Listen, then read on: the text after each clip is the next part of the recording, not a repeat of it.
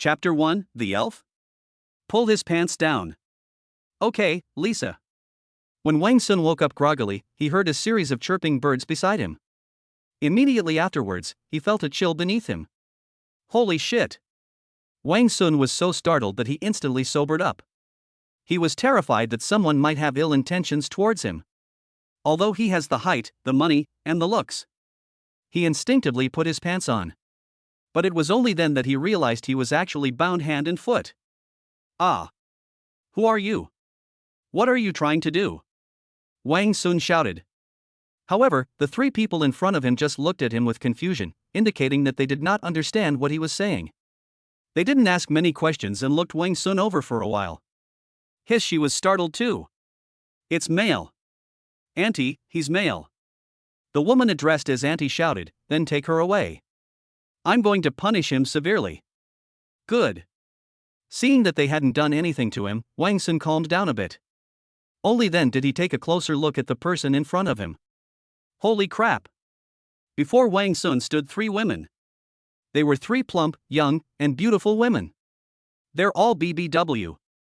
They wore very little clothing. There was only a piece of animal hide between his legs. The animal hides clung to their bodies like skin. Her plump, round buttocks, almost bursting out, were tightly wrapped. It outlines an amazing S-shaped curve. Beneath the animal skin were exposed, plump, long legs. Her toned, long legs clearly indicate that she exercises regularly, embodying strength and healthy beauty. The animal hide was covered by an exaggerated chest. It was covered by a giant seashell, as big as a watermelon. This large seashell is colorful and stunning. But even a shell as big as a dinner plate couldn't stop the white flesh from scrambling and desperately trying to escape. Their faces were breathtaking, and Wang Sun couldn't help but stare at them. It combines three-dimensionality with gentleness, and wildness with beauty. What surprised Wang Sun the most was their ears were actually pink and delicate elf ears. Although it's not as exaggeratedly huge as in the anime. But it seems even more just right. Elf ears? Wang Sun's eyes widened in disbelief. My God! How can there be such a beautiful woman in this desolate wilderness? Is that a savage? An elf? Is this some kind of cosplay? Hello? Konnichiwa. Hello? Wang Sun greeted them in the few languages he knew, but they didn't react at all. He began to recall that he had originally flown to the United States. However, for some reason, the plane suddenly began to crash midway through the flight. Fortunately, the captain was quite capable and managed to reduce the plane's speed to a minimum before it crashed. The plane then glided relatively smoothly over the sea for a distance. It eventually made a successful emergency landing on the sea. Despite this, the plane still couldn't withstand the impact and broke into several pieces. Many people successfully unfastened their safety harnesses and reached the sea. However, the plane crashed more than a kilometer away from the beach. When he swam to shore and looked back, there wasn't a soul in sight. They all drowned and sank to the bottom of the sea. A distance of over 1,000 meters may not seem far, but for those who cannot swim or have only average swimming skills, it is incredibly difficult. What's more, this wasn't in a calm swimming pool, but on the sea with all sorts of turbulent waves. However, even he fainted after swimming to the shore and climbing to the edge of the woods. He only woke up at this point. Wang Sun looked around and saw that they were in the woods by the coast. Could we have really encountered savages? Oops. The brutal images of eating raw meat and drinking blood, and devouring animals alive, instantly filled his mind. A strong sense of unease suddenly welled up inside me. This is it, we're doomed. We can only wait for an opportunity to act. They tied Wang Sun's hands and feet, then inserted a tree branch through the middle and hoisted him up like a pig. He then strode quickly into the depths of the woods. Such strength. Wang Sun watched as the two of them lifted him up without any apparent effort. And he strode forward. No wonder they're primitive people, they're so strong. If their women are this amazing, then the men must be even more incredible. Oh no, we've just escaped one danger only to fall into another. No. I have to escape before they return to the tribe. Wang Sun pondered and pondered. But I really can't think of any solutions. Ah. If Wang Sun made any small movement with his hands, he would be warned by the elf named Lisa behind him. I'll just give him a kick whenever I feel like it. Wang Sun screamed in pain. Hiss hiss hiss. Hiss hiss hiss. Not good. It's a green monster. Suddenly, a hissing sound came from the distance in the woods. What Wang Sun found strange was, upon hearing the voice, the elves suddenly showed signs of tension. Bang! He immediately threw Wang Sun to the ground and quickly hid behind a tree trunk.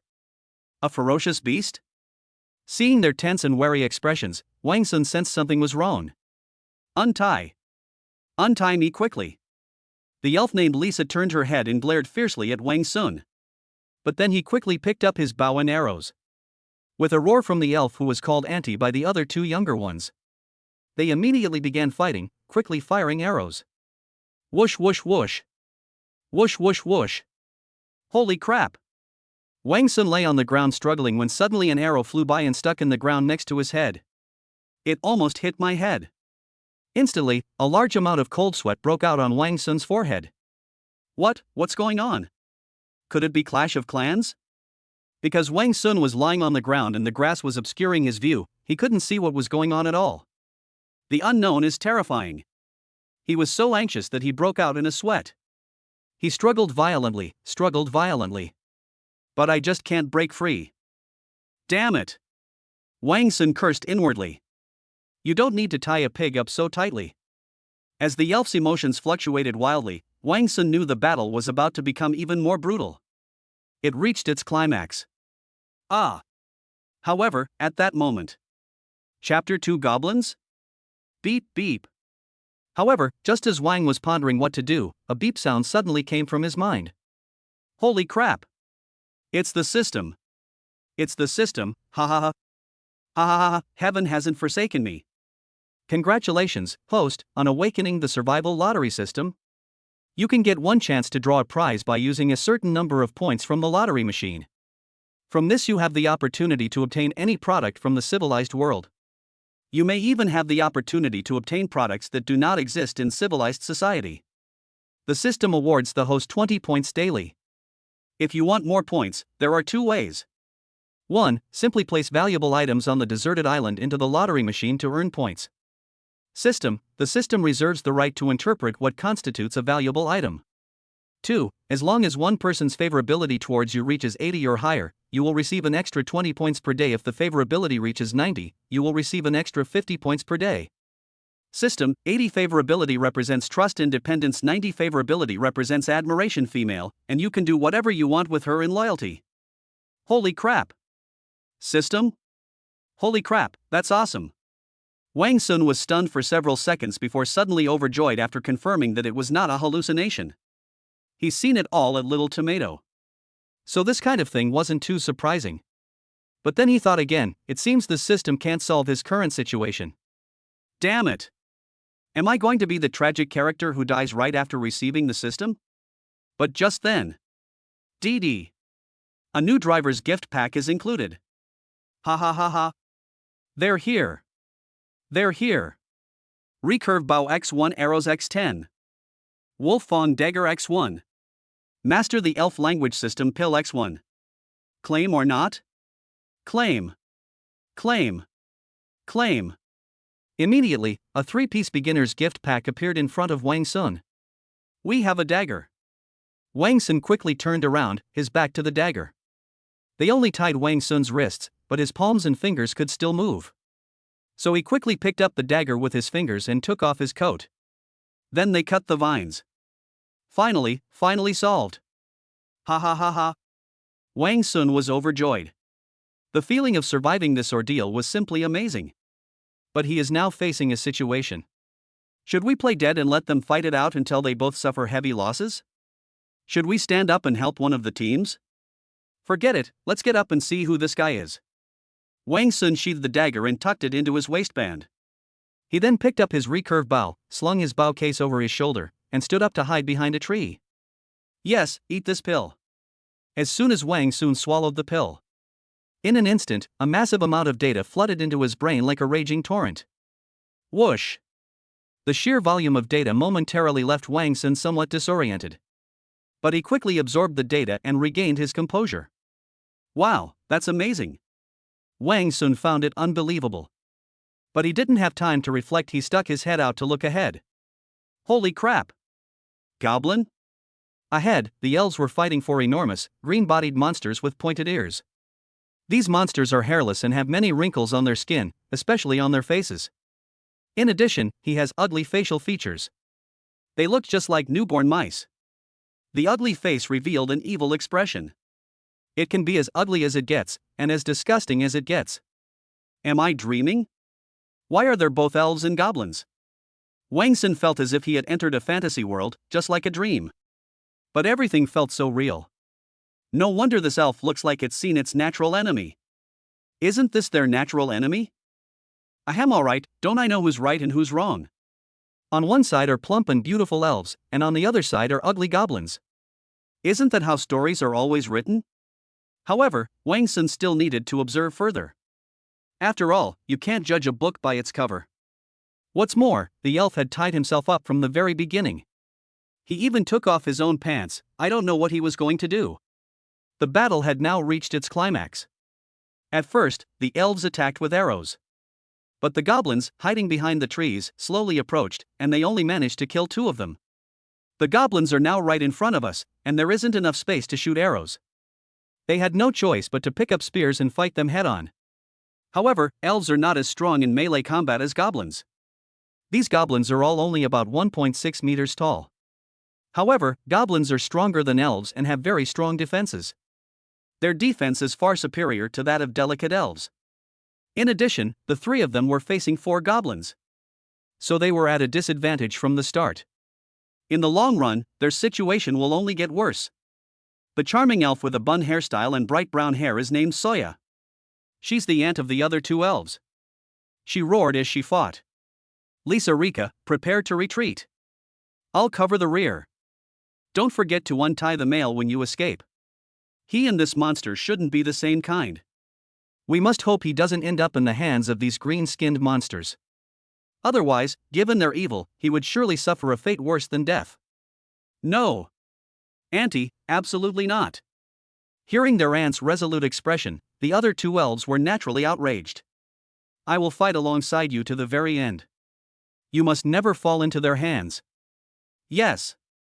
We absolutely cannot fall into their hands. But Soya knew her situation.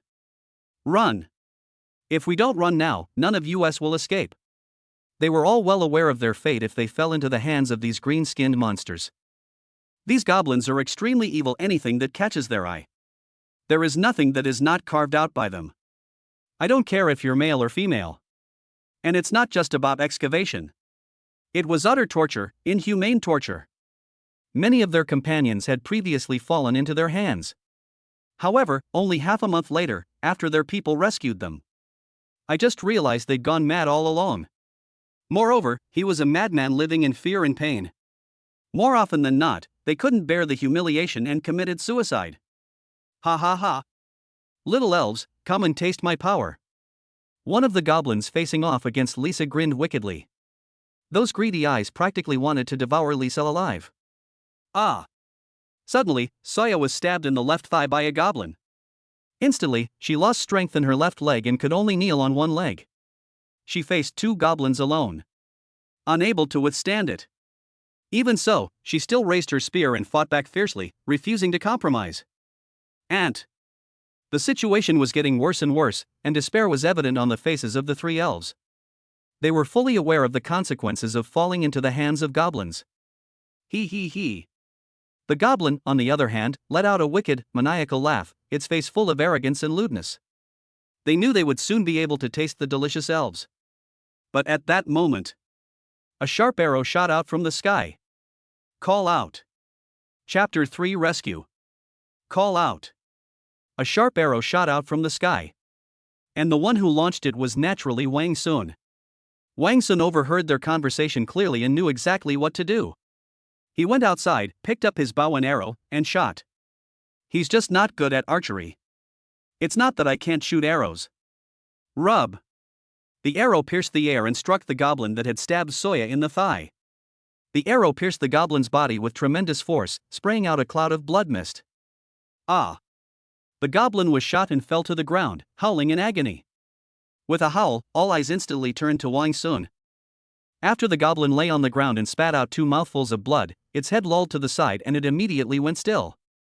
One hit, one fatal blow. Upon witnessing this turn of events, a goblin immediately declared, "Who are you? You don't look like an elf. Are you going to be an enemy of our race? Okay? I think you have such delicate skin, it should feel really good, hee hee. Are you calling me mom?" Wang Sun was about to aim his arrow at it, and it was still yelling nonsense. It's not like the villains who die from talking too much. He shot an arrow straight up. Base. Pretty. Headshot. This goblin didn't expect Wang Sun to be so straightforward and decisive. They didn't even give us time to shout. That's utterly unsportsmanlike. It stared with its huge eyes and then fell straight down, letting out a few screams before going silent. The other two goblins, however, were quite clever. Seeing that the situation was not good, he turned around and ran away. They dashed off like rockets. But Wang Sun reacted quickly and immediately fired another arrow. Shot a goblin down. The last one realized that its companion had been hit. It decisively changed its escape strategy, constantly circling around, trying to use trees as cover so that Wang Sun could not hit it. "Let me." Lisa snatched the bow from Wang Sun's hand and chased after him. Lisa has a high ponytail and a delicate but resolute face. Extremely dashing and heroic. While running, she also took the opportunity to pull the arrow out of the goblin's head that Wang Sun had just shot. Place it on the bow. The movements were fluid and seamless, happening in an instant. So fast. Such agility. Her speed surprised Wang Sun. Is this the speed an ordinary person can achieve? At that speed, he could probably run 100 meters in under 11 seconds. And it's in a rugged forest. It seems that everything here cannot be explained by common sense. Elves are faster than goblins. Lisa is also considered fast among elves. She quickly caught up with the goblin in front of her. While running, Lisa can even mimic drawing a bow and arrow. Ah! The goblin, realizing he was being targeted by an arrow, knew he couldn't escape. It immediately stopped and changed direction, then attacked Lisa in an S-shaped path. Upon reaching it, the goblin pounced. Careful! To Wang Sun, their series of actions looked exactly like a martial arts film. The pace is extremely fast. Wang Sun, a modern person who had never seen a battle scene before, couldn't help but feel worried for her. However, Lisa herself remained very calm and composed. He remained completely unfazed even when goblins were practically lunging at his face. Call out. Base. Ah. Hit. The goblin, which was leaping through the air, was hit in the forehead by a heavy arrow from Lisa. The immense force of the arrow caused the goblin to momentarily freeze in mid-air. He immediately plummeted straight down from the sky and crashed to the ground. Headshot, death. Lisa paid no attention to the goblins on the ground. Instead, he stared in shock at the bow in his hand. He examined it closely with both hands, and the more he looked, the more his eyes revealed his longing. It's like looking at a treasure that I've been searching for decades. I can't put it down. But she immediately realized something and pulled the arrow out of the goblin's head. He then ran wildly toward Wang Sun and the others. Ant! Pear Blossom and Lisa quickly went to Soya's side, who was slumped on the ground. Wang Sun also rushed over, and her thigh was pierced by a spear. The wound wasn't big, but blood was gushing out rapidly. Compared to their excited emotions, Wang Sun remained relatively calm. He tore a long strip of fabric from his shirt and then grabbed her thigh. Open! Soya reflexively pulled her leg away, giving Wang Sun a cold warning look. What are you going to do? Lisa also turned her body towards Wang Sun as if facing a formidable enemy. I just wanted to bandage your wound. Wang Sun was speechless. Their reaction was way too much. Seeing the fabric in Wang Sun's hand, Soya and the others realized that they had misunderstood Wang Sun. But we remain very vigilant. Soya shouted, I'll do it myself. Do it yourself. Wang Sun gave her the fabric. Then she bandaged it up herself. Lisa frowned, her face full of concern, and said, we need to hurry back and find some medicine to apply to it. Immediately, Lisa and Pear Blossom made a makeshift stretcher out of branches and vines. After placing Soya on it, he strode forward. Without them saying anything, Wang Sun naturally followed behind them. Wang Sun needs to enter their tribe. One source of points needed for the lottery machine is to get others to have a favorability rating of 80 or higher towards you. To gain favor, you first need to have someone in your life. Therefore, Wang Sun must first infiltrate their tribe. Chapter 4 All-Female Tribe. After walking for about 20 minutes, before even leaving the woods, Wang Sun noticed that it was significantly brighter ahead. We should be there soon. Sure enough, after we walked out of the woods, what appeared before Wang Sun was a large open space. Behind the open space stood a tall city wall.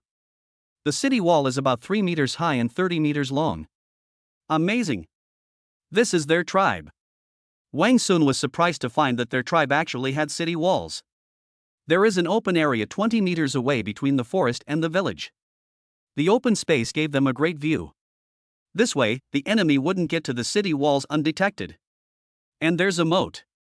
Wang Sun saw a river about 3 meters wide at the foot of the city wall. The defensive measures are not bad, there's even a moat.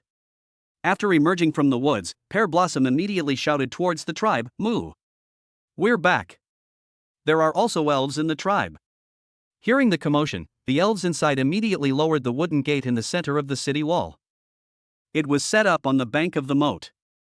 This wooden gate has an area of approximately 1.5 by 2.4 meters. However, the city gate is only 1.5 by 2 meters in size. The wooden door was even taller than the city gate. The city gates were relatively small, which was advantageous for defense. The city gates were lowered, and out appeared yet another stunningly beautiful elf. Wang Sun was shocked. Are there no ugly elves among them? Her appearance gives people a very gentle and virtuous feeling. It looks very comfortable. Her hairstyle was a half-up princess style. A few small yellow flowers were also adorning her head. She looks like she stepped out of a fairy tale. Absolutely ethereal. Pear Blossom introduced herself. Her name is Moo, she's Mai and Lisa's older sister. Mui was stunned when he saw Wang Sun, a complete stranger. Hi. Wang Sun grinned familiarly. Male? It's a male. Mu immediately tensed up and became hostile towards Wang Xuanshu. Seeing this, Lihua quickly came to Wang Sun's rescue, saying, "Sister, don't be afraid. Although he is male, he saved us." He saved you? Mu's already large eyes widened in disbelief. But when she saw Soya lying on the stretcher, she rushed over without hesitation. Lisa Rika. What happened to Auntie? Soya's face showed some pain due to the pain. I'm alright, don't worry, Soya said, trying to comfort her despite the pain. Pear Blossom, her face contorted with rage, shouted angrily, "It's all the damned green monster's fault. My aunt got poked in the calf while fighting the green monster. We encountered a green-skinned monster." Mu felt a wave of fear wash over him. I'm so glad you're all alright. I'm so glad you're all alright. Hurry inside, let me treat Auntie's wound. We mustn't let it leave any lasting damage. They quickly entered the tribe, and Wang Sun followed them in. Okay. Wang Sun, could you close the door for us? As soon as everyone went inside, Lisa reminded Wang Sun to close the door. Leaving the gate open is very dangerous. If a goblin hiding in the woods suddenly bursts in, they'll be trapped like fish in a barrel. Good. Wang Sun observed the door. There is a thick tree over 2 meters long under this door. They hollowed out some space in the middle of the trees horizontally, so that 10 trees could fit snugly inside. Then they dug a hole on each side and inserted the thick tree trunk into it. In this way, it can serve as a fixation point for opening and closing the door. It's like inserting an iron rod into 2 bearings. In the middle of the 10 trees, there was also a thick tree that pierced through the top. However, the 2 thick trees above are as wide as the gate. Finally, a lot of vines were used to tie the 2 thick tree trunks above. Wang Sun pulled on the vines, lifting the city gate and leaning it against the city wall. Then tie the vines to the thick tree trunks on both sides of the city gate and fixed inside the city wall. All you need to do is loosen these vines from the city gate and they will fall down. After closing the city gates, Wang Sun began to observe the tribe. This village is approximately 30 meters long and wide. They are all about 3 meters tall. The city wall is about 1 meter thick. They're still using mud bricks. Wang Sun observed that the city wall was built using earthen bricks. Adobe bricks are made from yellow clay. Use a mold to shape the moist yellow clay into a rectangular shape, and then let it dry. When building the city wall, all that is needed is some moist yellow mud to serve as cement. This way, the city walls can be built up quickly. The village was very empty. Although it has an area of about 900 square meters, there are very few things inside. There is a small thatched hut in the southeast corner, which is the toilet. In the southwest corner, there is a fully enclosed fence. It's quite large, 2 by 3 meters. But there was only one chicken inside. This chicken has colorful feathers, it's a wild chicken. In the northeast corner, there stands a tall oak tree. Beneath the oak tree, there was a thatched hut supported by 4 trunks. A fire was burning continuously under the thatched shed. This is their kitchen. There are also some pottery pieces in the kitchen. It seems they weren't so backward after all, at least they already had pottery, Wang Sun concluded. Moreover, the pottery looks quite delicate and sturdy, indicating that the craftsmanship is not low. It just doesn't have colored glaze, so it looks rather rustic. And it is located about 7 or 8 meters to the right of the kitchen, under the earthen wall on the north side. It is a slightly larger thatched hut. This is their residence. In the northeast corner, there is a small hole under the city wall. There is a continuous flow of water coming out of it. It's roughly the flow rate of a fully turned down tap. The water flows down 7 or 8 meters before entering a pool with an area of about 4 square meters. Next to this pool is another pool of about 1 square meter. Wait a minute. Why are there only 4 of them here? Wang Sun then realized that there were far too few people in this tribe. Have they all gone hunting? While Wang Sun was observing the tribe, Mu, who was inside the house, was treating Soya's wounds while asking Wang Sun about his affairs. Mu asked, "What happened? Why did you bring a male into our tribe?" Pear Blossom explained, "Weren't we going to the beach today to look for that big bird? Then they found him unconscious in the woods by the beach. Although we had never seen a person who looked like this before, we thought he looked somewhat male, so we immediately tied him up. I was shocked when he took off his pants. He really is male. Besides, we can't understand what he's saying, and he can't understand what we're saying, so we wanted to bring him back for questioning." Wait a minute. Mu interrupted, realizing something was wrong. You mean we can't understand each other? Pear Blossom nodded frankly, yes, that's right. Then why did he just say our words? Yeah, that's right. Pear Blossom and Lisa Soya suddenly realized. They all looked up at each other. Soya suddenly realized this too. Yeah, at first we couldn't understand what he was saying. How come he suddenly started speaking our language? No. Call him over and ask him. Then Pear Blossom got up and went outside, calling out, "Come in for a moment." Good. Upon entering the house, Wang Sun noticed a large, colorful seashell placed in a corner. Wow, it's huge. Wang Sun exclaimed inwardly once again upon seeing such a large seashell. What's your name? Lisa asked. Wang Sun. Wang Sun. Lisa nodded, then questioned, "How come you suddenly started speaking our language?" This.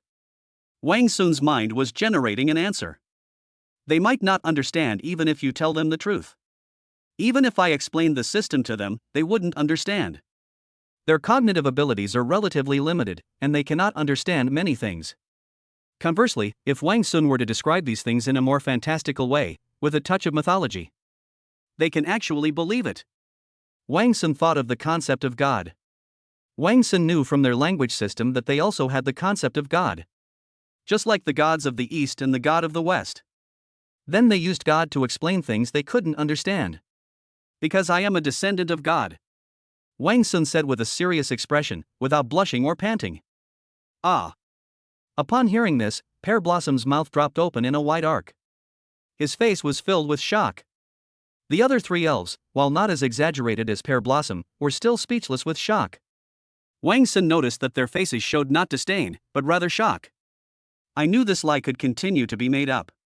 For I am a descendant of God, and I have been instructed by God to save you. You all know that God is very powerful. So I can speak your language after hearing just a few of your words. Wow! Pear Blossom's eyes sparkled. She didn't question Wang Sun's words, she was simply amazed. What Wang Sun showed her was beyond her comprehension. In addition, he has a simple and honest personality. She didn't have a single doubt about it. Humph. But Lisa questioned it at this moment. After the initial shock, Lisa pondered for a while and realized it was simply impossible. Pear Blossom, you're so naive. You actually believed him. How could there possibly be a God in this world? Although Lisa is primitive, she still has her own ability to think. But Pear Blossom immediately retorted, then why does he suddenly know our language and can conjure things out of thin air? How would I know? Lisa stammered, she didn't know what was going on either. She couldn't understand how Wang Sun had conjured this thing up. This was beyond her comprehension. But Lisa became very interested when the topic of the bow and arrow came up. Where did you get this bow and arrow? Can you conjure up another one? Wang Sun smiled confidently, looking directly into her eyes. What, you want it? Lisa didn't speak. But she immediately turned her head and stared straight at Wang Sun. Yes. That's exactly what I want. Are you going to give it to me or not? No way. If you're not going to give it to me, then why are you asking? Lisa's face immediately turned displeased, her expression turning cold. Alright, Lisa, he saved us no matter what, so be nicer to him. Soya looked at Wang Sun with a calm expression. Lisa has a bit of a temper, so don't overthink it. Fine. Pear Blossom looked at Wang Sun curiously. Yeah, we tied you up, why did you still save us? Moreover, in Rika's and the others' understanding, no male was a good person. Of course, this excludes animals that lack thought and intelligence. Then can you explain why you tied me up? Wang Sun retorted. Because you are male. Pear Blossom responded most enthusiastically to Wang Sun. In our eyes, males are as disgusting as that green monster. What's more, you're a male that we've never seen before. So we have to bring you back for a thorough interrogation and investigation. Oh, I see. Wang Sun understood. But Wang Sun immediately realized something was wrong, and a crazy idea rushed into his mind. Wang Sun's eyes widened and he asked excitedly, You mean there are no males in your lives or in your tribe? Yes, our tribe is all female. Chapter 5 grants an extra 20 points. What the heck? After a brief moment of shock, Wang Sun remained calm. If you're all females, how will you reproduce? Pear Blossom wasn't embarrassed at all. She pointed to her bottom and said, We have a kind of tree here that grows a kind of fruit. You just need to put the contents of the fruit in here. Wang Sun was now completely certain. Holy crap, does that mean I've stumbled into the land of women? It seems I have no reason not to stay here. Wang Sun thought for a moment, and then used the same explanation as before to explain why he wanted to save them. I am the god who has come to save you. Just like when I rescued you from the goblins. He poured out his heart, his attitude even more sincere than when he confessed his feelings. Furthermore, I will help you become the most powerful tribe here. The elf's eyes lit up with excitement upon hearing this. So where did you come from? Although she was very much looking forward to the promises Wang Sun made, Soya remained calm. They wanted to learn about Wang Sun's background and identity from him. I come from a world outside of yours. On the other side of the sea. Pear Blossom was very curious and unconsciously moved closer to Wang Sun. You mean there's land beyond this great sea? Wang Sun then briefly described the prosperity of the outside world and some things that sounded quite shocking. Described these as a world of gods. They were all stunned by what they heard. Furthermore, Wang Sun solemnly promised once again, joining their tribe means making them the largest and strongest tribe here. They were all on the verge of climaxing. And so, after being misled by Wang Sun, the four of them believed about 50-60% of what Wang Sun said. Among them, Pear Blossom trusted Wang Sun the most. The favorability rating has reached 80. However, Wang Sun hasn't entered the system, so we don't know yet. Finally, Wang Xuansai suggested, So, I want to stay here and help you develop, okay?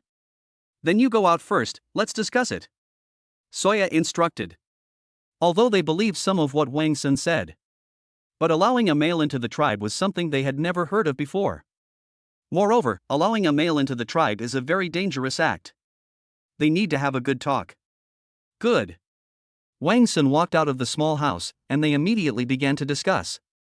I think Wang Sun should be fine, Pear Blossom, who trusted Wang Sun the most, declared. If he really wanted to harm us, he would have attacked us in the woods long ago. Why bother killing goblins to save us? You're right, Lisa acknowledged Rika's statement, but then added, however, the rule in the Central Kingdom is that no one can have contact or interaction with males. Let alone getting males to join the tribe. The male they're talking about is probably a goblin, right? Pear Blossom murmured. Wang Sun isn't a goblin. After a moment of silence, Mu said, Didn't he say he came to help our god? Let's keep him here for a few days and see what help he can bring us. If he can't bring us anything, then we can let him go later. That works too. Lisa nodded. Although Pear Blossom trusted Wang Sun, they had only known each other for a short time. Alright, Soya finally spoke. In that case, let's keep him here for a few days and see. Pear Blossom stood up. I'll go out and talk to him. After saying that, Pear Blossom ran out. After stepping outside, Wang Sun sat on a rock and entered the system to begin studying it carefully. Upon logging into the system, I discovered that I had 20 extra points in my account. 20 points credited to your account. Huh? How come I got 20 more points? Wang Sun was puzzled, but then a possibility immediately came to mind. Could it be? Really? Wang Sun checked the favorability rating and, sure enough, it was Pear Blossom. Lihua, favorability is 80. Lisa, affection level 70. Soya, affection level 72. Mu, favorability rating 73. Ha ha ha. Wang Sun exclaimed with delight, wow, it really is that big girl, Pear Blossom. From today onwards, I will be able to earn 40 points every day. And Wang Sun drifted into a fantasy. Wouldn't that mean I could indulge in some lewd thoughts? Yeah, let's see how to play the lottery machine. This lottery machine looks just like a game console. There is a large screen at the top. In the upper left corner of the screen, it is displayed, balance, 40 points. Below the points, you can choose how to play. The lottery is divided into different tiers. 10 points, 100 points, 1000 points, 1 draw. The points required to level up have increased tenfold. Of course, this applies as the lottery level increases. The value of the prizes won will likely increase accordingly. That's terrifying. If that's the case, I can only draw the lowest level prize right now. Go ahead and draw. These points have no other use besides being used for the lottery. Wang Sun. However, at this moment, Pear Blossom came out cheerfully. What's wrong? Seeing Li Hua approach, Wang Sun patted the stone beside him, gesturing for her to sit down. With a thud, Pear Blossom plopped down, looked at Wang Sun with a sweet smile, and said, "We've agreed to let you stay in our tribe for a few days." A few days? Yes. We've only just met and don't know you well. We need to observe you for a while longer, Pear Blossom said frankly. But don't worry, as long as you're okay, I'll try to persuade them to let you stay. Yes. Thank you, Pear Blossom. Wang Sun was very grateful to the simple-minded Pear Blossom. I am grateful for her trust in me, which also allowed me to earn an extra 20 points every day so quickly. Wang Sun still knows too little about them and needs to know more. He asked Pear Blossom, there aren't just 4 of you in your tribe, are there? Yes, that's right. Huh? Although I had expected it, I was still taken aback when I heard the affirmative answer. How can a tribe of only 4 people develop? Wang Sun asked Li Hua to explain the whole story. It turns out that just a few days ago they were in a tribe with over 100 people. However, Soya and her companions were strong and well-liked. This aroused the jealousy of the clan chief's daughter, who then targeted him at every turn. Soya and her friends were also proud, so they decided to lay their cards on the table and directly say that they wanted to leave. The clan chief's daughter was more than happy for them to leave. Finally, the clan chief, his daughter, and a few others secretly discussed the matter. Tell Soya and the others not to make a fuss. After all, they had a good reputation in the tribe. The chieftains were also afraid that someone from the tribe would follow them. So an agreement was reached with Soya and the others. Soya and the others agreed to leave silently. The chieftains allowed Soya and the others to stay in the tribe for another 10 days or so. During those 10 days to 2 weeks, Soya and the others went out to find a location to build the tribe. They also made mud bricks and built city walls. Only after the city walls were built to their current state did they quietly leave their former tribe. Oh. Wang Sun understood. In addition, Wang Sun also learned that Mu, Lisa, and Li Hua are 3 biological sisters. They are 20, 19, and 18 years old respectively. Soya is their aunt, their mother's sister. 24 years old. According to her aunt Sonia, their mother died during a battle with goblins. The 3 of them were very young at the time, even Soya was not yet 10 years old. Later, it was Soya who led the 3 of them to grow up. She was still very sad when she talked about it. After offering her some words of comfort, Wang Sun inquired about the situation there. The greatest danger here is the goblin. They are everywhere, scattered in every corner of the forest. We need to be extra careful. Furthermore, there are many elven tribes in this world. Their previous tribe of 100 people was considered small. The larger ones have thousands of elves. Even larger ones, and some costing tens of thousands. Of course, at the same time, Wang Sun also described some things about the outside world to Li Hua. Everything left her speechless with astonishment, her little mouth uttering exclamations of surprise. After finishing the conversation, Wang Sun logged into the system again. Let's start the lottery. In the middle, there's something that looks like an axle. After Wang Sun injected 10 points, the axle starts to turn. Ding dong. The machine then emitted a ding dong sound. The lucky draw is over. A pack of white rabbit milk candy. I don't want snacks. Wang Sun's first reaction was that he felt a bit unlucky. But then he immediately thought, this is candy. White rabbit milk candy contains abundant carbohydrates and fats, among other nutrients. These substances, when broken down in the body, can generate a large amount of heat to sustain daily activities. Nice one. Wang Sun turned his gaze to the pear blossoms, hee hee. Cavemen probably haven't tasted anything this sweet and delicious before. Wang Sun said, Li Hua, thank you for explaining so much to me. Hee hee, it's okay. Pear Blossom replied shyly, burying her head between her legs, as she was too embarrassed to look at Wang Sun, a male. Pear Blossom lowered her head, not knowing why, but she felt a little awkward in front of Wang Sun. A large bag of white rabbit milk candy appeared in Wang Sun's hand. Look what this is. Pear Blossom's eyes lit up. Ah, what good stuff have you conjured up this time? Delicious food. Food. Pear Blossom exclaimed excitedly. Quickly, give me some to eat. Wang Sun tore open the packaging and handed Li Hua a white rabbit milk candy. Here you go. What is this? Candy. It's very sweet. In their world, there are also things to eat like candy. Candy is something very sweet, like honey, Wang Sun explained. Ah, I love honey. I haven't tasted honey for years. Wang Sun helped her tear open the packaging. Shoo, shoo. Ah, it's so sweet. The pear blossom, having just taken a bite, instantly whitened her eyes. Wow, this is so delicious. It's even better than honey. Hee hee. Wang Sun discovered that Li Hua's favorability towards him had instantly increased from 80 to 82. Just one candy increased my favorability by 2 points. Wang Sun became expectant. If I bring out something truly good, will it reach over 90? Pear Blossom, don't get so close to him. Chapter 6 Extraordinary. Lisa wanted to continue playing with Wang Sun's bow and arrow, so she approached him under the pretext of reminding Li Hua. And she was indeed quite wary of Wang Sun, even after he saved them. This can be seen from her 70% positive impression of Wang Sun. With a favorability rating of 70, even Mu has a higher rating than her. Pear Blossom said, Sister, he gave me some really delicious food. You eat whatever he gives you? What if it's not clean? Lisa questioned Wang Sun, what did you feed Li Hua?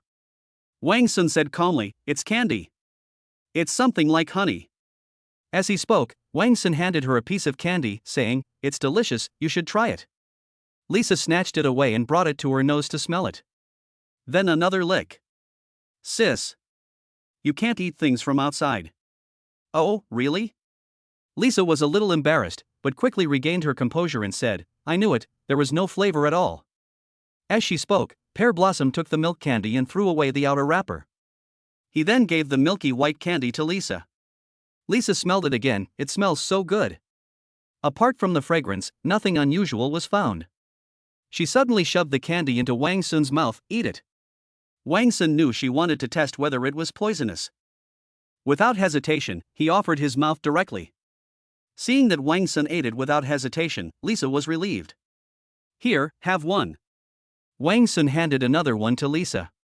Lisa was surprised that Wang Sun would give her one, and hesitated for a moment. It's delicious, you should try it.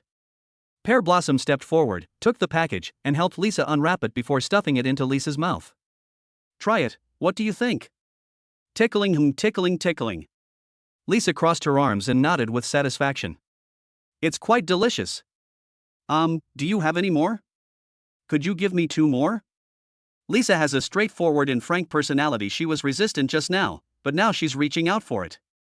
Wang Sun smiled and said, my food isn't clean, so you'd better not eat too much. It's not like I'm greedy. I wanted to let Aunt Moo and Auntie have a taste too. We've never eaten anything this sweet before. Alright then. Realizing he had misunderstood Lisa, Wang Sun gave her 2 more. Lisa quickly took it and gave it to Soya and Moo. Lisa immediately came out and walked towards Wang Sun. Oh, right. Lisa remembered the purpose of her earlier visit.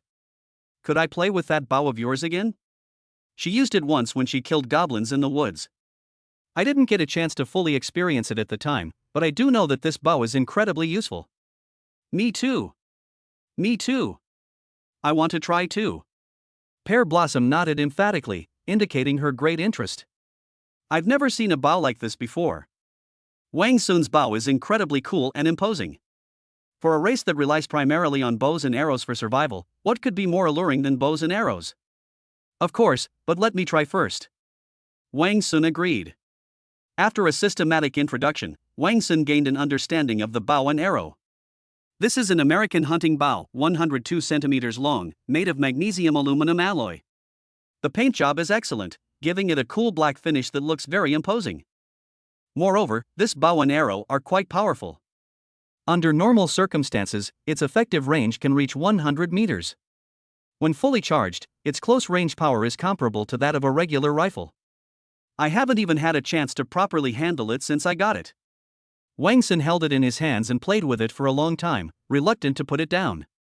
Isn't this what boys like? Wang Sun still remembers making his own bow and arrow out of bamboo when he was a child in the countryside. I even managed to shoot a pheasant by sheer luck back then. I was so happy at the time, I immediately took it home and had my family cook it. But luck only lasts a lifetime, and since then, apart from a few small birds, he never caught anything decent again. This can be considered one of the regrets of his childhood. But in this environment now, I should be able to have as much fun as I want. Wang Sun held the bow and arrow in his hand, and the 2 women's eyes were practically glued to the bow and arrow. Wow! That's so cool! What kind of bow and arrow is this? I've never seen anything like it before. Since the pear blossoms had already been touched, Wang Sun simply let go and allowed them to play with them for a while. At this moment, Moo also came out of the house and came closer. All 3 of them had an open and undisguised excitement in their eyes. A product of modern industrial civilization, it is exquisite. It is far superior to the items they create. Ah! With a little effort, the bowstring was fully drawn. Wow, it's that easy? Wang Sun hadn't expected her to be so powerful. No way? It was very difficult for him to draw the bowstring when he shot that arrow. But now Pear Blossom can be filled up with just a simple pull? Wang Sun was incredulous. Your strength can't be greater than mine, can it? Lisa retorted, why can't my strength be as great as yours? Wang Sun then realized that they were not modern women. They cannot be categorized with modern women. How about we have a competition? Lisa asked eagerly. Good. Wang Sun also wanted to see just how powerful they really were. Let's arm wrestle. With no table available, the 2 of them lay directly on the ground. What delicate hands! Although you can tell from their exposed skin that their skin is very delicate. But after getting to know them better, Wang Sun was still shocked. They shoot arrows and do all sorts of work every day, how can their hands be so delicate? It's true that different places nurture different people, but the water and soil here are just too nurturing. Are you ready? Pear Blossom acted as the referee. All right. Start. Both players went all out as soon as the match began. The result of the competition was quite obvious, despite Wang Sun's hard work. But his arm still fell towards Lisa. Phew, it's over. Lisa watched as Wang Sun stood up triumphantly. Wang Sun was a little annoyed, she has the strength of at least 1.5 times my strength. This place is truly extraordinary. Chapter 7 High-Value Resources, Iron. The group then began to play with the bow and arrow. Lisa pointed to the metal parts on the bow and arrow and asked curiously, what material is this? Iron. Wang Sun learned from their language that there was no such thing as aluminum alloy. But it contains iron. Therefore, Wang Sun guessed that they did not know what aluminum alloy material was. To put it simply, just say it's iron. Iron? Upon hearing Wang Sun mention the word iron, the 3 of them were immediately dumbfounded. Even the movements of his hands stopped. Yeah, so what? Wang Sun found their surprised reaction strange. Wow! This is iron! After receiving Wang Sun's affirmative answer, the three of them became extremely excited. This is iron! No wonder it's so powerful! No wonder the central country is so powerful with so many iron-made items. How could it not be powerful? Hearing their exclamations, Wang Sun couldn't help but ask, "You've never even seen iron before? Do you think iron is so easy to find?" Upon hearing Wang Sun's words, Lisa said, "Only some large tribes have this iron. Where have we, from small tribes, ever seen iron? Even in our previous tribe, very few people had ever seen it. This is the first time I've ever seen iron. It's beautiful." Wang Sun was incredulous after hearing what they said. Combine this with my own observations after arriving in this tribe. It seems there are indeed no traces of iron. Don't they have any iron ore here? Or perhaps they haven't mastered the technology of iron smelting yet? Then where did the iron from those large tribes they mentioned come from? Wang Sun voiced his doubts. "Since none of you have iron, where does the iron in those large tribes you mentioned come from?" Pear Blossom replied, "We heard it from our elders. A large bird fell from the sky, and this bird was made of iron. A tribe found this large bird, and they discovered the uses of iron. It has been transformed into various things. As a result, they became very capable, whether in life, hunting, or fighting. In the end, they developed into the largest tribe in our area. That is, what we call the central country. The population had already reached tens of thousands a long time ago." A big bird? Wang Sun guessed. "It must be a plane that crashed here. That should be it. It seems that the accident that happened to me is not the only one. I wonder if there are any survivors like me who are still alive." Wang Sun didn't think too much about this. Wang pondered, if that's the case, then iron must be very scarce and valuable here. He immediately thought of the plane he was on. If I can find that plane, I can use iron and metal to exchange for supplies with other tribes. Won't that give us points? Wang Sun became more and more excited as he thought about it, as if a large number of points were already lying in his account. Okay, that's it. Wang Sun made up his mind to search for the plane that had crash-landed in the sea in the next few days. Wang Sun took the bow and arrow. "Let me see how strong I really am."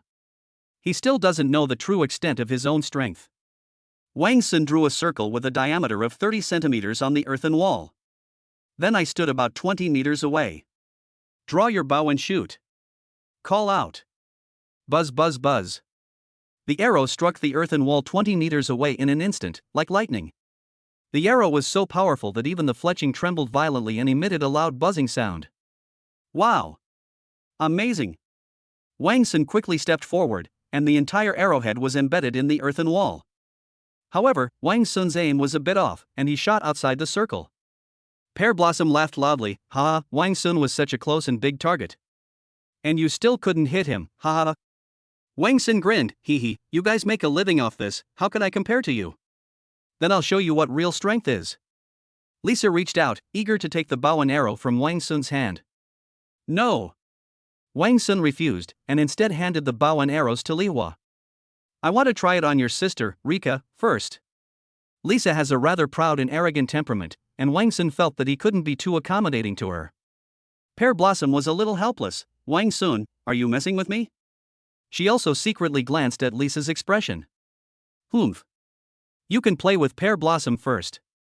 Lisa didn't say anything and acted very magnanimously. "Then I'll give it a try first." Pear Blossom finally accepted it with peace of mind. Pear Blossom was standing in the same spot as Wang Sun. With the bow drawn and arrow nocked, the body becomes even more curvaceous. Her plump, round buttocks were tightly wrapped in the close-fitting animal skin pants, making them stand out very prominently. The chest was completely covered by a seashell the size of a plate. Apart from these two areas and the feet, the rest of the skin is exposed. She is 165 centimeters tall but weighs 120 kgs. Her entire body looked as plump and voluptuous as a pear. How tempting! Wang Sun stared wide-eyed. In the civilized world, only some Western women could rival that figure. Moreover, each of the four of them has a different hairstyle. Pear Blossom's hairstyle is a double bun, with two bun-like tufts of hair tied at the back of her head, pointing straight down. They look very lively and cute. Lisa's hair was styled in a high ponytail, neat, clean, and youthful.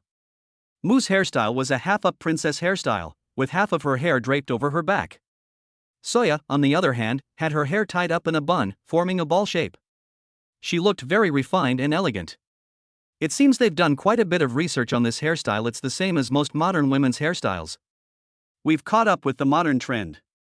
We've kept pace with the modern world. Call out.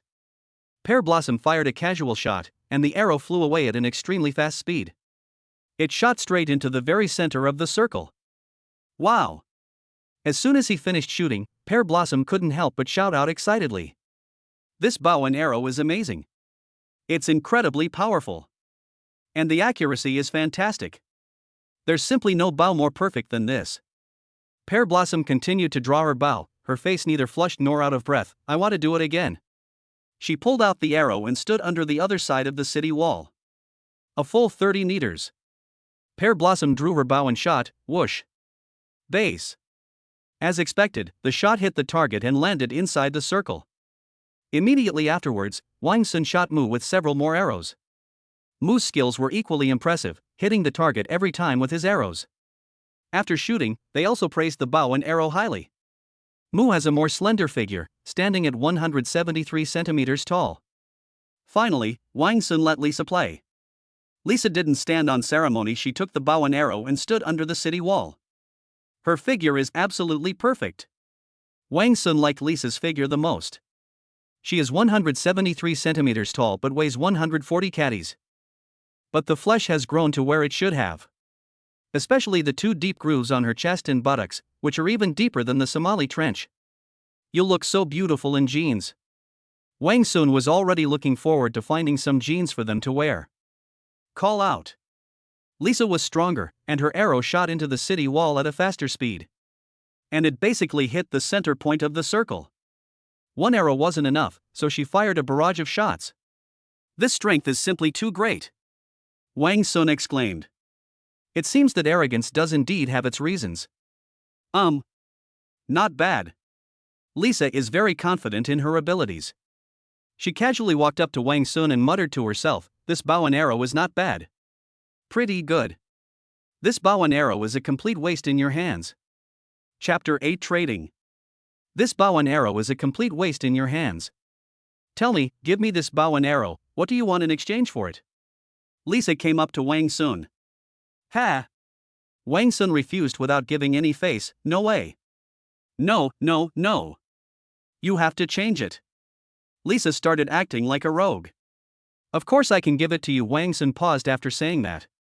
Wang Sun wouldn't mind handing the bow and arrow over to someone who could better utilize its power. Moreover, Wang Sun's goal is not simply to become powerful himself. Wang Sun also hoped to arm them and form a powerful fighting force. Upon hearing Wang Sun's answer, Lisa's eyes lit up instantly, feeling a glimmer of hope.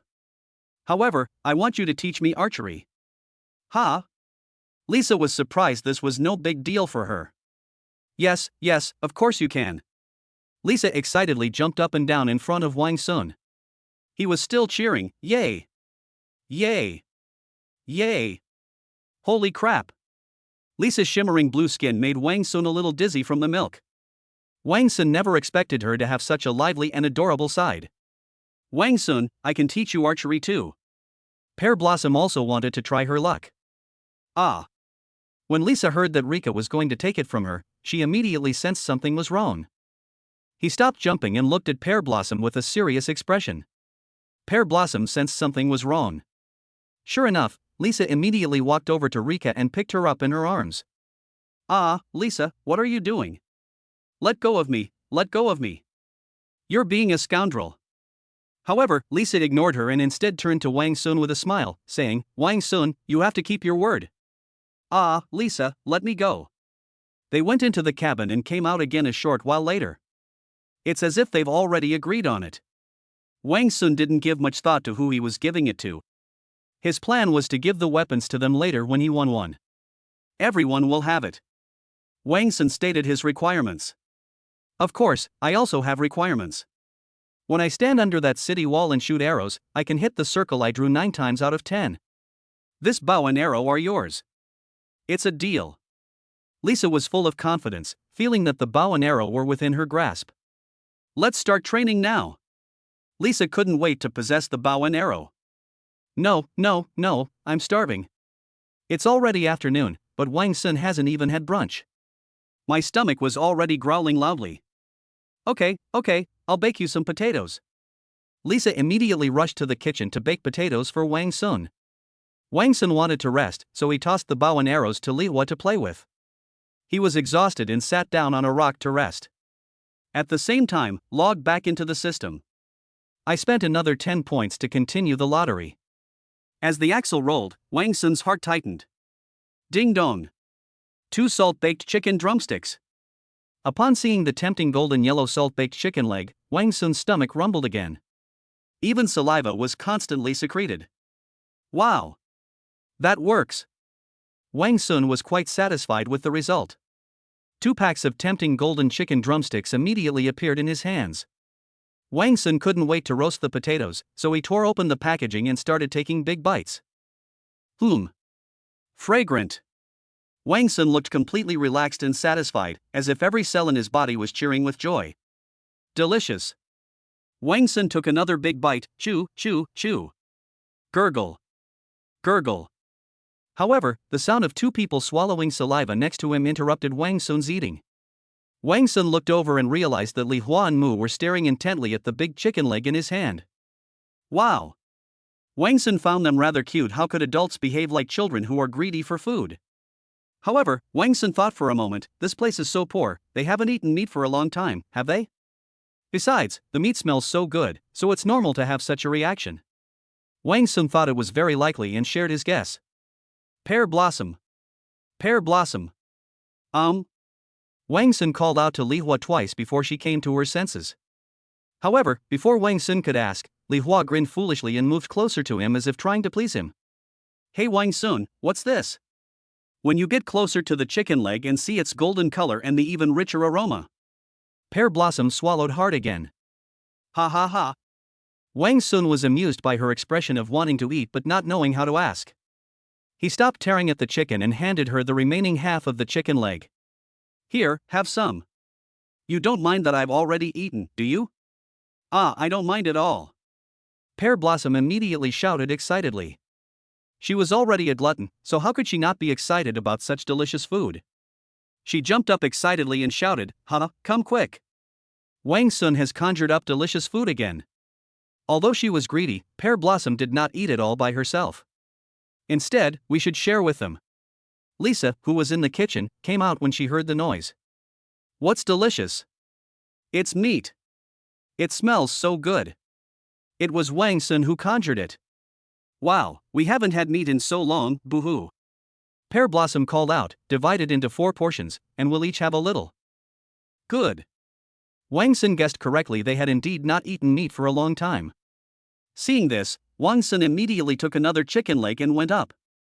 You can take this chicken leg and share it. There's more? Pear Blossom exclaimed with delight. But immediately Pear Blossom asked, Wang Sun, don't you want to eat? No, you can have it. I'll just eat potatoes. I'm almost tired of eating this stuff in our world. Pear Blossom excitedly grabbed it, yay. Wang Sun, thank you so much. Wang Sun wasn't tired of eating it. However, you can eat it every day if you want. For people in civilized society, this chicken leg is just a snack. I wouldn't eat that often.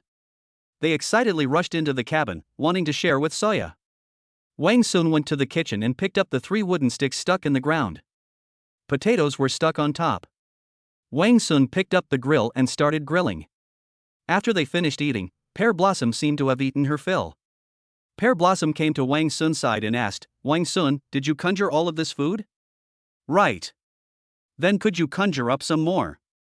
Pear Blossom looked at Wang Sun expectantly. She thought she could conjure something up at will. Wang Sun explained, I can't just conjure things up randomly. Oh, I see. Pear Blossom was instantly disappointed, but then asked, how can I conjure it up? I need food, such as your potatoes, sweet potatoes, chickens, rabbits, and so on. And it will require a lot, Wang Sun added, thus lowering their expectations. Oh, Pear Blossom nodded as if she understood. Don't worry, I definitely won't forget you when I conjure up something good. Great. Thank you so much, Wang Sun. I knew I was right to keep you here. That's right. Wang Sun asked, "What, do you rarely eat meat?" "It's alright, it's just that I haven't been eating much meat lately." "Then why don't you go hunting?" Wang Sun believed that with their excellent archery skills, they would definitely be able to catch prey. "We've been busy with things in the tribe lately, like improving the walls, building huts, and so on." "So you didn't go hunting?" "The prey we hunted before was all used up during the time the city walls were being built. We kept that chicken to lay eggs. We were going out hunting today, and then we saw a big bird, so we headed to the beach. And then I met you." "Oh." Wang Sun understood it wasn't because wild resources were scarce here. Chapter 9, Physiological Reaction? 20 points remaining. Wang Sun took them all. A 100-meter nylon rope. Solar-powered flashlight. That's right, these are all good survival supplies. The remaining 20 points can be used to obtain tools. They are all quite useful, especially the flashlight. Wang Sun spread open his pants, turned on his flashlight, and shone it inside. Very bright. It's electrified. It was powered, but Wang Sun still placed it near the light source. Charged using solar energy. In the afternoon, Wang Sun officially began learning archery from Lisa. Bows and arrows were their most important weapons. There's definitely no problem with the technology. The first issue is posture. Lisa brought out her bow and arrow and struck a pose. Wang Sun followed suit, but deliberately made mistakes so that Lisa could teach him step by step. This helps cultivate the relationship between the two and increase their mutual affection. How could you be so stupid? After a few tries, Lisa was able to teach her successfully. Then, Lisa stood directly behind Wang Sun and gave him a personal lesson. Strange, what's going on?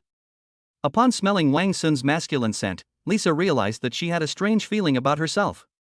Even breathing became a little labored. Why does my heart race whenever I get close to him? Calm down, calm down. Once I get the bow and arrow, I won't have to go near him anymore.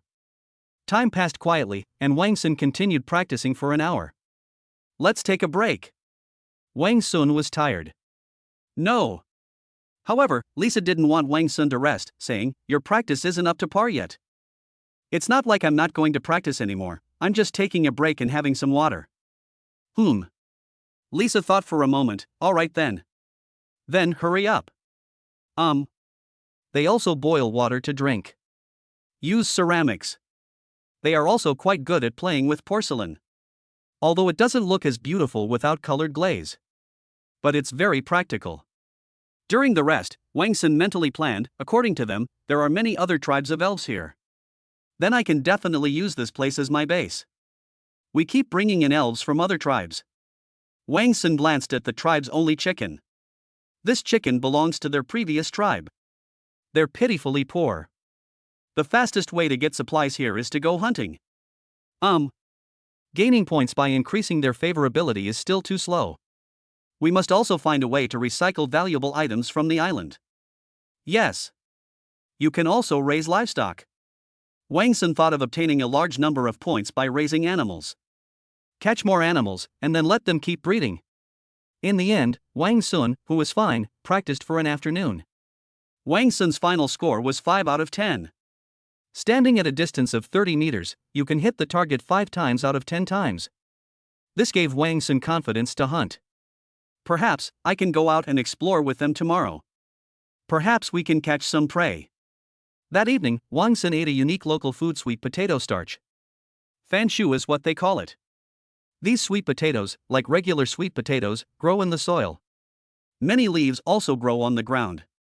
Moreover, once cooked, the sweet potato starch is very soft and glutinous, making it easy to fill your stomach. They would take 1 or 2 with them when they went hunting. Moreover, this sweet potato starch has another advantage. That means it can grow very well without long days. This is an advantage that sweet potatoes and potatoes do not have. Sweet potatoes and potatoes both require long hours of sunlight, and they didn't grow very well in this dense forest. Of course, they also cut down some trees to grow various crops such as potatoes, sweet potatoes, peppers, and garlic. After dinner, they take a shower and go to bed. My daily routine is very regular. Lisa looked at Wang Sun and said, "Wang Sun, you should go hide in our room for a bit. We're going to take a shower." Good. Without saying much, Wang Sun went straight into their room, which was completely dark. They bathed directly in that pool. they helped Soya to the edge of the pool to wash her body. Listening to the splashing sounds of them showering, Wang Sun felt a surge of desire within him. Sigh, I just can't stand these beauties. Wang Sun felt a little depressed. Wang Sun checked their favorability ratings again. This surprised Wang Sun. That's strange, why has Mu's affection for me increased so much? They actually jumped straight to 78. I haven't noticed any feeling she has for me? In that case, we should observe her more closely. After they finished showering, it was Wang Sun's turn to shower. Wang Sun no longer needed to worry about them peeking. They sat down on the rocks outside to chat and cool off. They were chattering away. Mu, however, was absent-minded, his head down. But his eyes kept glancing towards the pool. While Wang Sun was bathing in the pool, he would occasionally glance at the four of them. It was dark by the pool, but there was a faint light from a campfire on their side. So much so that Wang Sun could see their facial expressions, while they couldn't see this side of the screen. Therefore, Wang Sun still managed to catch Mu's occasional furtive glances in this direction. Wang Sun wondered to himself, could it be that she has feelings for me? Do they also have physiological needs? There's hope. When they learned that they were a matriarchal society and that there were no males in the tribe, Wang Sun thought they didn't have any physiological needs. I was quite disappointed with this conclusion. After all, if you don't have feelings for the opposite sex, you'll miss out on a big way to increase their affection. But now, based on Mu's performance, Wang Sun has overturned his previous guess. Wang Sun felt that a large part of the reason why Li Hua's affection for him increased was not due to romantic feelings. Wang Sun felt that Mu's increased affection for him was mostly due to the relationship between men and women. It's fine as long as there are physiological needs. What Wang Sun feared most was the lack of physiological needs. If they didn't have any physiological needs, Wang Sun would really have a hard time dealing with them. Hey Mu, why aren't you saying anything? Lisa's words made Mu's body tremble. It was as if they'd been caught doing something petty theft. Lisa and the others have been chatting for so long, but Mu hasn't said a word. Lisa bluntly exposed, and why are you always looking towards the pool? You're not trying to watch Wang Sun take a bath, are you? No. Nowhere. Mu panicked for a moment. But she quickly regained her composure and said, I just never expected that there would be a male living with us. It just feels so strange. Lisa nodded. Indeed, I can't believe that a male would appear in our tribe. Pear Blossom said, Wang Sun is different from other males. It's definitely different, even the place is different. Lisa spoke boldly. However, they felt no shame about it. Where? Mu seemed to vaguely know where Lisa was talking about, and asked out of great curiosity. However, the other three women did not notice Mu's curiosity about Wang Sun and his desire to know more about him. Even Mu himself didn't realize it. After all, they are practically clueless when it comes to matters of the heart. Then Lisa recounted what she had seen during the day. Hearing Lisa and the others' description, Mu's breathing became rapid.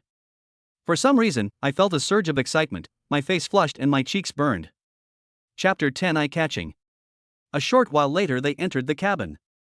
That's their daily routine, going to bed early and waking up early. After they entered the cabin, Wang Sun got up and put on his trousers. Then I washed my underwear and t-shirt.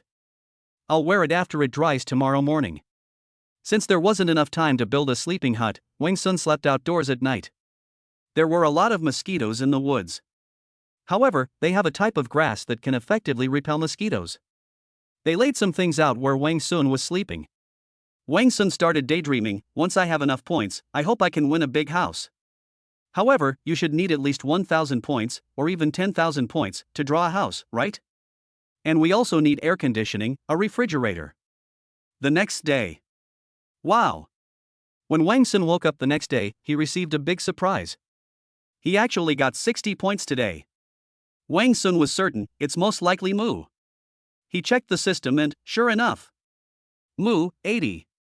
Wow, I was promoted so fast. Very good. I need to add fuel to the fire and be more proactive. Let's raise their favorability rating quickly. Lucky draw. Lucky draw.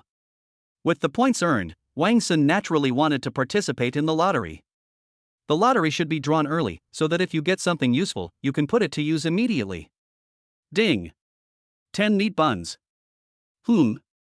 Is this good luck or what? I just happened to pull out a steamed bun during breakfast time. Wang Sun had a hunch. Could the odds of winning a lottery increase based on the host's wishes? That's possible. Otherwise, with so many things in this world, if it were truly random, wouldn't there be a high probability that we'd all end up with useless items? Yes, that's right. After thinking about it, Wang Sun became even more certain of his guess. If that's the case, we really can't just take away these points so easily. I'll draw when I need something essential. Okay. We'll verify it again later to see if that's true. Wang Sun did not continue smoking. They watered the plants under the city wall early in the morning. They planted some plants inside the city walls. Some were also planted outside the city walls. However, they currently have very few plants. However, planting them outdoors carries higher risks. So they only planted some potatoes and sweet potatoes outside the city walls. Wang Sun learned from them that the plants here grow faster than those outside. It typically only requires half the growth time of the external environment. Potatoes need to be stored outdoors for 70 or 80 days. But here it only takes 40 days. Except for winter, it can be planted at any other time.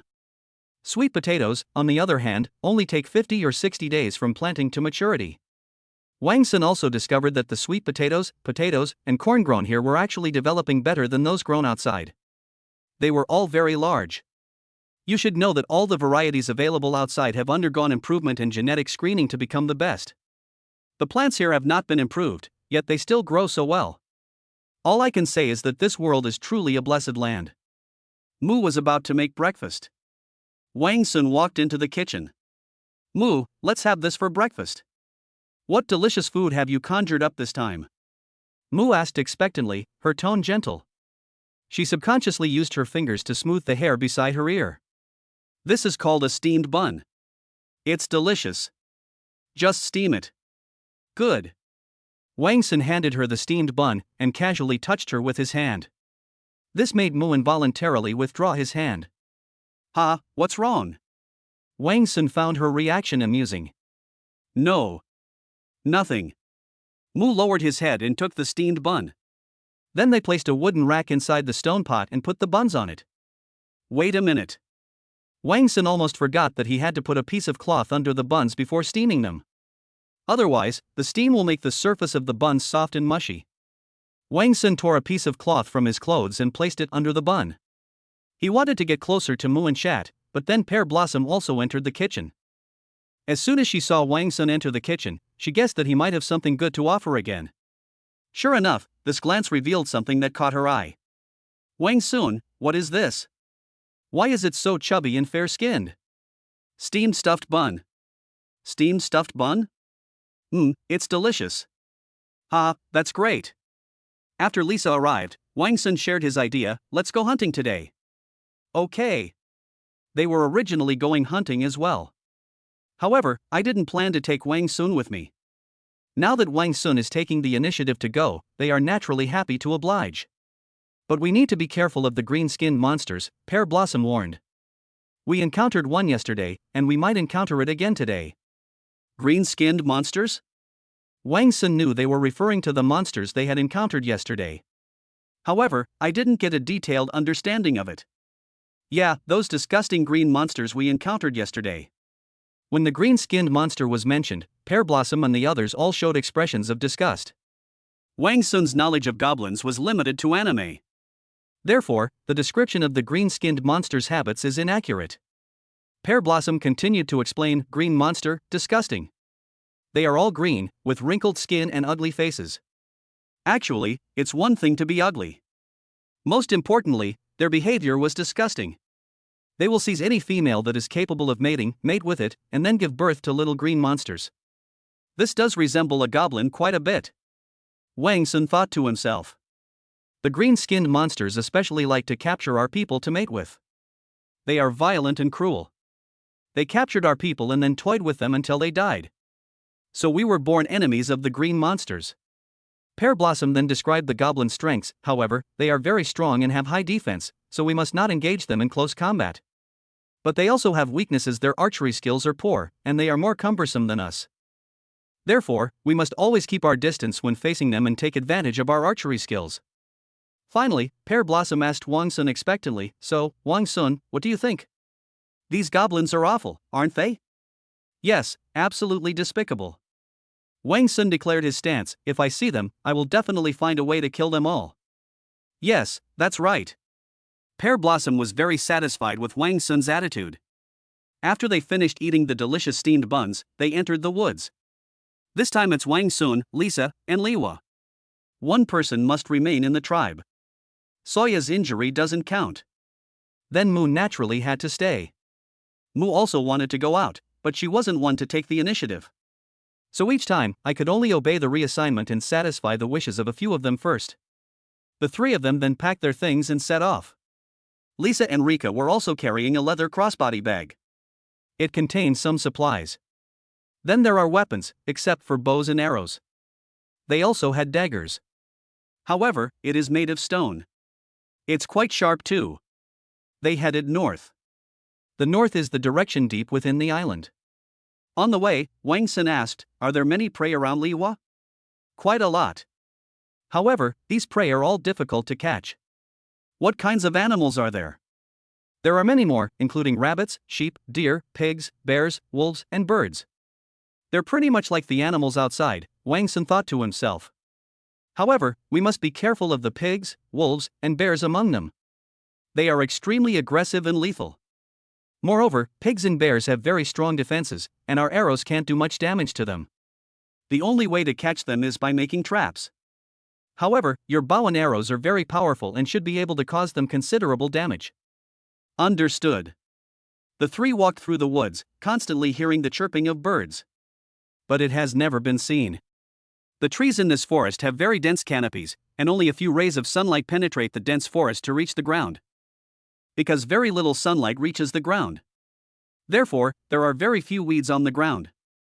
It's also very convenient to walk around in. Besides hunting prey, they also needed to find out where this goblin gang was staying. We should be on guard against it.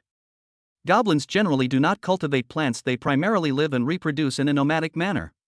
So in order to find enough food, they typically stay in one area for a period of time before migrating to another. There's movement. There's a sheep. Meow meow meow. Suddenly, the three of them heard a series of sheep bleating. Lisa immediately gave the order, there's a big prey. Be careful not to make a sound. Pear Blossom looked puzzled. Why does that sheep's bleating sound a little strange?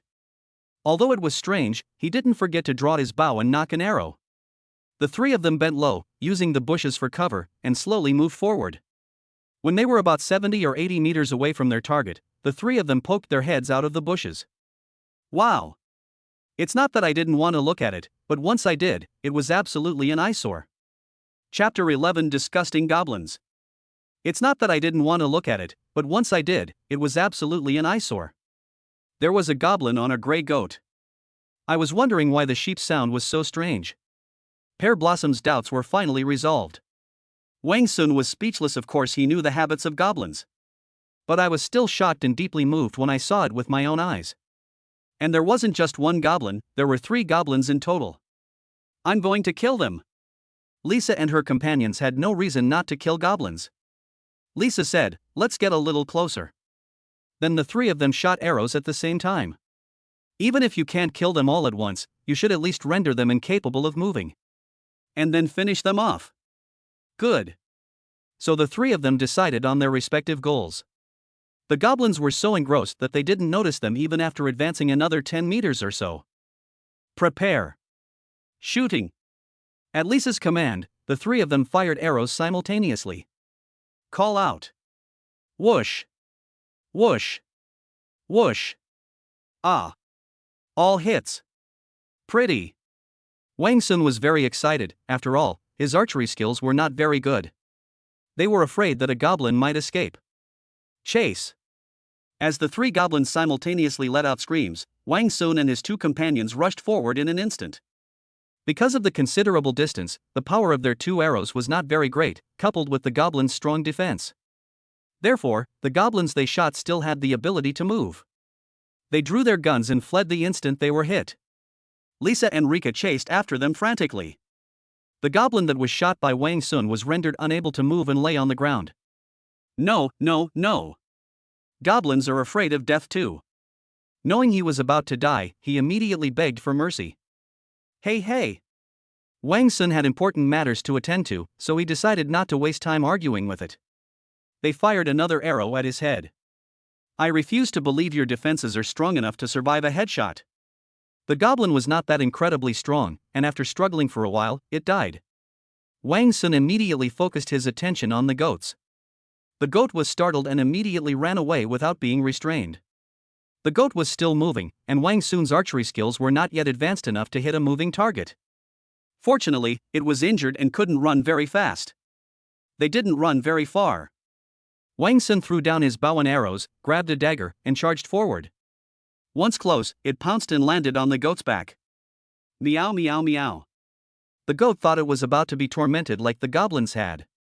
It immediately started bleeding pitifully. But what awaited it was a knife to the neck from Wang Sun. Wang Sun ended its suffering with a single dagger. Put. Gurgle. Instantly, a jet of blood gushed out like a fountain. The goat finally couldn't support Wang Sun's weight and collapsed to the ground. Put. Put. Wang Sun struck twice more, and the goat was finally dead. Wang Sun wanted to exchange the goat for points. But we still need to ask for their opinions. Immediately afterwards, Wang Sun dragged the goat to the goblin's side. Hey! There's an unexpected surprise. Wang Sun discovered a wolf fawn on the goblin's neck. He ripped it off. These wolf fangs are a good 8 or 9 centimeters long. This is enough to show how enormous the wolf's body was. I'm not really interested in this stuff because you can't eat or drink it. Let's see if it's worth anything and can be exchanged for points. Wang Sun also tried the trees and other things in the forest. However, they were all judged by the system to be worthless. Exchange. 30 points. Wow, not bad, not bad. Wang Sun's total score has now reached 80. Forehead.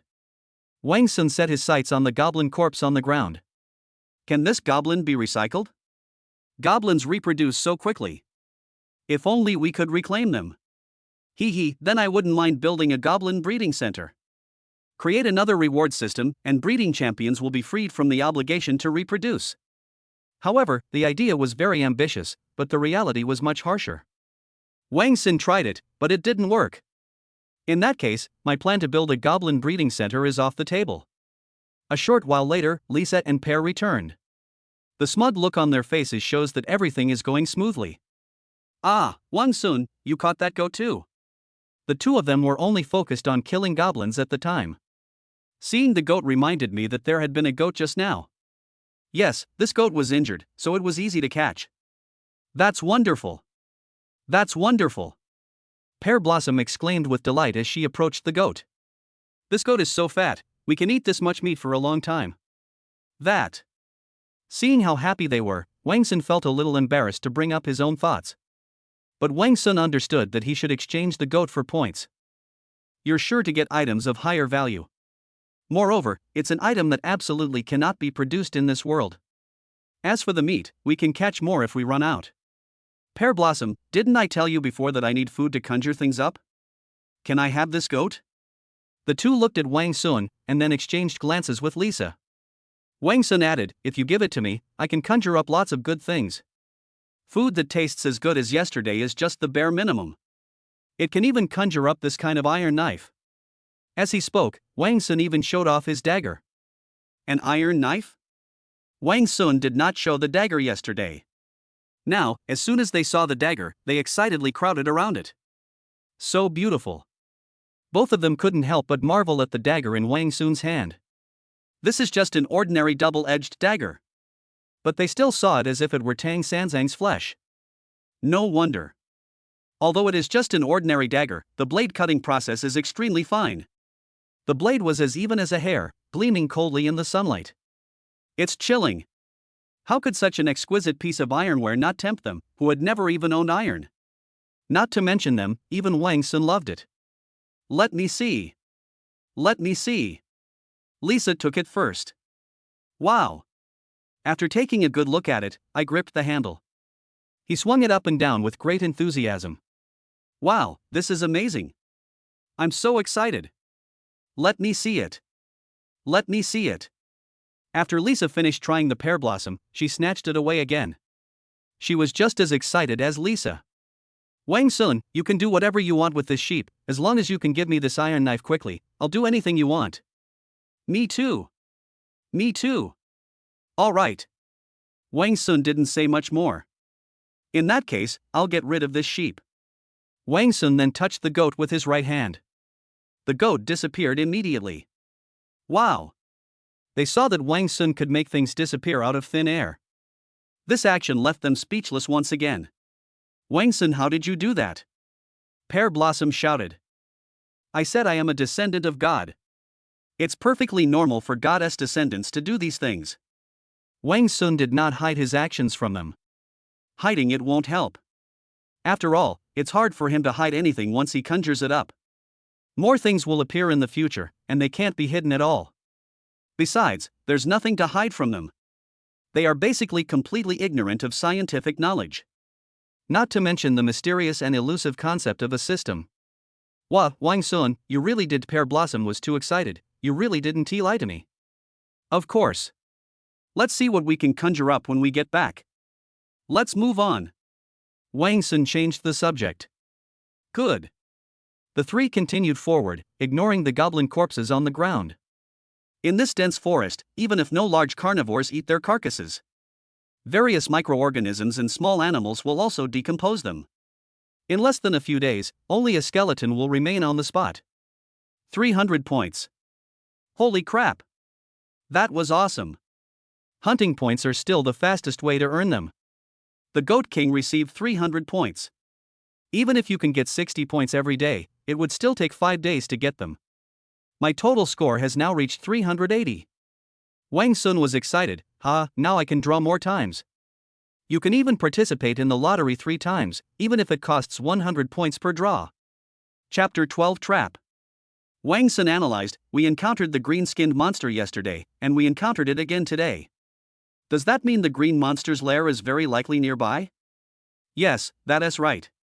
Lisa nodded. Given the greenskins' nature, they'll definitely launch a furious revenge attack after 2 squads of them are killed. We must be on guard recently. They then continued hunting. They caught a gray rabbit and 2 large snakes. Finally, they arrived at the location where they had set the trap a few days earlier. I've got it. I've got it. Even from a distance, Lisa spotted a brightly colored pheasant hanging in mid-air. However, the pheasant had already stopped moving. They used a hanging trap. Oh my gosh, there are even chicks. Although the hen was already dead. But there was a group of chicks gathered under it. Hurry, hurry, hurry. Quick, catch the chicks. Lisa beamed with joy upon seeing the chicks and immediately strapped on her bow and arrows to catch them. She stepped forward with her 10 fingers spread, her wicked smile making her look like she was about to commit a crime. Wang Sun Lihua also freed up both hands to catch the chicks. The 3 people gathered in a circle and gradually tightened the encirclement. Start the arrests. Yay! I caught 2. Lisa exclaimed excitedly, 1 in each hand, and danced with joy. Wang Sun was quick-witted and caught 3 in a row. Pear Blossom caught the last 2. 7 chicks in total. Yay! Pear Blossom cheered excitedly, now we'll have eggs to eat when they grow up. Compared to chicken, which can only be eaten once, Pear Blossom would much rather eat eggs every day. With so many chickens, how many eggs will they lay every day when they grow up? Lisa cautioned, be careful not to let the chicks escape. Put it here with me. Wang Sun took off his t-shirt and tied it up at the waist. Then they put the chick through the hole in the neck. Lisa reached for the chicks and took the clothes from her. Hee, these clothes of yours feel pretty comfortable. Of course, would you like these clothes? Wang Sun really wanted to see how beautiful they would look in modern clothes. I want. Pear blossoms are one of the most admired and liked modern products. No matter what Wang Sun took out, she acted like a curious child. Hey Pear Blossom, how can these clothes compare to our animal skin clothes? Lisa was quite protective of their clothes. Pear Blossom retorted, of course Wang Sun is better, otherwise why would he wear these clothes? Not animal hides. Besides, the color of his clothes is also very nice, Pear Blossom added. Okay, anyway, I think our animal skin clothes are better. Lisa seemed to have compromised, but she was still being stubborn. Alright, I'll make you some clothes after I conjure them up. Wang Sun naturally had to satisfy Liwa. Yay! There were a few more traps, but in the end, they caught another rabbit. However, this rabbit is still alive, so we can take it home and raise it. At the same time, they also set up several traps in multiple locations. Wang Sun also learned from them they were all quite simple hanging traps. After setting the trap, they went back. Today's harvest can be described as perfect. They not only obtained a large number of prey, it also killed 3 goblins. On the way back, Lisa kept playing with the chicks. Seeing her like this, Wang Sun started a conversation. It seems that Lisa really likes chicks, doesn't she? Certainly. Not just chicks, I like other small animals too. I think you just like eating small animals, Pear Blossom exposed. You always eat the most. Pear Blossom, you're lying. You were the one who ate the most. Yeah, right. It was definitely you. The two fought their way back to the tribe before long. Before we even left the woods, Pear Blossom started shouting. Moo opened the door. We're back. Here it comes, here it comes. Wow, so many catches. Moo was delighted when he saw the prey. Now they can finally eat meat without restraint. That's not all, we also caught a goat. The Pear Blossoms wanted to share their harvest. Moo looked left and right. Where's the goat? Give it to Wang Sun. For Wang Sun? Pear Blossom then began explaining as she entered the tribe. Lisa showed Moo the chicks. Look, there are still a lot of chicks here. We need to make that fence even tighter. Otherwise, it will run away. Okay. And this live rabbit, let's raise it too. We'll catch a few more later and let them breed. Pear Blossom cheered, then we'll have more rabbits than we can eat. Yes. They also knew that rabbits reproduce very quickly. It won't be long before we can get a large number of rabbits. Lisa immediately began working on building animal shelters. First, there are the chicks. All you need to do is stack a fence under the hen's enclosure. Mix the soil with water and then pile it on the fence. The fence is 40 centimeters high. It was completed in less than 20 minutes. There's no need to wait for it to dry, just throw the chicks in directly. As for the rabbits' dwelling, because rabbits can burrow, the ground was covered with thick tree trunks. Even the fence was made of trees as thick as an arm. Even if it tried to tear it apart and escape, it gave them time to notice. Finally, I threw in some sweet potato leaves and other things to feed them. Meanwhile, Moo had also cleaned up the dead pheasants and rabbits. We'll be able to have a big meal tonight. Moo said helplessly, we didn't bring much with us when we left the Big Tree tribe. The Big Tree tribe is the same tribe they were before. There are no other seasonings besides salt. So it might not taste very good. After all, it was their first big meal since they moved in. Moo was worried that their expectations would be too high, so he was giving them a heads up in advance. Pear Blossom said, it's okay, salt is enough. Damn them. They let us leave but didn't even give us these things. Lisa was furious and added, we can keep a closer eye on this when we go hunting in the future. Let's see if we can find chili peppers or other plants that can be used for seasoning. After hearing this, Wang Sun felt that he could make a move. I have 380 points now. Let's try the 10.1 first. Wang Sun first repeated in his mind, I need seasoning. I want oil, soy sauce, vinegar, chili powder. After repeating the words dozens of times in his mind, Wang Sun started drawing lots. Ding dong. 150 grams of Yunnan Danshan dipping sauce. Wow, this is good stuff. Wang Sun often uses this chili powder when he eats barbecue. Especially when grilling meat, dipping it in this chili powder is absolutely delicious. Dipping the cabbage in the sauce makes it just as delicious as eating hot pot. You can dip that meat in later. Keep going. 500 g peanut oil x1. No problem, that's exactly what Wang Sun and the others need. Ding dong. In the end, Wang Sun drew a total of 8 times, using up all 80 points. We also obtained 500 g MSG x1 500 ml vinegar x1 500 ml scallion, ginger and wine x1. Men's long socks x1. 1 pound of pork belly, 5 onions, 2 grade 1 strength pills. Chapter 13, The Search for the Big Bird. What? Wang Sun understood everything else, but what was this power pill? Wang Sun burst out laughing after reading the system's explanation. It's actually a pill that can increase strength. This is really great stuff. Great. Great. My strength can surpass theirs. Wang Sun was not as strong as Li Hua and the others. Not to mention goblins. Wang Sun initially felt quite hopeless. After all, in this primitive society, whoever has the biggest fist is king. If he is even weaker than them, how can he conquer them? How do we conquer this world? Ha ha, but now there's hope. There's hope.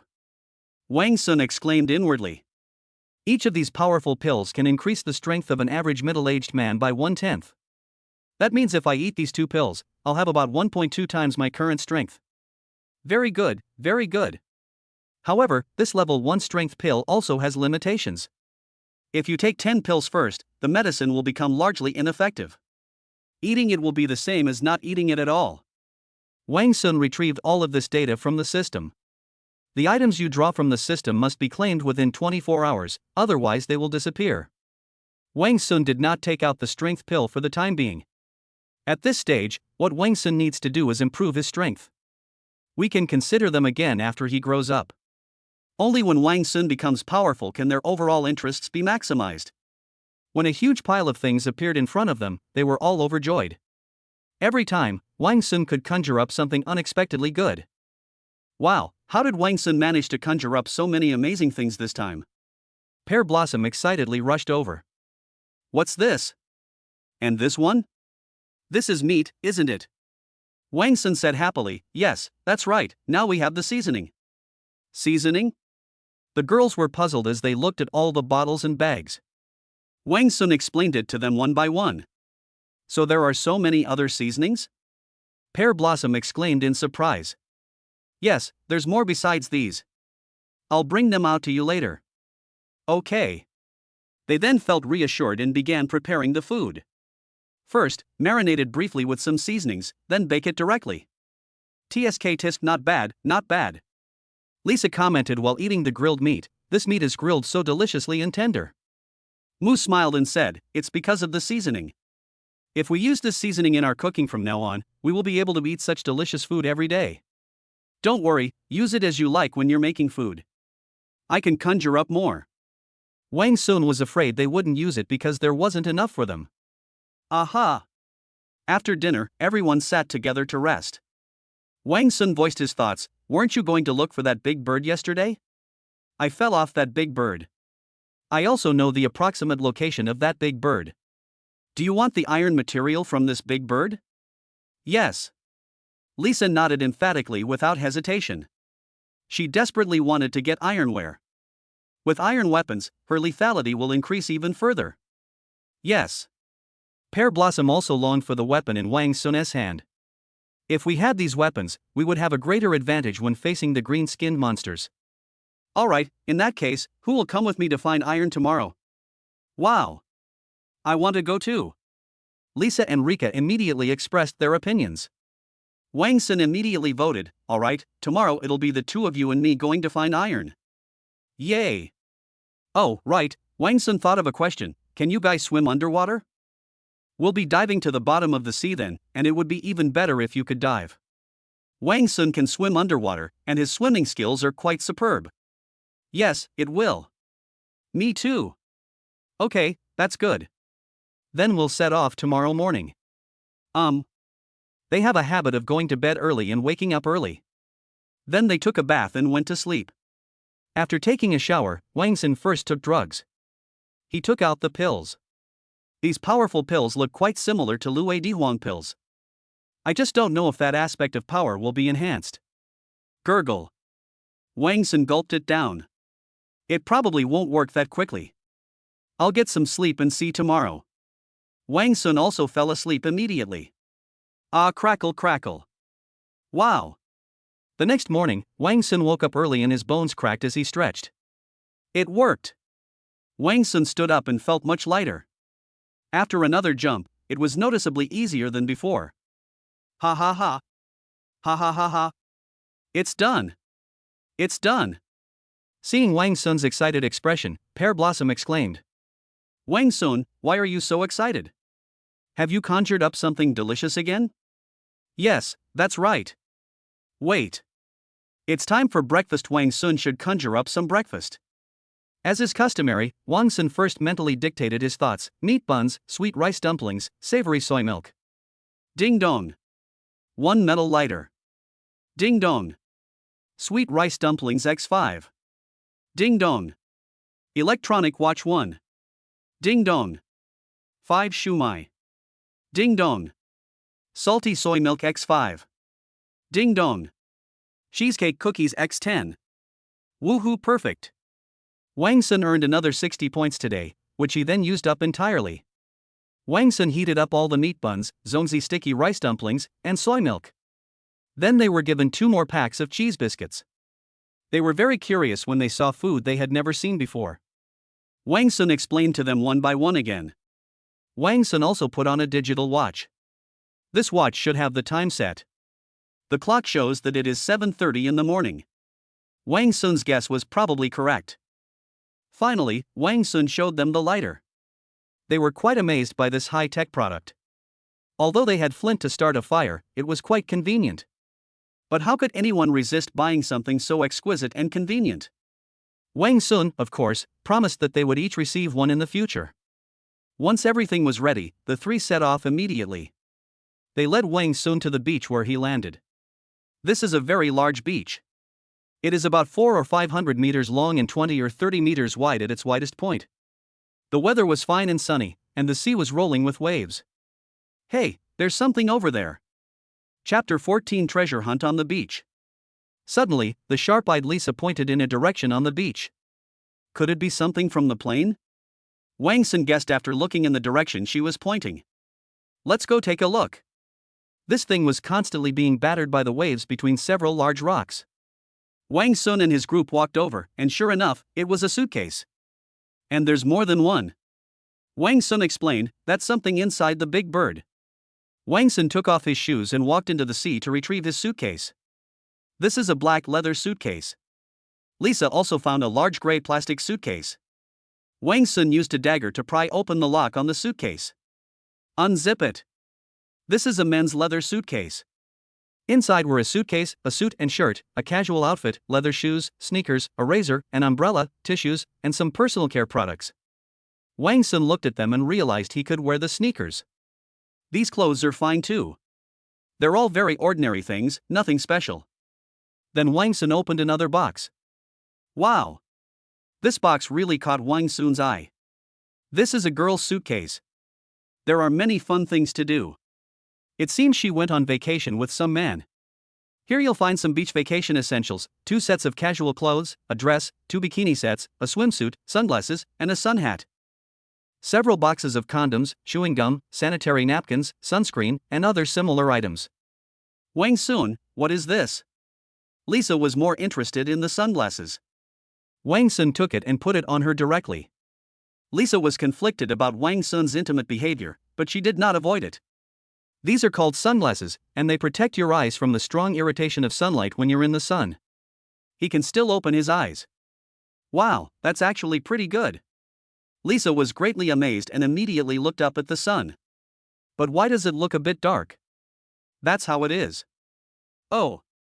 Rika looked at it and exclaimed, wow, Lisa, you look so good in it. Really? Really? Wang Sun took a small mirror out of his makeup bag and handed it to her, saying, look for yourself. What is this? Wow.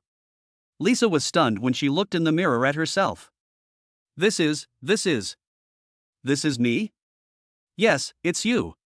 They had no mirrors, they could only see their own faces through the water. But you definitely can't see clearly from the water's surface. Now that she sees her own face so clearly, she is instantly captivated. What is this? Why is it so clear? What? Pear blossoms also joined in. Wow. How can this thing reflect its own image like water? Wang Sun explained it simply, this is a mirror, just like water, so you can see yourself. But this is much clearer than water. Wow, so this is what I look like. I want to see it too. A whole new world opened up to them instantly. Once I got a mirror, I lost interest in everything else. There was even a tendency to try and steal the mirror. Fortunately, Wang Sun found another piece in the suitcase. They then became completely absorbed in their own good looks. Then Wang Sun took out a bikini from the box. It was very revealing. This pear blossom would look beautiful on me. Wang Sun picked it up and showed it to Liwa, saying, Liwa, why don't you try this dress on? It looks really good on you. Are these clothes? Looking at the small amount of fabric, Pear Blossom wondered. Yes, that's right. Oh well. Wang Sun even gave him some pointers on this. To Wang Sun's disappointment, when he tried to fit himself into the pear blossom, he found that it didn't fit. The figure of the person wearing this dress is not as good as that of Pear Blossom. Wang Sun wasn't fixated on it. After all, he wasn't a crazy fan of bikini-clad beauties. As for the other clothes, except for the skirts, they were all a size too small. As for other strange and unusual things, such as some cosmetic items, Wang Sun didn't even introduce them and just told them it was pointless. He doesn't know how to do makeup, and he's too lazy to teach him. The clothes, shoes, socks, and other items that Wang found can be kept. They can all wear it. Wang Sun zipped the box back up and then put it into the woods. Alright, this sunscreen lotion is worth using. Wang Sun also wanted to build a small raft to go out to sea. You can apply some sunscreen to protect yourself from the sun. One of them was wearing sunglasses, and the other was wearing a straw hat. I'm already so fond of it. Of course, the mirror was always in his hand. She would admire herself every now and then. Wang Sun laughed and said, Stop being so vain. We're here to find the big bird. Yes, that's right. Find the big bird. Only then did they look at Wang Sun. Wang Sun, where are we going to find a big bird? Wang Sun showed the sunscreen lotion. Don't rush, apply this first. What is this? This product can protect against the sun and reduce the damage the sun causes to the skin. Oh. This is great. The two nodded, feeling quite intrigued. Of course, they were all very curious about everything Wang Sun showed them. Wang Sun laughed and said, Let me help you apply it. Okay. Pear Blossom readily accepted, not minding Wang Sun touching her body. Wang Sun then put the sunscreen in his palm. Then it was applied to the delicate skin of the pear blossom. This also puzzled Wang Sun, who wondered why they lived such a rough life. But the skin on her body is so smooth. Moreover, there are very few scars. Huff huff. This was the first time that Pear Blossom had allowed a male to touch her. The feeling of tension and excitement made her whole body tense. How strange. Pear Blossom felt puzzled. Finally, Wang Sun applied the paint to every part of the area except for the parts covered by the animal hide. Wang Sun also got to experience being in charge. Bring it on. After Li Huo recovered, Wang Sun looked at Lisa. Maybe we should just forget about it. Lisa was a little reluctant. Are you afraid of me? Wang Sun used a provocation tactic. Who's afraid of you? Lisa deliberately acted arrogantly. Then let's go. Chapter 15 Finding the Big Bird. Pear Blossom also urged, Lisa, hurry up and apply it. I felt a cool sensation all over my body after applying it. It felt so comfortable. Oh well. Without saying much, Wang Sun started applying the ointment to her body. Lisa's body was a bit more toned. Lisa felt even more intense sensations when Wang Sun touched her body. I even got goosebumps. Such a strong reaction? Wang Sun laughed, never expecting that Lisa, who seemed so carefree and nonchalant, would be so nervous. All right. Despite her sensitivity, Lisa kept it to herself. When it was finally over, Lisa's legs felt slightly weak and she felt powerless. Phew, it's finally done. Lisa let out a long breath and felt a sense of unprecedented relaxation. Wang Sun needs to cut wood to make a raft. There's no machete available right now, only a small dagger. Wang Sun then led them into the woods to find some trees about the thickness of a wrist. Let them use the stone axes they brought to cut down the trees first. The material their stone axes were made of was a very hard stone. And it's been sharpened quite a bit. Besides, the stone is not brittle. It won't fall off with the slightest force. First, let them chop hard with stone axes a few times. There will still be some lingering connections at the end. This can then be given to Wang Sun's dagger. The dagger was very sharp and could cut it off quickly. Using this method, the group quickly collected the wood needed to make the raft. Then it was tied and secured with vines. It wasn't until the raft was pushed into the water that Wang Sun realized he still needed oars. Hey, I've got it. Wang Sun came up with a way to make wood pulp.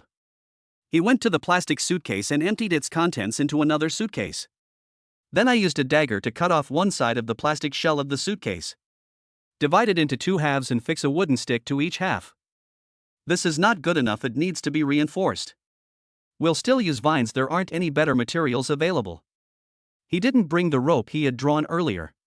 Mission accomplished, 2 sturdy wooden paddles are now ready. Come on, let us use this to row the boat. Pear Blossom greatly admires Wang Sun's problem-solving abilities. Wow, Wang Sun, you're so smart. I never thought of that. Ah, of course. Wang Sun said without modesty when he saw Li Hua's little expression. Let's go. Wang Sun gave the other wooden paddle to Lisa first. Let the two of them take turns. Even though Wang Sun's power is less than theirs. The three of them immediately boarded the raft and rowed towards the approximate location that Wang Sun knew. In his memory, the plane crash site was about 1,000 meters from the coast. If it weren't for the great distance, Wang Sun wouldn't have been the only one who managed to swim to shore alive. After swimming to the approximate location, Wang Sun and Lisa dived into the sea to search. Lisa had intended to strip naked before diving down. This way, you won't get your animal skin trousers wet. But considering that Wang Sun was male, she ultimately did not take it off. Wang Sun, of course, had stripped down to just his underwear.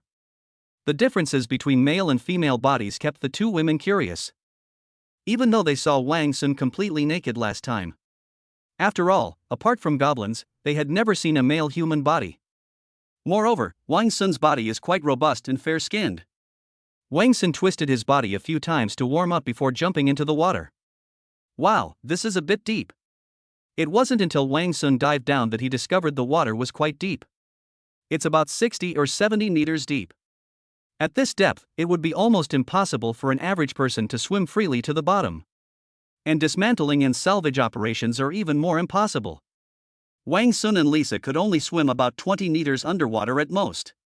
However, Wang Sun's first task was to find the plane wreckage. As for salvage, that's a matter for the next step. The seawater was very clear, and Wang Sun could see the fine white sand on the seabed. My eyes are a little stinging. Opening your eyes in the seawater without any protection is a very difficult process. Some people get used to it and it's fine, but Wang Sun rarely goes diving in the sea. However, Lisa did not experience any adverse reactions. She moves freely through the ocean world. It chased and played with the colorful sea fish around it. It looks incredibly beautiful. Her loose hair danced in the sea like waves. Even her chest was covered in colorful seashells. Then, the colorful ocean world serves as the backdrop. This looks exactly like a mermaid. Wow! Wang Sun couldn't help but exclaim inwardly, this is so beautiful. This made Wang Sun momentarily forget about the main quest. It wasn't until I couldn't hold my breath any longer that I realized what was happening and quickly went up to get some air. This time, Wang Sun wasted no time and quickly searched for the plane wreckage. Looks like we can come back and catch some seafood next time we have time. With so much seafood here, I should be able to exchange it for a lot of points. Fortunately, they found the location of the plane crash after searching for a few minutes. After finding it, the two quickly went up to it. Pear Blossom helped the two onto the raft and asked, "How are you?" "Found it."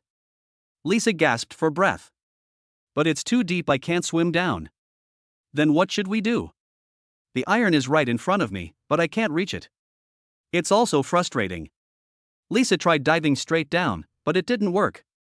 Her body simply couldn't withstand the pressure of the seawater. "Let me think of something. Let's get back to shore first." "Good." Back on shore, Lisa came up with an idea. Since we can't swim, could we tie a rock to our bodies? "No." Wang Sun explained this scientific knowledge to them in a simple and easy to understand way. Forcing someone to dive that deep is too much for their body to handle, they could easily die. The most direct factor is water pressure. For every 10 meters increase in seawater depth, the water pressure increases by approximately 1 atmosphere. The water pressure at a depth of 70 to 80 meters is 8 to 9 times that at sea level. That's equivalent to each square centimeter of the body bearing 8-9 kilograms of pressure. The consequences include difficulty breathing and even death by suffocation. The eardrum and sinuses can also rupture due to the pressure difference between the inside and outside, causing severe pain, bleeding, and even permanent hearing loss. Internal organs are also very likely to suffer fatal damage due to pressure and compression. Therefore, Wang Sun had no intention of trying such a huge risk. In that case, we'll have to rely on diving equipment. With diving equipment, you can go down to 60 or 70 meters.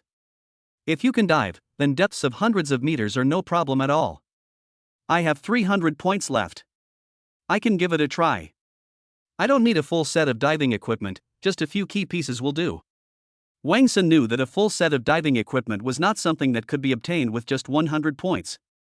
A full set of diving equipment can cost several thousand yuan for the cheaper ones, and even a slightly better set can cost tens of thousands of yuan.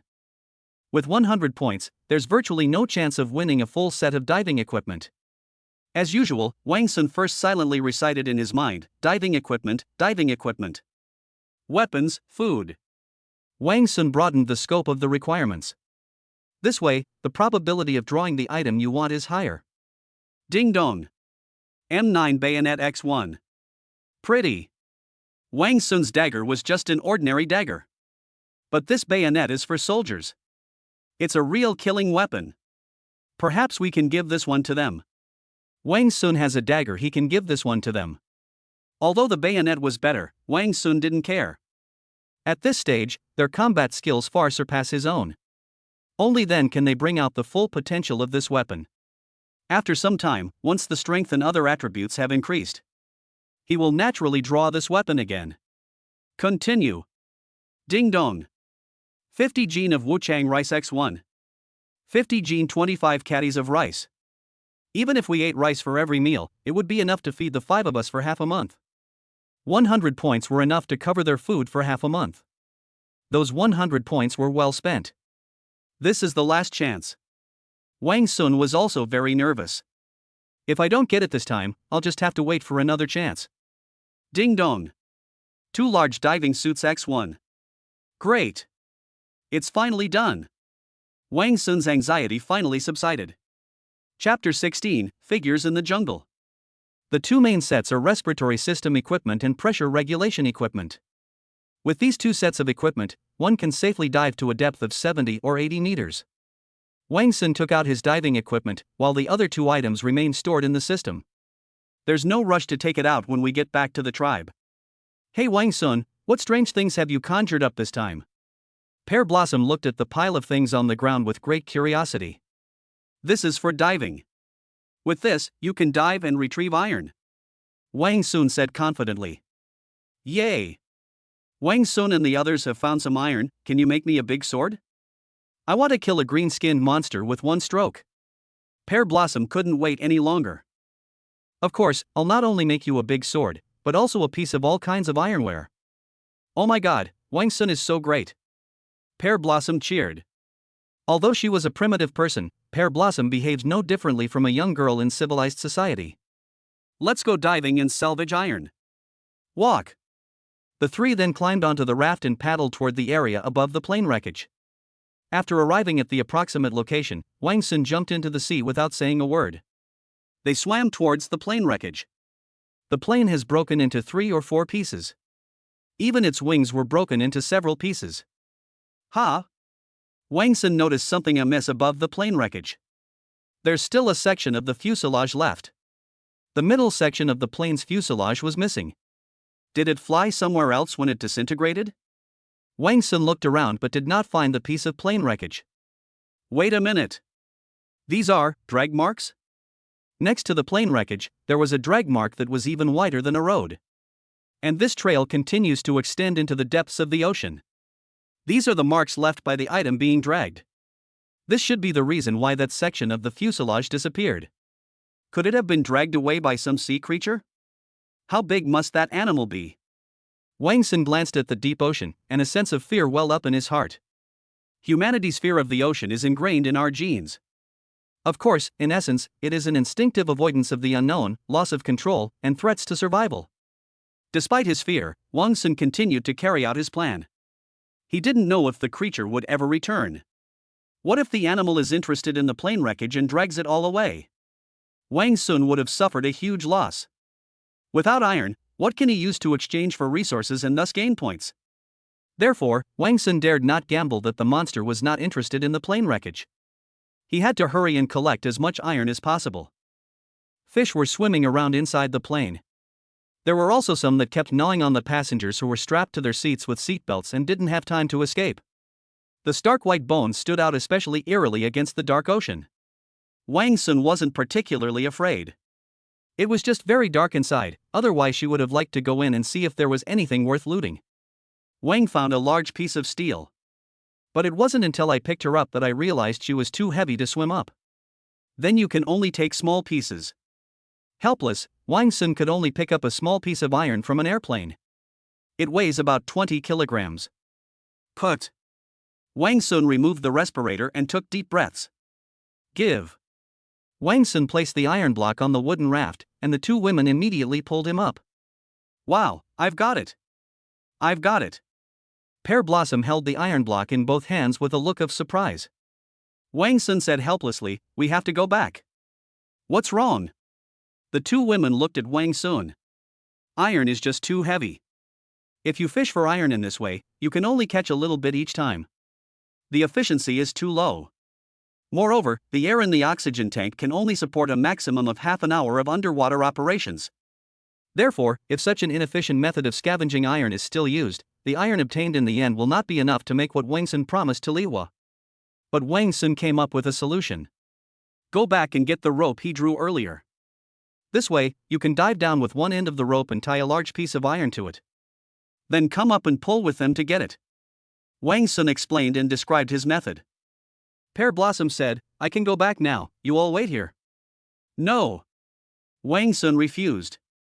"What if you encounter goblins while you're alone? By then, your sister and aunt won't even have time to cry. Don't worry, I run very fast. Even if they encounter me, they won't be able to catch me. No, let's go back together, and we can have lunch there too." Lisa disagreed. "Yes, it's too dangerous for someone to be alone in the woods." "Oh well." Back on shore, Wang Sun and his group hid their diving equipment and rafts in the bushes. Then I rushed back with my suitcase. "Why are you back so soon?" Back in the tribe, Mu and Soya asked. Just a day or two later, Soya was able to stand up. Pear Blossom explained it to them. They also displayed their spoils of war. "First of all, there's that piece of iron." Soya held the iron with excitement, exclaiming, "That's wonderful! That's wonderful! We can finally have iron tools." "Yes, yes." Mu was also very excited.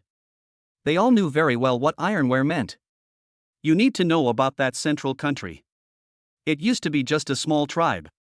But ever since they acquired iron tools, the tribe's development has skyrocketed.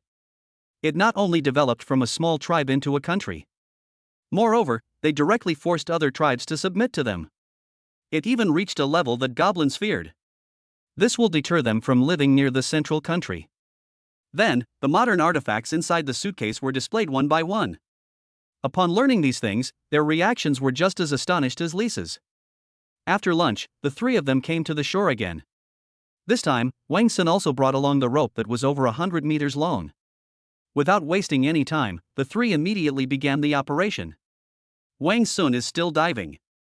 Wang Sun swam down by holding one end of the rope and quickly found a piece of iron about 1 meter by 1 meter. The iron block is approximately 5 centimeters thick. Around 400 Jin. Wang Sun estimated. "You're the one." Despite the buoyancy of the water, Wang Sun was still worried that the raft wouldn't be able to support such a heavy weight. Therefore, it can only pull iron blocks of this weight. After securing it, Wang Sun swam up and together with them pulled the iron onto the raft. Finally, they carried it into the woods. And so it goes. On the third trip, 3 sneaky people suddenly appeared in the woods and bushes. Chapter 17 M9 Bayonet. On the third trip, 3 suspicious-looking people appeared in the woods and bushes. Aren't these Lisa and Rika?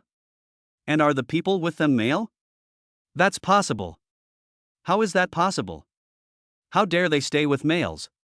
Isn't Lisa the one who hates males the most? That's why we hate goblins the most. Look at those fair-skinned, tall, and imposing men. What if Lisa and the others like males like that? Bah, how cheap. So what do we do now? They seem to be fishing for something.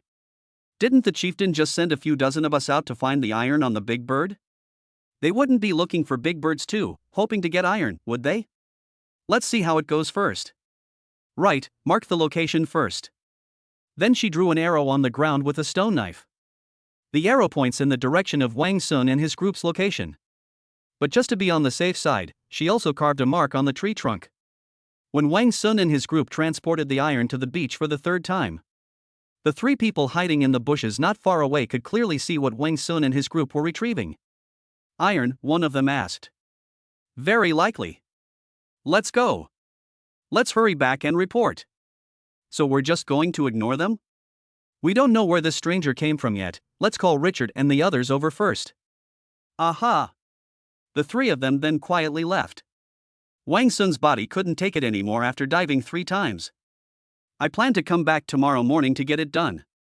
Upon hearing this, Lisa volunteered, Wang Sun, if you're tired, you can let me go. Just teach me how to use this thing. No, let's come back tomorrow. What if she doesn't operate this modern equipment properly or something goes wrong? That would be too deadly.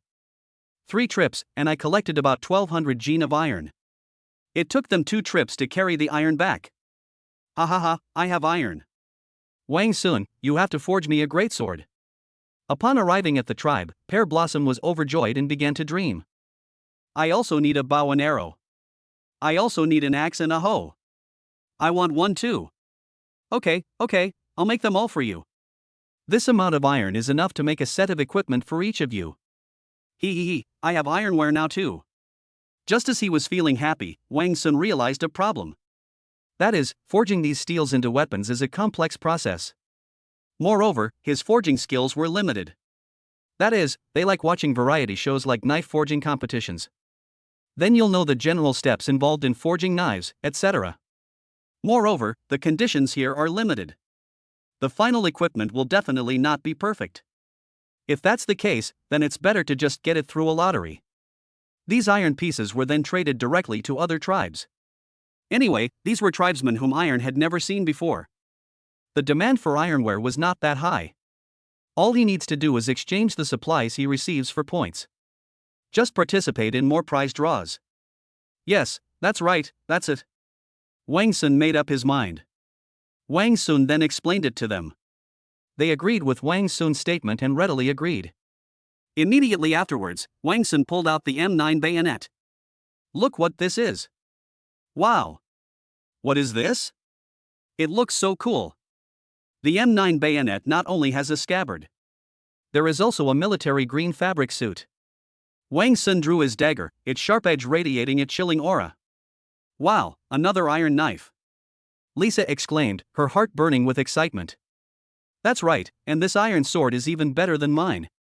As he spoke, Wang Sun also took out his dagger. Didn't you give me that sheep before? I used it to conjure this iron knife. You guys discuss it and decide who gets this knife? Wow! Upon hearing that Wang Sun was going to give the knife to them, their hearts burned with excitement. He stared intently at the bayonet. But then they looked at each other in bewilderment. They all wanted it. But who should it be given to? Forget it, you guys go out hunting most of the time, I won't take it. Mu was the first to give up. Mu is very sensible and modest, and never competes or fights. Of course, what she said was true. Compared to the other 3, she went hunting the least. I'll pass. I injured my leg and can't go out for a while. Soya also gave up voluntarily. Finally, there's Lisa and Rinka. I'll have Wang Sun's bow someday, Lisa said, also intending to give it up. Or you can take Pear Blossom. No. But seeing everyone deferring to her, she thought. Pear Blossom declined, saying, I'm not good at using this iron knife. Even if I gave it to you, it wouldn't be of any use. Lisa, you're best at fighting in close combat with weapons, so you can have it. But Lisa still wanted to refuse. All right.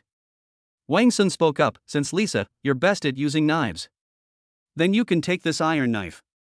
As he spoke, Wang Sun placed the bayonet in her hand. Don't worry, we'll trade this iron for food later. I'll be able to conjure up this kind of iron knife again right away. You'll all have it then, you'll all have it. That's right. Pear Blossom nodded. No rush, Wang Sun will definitely be able to conjure it up again. Yes. Alright, in that case I'll accept it. Lisa finally felt relieved and accepted it. Yes, that's right. This M9 bayonet also has some functions. For example, there is a whetstone on the handle and serrations on the back of the blade. Wang Sun introduced them to each of them one by one. Meanwhile, at the seaside, sometime after Wang Sun and the others had left, a large group of people rushed to the beach. Chapter 18 Goblin Raid. Wipe Rub. There's a commotion outside. On the city stateside, a great commotion broke out outside not long afterward. Something's up. Take your weapons and head to the city walls. Wang Sun and his companions quickly grabbed their weapons and ran up the city wall. The city wall was about 1 meter wide, enough for them to move freely on it. Beneath the city wall, turtle-like creatures holding shields were digging up sweet potatoes. It's a green-skinned monster. Lisa immediately recognized it as a goblin trick. Shoot an arrow. In their battles with the elves, the goblins learned that they were skilled with bows and arrows. Then they also have ways to deal with it. That is to use a shield. This shield is very thick, it's difficult to pierce it with an arrow. And that was indeed the case when their arrows rained down. None of them were injured. Even Wang Sun's bow was the same. Even if Wang Sun gave the bow to Lisa, it has absolutely no impact on them. Their shields were made by binding together tree trunks that were thicker than a wrist.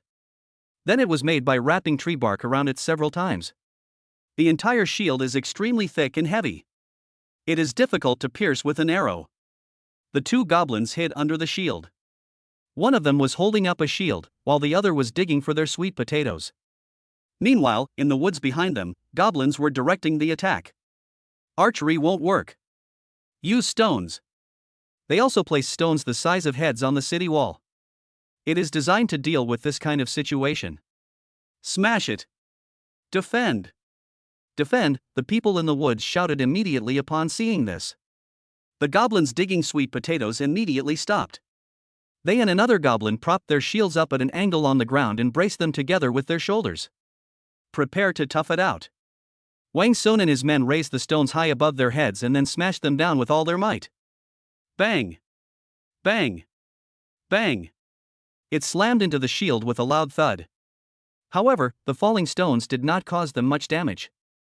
The ground helped them absorb a large amount of the impact. Moreover, the city wall was far too low. No! The city wall is far too low. The city wall is only about 3 meters high. The damage caused by throwing it from that height is very limited. He. He.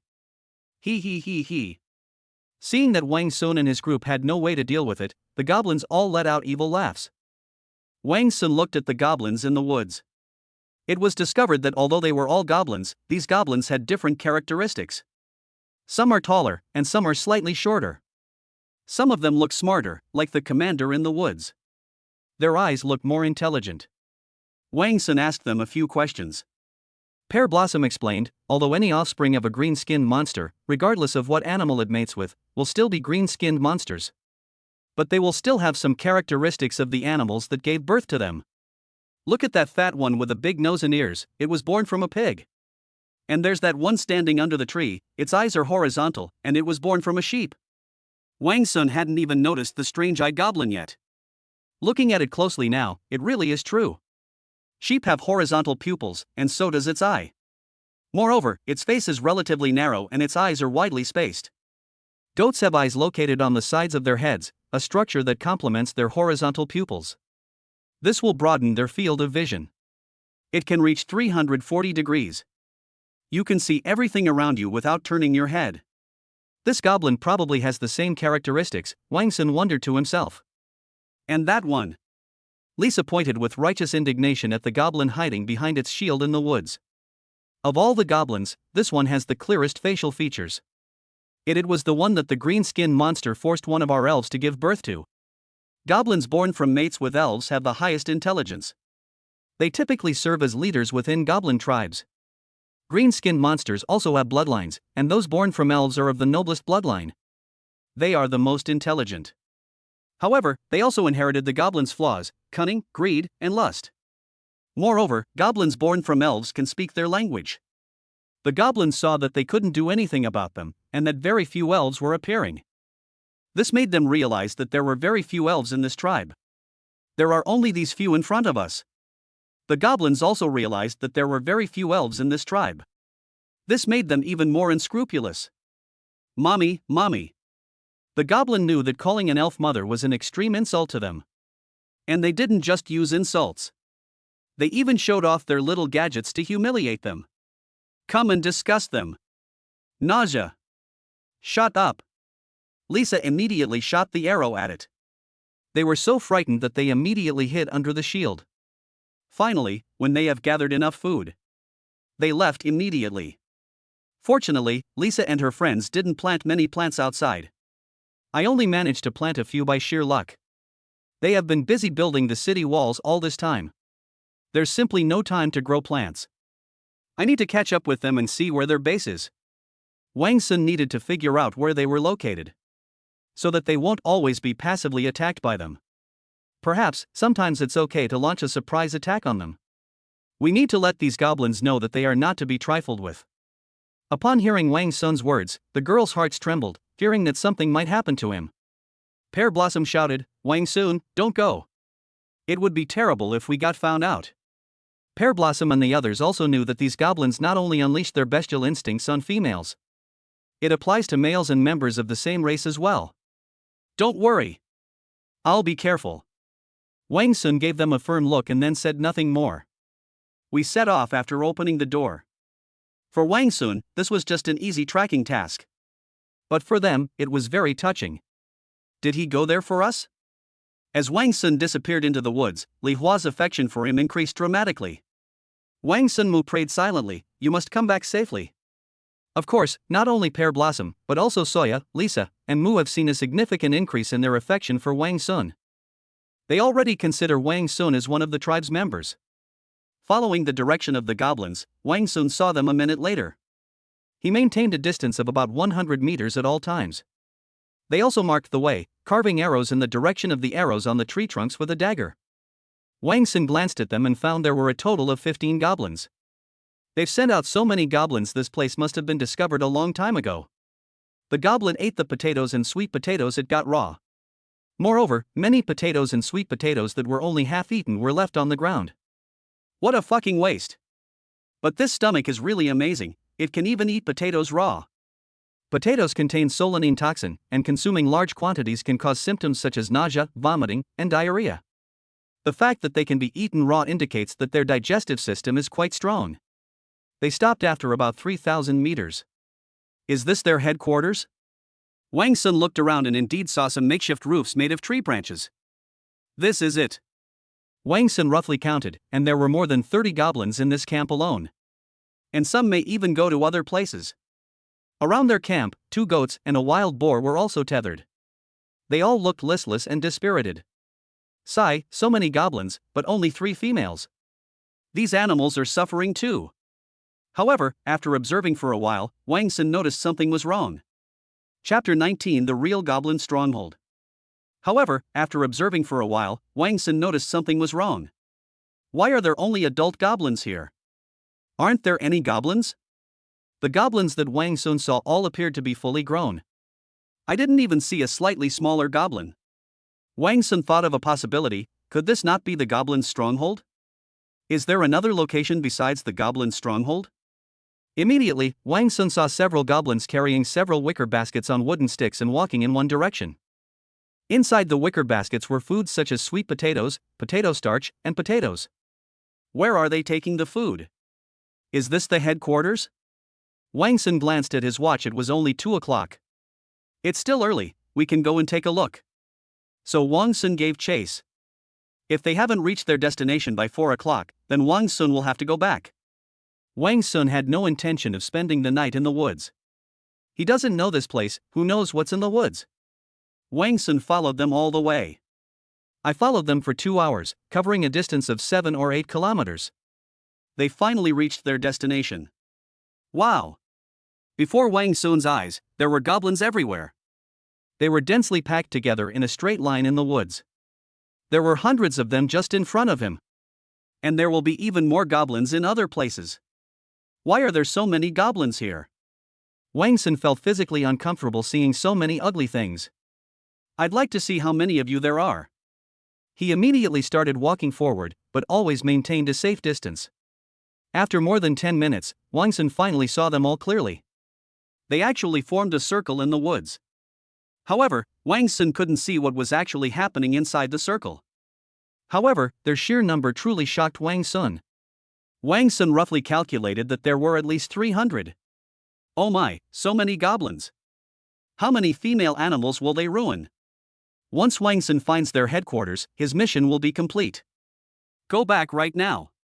Open the door. Open the door. After the forest had completely darkened, Wang Sun finally returned to the tribe. Upon returning, Wang Sun shouted, and someone immediately ran to open the door. It's a Pear Blossom. Pear Blossom looked Wang Sun up and down, and only breathed a sigh of relief when she saw that he was unharmed. Wang Sun, why are you so late? We were so worried about you. Lisa, Soya, and Mu also joined in. I'm fine. Wang Sun pointed to the northwest, but slightly further north, and said, they're in this direction. Then after walking about 3,000 steps, you will reach their base camp. They didn't know the concept of how much 1 meter was. However, they will use steps to measure distance. Wang Sun's stride is approximately 0.8 meters. Wang Sun deduced that this place was about 2,400 meters away from there. So I gave a rough estimate of the number of steps.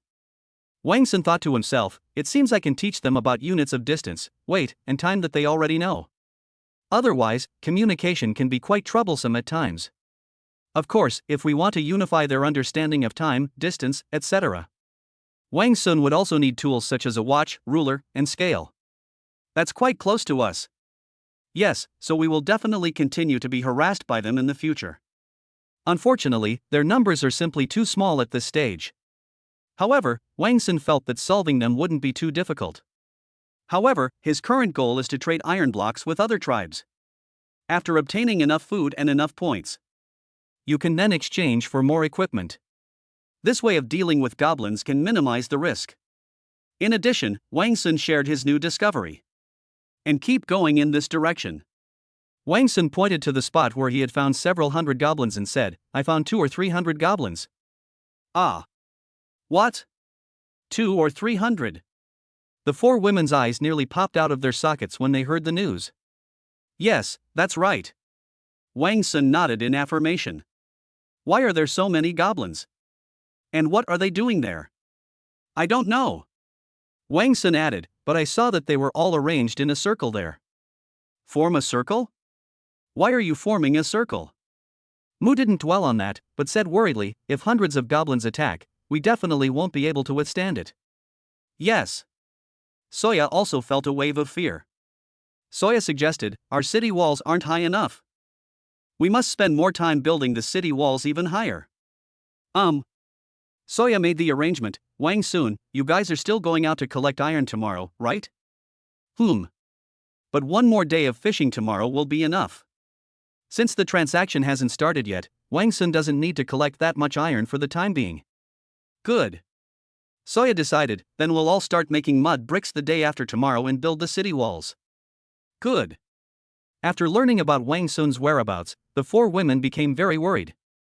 Nothing happened that night. The next morning, Wang Sun, Lisa, and Li Huo arrived at the beach again. Lisa, how dare you? How dare they collude with males? However, just as Wang Sun and his 2 companions appeared on the beach, nearly 30 elves suddenly rushed out of the nearby woods. The swarming crowd immediately surrounded Wang Sun and his 2 companions. Richard, it's this male. What are you trying to do? Lisa shouted. Lisa stared at the leader of the group. Richard. What do you mean by this? Richard, a middle-aged elf in his 40s. She was the elf who held military power in Lisa's previous tree tribe. Their main responsibilities include leading their people in hunting, fighting goblins, and protecting their people.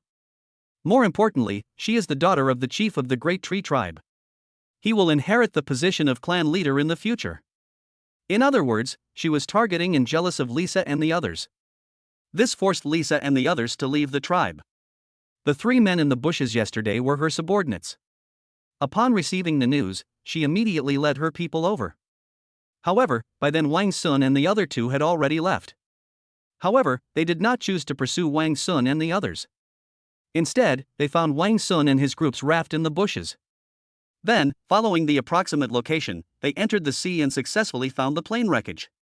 If Wang Sun and the others couldn't swim down, neither could they. If she couldn't swim down, she had someone hold onto a large rock and dive down. But after diving down 30 or 40 meters, I felt unwell. After struggling to climb up, he coughed up blood and fainted. She then had several more people go down in the same way. The results were all the same. And so, no one dared to go down anymore. Then she set her sights on Wang Sun and his group. And so, they ended up waiting here early this morning. They succeeded. However, even if we didn't manage to catch them, these people will also immediately search Lisa's tribe. Richard didn't answer their questions. Instead, he questioned them. How dare you question me? I said you want to leave the tribe. So they had been secretly colluding with the males all along. Richard was slapped with a huge accusation. In their tree tribe, the chieftain does not possess supreme power. After all, it's just a small tribe of about 100 people. If it angers the public, even if a dozen or 20 people united to resist, their small tribe could not withstand it. Moreover, it's a small tribe of about 100 people. A few generations back, they were one family. It's just that after so much development, the kinship has weakened. Therefore, we still need to care about the feelings of each member of the tribe. Therefore, Lisa and the others left the tribe. Richard also cited their voluntary departure as the reason. If their people discover that Richard is abusing his position as the chief's daughter, and it was those who drove Lisa and the others away, Richard will likely find it difficult to gain the respect of the tribe. Now Lisa and her ilk have such a good excuse to collude with males. Richard wasn't afraid of things being exposed. So they immediately broke off all pretense of civility. You're lying, Lisa retorted angrily.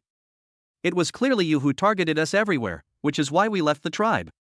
We were attacked by green-skinned monsters after leaving our tribe, and we only met after he saved us. There was absolutely no collusion as you described. Stop lying, Richard said firmly, head held high and full of arrogance. I think you've been in cahoots all along. Richard was adamant in his determination to frame Lisa and the others. But she didn't argue about it too much. What she desperately needs right now is iron. Tell us. How did you find the iron? Tell us. Otherwise, die. Chapter 20. Richard, what are you doing? Pear Blossom roared, haven't you forced us out enough? They never expected Richard to be so ruthless. They'll die if we don't help them. Not long ago, they were a tribe. Iron here is a strategic resource that can change the fate of an entire tribe. Richard and the others certainly knew the importance of this iron. So whoever stands in her way of finding iron is her enemy. Shut up, Richard roared. Considering that we were once part of the same tribe, I will let you two go as long as you tell us how to mine iron. But if you don't obey, then don't blame me for not showing any mercy. Richard's tone was icy.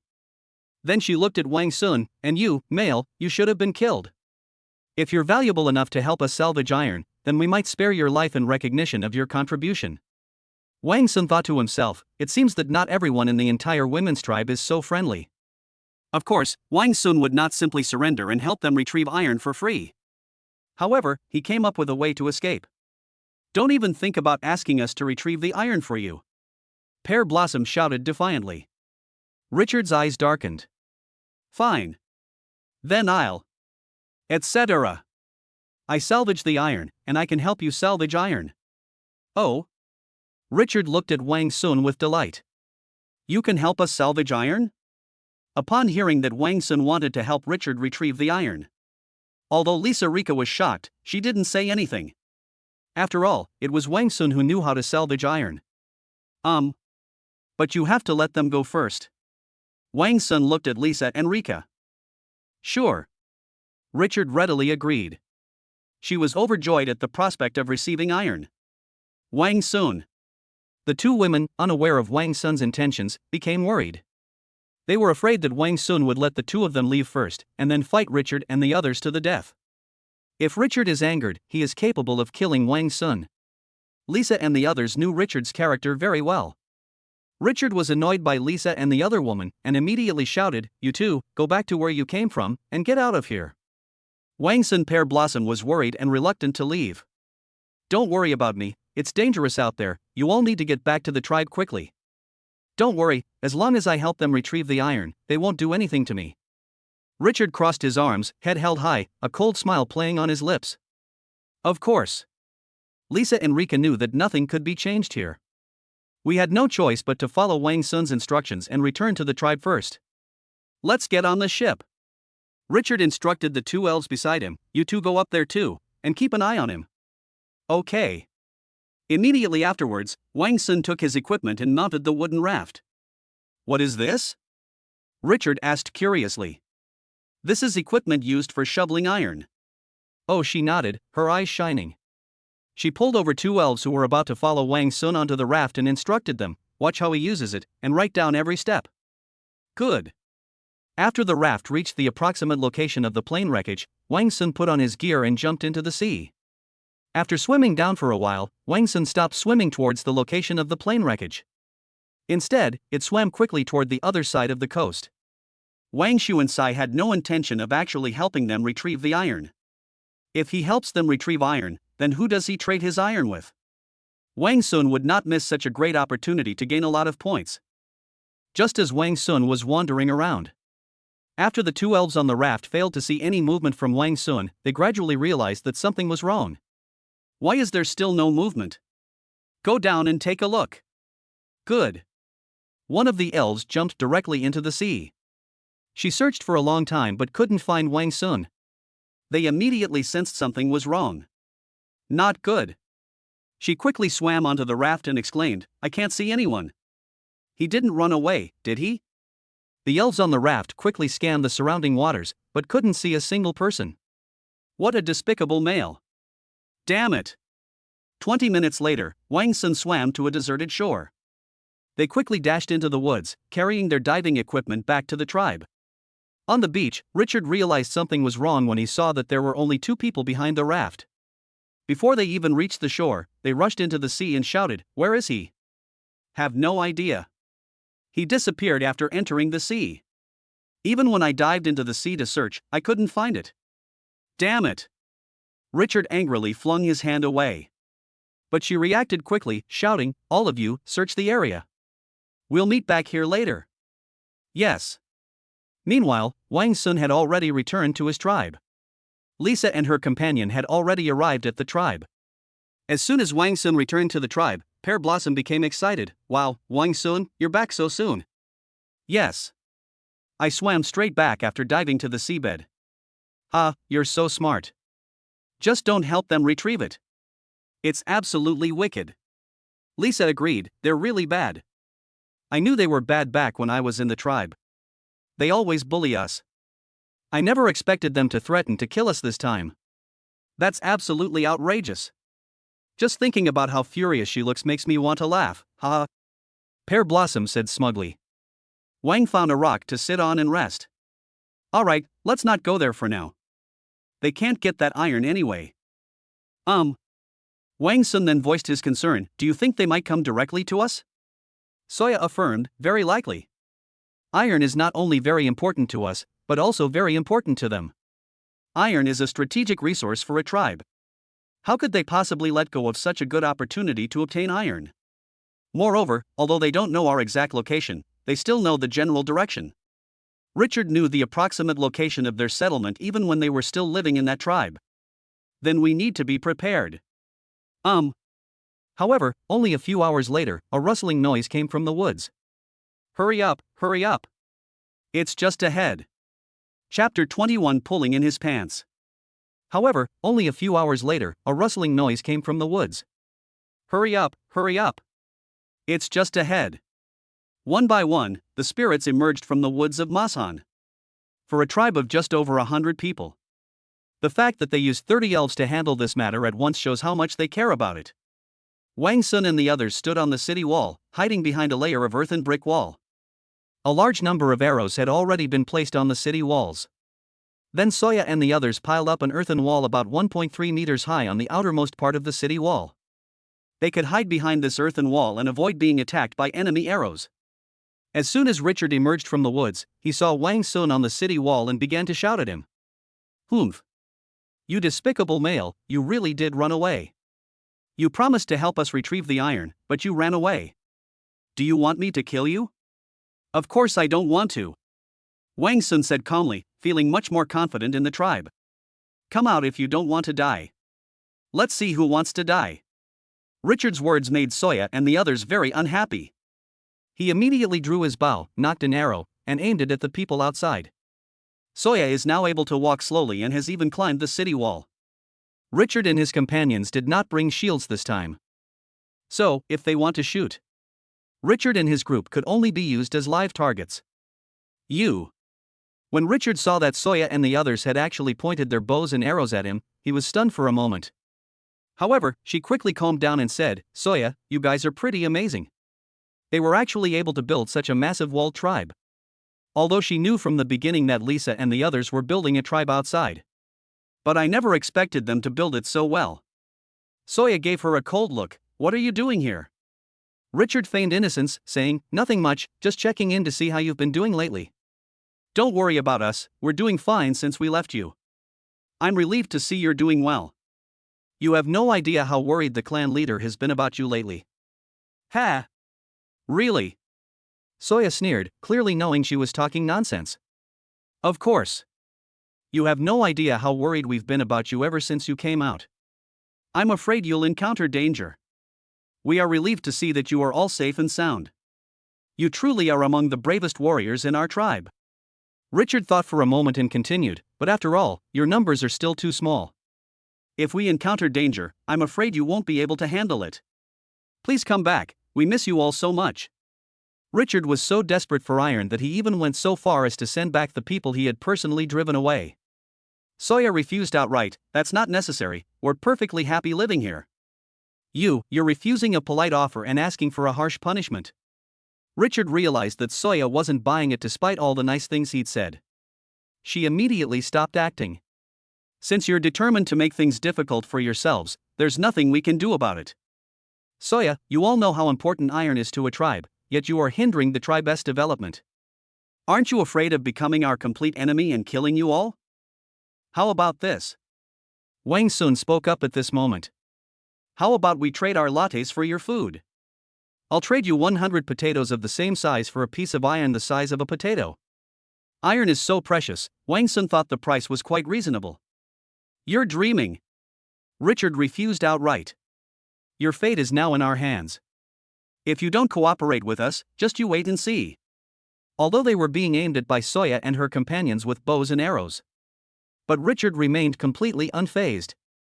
She knew that as long as they didn't make the first move, Soya would definitely not make a move. And Soya and the others certainly didn't dare to be the first to break off relations. If Soya and her group attack first, that would be true collusion with the males. Make them our enemies. To be an enemy of the elves. Then they will face an attack from the entire elven race. This is undoubtedly courting death. This is something that Soya and the others don't want to see or face. However, Wang Sun guessed that they wouldn't tell the other tribes about his existence. They certainly wouldn't tell the elves of the Central Kingdom. Because if they told the Central Country about their existence, the iron at the bottom of the sea no longer belongs to them.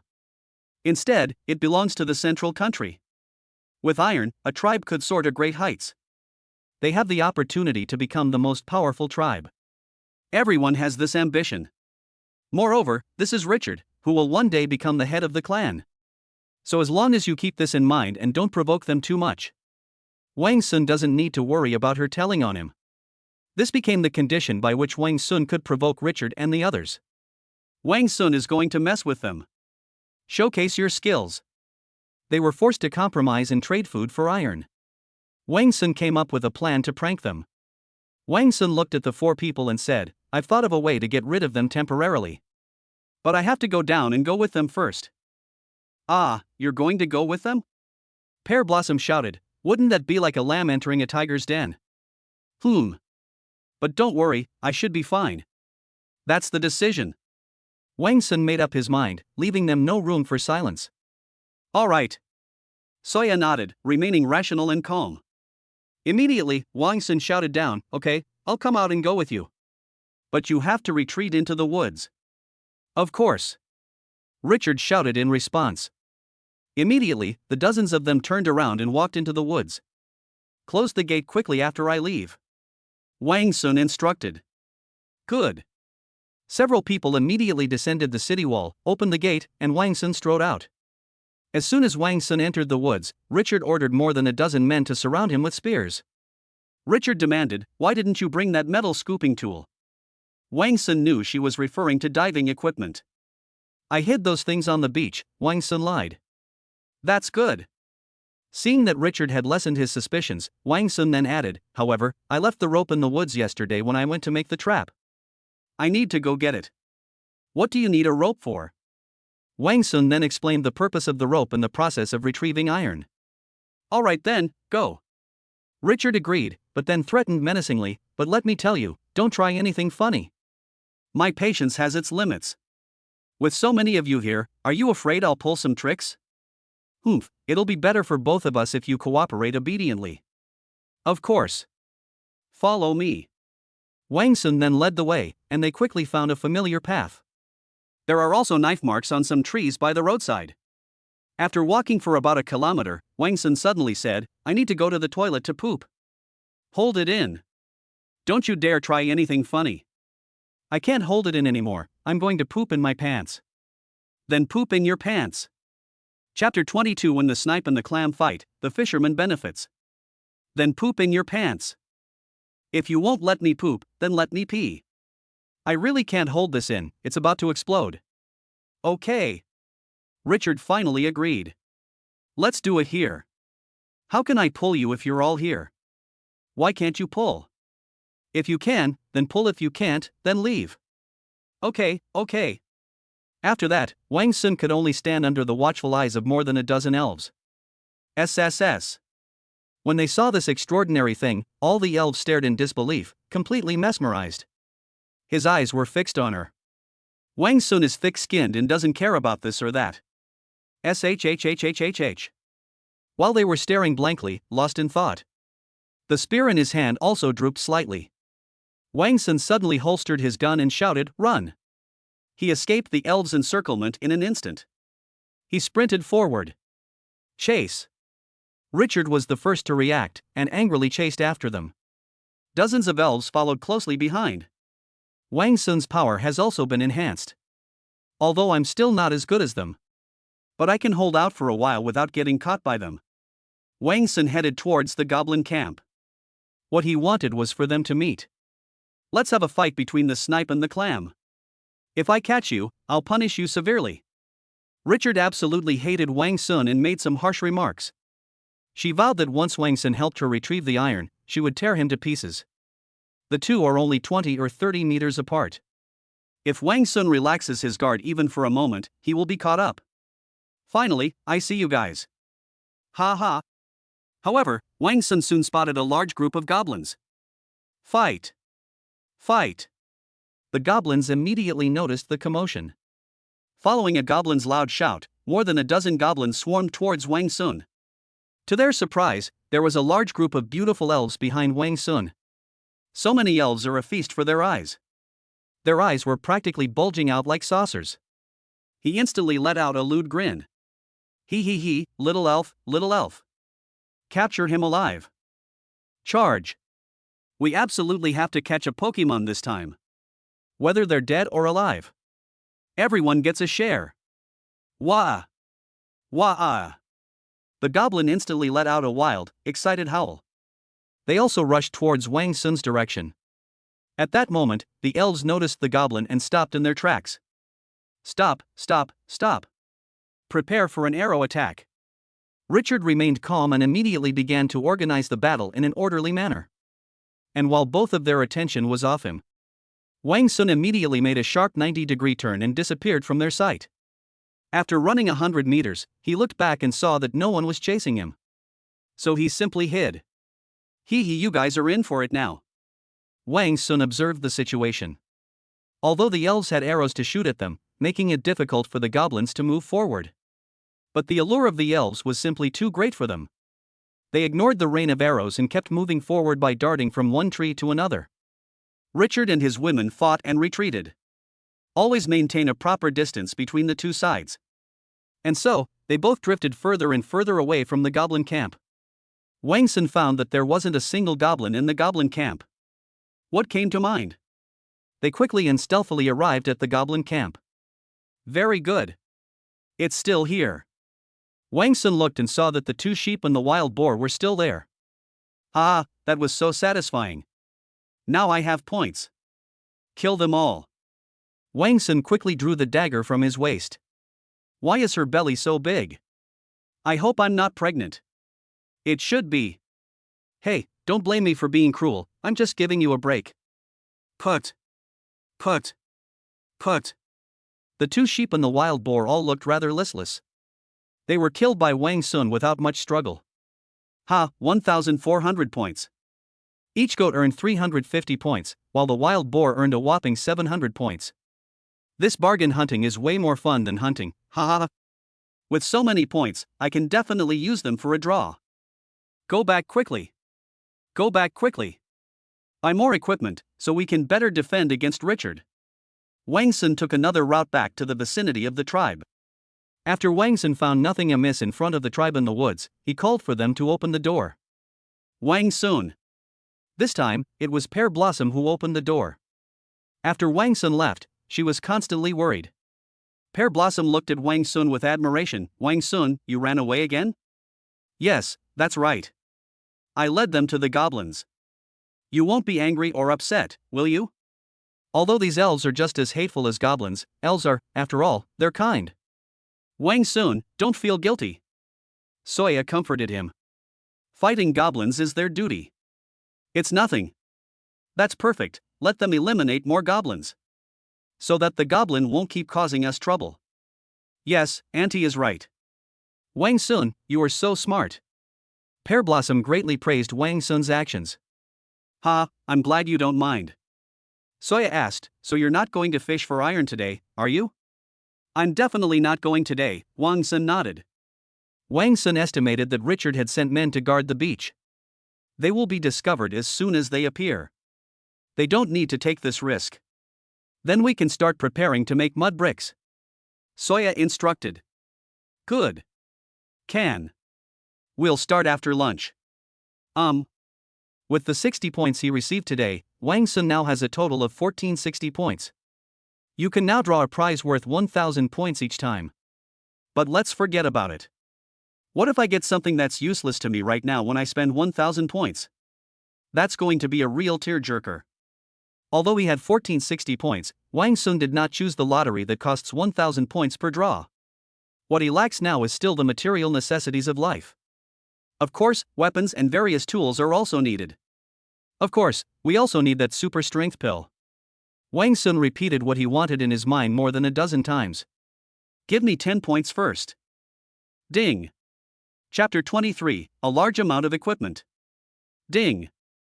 10 red oil noodles. Food. These red oil noodles are good. I'll make them for them to try next time. Continue. Ding. 550 milliliters shower gel X1. This is also needed. It would be great if you could get some shampoo too. Ding. Level 1 strength pill X2. They're here. That adds another 0.2 adults worth of strength. Then you can now reach the strength of 1.4 adults. Without saying a word, Wang Sun swallowed it directly. Ding. Wang Sun drew a total of 16 times, and also obtained 5 toothbrushes, 1 toothpaste, 5 towels, 1 550 milliliters shampoo, 5 ceramic bowls, 5 ceramic plates, 1 stainless steel wash basin, 5 Coca-Cola, 2 potato chips, 2 salt-baked chicken legs, 1 chewing gum, 2 100g breads, 2 600 milliliters bottles of Tsingtao beer. Wow! We're rich! Seeing so many things filled Wang Sun with immense satisfaction. One lottery draw has filled many of my daily needs. If I draw it a few more times, I could conjure up a whole house. However, when it came to home, Wang Sun had another idea. That's right, let's accumulate more points and then draw out a big house. Wang Sun is still sleeping outside.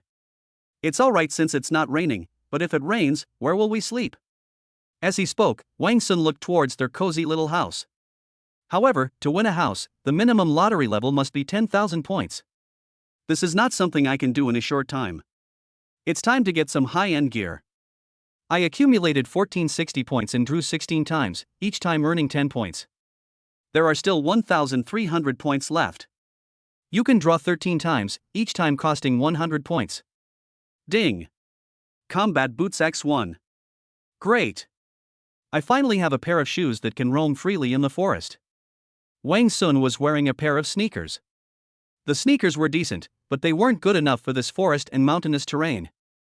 Not only is it slippery, but it's also too soft and can easily cause you to twist your ankle. Now that I have these combat boots, I can move freely through the woods.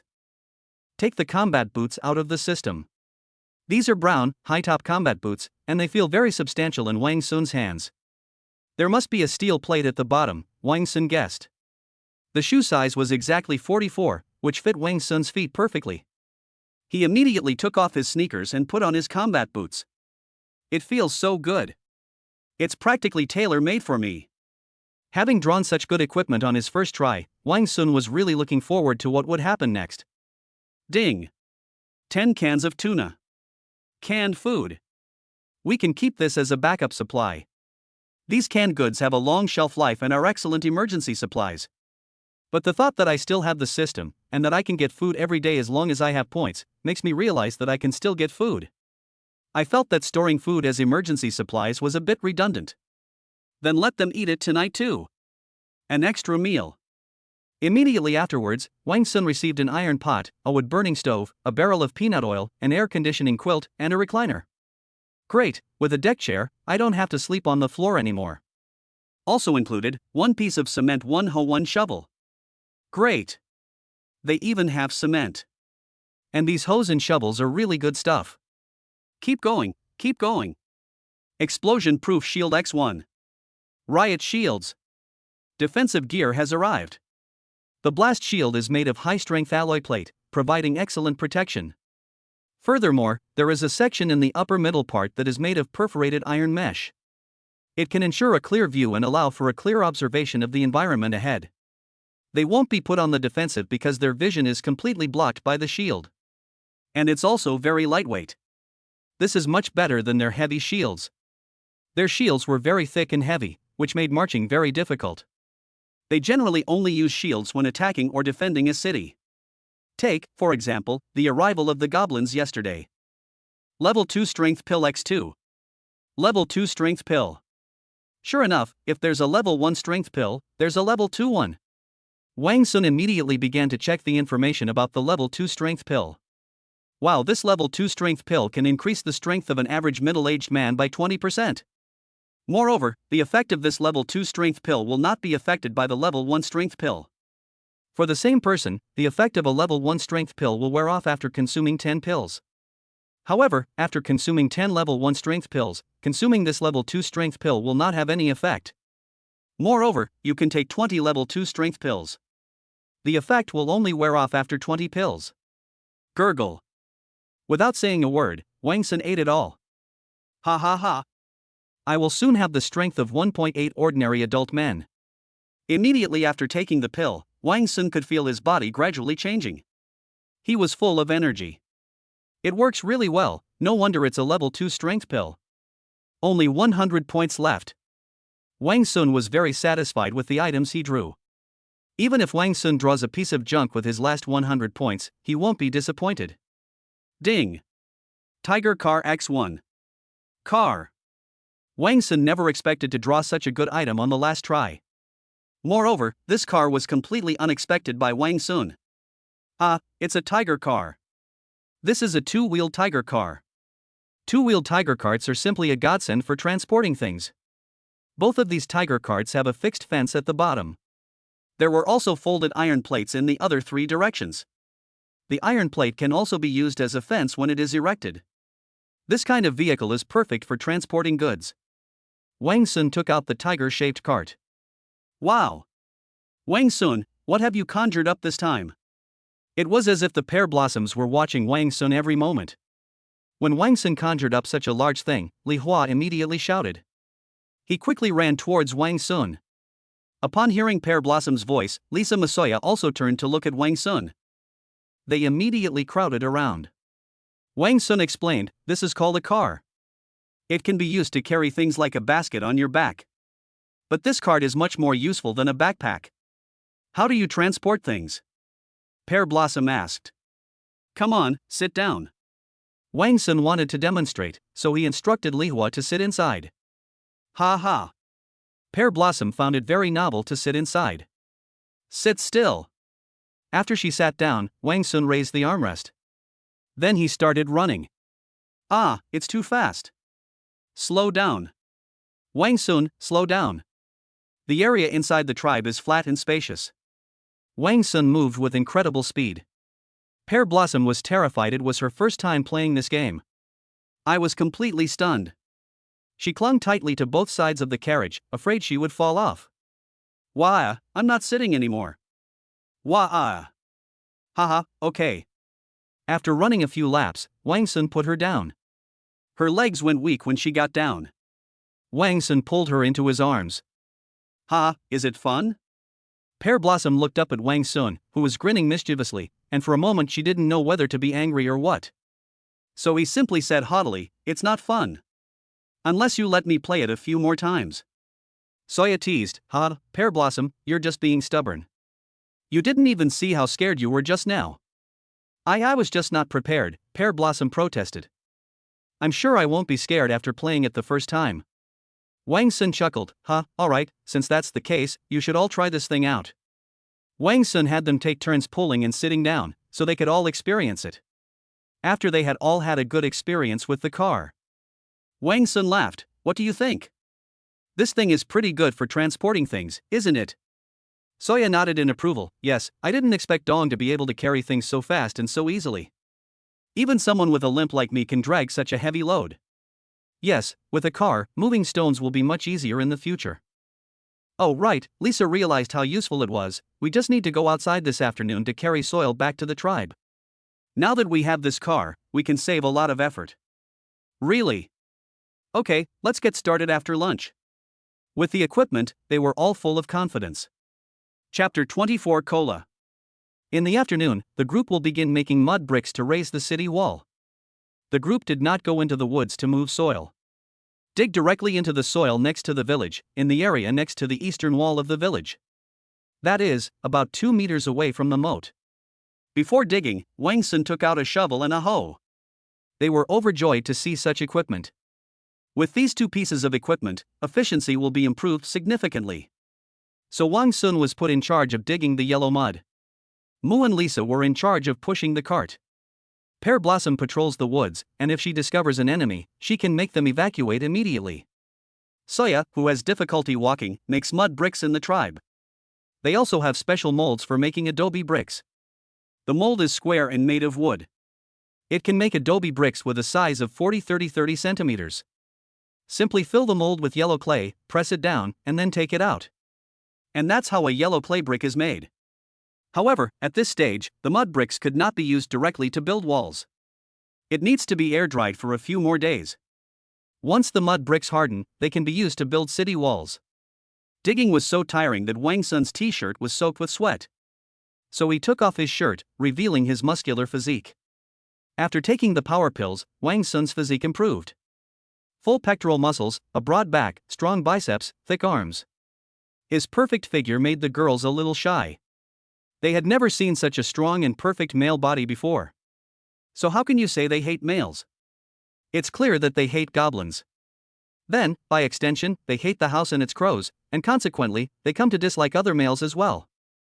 After working for more than an hour, a large pile of soil had been collected in the village. But Soya couldn't manage making mud bricks all by herself. So we'll hold off on digging today. They all went to help make mud bricks. The 5 of them worked until evening before their task for the day was finally completed. At this time, the village was covered with mud bricks that had not yet dried. Phew, I'm so tired. Exhausted, Pear Blossom collapsed to the ground to rest. Her exposed, fair belly heaved up and down. Gurgle. Wang Sun swallowed, his mouth getting dry from watching. Wang Sun seemed to remember something, and smiled at them. Come on, I'll treat you to some good drinks. What good stuff? Upon hearing that Wang Sun had something good, Li Hua immediately jumped up. Pear Blossom was filled with anticipation. After all, nothing bad had ever come up with by Wang Sun. Promise. Wang Sun then took out 5 bottles of dark, unidentifiable substances. It's Coca-Cola. Ha? Can we drink this black stuff? Is this clean? Won't it give me diarrhea if I drink it? The girls were initially a little skeptical when they saw the dark object. After all, in their minds, black water is drinkable? But they immediately chose to believe Wang Sun, thinking that what bad things could Wang Sun possibly have brought out. Don't worry, this tastes much better than water. Watch how I drink. After distributing the cola to them, Wang Sun slowly unscrewed the cap. They followed suit and opened them one after another. Sizzle! Sizzle! Ah! This water can even fart! Pear Blossom exclaimed in amazement. Ha ha ha ha! Wang Sun immediately burst into laughter, falling over backwards. Ha ha, what a load of rubbish!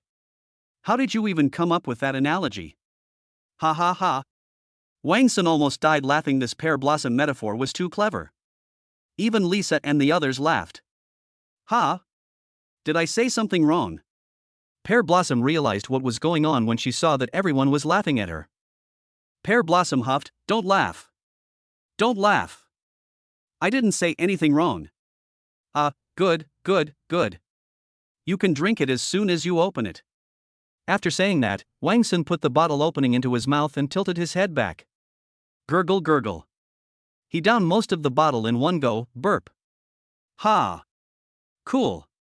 After a long day of work, taking a big gulp of cola is an absolutely irresistible treat. Seeing Wang Sun's satisfied expression, the girls quickly took small sips to try it themselves. Lisa's reaction after taking a sip was as if she had drunk a mouthful of nectar. It's like drinking magic potion. Wow! Gurgle gurgle gurgle. Delicious. Hiccup. Lisa downed the whole bottle in one go, and because she drank so fast and so much, she even started burping. The other girls behaved in the same way. Pear Blossom couldn't help but exclaim, "Wow, this is so delicious. How do you guys make so many delicious things?" Then Pear Blossom prayed earnestly to Wang Sun, "Wow, Wang Sun, you must take me to your world. I'll regret it for the rest of my life if I don't go." Yes, definitely. Wang Sun nodded and agreed immediately. Hee Wang Sun. After finishing her drink, Lisa cheekily moved closer to Wang Sun. She chuckled and said, "Wang Sun, is there any more?" Not only Lisa, but all of them looked at Wang Sun with anticipation. That's all, maybe next time. Wang Sun could only disappoint them. Good. In the evening, the five of them, exhausted from a long day, went to bed early. Midnight. There's movement. Wang Sun, who was sleeping outdoors, was the first to notice the commotion. Wang Sun listened carefully and confirmed that it was not an animal. He then rushed to the door of their little house and cried. Their little house had a wooden door leaning against it. Wang Sun stood at the door, knocking and calling softly, "Soya Rika Lisa Moo." Despite being tired after a long day, they remained alert. They woke up after Wang Sun called out to them once. Something's up. Chapter 25 Night Raid. What's wrong? Soya's voice came from inside the cabin. I bet it's the goblins. Goblin, came the surprised voices from inside. Yes, the goblins must be here to ambush us. Don't make any noise. Let's ambush them too. Good. Immediately, rustling sounds of people getting up could be heard from inside. Soon, the five men, armed with weapons and bows and arrows, arrived barefoot on the city wall. Peeking out, I saw that it was indeed a goblin.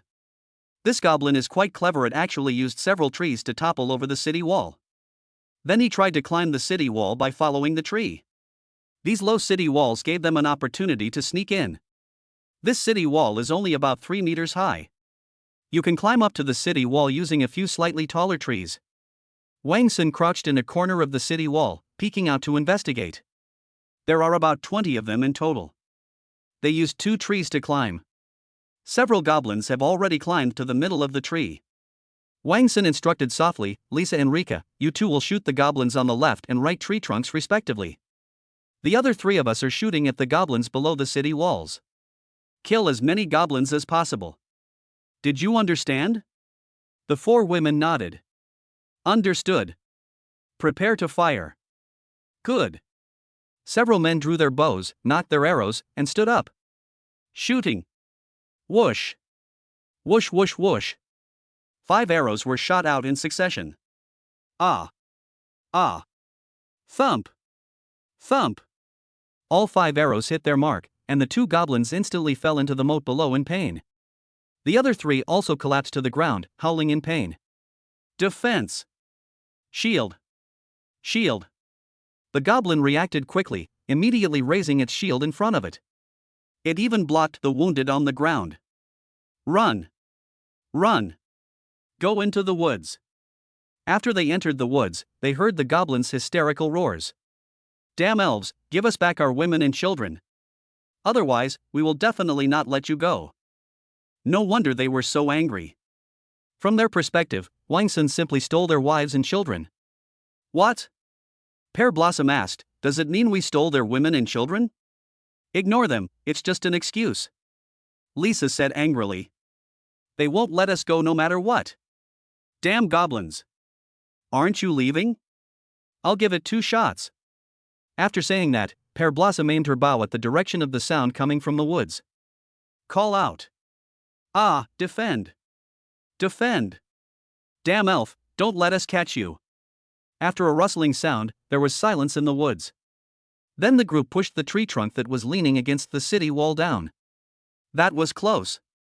Mu was a little scared. It's good that you were here, Wang Sun. If it weren't for Wang Sun, the goblins would have already entered the tribe. The consequences are simply unimaginable. Pear Blossom felt a chill run down her spine at the thought of the consequences. Yes, that's right. We would have been in big trouble if it weren't for Wang Sun. Such examples are not uncommon, Soya recounted, recalling the past. I've heard of a tribe that was overrun by green-skinned monsters. From then on, the goblins there multiplied rapidly, and many elves fell into their hands. They not only forced the elves to work, but also make them work hard.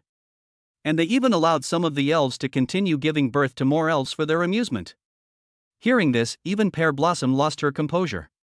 My God, that place is practically hell. Soya continued, and under such circumstances, they have grown to the size of several thousand green-skinned monsters.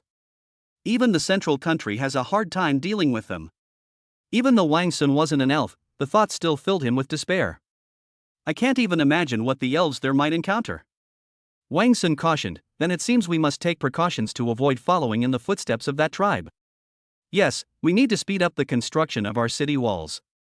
Yes, we will worry every day until the height of the city wall is reached.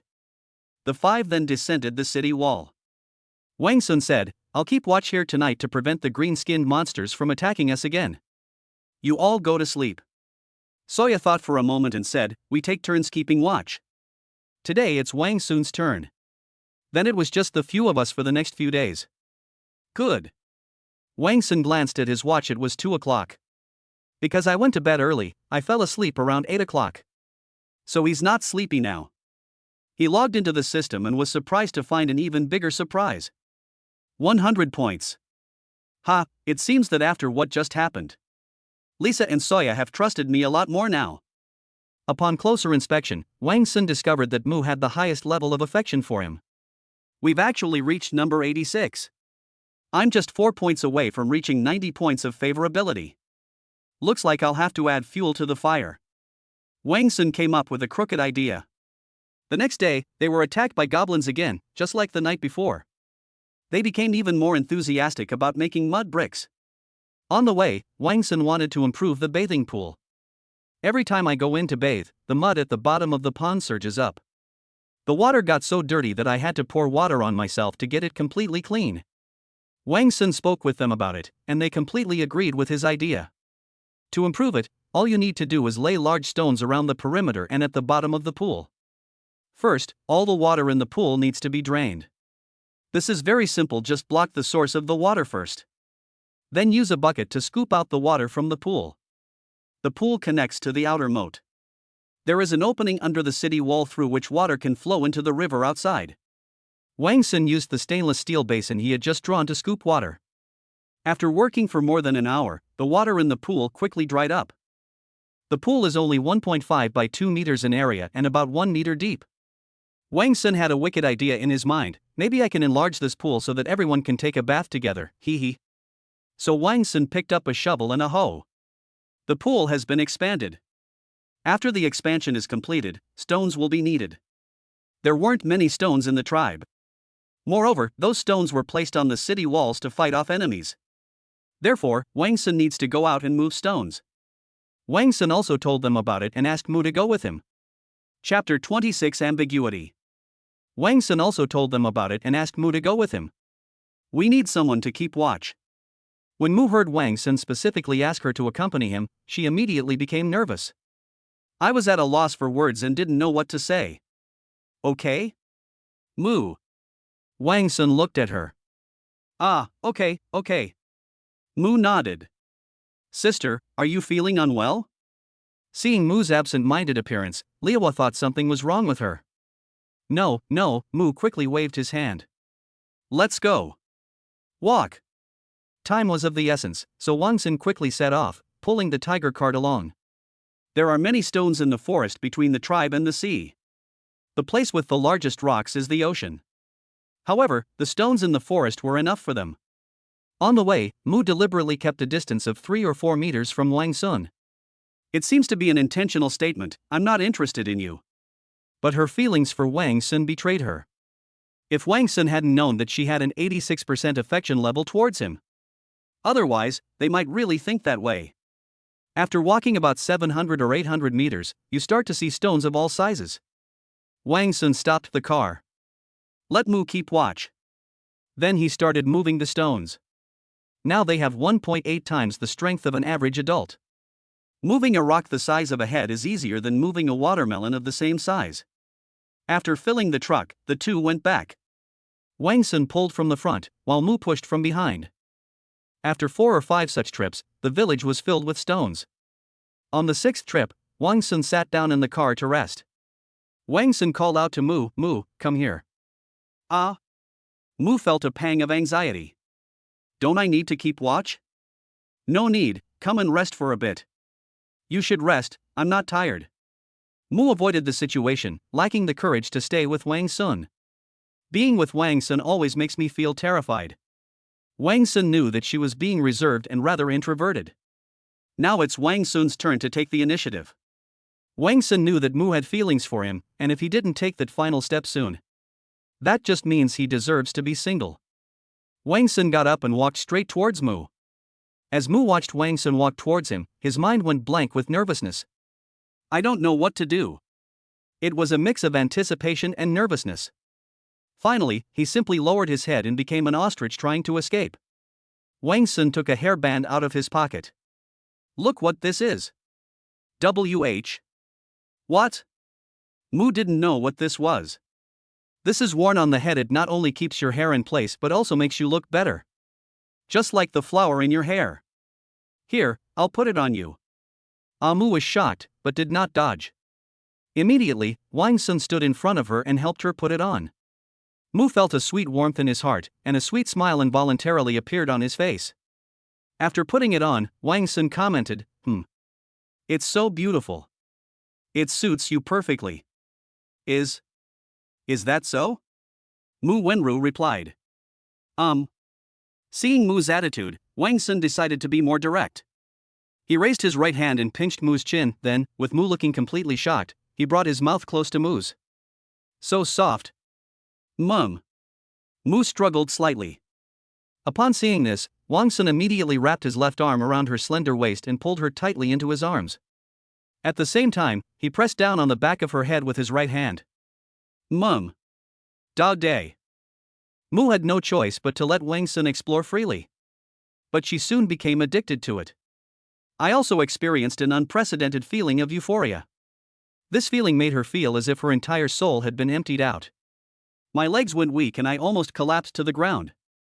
Fortunately, Wang Sun's strong and powerful hands had already locked her firmly in place. The two seemed frozen in that moment, like ancient Greek statues. TSK tisk.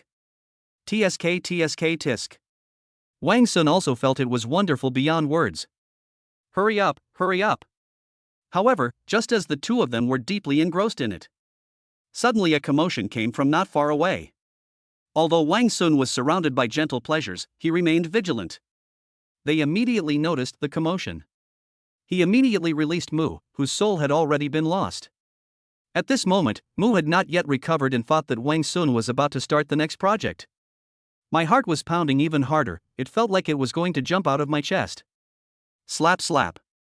Wang Sun gently patted her face twice. Mu, something's wrong. Seeing Wang Sun's serious expression, Mu finally snapped out of her daze and regained her usual composure. But the bright red color on her face, like a ripe peach, showed that she had indeed felt very comfortable. Is it Richard? Mu guessed. Never mind, let's go back first. Immediately, Wang Shu and Mu drove the tiger-shaped carriage back at breakneck speed. Open the door. Open the door. The two were moving stones right at the doorway. But the city gates remained closed. The door opened, and the two quickly entered the tribe. What's wrong? What happened? Seeing the two people in such a hurry, Pear Blossom immediately asked. Someone's here, it must be Richard. Richard. Soya said calmly, get ready. Good. Actually, they didn't have much to prepare. This time, I'm going to make sure you regret it. However, Wang Sun had prepared a killer move this time. He strode into the kitchen and took out the 2 bottles of beer he had won in a draw yesterday. Ever since he had beer bottles and oil, Wang Sun had thought of making Molotov cocktails. He knew the power of the Molotov cocktail. After opening the bottle cap and taking a sip, I immediately poured out all the beer inside. Then find the oil drum and pour the oil into the beer bottle. Tear 2 pieces of cloth from the clothes, coat them with oil, and stuff them into the mouth of the glass bottle. What Wang Sun made was a Molotov cocktail. The power of a Molotov cocktail is no joke. Especially these elves, whose skin is completely exposed except for their private parts and the soles of their feet. Wang Sun couldn't even imagine the terrible fate that would befall them after he threw down the Molotov cocktail. At that moment, Richard's angry roar could be heard from outside. Wang Sun's Molotov cocktail is also ready. They quickly reached the city wall with the Molotov cocktails in hand. Upon reaching the city wall, they saw that dozens of elves had already drawn their bows and knocked their arrows. Richard had lost his patience. Richard yelled, I'm saying this one last time, are you going to help us salvage the iron or not? Wang Sun knew that saying anything at this point would be useless. Wang Sun brandished a Molotov cocktail and threatened, don't blame me for not warning you. My weapon is very powerful. If you don't retreat, don't blame me for using it on you without hesitation. What garbage weapons? I will never trust you again. I'll give you 10 more chances to think it over. If you don't surrender, we'll fire our arrows. 10. 9. Chapter 27 Molotov Cocktail. I'll give you 10 more chances to think it over. If you don't surrender, we'll fire our arrows. 10. 9. In that case, there's nothing more to say. Don't blame me for being ruthless in destroying flowers. It's a pity that so many beautiful fairy girls are wasted. Wang Sun shook his head, expressing his regret. Bang! Without further ado, Wang Sun smashed a Molotov cocktail right next to the group of Pokemon below. The Molotov cocktail exploded instantly when it was hit. It shattered into pieces and flew towards the nearby elf. Ah! Ah, it's fire! It's fire! It's so hot! So hot! The Molotov cocktail exploded, and flaming peanut oil immediately flew at them. In an instant, a dozen or so people suffered severe burns. Ah! Ah! Chaos erupted immediately, with a dozen or so elves rolling around on the ground howling and screaming. SSS. Seeing their miserable state, even Soya and the other 3 felt a pang of pity. No matter what, these are all their people. We've lived together for 1 or 2 decades. However, they didn't say anything. Fortunately, Wang Sun wasn't ruthless enough to completely offend them. It wasn't thrown into the center of the crowd. Otherwise, they will only be in a worse situation. The flames on their bodies went out after a short while. Richard himself was also injured by the oil flames. Hide in the woods. Hide in the woods. Richard feared that he would continue to be attacked by weapons like Wang Sun's. He immediately ordered his people to hide in the woods. Wang Sun did not finish them off by throwing more Molotov cocktails, but let them hide in the woods. Wang Sun did not want to make things like a blood feud with them. His goal is to make a deal with them. They hid in the woods but haven't retreated yet. Richard harbored a deep-seated hatred for Wang Sun. Seeing her defiant expression, Wang Sun shouted, I have dozens more of these weapons. If you still want to continue attacking us, then come on. Richard was so angry that his face turned black upon hearing this. but they were also terrified of the weapon's power. Richard roared angrily, "What kind of weapon is this? How can it have such immense power?" But at the same time, she became curious. If only we had such a weapon. Then our tribe's strength will definitely reach a new level. At this moment, she knew she could no longer attack. Wang Sun possessed weapons beyond the range she could recognize. She pondered for a moment, then sounded the retreat, retreat. Retreat! Yeah! Upon seeing their retreat, Pear Blossom jumped up and down. The waves are rolling. Wang Sun, what is that? How is it so powerful? Soya and the others also curiously crowded around. Wang Sun grinned and explained, "This is oil, as you know, it can burn. Then put it in this bottle, and just smash it to break it so the oil inside will splatter everywhere, causing harm to people nearby." Oh. Understood. The reason they didn't think of this tactic was that oil is very precious and it's not usually associated with weapons. Secondly, they don't have these kinds of glass bottles, so they can't make Molotov cocktails. Moo worried, "We've caused them so much harm this time, won't Richard retaliate even more viciously against us?" "Don't be afraid, I'll make a few more of these weapons. No matter how many of them come, we can defeat them." "Yes, it's good that you're here," Wang Sun, Moo said tenderly. "Yes, thank goodness for you," Pear Blossom said generously. Although they had only spent a few days together, they had become increasingly inseparable from Wang Sun. "It's nothing, isn't this also my responsibility?" Wang Sun changed the subject, "Whether they come back or not, we just need to focus on our defenses.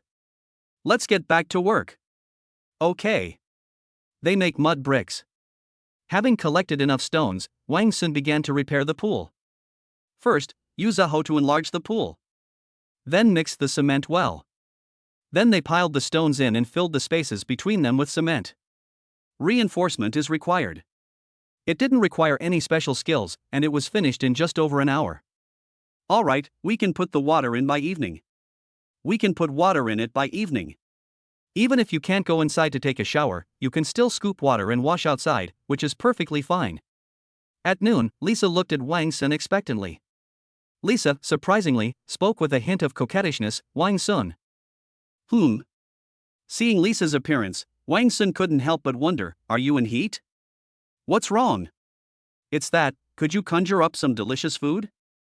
Ever since they ate the good stuff that Wang Sun conjured up, Lisa found sweet potatoes and potatoes utterly tasteless. "Then I looked forward to mealtimes every moment." They hope that Wang Sun will take the initiative to conjure up delicious food for them. All right. Wang Sun thought of the 10 packs of spicy noodles he had drawn yesterday. Okay, then, red oil noodles. They'll be thrilled the first time they try it. Take instant noodles for example. If you haven't had them for a long time, you'll have a strong craving to eat them again. And since they've never eaten it before, they certainly won't be disappointed. Wow, this is delicious. What? You'll find out soon enough. Wang Sun started boiling water in a pot. After the water boiled, I added all 10 packets of chili oil noodles. Pour water. Add the seasoning packet. Stir. Finally, cover the pot and simmer for another 5 minutes. Alright. The whole process only takes about 20 minutes, which is very convenient. Wang Sun lifted the lid of the pot, and a cloud of white steam rose into the air.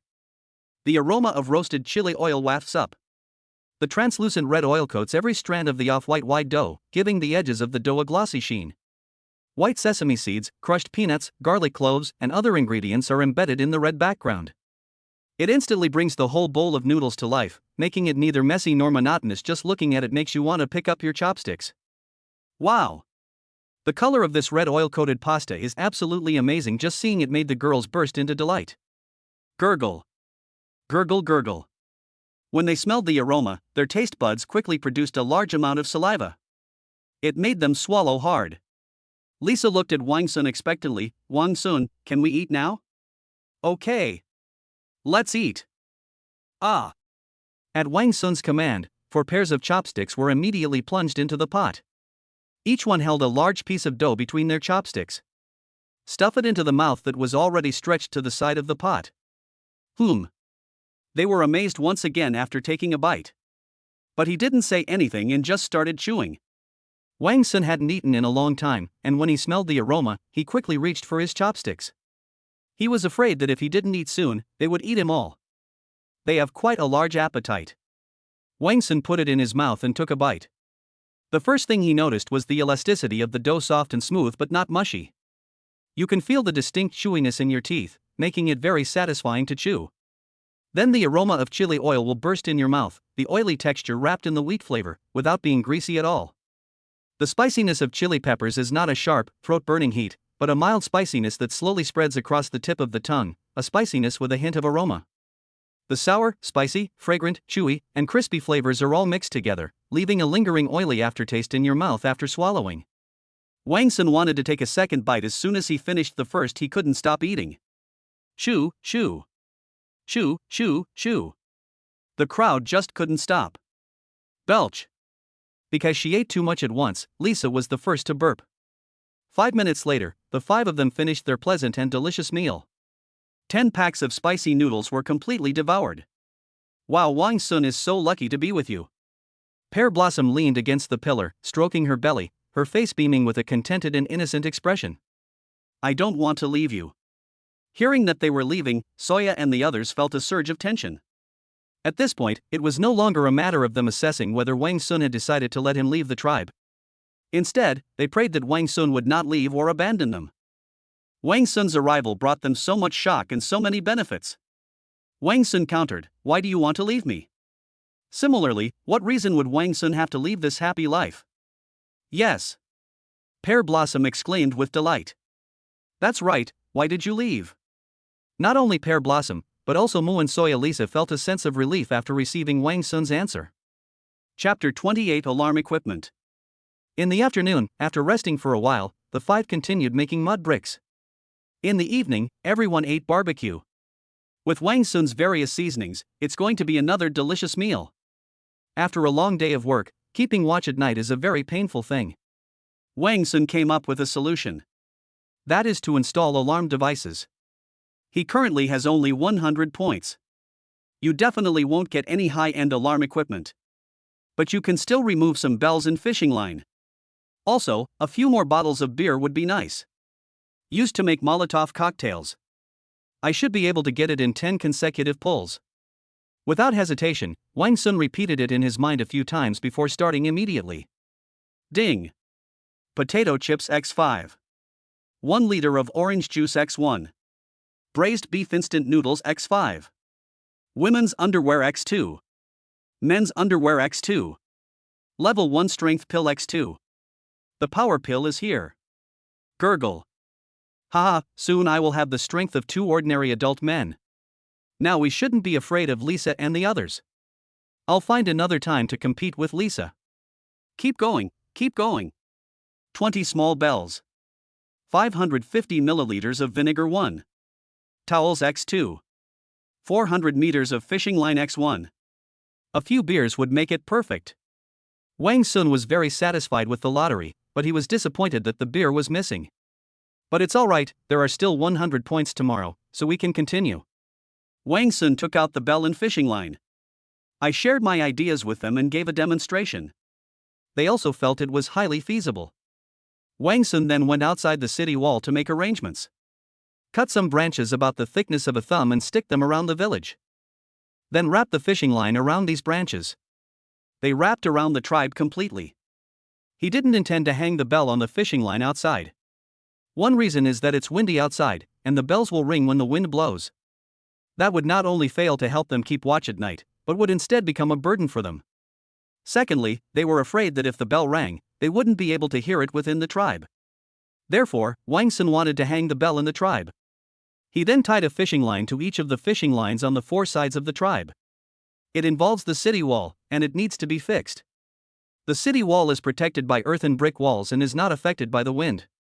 Finally, hang bells on the fishing line inside the city wall. Mission accomplished. Is that all? Pear Blossom asked curiously. Okay. Try going outside and moving around a bit. Good. Then Pear Blossom went outside. The person pretending to walk accidentally bumped into it with their foot. Immediately, the bells on all around the city wall started ringing incessantly. That loud noise could wake even a pig. Wow, this is amazing. I just touched it lightly and it made such a loud noise. Lisa exclaimed. Yes, that is right. Wang Sun said happily, now we don't have to keep watch at night anymore, and we can sleep soundly. Wang Sun, you're truly amazing. You're so smart. Pear Blossom praised Wang Sun with a beaming smile. Ha ha. Compared to. Wang Sun believed he knew more about them. In the evening, the five of them rested after dinner. I'm exhausted after a long day. Wang Sun lay comfortably on the recliner. However, not long after, a light drizzle began to fall from the sky. Inside the cabin, Mu was the first to hear it. A wave of worry washed over me. She asked Soya in a serious tone, Auntie, it's raining outside. Wang Sun will get sick if he gets wet. Yes, it's raining, Soya asked. So what did you say? Hee Pear Blossom said with a playful and expectant smile, how about we let Wang Sun come in and sleep with us? This. Mu also wanted to let Wang Sun in. Soya hesitated, but none of us upstairs have. Pear Blossom said nonchalantly, what's the big deal? It's pitch black anyway, you can't see anything. And what about you two? Soya still needed to consider Lisa and Soya's opinions. I have no objection. Mu replied immediately. I'm fine with it too. Rika's right, we can't see anything anyway. Lisa agreed. She now has an 80% positive impression of Wang Sun and basically trusts him. Okay, then let Wang Sun come in to sleep. Soya decided. Then Soya stood up and casually covered her chest with her hand. She opened the door and called out, Wang Sun, it's raining today, come and sleep in our little house. Ah. Wang Sun was even planning to move to the kitchen to sleep. Hearing this news now, I am naturally very happy. Their little thatched huts not only provide shelter from the wind and rain. Furthermore, drainage treatment was implemented. Not a single drop of rain will get in. Wang Sun was overjoyed, but still pretended to be reserved and asked, did they agree? This is a decision we made together. Alright, I'll bring the recliner in. Then Wang Sun took the deck chair and went into their little house. As soon as Wang Sun entered the cabin, he smelled a warm and pleasant fragrance. The room was pitch black, but with Soya's guidance, Wang found an open space, placed the deck chair there, and lay down on it. All five of them felt something was amiss. But the day's fatigue quickly suppressed their other thoughts. Soon all five of them fell into a deep sleep. Early the next morning. Wow! Wang Sun was the first to wake up the next morning. When he woke up and opened his eyes, he saw a magnificent and astonishing sight. Chapter 29 Richard's Help. Wang Sun was the first to wake up the next morning. When he woke up and opened his eyes, he saw a magnificent and astonishing sight. A whole row of mountain peaks. Each one is taller than the last. At this moment, Wang Sun couldn't help but compose a poem. Viewed from the side, it's a mountain range. Viewed from the front, it's a peak. Its appearance varies depending on distance, height, and perspective.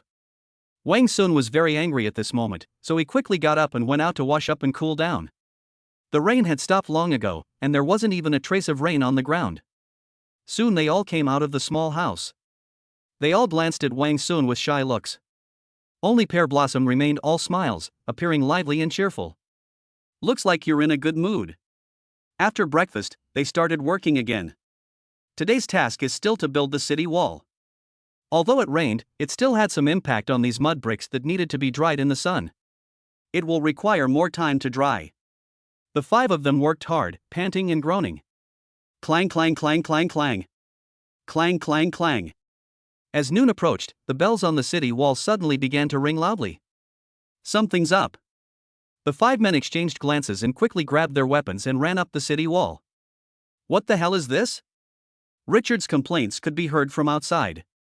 What are you doing here? Wang Sun shouted. Richard, looking equally anxious, exclaimed, the goblins stole our food. What does it have to do with us that your food was stolen by goblins? Lisa was already very disappointed in them and retorted without holding back. That food is what we intend to use to exchange for iron blocks. On our way here, we encountered goblins who stole all of our food. Pear Blossom expressed her suspicion to them, are you two plotting something to harm us again?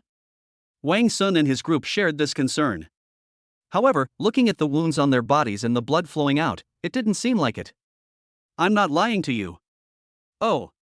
Wang Sun replied, but that's none of our business. It's not our food. Wang Sun and his companions wouldn't be so idle as to help them snatch food from the goblins. Of course, it's none of your business, Richard shouted. We brought 5 baskets of potatoes and sweet potatoes, and the green monster stole them all. These foods are also stored up for future use. Now that they've stolen it, we'll have to wait at least 30 days before we can trade with you again. Last time, Wang Sun had proposed exchanging iron for food. Richard grasped the psychology of Wang Sun. He said it on purpose to test the waters. Upon hearing this, Wang Sun hesitated. Seeing Wang Sun hesitate, Richard knew he had guessed correctly. Food is equivalent to points, and Wang Sun definitely needs this food. Based on the amount Richard mentioned, it would be at least 1,000 points. Wang Sun couldn't bear to miss out on such a large sum of points.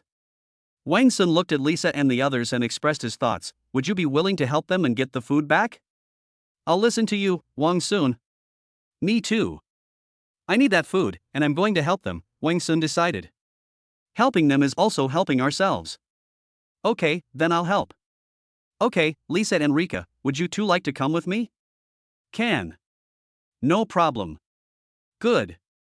Wang Sun looked outside the tribe and said, all right, we agree to help you. You'd better not try any tricks. No, Richard replied. We need to hurry, or they might hide the food. You all retreat into the woods first. Good. Richard and his companions then retreated into the woods, while Wang Sun, Lisa, and Li Hua followed them out of the tribe. At the same time, Wang Sun also hid the Molotov cocktail in his pocket. I'm afraid Richard will turn her back on me. The two groups faced each other.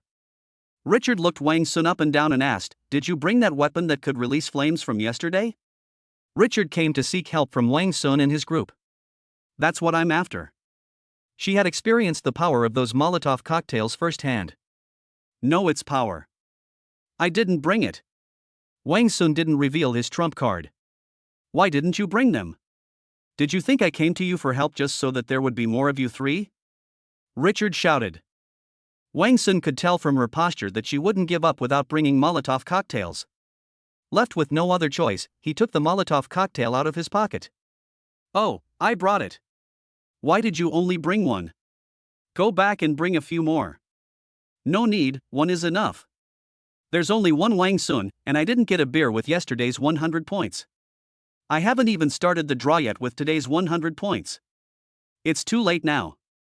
Richard shouted angrily, what are you thinking? Why didn't you bring more weapons to deal with goblins?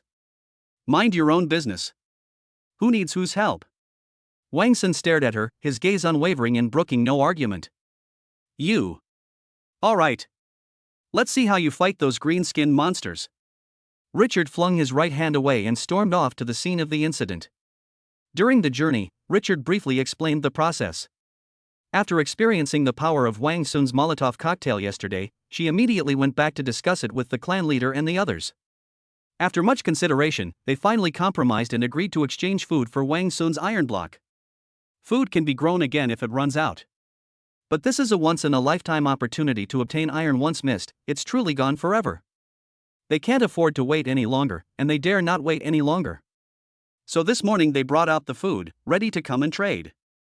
But unexpectedly, just 1 or 2 kilometers away from Wang Sun and his group, they encountered a goblin attack. Moreover, there were more than 40 goblins. Although they also have 30 elves. However, elves are better at archery than goblins.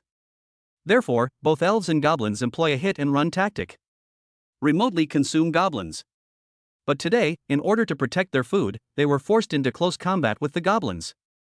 The result was obvious, they lost the battle and came to Wang Sun and his group for help. One of the elves even died.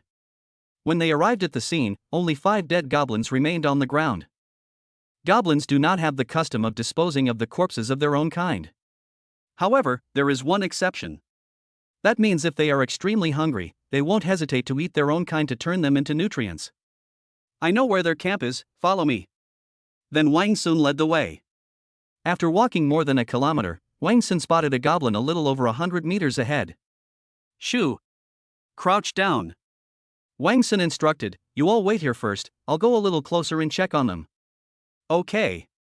Pear Blossom nodded. Can you manage on your own? Richard's tone was full of doubt and disdain. Is it all right to just do some reconnaissance? Wang Sun threw down his words and strode forward. Wang Sun quickly arrived near the goblins and was able to see the entire goblin camp. Wang Sun counted them, there were a total of 23 goblins. What angered Wang Sun was that they were committing evil against the dead elf. What a beast! Wang Sun suppressed his anger and observed. The food Richard described was not seen. Even excluding the dead goblins, there are still more than 10 missing. Did they take the food with them? That should be it. Based on what we saw last time, the goblins were carrying food to their main force.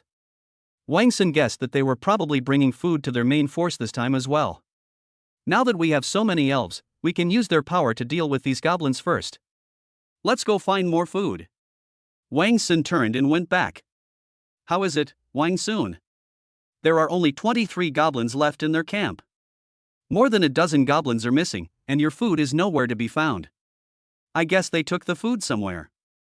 Is this the goblin army you were talking about? Lisa asked if Wang Sun had mentioned the goblin army to them last time. What green-skinned monster army? Richard asked. Let's not explain for now, let's kill these goblins first. Wang Sun did not answer her question for the time being. Chapter 30 Recapture. Wang Sun came up with a plan that would make dealing with these goblins very easy. The tactics are quite simple. Based on Wang Sun's observations and Lisa's accounts. Every time they encountered goblins in the forest, the goblins were driven mad by desire, chasing after them like mad dogs.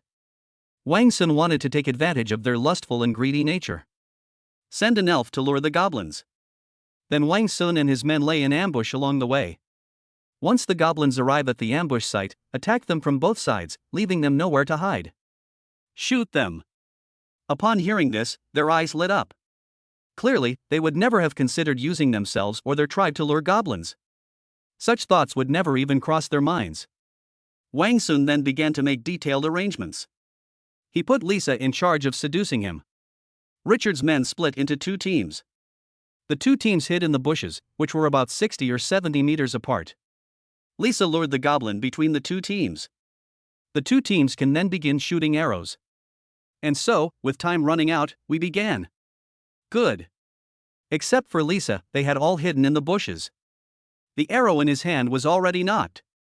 Meanwhile, Lisa pretended to be a lost elf and accidentally ran to within a few dozen meters of the goblin. Ah! Lisa pretended to be startled and screamed. He then turned and fled. With Lisa's scream, all the goblins turned to look at her in an instant. Elf! Elf! Elf! Ah, it's a lone elf. What's mine is mine.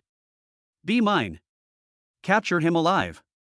Immediately, the group of goblins pounced on Lisa like vicious dogs, tumbling and crawling. They didn't even bring a shield. They only brought a bow and arrows and a spear. They also make bows and arrows, though their work is rather crude. Most of the arrows were stolen from the elves. For safety, elves always travel in groups outside the tribe. Goblins are not easy to attack either. Now you're facing a lone elf. They must be caught no matter what. Lisa feigned fear and quickly fled along the pre-planned route. They arrived at the ambush point shortly afterward. A large horde of goblins followed closely behind. But what Wang Sun hadn't considered was, goblins can be fast or slow. For goblins were clearly lagging behind the main group. They're just 4 goblins, they won't get in the way. After most of the goblins entered the middle of the two teams, Wang Sun shouted loudly, "Shoot an arrow." Then dozens of elves emerged from the bushes. Dozens of arrows were shot at the goblin in the middle. Whoosh whoosh whoosh. Whoosh whoosh whoosh.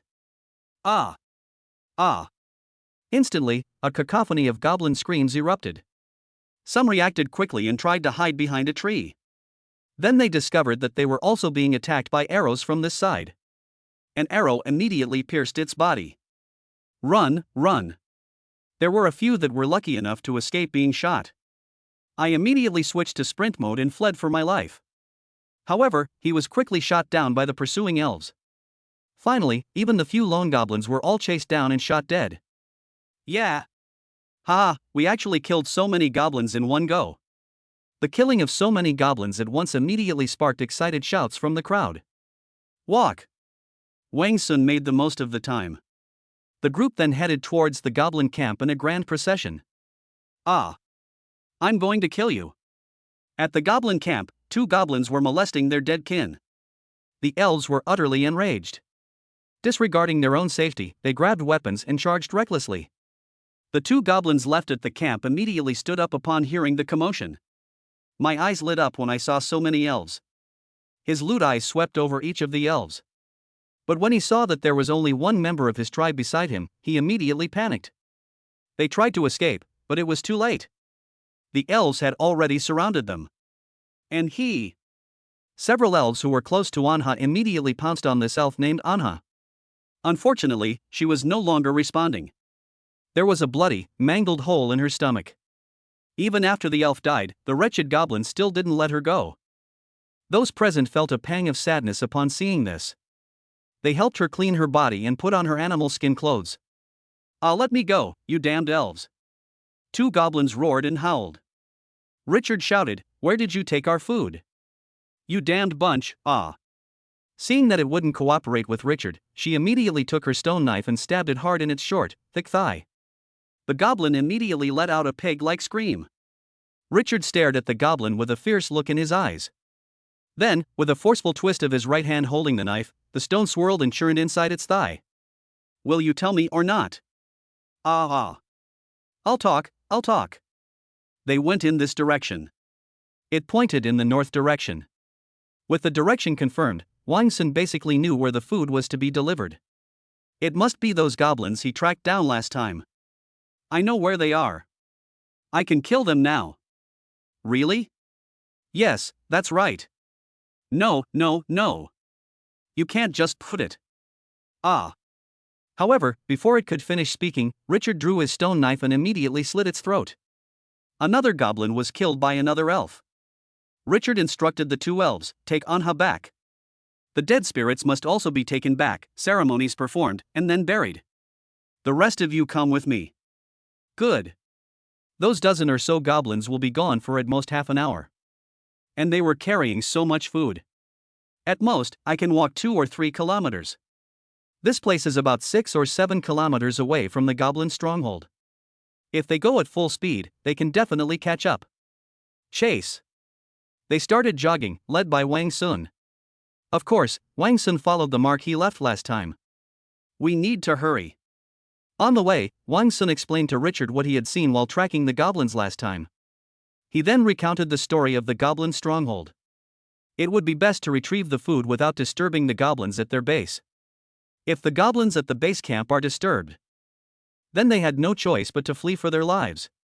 This is a sweet potato. On the way, Wang Sun found a sweet potato that was only half eaten. This must have been left by the goblins. "We haven't gone the wrong way," Richard concluded. "Yes, that's right. Keep chasing." More than 20 minutes later, they finally caught up with the group of goblins. 15 goblins, 10 of which were carrying 5 baskets of food. Each wicker basket contains approximately 150 kilograms of sweet potatoes, and other plants. "Found them. Follow me and kill them all." Upon seeing the goblins, Richard immediately rallied his people to charge forward. "Wait a minute. What are we waiting for? Let's go." Wang Sun wanted to tell them not to be in such a hurry, but Richard immediately retorted. Wang Sun originally intended to lead some men to circle around from the side and block their retreat. "I'm afraid they'll escape and go back to report to us." But it was too late. Both sides had already started exchanging arrows and engaging in a fierce battle. "Wang Sun, let's go too." Lisa couldn't wait either. Go ahead, just get the food back." Wang Sun didn't care about anything else, all he wanted was to get the food back. "Let's go." Immediately, Wang Sun and the others rushed forward as well. Hide! An elf attack. They also react quickly when attacked. They immediately dropped the food and hid behind a tree trunk. They also fired arrows in retaliation. However, they have an advantage in numbers. In addition, 5 or 6 of them were shot dead at the beginning. They were quickly suppressed by this side and dared only hide behind the tree trunks, not even daring to peek out. Wang Sun and his group gradually approached. The leading goblin watched as his tribesmen fell one by one. I was also afraid. It turned and ran, shouting at the same time. I'll go get the leader to send men over. You all stay here and guard this place. Anyone who tries to run away will be killed. But when the other goblins saw that their leader had run away, they lost their will to fight. They're not stupid either. They knew that escaping meant they could survive. But staying here will definitely get you killed. So they all turned around and fled for their lives without prior arrangement. Chapter 31 Stockings. Superior. They saw that all the goblins had run away. They all rushed forward immediately and obtained the food. This is all the food? Manager Wang Sun asked. Can we exchange it for iron? Sure. There are 5 wicker baskets of food, including sweet potatoes, potato starch, and some other crops. Wang Sun weighed them in his hands and estimated that each one weighed over 150 kilograms. How much iron can I get in exchange? Richard asked expectantly. Let's go back and talk about it. It's not safe here, let's go back first. Wang Sun felt a chill run down his spine at the thought of hundreds of goblins not far away. Okay. Richard nodded. Richard then had his men carry the food back. Wang Sun can be recycled back to the system. But he didn't want to expose it to Richard and the others. Although this secret is hard to hide. But the fewer people who know, the better. In order to avoid being attacked by goblins, they chose another route back. The journey back was uneventful. It just took a little longer than expected, more than 2 hours in total. Upon arriving at the village entrance, we placed the food there. Then Wang Sun led them into the woods. At this point, Wang Sun asked Mu to open the city gate. They quickly carried the food inside and closed the door. You can come out now. After they finished moving the food, Wang Sun let them out. Where's the iron? Richard asked loudly. They're here. After saying that, Wang Sun threw down a piece of iron about the thickness of a finger and measuring 40 centimeters by 50 centimeters. Richard quickly went over and picked it up, his eyes gleaming. It's so heavy. As expected of iron. Now we can make even sharper weapons. Our tribe's strength will definitely increase significantly. As long as we have enough iron, it's not impossible for our tribe to become the most powerful tribe. Richard was ambitious. Seeing their excited expressions, Wang Sun couldn't help but wonder if they knew how to forge iron even if they had it. After all, they didn't even have iron. However, this is not something Wang Sun should worry about. However, Richard seemed dissatisfied with the size of these iron pieces. She looked up and shouted, "How come we only got such a small piece of iron in exchange for 5 whole baskets of food? Give me some more." That's all. Wang Sun refused. These are just potatoes and sweet potatoes, they're not worth much. If you can trade meat or live animals, you can get a lot more iron. Richard didn't answer, but lowered his head to think. Then he led his men back. After they left, Wang Sun immediately took back the food. Mu and the others were not surprised by Wang Sun's actions. Wang Sun also told them not to reveal his secret. This can't be kept secret, but as few people as possible should know about it. Besides, it wouldn't matter if the elves here found out. They would simply think it was some kind of divine power. As for modern people, well, there aren't any here anyway. Wang Sun doesn't need to be considered either. 764 points. I'm rich again. Adding the 100 points from today, the total is 864 points. Pear Blossom immediately grinned and moved closer to Wang Sun. Wang Sun, will you be able to conjure up lots of delicious things again? Of course. Hey Pear Blossom, you're such a glutton. Soya laughed. You must be starving to get back so late. We've been keeping the food warm for you. Come and eat. Good. Wang Sun glanced at his watch and realized it was already past 3 in the afternoon. There's nothing particularly needed for the time being, so Wang Sun is saving his points for now. The mud bricks made the day before yesterday have been dried. In order to make some space on the tribe's land, they decided to start building the wall today. About 200 mud bricks have dried. They started laying these mud bricks today. Let's move in. Good. Apart from Soya, the other 4 started by moving the mud bricks to the north wall of the city. First, build a high wall on the north side of the tribe, that is, the side facing back. After moving the mud bricks, they mixed some moist yellow mud on the ground. To increase its sturdiness, Wang Sun mixed in the leftover cement from repairing the pool. They used wicker baskets to fill the mud with the mud. This wicker basket is woven very tightly, just like a regular basket. After filling it with yellow mud, people above would use vines to pull it up. The equipment is still there, and the operation is still the same. They hoisted the yellow mud up and pasted it onto the mud bricks. Finally, it was built into the city wall.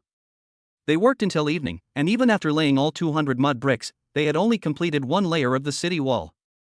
However, the city wall was also increased in height by 30 centimeters. Alright, today's task is complete. After finishing, Lisa shouted loudly. I'm so tired. Pear Blossom complained. I'll give you something delicious to drink. Wang Sun also had a bottle of orange juice, which he immediately took out. It's so good that you're here to see me, King Yi. Pear Blossom cheered. Wang Sun then poured the orange juice into their respective ceramic bowls, and each person received a bowl. The group rested while drinking orange juice. Wang Sun discovered that there was no meat left in the tribe. Wang Sun had the system reclaim all the animals he had recently captured from the goblins. Lucky draw. Lucky draw. We need to conjure up some meat. Meat is needed, but not too much. If you draw too many, it's difficult to store them without a refrigerator. So you can draw 10 points at a time. 864 points, let's do a 16 pull. Ding ding ding. 1 pound of apples, 2 pounds of beef, 2 pounds of pork, 2 packs of toilet paper, 1 pack of boneless chicken feet, 3 spoons, 2x level 1 strength pills. Wang Sun swallowed the power pill directly. 2.2 times the strength of an adult man, huh? Keep going, keep going. 1 pound of bananas, 1 pound of oranges. 1 pack of squid balls. 1.25 liters of Coca-Cola, 5 bottles of beer, 5 cans of yellow peaches. Men's underwear x2, black stockings x2. 1 outdoor tent. Wow! There's even a surprise. Wang Sun never expected that he could win a tent from the 10-point lottery. This tent looks pretty good. It's clearly not something you could get for 10 points under normal circumstances. Great, now we can live in the tent. Wang Sun then took out all the items from the lottery. In an instant, a whole bunch of things appeared in front of them. Wow! Wang Sun has so much stuff. Lisa Rika exclaimed in surprise. Yes, that's right. Crunch. Wang Sun picked up an apple and started taking a bite, explaining one by one, this is pork, this is the black water you drank last time. This is wine, just like your sweet potato wine, but it's made from something else. Wang Sun explains beer. They also have various kinds of wine, such as sweet potato wine and fruit wine. Here, have a taste. Wang Sun opened a bottle. Good. Ugh, it tastes bitter. Pear Blossom frowned. A little. Tisk not bad. Lisa nodded. She used to drink occasionally. What is this?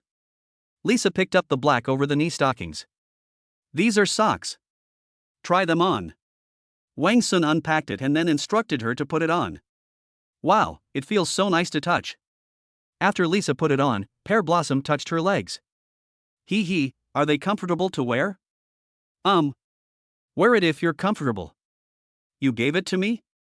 Lisa asked expectantly. It's yours. Yay! Who wants these? Wang Sun asked, there's 1 pair left. Forehead. I don't want to. I don't want it either. Soya and Moo both refused. They looked at the socks and felt something was off about them.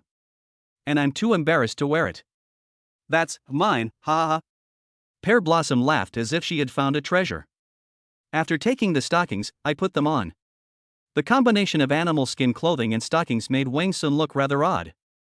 Wang Sun said, we saw some clothes on the beach last time, you can wear them. This matches better.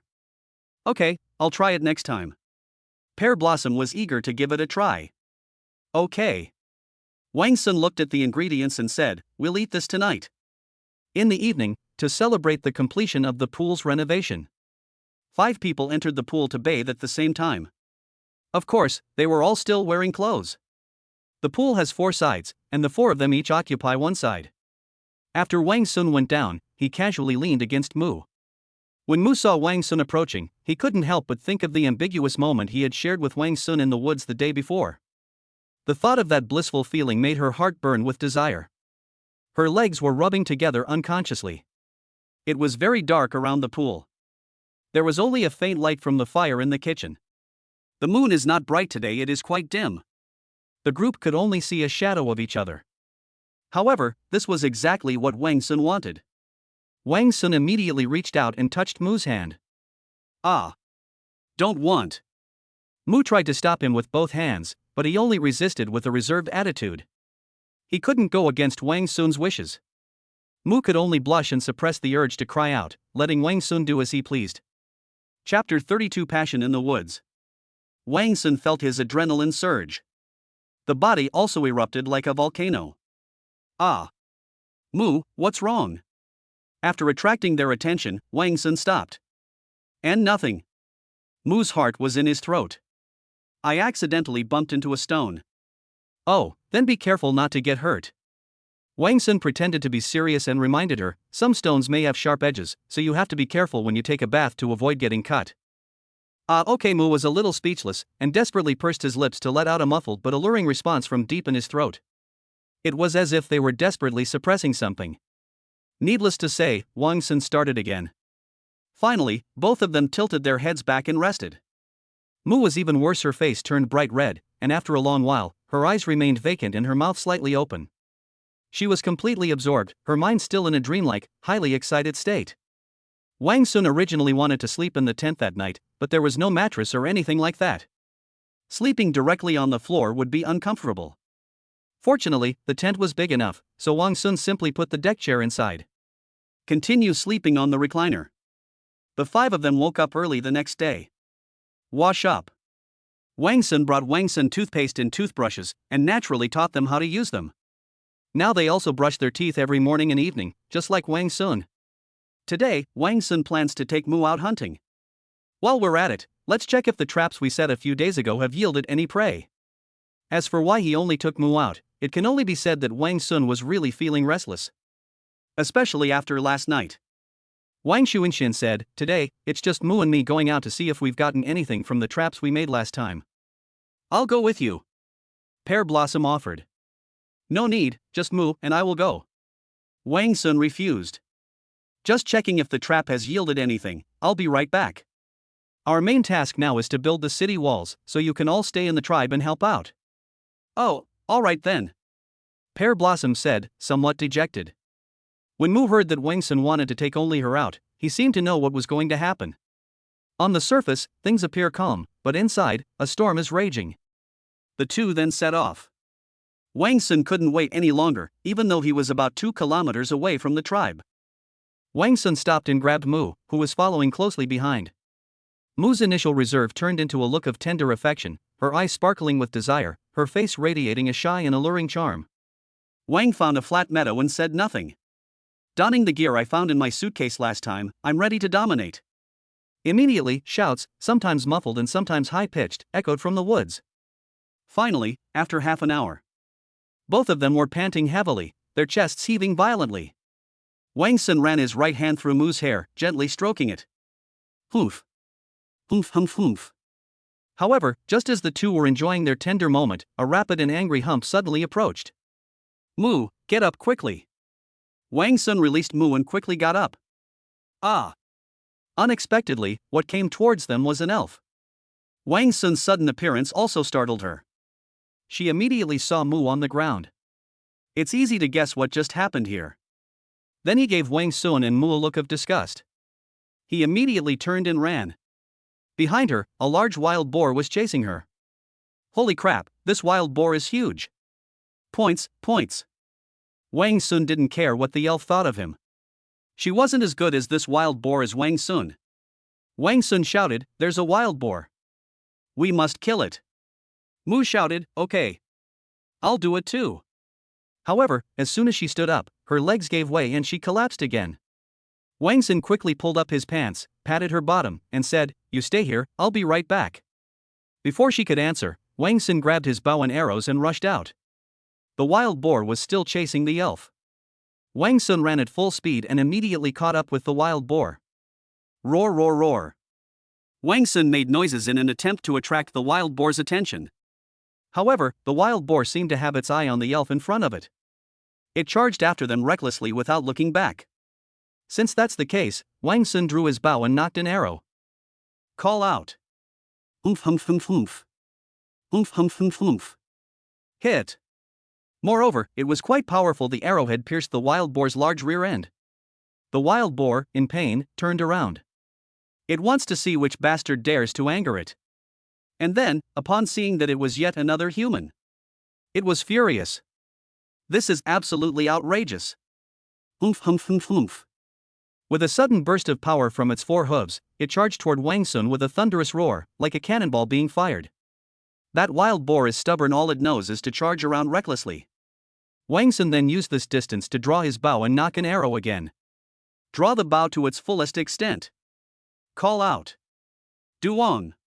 The iron arrow made a cracking sound in the air and then pierced straight into the wild boar's forehead. You should know that a wild boar's skull is incredibly hard. But the arrow still went in.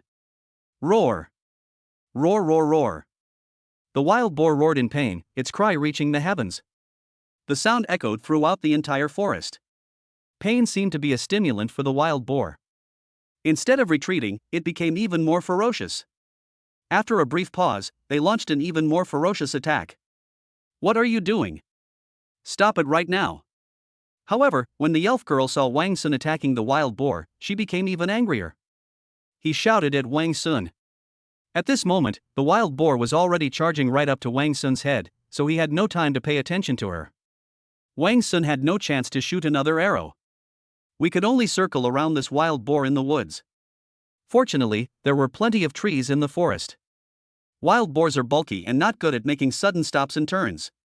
In addition, Wang Sun now possesses 2.2 times the strength of an adult. They run very fast. It can easily escape the wild boar's charge. Under these circumstances, Wang Sun repeatedly managed to launch several arrows at it from the gaps in its path. Although there was no opportunity to draw the bow fully and unleash its full power. But every bit of damage we can get is a drop in the ocean. And it was through this gradual, incremental depletion that things began to decline.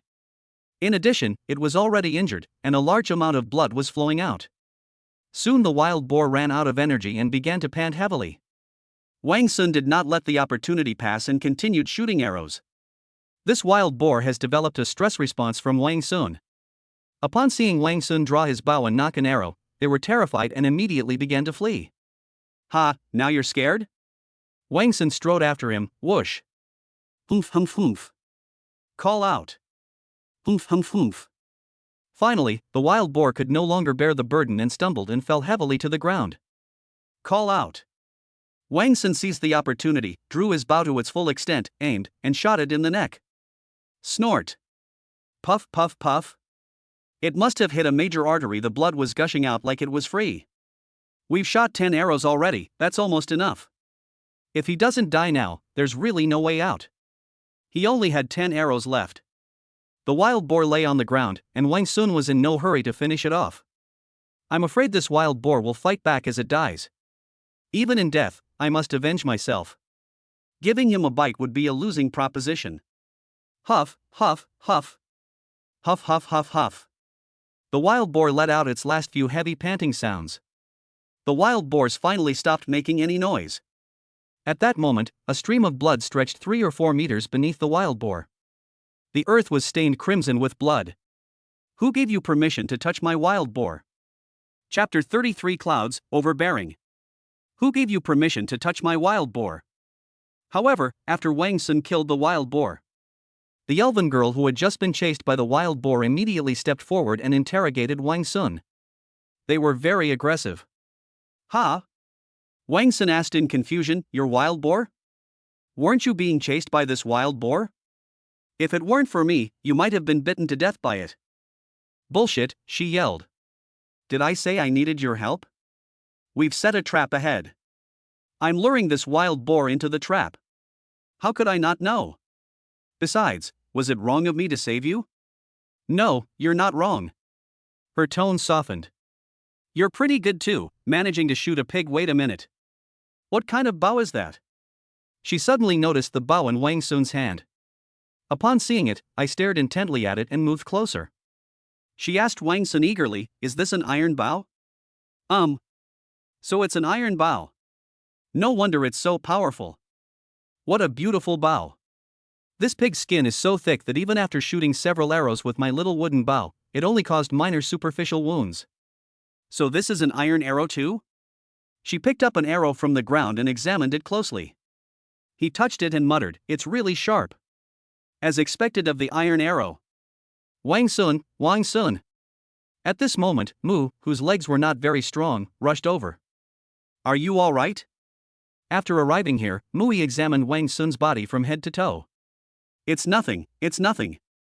Wang Sun hugged her and smiled. How could anything be wrong with me? It's all right, it's all right. Mui nestled in Wang Sun's arms, rubbing her face against his strong chest. You. At that moment, the image of the two of them in their pure white attire suddenly flashed into the elf's mind. Then she felt no shame, only anger. In addition, Mu was behaving like a little woman at this moment. She became even angrier, her eyes practically spitting fire. She pointed at Mu with a look of exasperation and shouted angrily, "Mu!" Ah! Mu was startled and instinctively broke away from Wang Sun. Mu left Wang Sun's body, and at this moment, she unleashed her full power, shouting at Mu. I never would have guessed that you're usually such a dignified, serious, and taciturn person. Yet he can now act so lewdly. You are our elven warrior. How could you behave so humbly and shamelessly? Clouds. Mu was so embarrassed that she wanted to disappear. Her face turned red and she lowered her head, at a loss for words. However, the elf named Cloud showed no mercy whatsoever. Hey! You've really disgraced our elven race. You have betrayed our elven race. How is it a betrayal of your elf race that Mu is with me? Wang Sun couldn't allow her to continue. Yun Duo turned her anger towards Wang Sun, shouting with no less force, elves can only be with other elves. No other race is worthy. Eh? Wang Sun was speechless. You've even started using racism. We elves are the noblest race. Yun Duo, extremely arrogant, crossed her arms and said disdainfully, You're the male from the Mu tribe that everyone's been talking about lately, aren't you? Yeah, so what? Wang Sun didn't give him a friendly look either. Can you get your hands on iron? Yun Duo's emotions finally calmed down. She looked Wang Sun up and down, pondering something. She immediately looked directly at Wang Sun and shouted, Let's make a bet. What are we betting on? If you lose, you will return to my tribe for 7 days and do what I tell you to do during that time. On the other hand, I'll do the same and go back to your tribe for 7 days. Yun Duo wanted to make a name for herself. They wanted to take Wang Sun back and make him go and retrieve iron. No, Wang Sun. Mu was the first to object. Wang Sun, don't gamble, I can't leave you. Our tribe cannot do without you. While Wang Sun kissed her on the cheek, comforting her, Don't worry, I know what I'm doing. Ha! Seeing the two of them being all lovey-dovey, Yun Duo made no attempt to hide her disgust. Disgusting. The words slipped out. Sure, but you have to tell me what you're betting on first. Wang Sun didn't mind giving it a try. Wang Sun wanted to get more people into his tribe. Perhaps we can use her as a starting point. Then let her bring her family or other elves to their tribe. Of course, this is just one of Wang Sun's hopes. In a fight, whoever falls to the ground first loses. Don't want. Mu was truly anxious this time. Wang Sun, no. She's one of the best fighters in the Big Tree tribe. Why should we send her to our tribe? I don't want her to go to our tribe. Wang Sun patted her on the back, Trust me, I have my own plans. What Mu and the others didn't know was that Wang Sun's power had now reached 2.2 times that of an adult. According to Wang Sun's previous estimate, Lisa has 1.5 times the strength of an adult. Therefore, his power has far surpassed that of Lisa. And her power might not even be as great as Lisa's. Therefore, Wang Sun wasn't worried at all. Okay, I promise you. Very good. Yun Duo said smugly, as if Wang Sun had finally fallen for her trick. Even though he was very powerful, Wang Sun did not intend to confront her head-on. The clouds assumed a fighting stance. He clenched his fists and placed them in front of his chest, ready to deliver a powerful blow to Wang Sun. Wang Sun stood still. Yun Duo was very confident and stepped forward to try throwing a few punches. But just as she was about to approach Wang Sun to throw another punch, Wang Sun charged straight forward. Upon seeing this, the clouds immediately assumed a defensive posture. However, Wang Sun opened his arms and charged straight ahead. Not good. Bang! Bang! Ah! Wang Sun rushed towards the clouds, and she quickly punched him a few times in an attempt to knock him back. But Wang Sun held on, and after going up, he grabbed her tightly around the waist. Pick me up. Yun Duo weighs only about 120 pounds, and Wang Sun easily picked her up. The cloud struggled desperately, but it couldn't break free because its strength was no match for his. Thump! With a quick bend of his knees, Wang Sun slammed Yun Duo to the ground. Let me go! Let me go! Let me go! You're cheating! When Yun Duo saw Wang Sun rushing up, she thought he was going to have a fair fight with her. Unexpectedly, Wang Sun had no intention of fighting her at all, but instead used his strength to knock her to the ground. He pinned her down with his body. Wang Sun lifted his head from her chest. You lost. I didn't. You're lying. This isn't fighting at all. Wang Sun still held her tightly, lying on top of her, saying, Anyway, I don't care. You said yourself that whoever is knocked to the ground loses. If you try to cheat, I won't get up. Wang Sun clung to her chest like an octopus. Feeling her smooth belly, Wang Sun deliberately disgusted her by licking it. Ah! The clouds immediately looked like a cat with its fur standing on end. Hey, what are you doing? Stop licking. Stop licking. I can't take it anymore. I give up, okay? Ha, why not just admit defeat sooner? Wang Sun let go of her and got up. She quickly got up and looked down at the drool on her chest. Ha! It's so dirty. Male species are despicable. I felt nauseous and quickly wiped it away with both hands. Sexism? It's both racist and sexist. Wang Sun thought she was being arrogant and didn't like it. But now that it's fallen into my hands, Wang Sun grinned, it'll have to be properly trained. Come on, come with us, Wang Sun said. Let's go. Just then, Yun Duo's two companions arrived. They prepared to ambush the wild boar at the trap. But since the cloud hadn't gone over for so long, they came looking for her. You've come at just the right time, Yun Duo said to the two of them. Go back and explain to my mother and sister. Just say I'm going to stay in Moose Tribe for 7 days. Also, one of you should go back and call people to come and move this big pig. Good. Hey, Wang Sun realized something was wrong. Wait, what did you say? You said you wanted to take this pig back? Yun Duo retorted, yeah, you don't actually want this pig, do you? Wang Sun shouted loudly, this is the pig I killed, so of course it belongs to me. Bullshit, we can kill this pig without you. We found this pig first, and you stole and killed it. This pig must be ours. Cloud's tone grew more forceful as she pointed at an elf. Go back and get some help. Good. Chapter 34 Enemies. I don't care about this or that. Wang Sun knew he was now entangled with her. So, without thinking twice, Wang Sun headed straight for the wild boar. What are you doing? Yun Duo shouted, stop right there. Wang Sun ignored her, so she rushed at him. But it was too late. Wang Sun merely touched the wild boar with his right hand. Then the wild boar disappeared. Hiss. All three elves gasped in shock. How did the pig just disappear? They stared wide-eyed as they approached the spot where the wild boar had disappeared, looking left and right, up and down. But they found nothing. Where did you take the wild boar? Wang Sun also feigned surprise, I don't know. I just wanted to drag this pig away and it disappeared. You didn't deliberately take it away so I wouldn't have it, did you? Wang Sun retorted. They're just pretending to be confused. In their minds, it's impossible for something to disappear into thin air. Therefore, there was no doubt that Wang Sun had transformed the wild boar away. Of course, Wang Sun had thought so before. If it's possible, then it must be magic. After being wrongly accused, the cloud loudly protested, you're talking nonsense. We didn't touch it at all. If it wasn't you, it could be me. Wang Sun continued. How should I know? I didn't even touch it. That's strange, how could such a perfectly good pig just disappear? Wang Sun pretended to be stupid. He. While the three women were wondering what was going on, Mu was overjoyed. She covered her face with her hands, unable to stop herself from giggling. Shoo! Wang Sun grinned mischievously, telling Mu not to let them find out. Mu leaned close to Wang Sun's ear and whispered with a laugh, Wang Sun, you're so naughty, you fooled them all.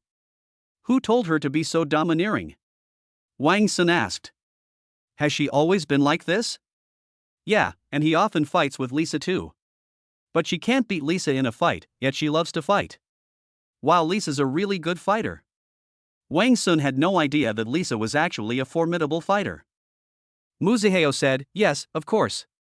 She is also one of the best fighters in our tribe. And she's even more powerful than Yun Duo. Oh. I didn't expect Lisa to be so amazing. Aha. In the end, they had no choice but to give up because they couldn't find it. He was muttering something incoherently. Alright, it's a shame we can't find it. Yun Duo looked at Wang Sun. Let's go. Let's go check the traps first. I've been busy these past few days and haven't had a chance to check on the traps. They came to the first trap, where there was a rabbit. He is already dead. There is no second trap. The third trap resulted in the capture of a pheasant. He died too. The fourth trap. Yo yo yo. Deer. It's a deer. We actually caught a deer.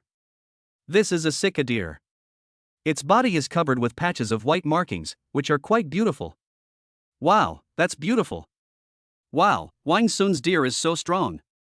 Mu exclaimed with delight. Wang Sun also exclaimed, this deer is indeed very strong, especially its belly, which looks like it's pregnant. Yun Duo glanced at it and said definitively, isn't that a sign of pregnancy? If she's pregnant, then she'll also have a baby deer. Then we can take it back and raise it. Humph, what good luck. They actually caught such a big prey. Yun Duo was immediately displeased when she saw that Wang Sun and his group had caught such a large prey. In addition, she had just lost a wild boar. I feel unbalanced. Wang Sun tied its legs with vines, carried it around his neck, and took it away. Open the door. Open the door. Before returning to the tribe, Wang Sun shouted loudly. They're here.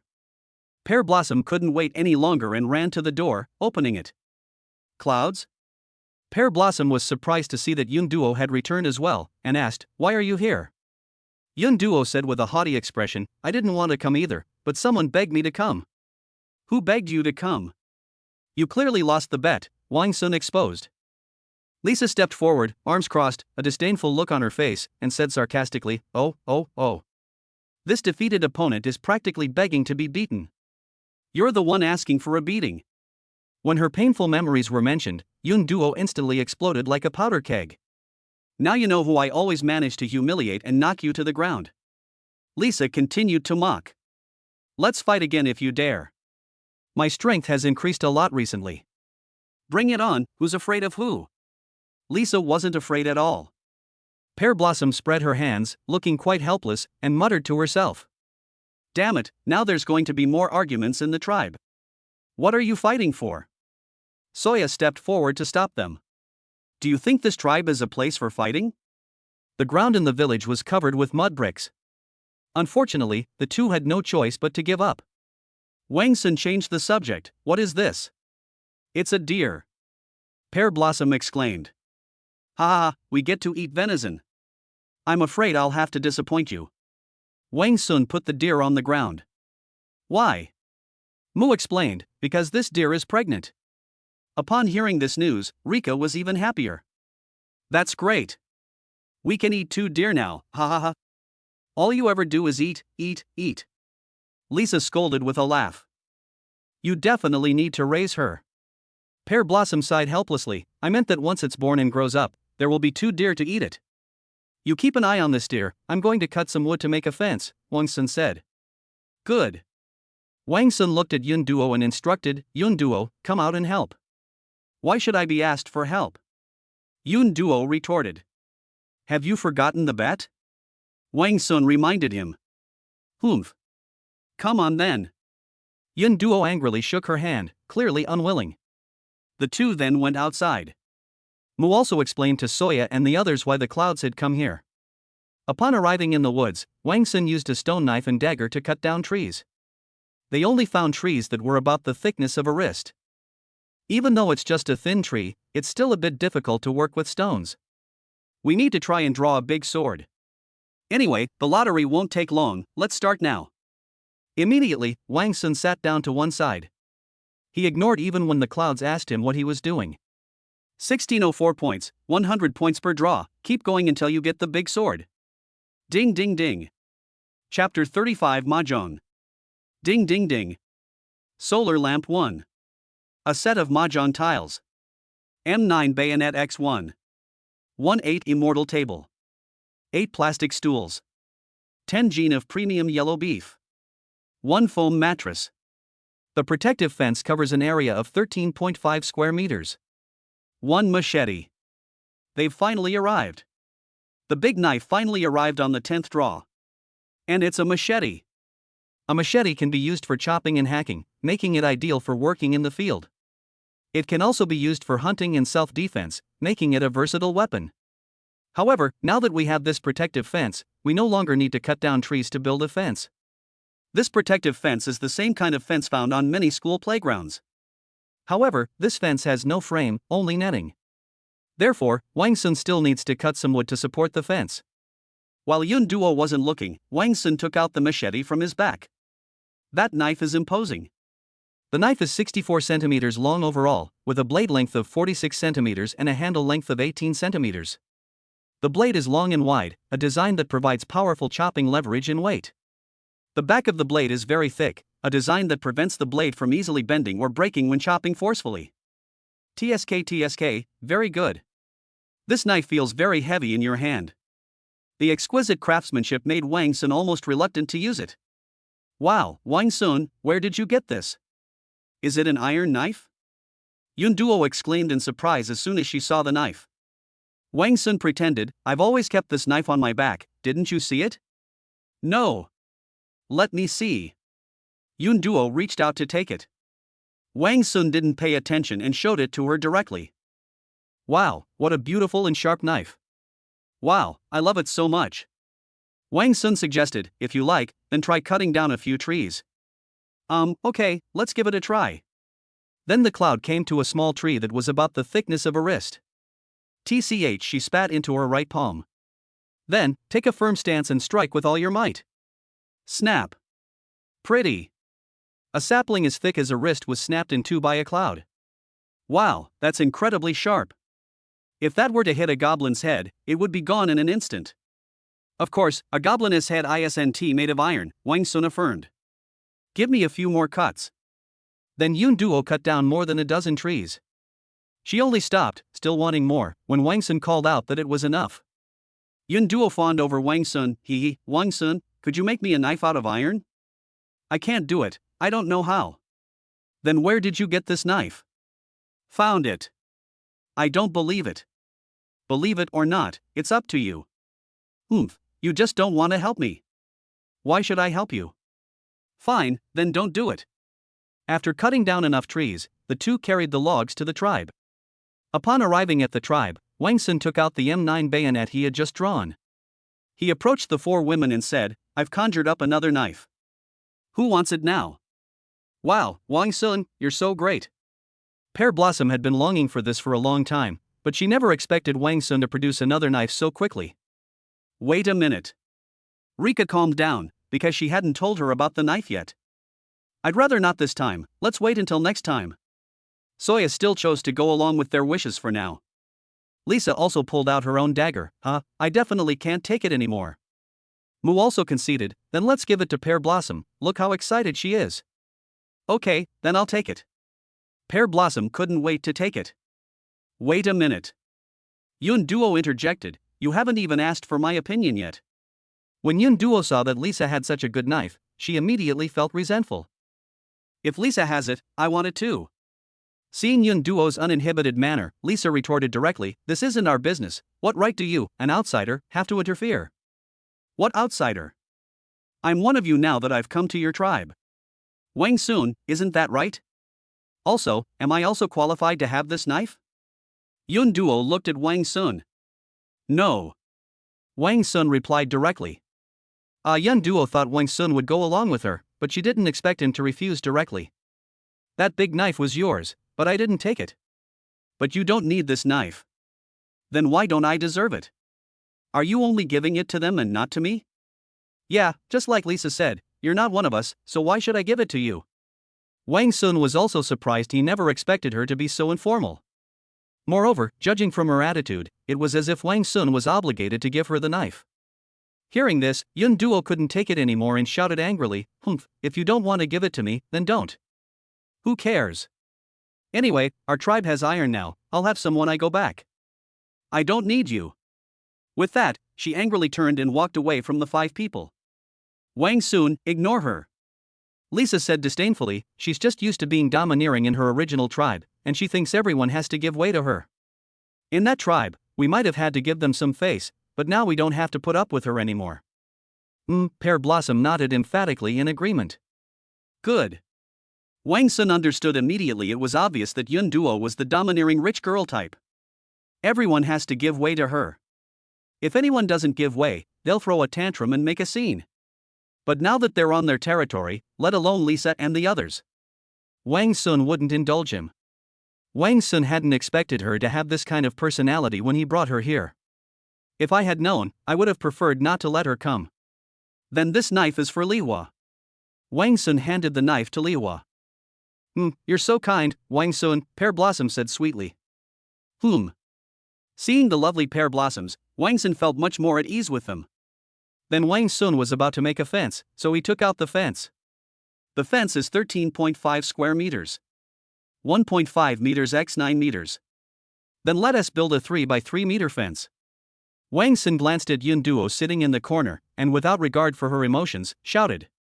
Cloud, come help. I won't help. Don't even think about getting me to do any work. Wang Sun reminded him, have you forgotten our bet? I haven't forgotten. Then come and get to work. I'm not helping, Yun Duo said stubbornly. Fine.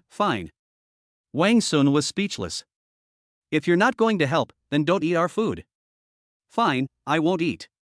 I'd rather starve to death than eat your food. You've got guts. Wang Sun didn't mind wasting time with her. Wang Sun didn't expect her to come over and be waited on hand and foot. Since she was unwilling to work, Wang Sun would definitely not give her any food. Wang Sun doesn't want her help, so I'll help you instead, Mu stepped forward. Good. Wang Sun then began to build the fence. There are already 2 fences in the southwest corner of the tribe. There is a hen and 7 chicks in one of them. The rabbit hutch is right next to the chicken coop. Wang Sun built the deer fence next to the rabbit burrow.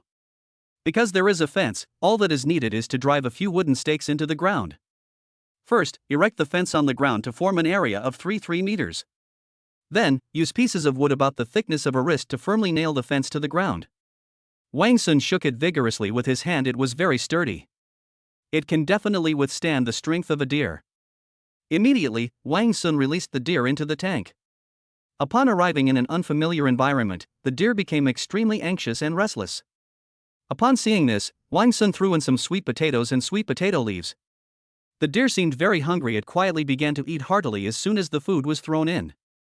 Wow, Wang Sun, we have so many animals now. Pear Blossom exclaimed. Looking at these animals, Wang Sun felt very satisfied. With these animals, we can have an emergency if needed. Wang Sun could kill them at any time and exchange them for points. But these animals are not enough. Wang Sun hopes that one day he will be able to raise livestock on a large scale. Even larger animals like pigs, sheep, and deer require 1,000 or 800 to be raised. We have land animals, but we're still missing aquatic animals. We need to find a time to catch some fish to raise. I can go fishing when I have nothing else to do.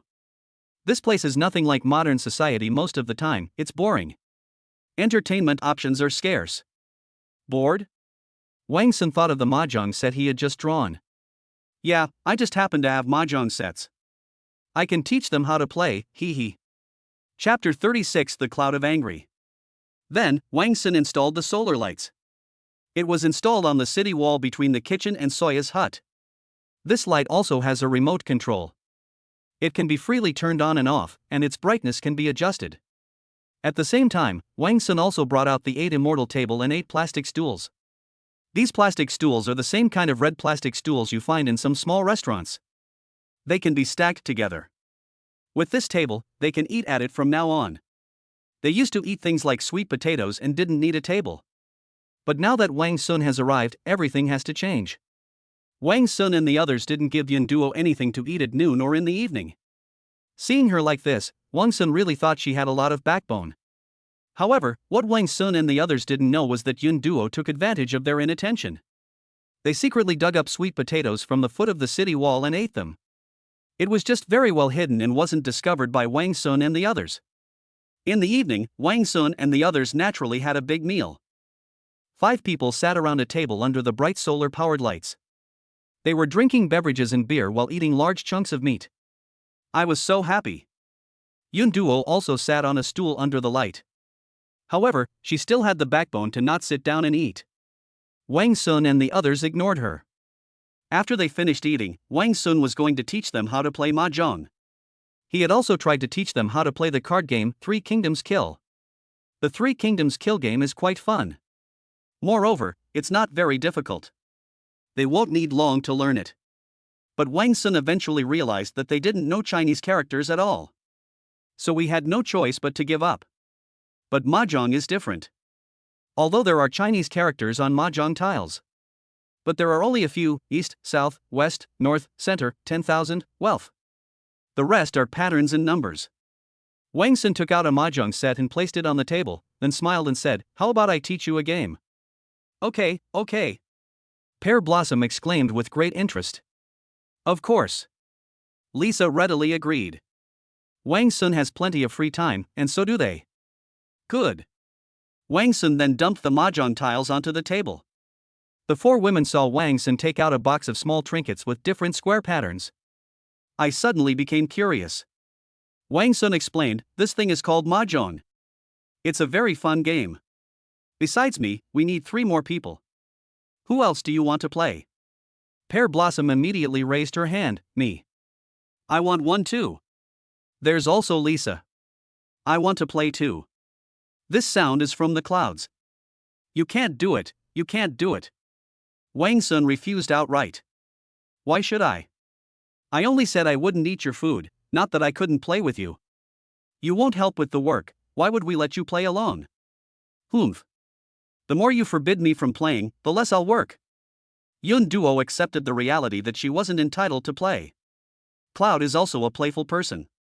However, seeing that Wang Sun wouldn't let her play, she still sat down next to him and joined in the fun. Seeing that she was calm and quiet, Wang Sun continued his explanation.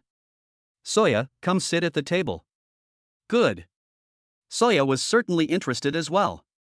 Finally, after half an hour, they finally understood the rules and how to play. However, as for skill level, it still needs to be improved through continuous mahjong playing. Wang Sun, Lisa, Liawa, and Suya played first. Wang Sun arranged the mahjong tiles neatly. Soya clutched the cards like she was holding a textbook. Lisa stared at Wang Sun, awaiting his instructions. Meanwhile, Pear Blossom was still trying to recall what a winning hand was. Just as Wang Sun finished arranging his tiles, Soya held up 2 5s of bamboo and shouted, "Wang Sun! You just played a 5 of bamboo, does that count as a pawn?" Pear Blossom shouted loudly, "Bang!" Shouted now. Wang Sun explained with a smile, "We only touch when there are 3 of them. The 2 of you together make up the count." Pear Blossom, weren't you listening to me carefully just now? I forgot. While Wang was searching for his cards, Lisa secretly slipped a 2 of bamboo to Soya, mouthing "take it" to her lips. Soya looked bewildered and said, "Lisa, speak louder. I don't know how to play and I don't understand what you mean. Are you giving me a card to trade with me?" Seeing that Soya didn't understand what he meant, Lisa instantly looked disappointed and heartbroken. "I was secretly giving you cards to help you make pairs. How could you say that out loud?" Oops. Wang Sun almost burst out laughing. "Lisa, you're a newbie and you dare to cheat? What will people think in the future? The cards are confiscated." Ha! Lisa immediately deflated. There is no such rule in the rules. Ha, even though there are no rules, it's definitely not allowed. Alright then. After drawing 2 more rounds, Pear Blossom drew an 8 of characters and, seeing 2 8 of characters in her hand, excitedly shouted, Lisa. Can I make a meld with these 3 8 of characters?" Lisa nodded vigorously, "Chow. Hurry up and Kong." Wang Sun just said that Konging will allow you to draw more tiles. You need 4 cards to form a meld. Wang Sun turned the Pear Blossom cards over. You only have 3, you're still 1 short. Pear Blossom was stunned for a moment, then stuffed the 80,000 back into her hand and gritted her teeth, saying fiercely, "Then I'll draw another one later, and if I don't get it, I'll just steal yours." "That's right, that's right." Just as Wang Sun nodded, Lisa suddenly slammed her hand on the table and shouted, "Wait! I just played Sansua, why didn't you eat Liwa?" Pear Blossom blinked, "Eat? Eat what? Can we still eat the cards?" Wang Sun explained with a smile, "If someone plays the card that's missing from your sequence, you can eat it. For example, if you have 1 of bamboo and 2 of bamboo, and someone plays 3 of bamboo, you can take it." Pear Blossom suddenly realized and slapped her thigh, "You should have said so earlier. I thought you were telling me to put the cards in my mouth." Lisa laughed so hard she almost dropped her cards, and couldn't help but unleash her scathing mockery, "Ha ha, Rika, you're so stupid, Rika." Pear Blossom blushed, "You're the stupid one." The 4 of them played and played for an hour. After that, Wang Sun stepped off the stage and let Mu experience it. Wang Sun stood to the side, answering the questions of the 4 people. Mahjong is so much fun. Even modern people with abundant entertainment options can easily become immersed in it. Then let's not even mention those primitive people who are bored to death most of the time. They've never played such a fun game before. They had a great time and were completely absorbed in it. They always go to bed early and get up early, but it looks like they're going to stay up all night tonight. The 5 of them played for more than 5 hours straight, but they were still having a great time. Yun Duo watched as the 5 of them chatted and laughed, having a great time. She couldn't wait to have sex with him. But Wang Sun showed no intention of letting her go. Every time someone left the table, she thought she had a chance. But to her despair, another person immediately took her place. There was absolutely no intention to involve her. It was almost dawn and it still wasn't her turn. She was so anxious she was about to stomp her feet. The more I think about it, the more anxious I get. They were as anxious and restless as ants on a hot pan. She looked at Mu anxiously, and it was only Mu with whom she had a lukewarm relationship.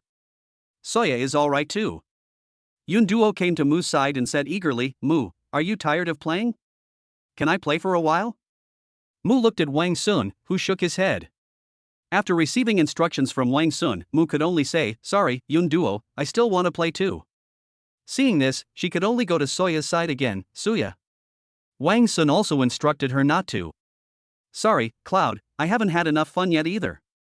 "All right." Finally, Yun Duo could only sit dejectedly on a chair to the side. Tears were welling up in her eyes. But she stubbornly held back her tears. Finally, Yun Duo could only sit dejectedly on a chair to the side. Tears were welling up in her eyes. But she stubbornly held back her tears. None of them pointed it out. This is exactly the effect Wang Sun wanted. He had to deflate her arrogance. The agreement had been made, once you're here, you must follow Wang Sun's instructions. She refused on the very first day. Wang Sun ignored her and continued to build up the atmosphere. "Come on, let's continue." Then the group was filled with laughter and joy once again. Finally, it got really late, and the moon was starting to dim. Wang Sun glanced at his watch. It was past 4 o'clock. Soya was also a little tired and said, "Oh dear, it's too late, too late. I have things to do tomorrow, so I'm stopping now." "Ah, are you done playing?" Upon hearing that Soya was done playing, Yun Duo instantly stood up as if she had been injected with chicken blood. He sat down in Soya's seat with a look of great joy. He put his hands on the table and excitedly started shuffling mahjong tiles, imitating her. "Come on, if Soya won't play, I will." Well, Mu said a little embarrassedly, "It's too late, I need to rest too." Yun Duo didn't mind, "It's fine, then it's just right for the 4 of us." Pear Blossom stopped playing too. "I need to rest too. I still have to build the city wall all day tomorrow." "Okay, that's enough for tonight. We'll play again next time." Wang Sun was about to wrap things up. "Ugh, why are you all bullying me?" Seeing that no one was cooperating with her, Yun Duo could no longer hold back and burst into tears. She stood up abruptly and glared angrily at Wang Sun and the others. She roared, "You did this on purpose. You're deliberately targeting me. Wah. I don't want to stay here, I want to go back. I want to go back, wah." The 5 people were surprised that Yun Duo suddenly erupted. They didn't give them time to react before running desperately toward the city gate. "It's not good for me to go." Wang Sun was the first to react and went to chase after them. Boom! But by this time, the city gates had already been opened by the clouds. She darted out in a flash. Wang Sun turned around and shouted, "I'm going to go and bring her back. Close the door tightly and don't come out." Mu replied, "Okay. You must be careful." "Good. If anything goes wrong, we might face retaliation from the big tree tribe." Wang Sun took his flashlight from the tent. Then they chased after him frantically. Wow, how can she run so fast without any lights? Although there is moonlight, the moon's brightness is ultimately limited. Even though Wang Sun had a flashlight. But it can only illuminate one's own path. To pursue her, one could only follow the sound of her tearful cries. However, Wang Sun didn't notice that on the tree trunk in the direction he was heading, there were marks of his carving. Ah! Suddenly, a scream came from the clouds ahead. Not good. Wang Sun rushed forward and shone the light forward. Holy crap! Just a dozen meters in front of the cloud, there were more than 20 goblins. Weren't all those goblins killed? Why are there so many goblins again? Wang Sun wondered.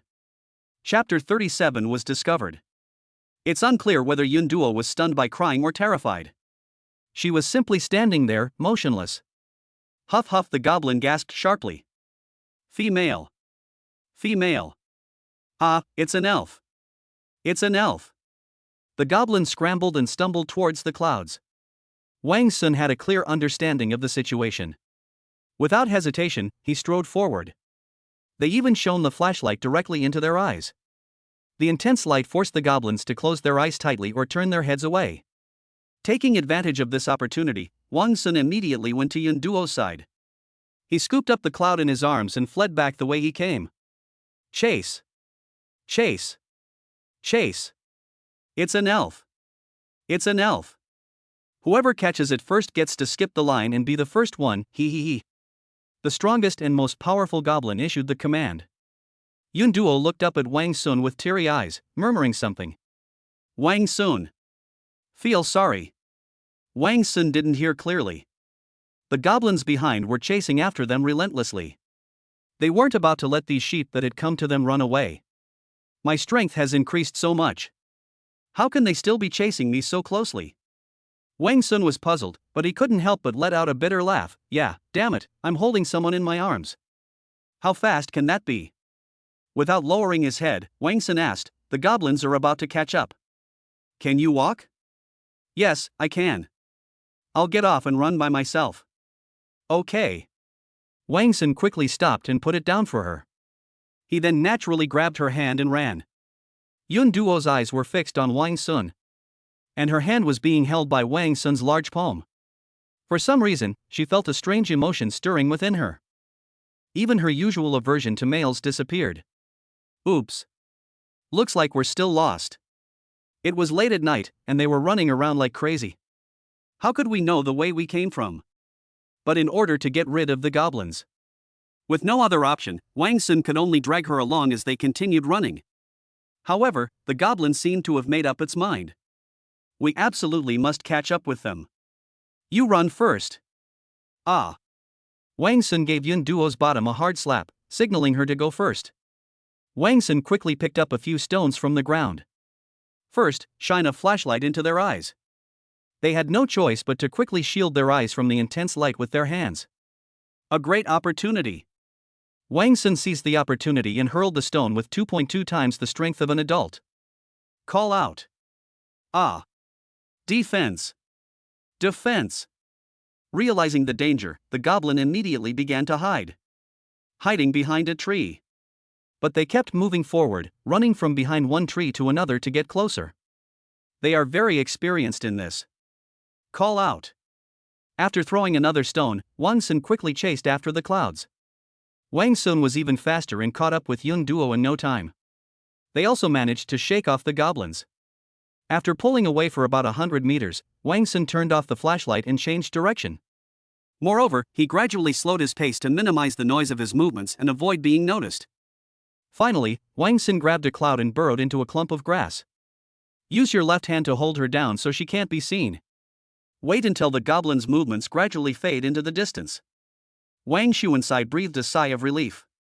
Wang Sun lowered his head, feeling the intense heat of the clouds so close at hand. The two of them exhaled increasingly heavily. Wang Sun released her, spread his arms, and lay on the ground, panting heavily. Wang Sun. I'm sorry.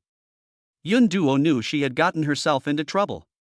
Well, Wang Sun didn't know who to blame. After all, he was partly to blame. No need to apologize. I am partly to blame for this. But it's good that everything is alright now. Don't overthink it. Yun Duo turned her head to look at Wang Sun. What do we do now? Let's wait until dawn. We'll find our way back after daybreak. Then the two of them rested. Fortunately, it's not long before dawn, it's already past 5 o'clock. The sky was already beginning to lighten. With nothing to do, Wang Sun entered the system. You can see how much the clouds like you. Wow! Their favorability rating towards me has gone from failing to 70. Wang Sun could sense the changes in Yun Duo's feelings towards him. Could it be the suspension bridge effect? Or the hero rescuing the damsel in distress effect? The thrilling scene of me rescuing her just now left her feeling terrified. Do you really like my heroic act of saving the damsel in distress? No wonder the hero saves the damsel in distress trope is so famous, it seems to really work. Moreover, Mu's favorability rating towards me has reached 90. You can earn 50 points every day just by using Mu. The other three are Rika 87, Lisa 82, and Soya 83. Now I can get a full 150 points every day just by claiming them. Adding the previous 604 points, you now have 754 points. That's not enough.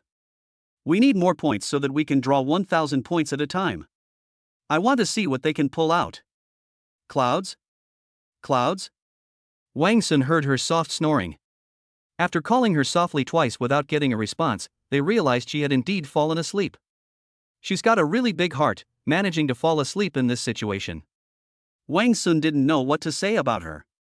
Wang Sun thought to himself, these goblins must have come from their main camp. We still need to find a way to deal with it. Otherwise, I wouldn't feel at ease living in the neighborhood all the time. It's just that we don't have enough people right now. If we could continue to work with Richard and the others to eliminate the goblins, it would be much simpler. Daylight broke, it was past 7 in the morning, and Wang Sun prepared to go back.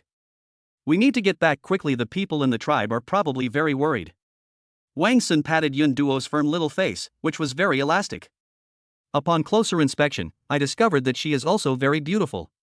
She also has a curvy figure, but she's still not quite as good as Lisa and the others. These elves, none of them are ugly when they're young. Clouds, clouds. Wake up, let's go back. Yun Duo rubbed her sleepy eyes. How did I fall asleep? You're amazing, you can fall asleep instantly in this kind of wilderness environment. Yun Duo grinned sheepishly and said, maybe it's because I'm too tired. I'm not usually like this. She's a very easygoing girl, and she's already forgotten about the unpleasantness of last night. Let's go back. I bet they're still awake and waiting for us to come back. Yes, hurry back, hurry back. Cloud, being a native of the forest, has a pretty good sense of direction. Under her guidance, they soon arrived at the tribe. Open the door. Wang Sun shouted. Wang Sun! Wang Sun is back. As the gate opened, Wang Sun saw 4 haggard elves. Wang Sun, are you alright? As soon as the door opened, Mu rushed towards Wang Sun, his face full of worry. It's alright, it's alright. Mu Qing couldn't help but lean against Wang Sun's chest, her voice soft and sweet. It's alright, it's alright. Forehead? However, this intimate relationship between the two was quite unusual in the eyes of Lisa, Rika, and Soya. The three looked at each other, each trying to get an answer from the other. Lisa asked incredulously, when did Mu become so proactive? Pear Blossom added, and it's a male. But immediately, as if they had guessed something, they all fell silent. Everyone has their own agenda. Seeing the somewhat awkward and ambiguous situation, Wang Sun let go of Mu. He asked, you're all still awake, aren't you? No. We were worried about you all night, how could you sleep? As he spoke, Mu glanced at the 3 people behind him. It wasn't until he saw the looks in the 3 people's eyes that Mu realized what he had done. Mu couldn't help but scream in shame and embarrassment. Chapter 38 Giant Bamboo Tribe. It wasn't until he saw the looks in the 3 people's eyes that Mu realized what he had done. Mu couldn't help but scream in shame and embarrassment. Oops. But Mu realized they hadn't said anything, so he had no choice but to pretend nothing had happened. Wang Sun said, "If you haven't slept, go catch up on some sleep now." "I haven't slept either, so let's both catch up on some sleep." "Good. Okay, you guys go to sleep. I just slept and I'm not sleepy yet. I'll stay here in the tribe." "Alright then." Then, everyone except Yun Duo went to catch up on sleep. Because they usually get enough sleep, they wake up around 11 a.m. After lunch, they resumed raising the city walls. They worked until 2 p.m., finishing up all the mud bricks they had made earlier. The city wall has reached a height of 4 meters. "Give me back my sister. Open the door. Give me back my sister." Just then, a loud shout came from outside the door. "Who is it?" Wang Sun couldn't help but wonder. "It's Richard and his group again, isn't it?" "It's my sister. It's my sister's voice." Yun Duo exclaimed in delight. "She must have come because she was worried about me." "Your sister? Let's go up and see what's going on." The group then arrived at the city wall. It wasn't just her sister, many people came. "And Richard." "Sister." "Cloud, what's the story behind them saying you're going to stay here for a few days?" "Cloud's older sister, Cloud." "Yes, that is right." Yun Duo pointed to Wang Sun next to her and shouted, "I lost a bet with him and I have to stay here for a few days. Don't worry about me. Although he is male, he didn't do anything to me. He's a good male." Yun Kai was still worried and frowned, asking, "Are you sure they didn't coerce you?" "No." Yun Kai sighed helplessly. "Fine, no one can change your mind once you've made up your mind. But if you're not happy here, you absolutely must come back." "Okay. And you too." Yun Kai looked at Soya and the others. "Sa, if any of you bully my sister, I will never let you get away with it." "Who's bullying her?" Pear Blossom shouted, unafraid of her threat. "That would be best." "Holy crap!" Looking at the elf talking to the clouds below the city wall, Wang Sun's eyes suddenly widened. Why do they all look the same? Twins? Seeing Wang Sun's shocked expression, Yun Duo explained, "This is my older sister." "That's right, we look alike. Because we were born together." A smile appeared on Wang Sun's face, and he nodded in satisfaction. "Oh, that's good." Upon seeing Wang Sun and his group appear, Richard chuckled, "You guys are pretty efficient. They've raised the city walls so much higher so quickly." Wang Sun casually replied, "How can we not go up a bit? What if you come to attack us again?" "Ha," Richard chuckled twice, "Of course not, we're partners now. Look, I've brought you something again." As she spoke, she pointed behind her. There are 3 sheep weighing about 70 or 80 pounds each. A pig weighing over 200 gene, approximately 100 kilograms. 10 fat chickens. 10 fat rabbits. There are even snakes. The snakes were caught on the way here, there are 2 of them. Of course, there were also small animals that Wang Sun specifically mentioned. 2 little lambs and 2 little piglets. They all weigh less than 5 kilograms. There are also 50 chicks and 20 rabbits. There are all sorts of animals here. Wang Sun nodded, quite satisfied with the large number of animals. It seems they are quite satisfied with this iron. Wang Sun said, "These things of yours can only be exchanged for double the amount of iron from last time. Last time they gave me about 100 pounds of iron. This time, Wang Sun only planned to give 200 gene." Richard lowered his head to think, then said, "Too little. These are the animals we exchanged. Animals are far more valuable than those sweet potatoes and potatoes from last time. And so many animals.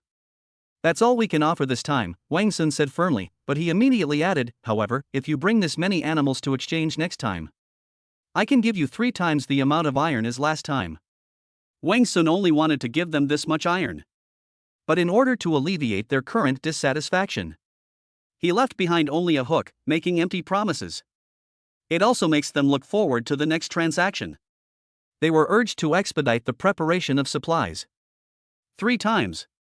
Sure enough, Richard's eyes lit up when he heard about 3 times the iron. She immediately nodded, "Okay then.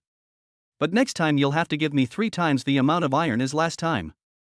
"Of course," Wang Sun said firmly. Immediately, Wang Sun lowered the rope. They tied all the animals up. After all the animals came up, Wang Sun gave them all the remaining iron. After the transaction was completed, Richard said, "It will take us a while to gather all this stuff again. You absolutely must not trade iron with other tribes during this time." Wang Sun did not agree to her request. "Don't worry, I will leave you plenty of iron. As long as you come to trade, I can provide enough iron at any time." Their tribe of just over 100 people certainly couldn't meet Wang Sun's needs. Therefore, Wang Sun definitely cannot agree to her only trading with them. Richard also understood what Wang Sun meant. Richard pretended to remind him, "Of course you can trade with other tribes. But don't blame me for not warning you. What if other tribes report your possession of iron to the giant bamboo tribe? Then you're in big trouble. We spared your lives because you were once elves in our tribe, Soya, and out of consideration for our past relationship. But they won't. If they find out, they really will kill you. What's more, there's a male like you in your tribe.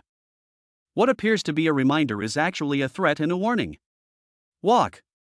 After saying that, she left with her people. The giant bamboo tribe? Wang Sun looked at Suya and the others, waiting for an explanation. Chapter 39 Fingyu Tribe. Soya explained, "The giant bamboo tribe is a subordinate tribe of the Central Kingdom. It obeys the orders of the Central Country and directly follows the dispatches of the Central Country. An administrator responsible for helping the Central Country manage small tribes like the Big Tree Tribe and our tribe." Wang Sun understood and continued, "Then how does this tribe manage us small tribes? They restrict our development by taking our food. The amount of food collected is related to the number of people in the tribe. The more people in the tribe, the more food they can collect. They send people to collect our food approximately every 30 days. "Oh, I see." Wang Sun nodded. "Do they know about our tribe?" "We don't know yet, but we'll find out when they get to the Big Tree Tribe. Richard and the others certainly won't help us pay more for food, so they won't reveal the truth about our newly established tribe." Yes, that's true. Wang Sun also learned that they would come back to collect food in about 10 days. Wang Sun was not worried about the giant bamboo tribe. They are essentially a large tree tribe. He can easily deal with them as long as he uses modern weaponry and his intelligence. "Wow, so many animal kings, what are you going to do with them?" Pear Blossom was also excited as she looked at all the animals on the ground. "Let's raise them all." Wang Sun wants to realize his dream of breeding livestock. To achieve this, the initial number of animals is crucial. In this way, 1 becomes 2, 2 becomes 4, and eventually there will be a very substantial number. With so many animals, we'll have to build a fence again. No need to repair the areas for chickens, rabbits, and goats. They already exist. The goats were put directly into the Sika deer enclosure. The only thing that was built was a pig pen. Pigs are so strong that it's difficult to keep them out with wooden fences. So Wang Sun directly built a mud brick fence. It was built right next to the Sika deer, and it is 3 meters in size and 1.5 meters high. Now, they have a total of 11 fat chickens and 57 chicks. 3 goats weighing 70 or 80 pounds each, and 2 lambs. 11 rabbits, 20 baby rabbits. A pregnant Sika deer. 1 pig weighing over 200 g, approximately 100 kilograms, and 2 piglets. Wang Sun, you're so content with having so many animals. Pear Blossom exclaimed. Soya laughed, yes. At this rate, our main task from now on will have to be collecting food for them. Hearing her say that, Wang Sun also realized the problem. Hey, right. Maybe I can extract some feed. Lisa offered her idea, then we can hunt one day and gather animal feed the other, so we can do both. Okay, Mu agreed, but we can't just focus on wild plants. Now that life in the tribe has stabilized, we also need to grow some ourselves. Mu also expressed his concern, saying, I'm afraid the goblins will keep coming to steal our vegetables. We killed all the goblins last time, Pear Blossom reminded us. No, not yet. Wang Sun told others about seeing the goblin in the woods that day. It seems we'll never have peace again. The thought of the hundreds of goblins left gave Soya a headache. Lisa said eagerly, unless we wipe out all these goblins. Several hundred goblins are not something we can handle. Let's get our defenses in order first, and then we can think about eliminating the goblins, Wang Sun said. To deal with the massive number of goblins, Wang Sun needs to continue developing weapons. Therefore, at this stage, what he needs to do is build high walls and store up plenty of grain. Wang Sun asked, do you know of any other elven tribes? A high wall is being built here. It also requires accumulating points. Since the Great Tree Tribe cannot meet his current needs, then he would look for another way out. Wang Sun was not afraid of Richard's warning just now. There's also the Windfeather tribe, Soya knew. It's located deep inside the island, just past the Great Tree tribe. It should take about a morning to get there. This tribe also has a population of over 100. Wang Sun glanced at his watch, it was only 2 o'clock. He decided, alright, I'll go retrieve the iron now. I'll go to that tribe tomorrow and check if they have any trading needs. Soya, your leg injury hasn't fully healed yet. Does anyone know the way? I know, Lisa called out. Then I'll take you tomorrow. Good. Mu and Yun Duo, come with me to the beach. Okay. Immediately afterwards, the three of them, carrying their equipment, diving gear, a tiger trailer, weapons, and other gear, rushed to the beach. Today, there are no more people from the Big Tree tribe by the sea. This is also what Wang Sun requires of them. After finding the raft in the woods, climb up to the top of the plane wreckage. Start scavenging iron. This time, Wang Sun plans to make as much money as possible in one go. Strangeness. Another section of the passenger cabin is missing this time. To Wang Sun's surprise, this time the wreckage of the plane was missing a piece. Moreover, the few missing sections are all passenger cabins. Those sections of cylindrical tubes. What kind of monster is this? First of all, a fish can't carry away the wing without hands. Could it be a giant octopus?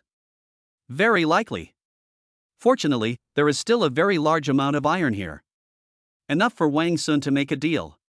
With the significant improvement in Wang Sun's physical fitness, Wang Sun's ability to work in the ocean has also been greatly increased. This time, they directly retrieved about 2,000 gene of iron. They only stopped when all the oxygen in the oxygen cylinders was used up. Wang Sun lay on the beach, panting heavily. Yun Duo glanced at the sun in the sky and suggested, Wang Sun, it's still early. How about we go back later, and I'll go catch some seafood? Wang Sun glanced at his watch and saw it was 4:30. Alright then. Okay. After a brief warm-up, the cloud plunged into the sea with a splash. After the clouds disappeared into the sea, Wang Sun couldn't wait to grin and look at Mu. Let's go rest in the woods. As he spoke, he grabbed Mu's hand, and his body no longer felt tired. Mu seemed to have guessed something, and shyly lowered her head, smiling without saying a word. They tacitly approved of Wang Sun's actions. She also developed a taste for it. Chapter 40 Goblin Siege. Wang Sun, Suaya, where are you? 10 minutes later, when Yun Duo didn't see the two people, she quickly shouted towards the shore. Wait a minute, wait a bit. It's sunny outside, let's rest in the woods for a while. Wang Sun was panting heavily and responded intermittently. Oh. Cloud felt strange and continued swimming in the sea to catch seafood with some skepticism. Half an hour later, the cloud scooping was almost done, and the person had had enough swimming. She shouted again towards the woods, aren't you all rested enough? Here they come, here they come, here they come. Listening to their voices, Yun Duo vaguely knew what they were doing. Really? Now she's not so averse to Wang Sun anymore. I was even a little curious. Immediately, the two of them, their steps unsteady and their faces flushed, slowly walked out of the woods. As soon as they came out, the two lay down on the beach to sunbathe. Yun Duo said irritably, don't think I don't know what you guys are doing in there. You made me go out to catch seafood while you guys were doing that kind of thing in there? Aren't you ashamed? What, are you envious?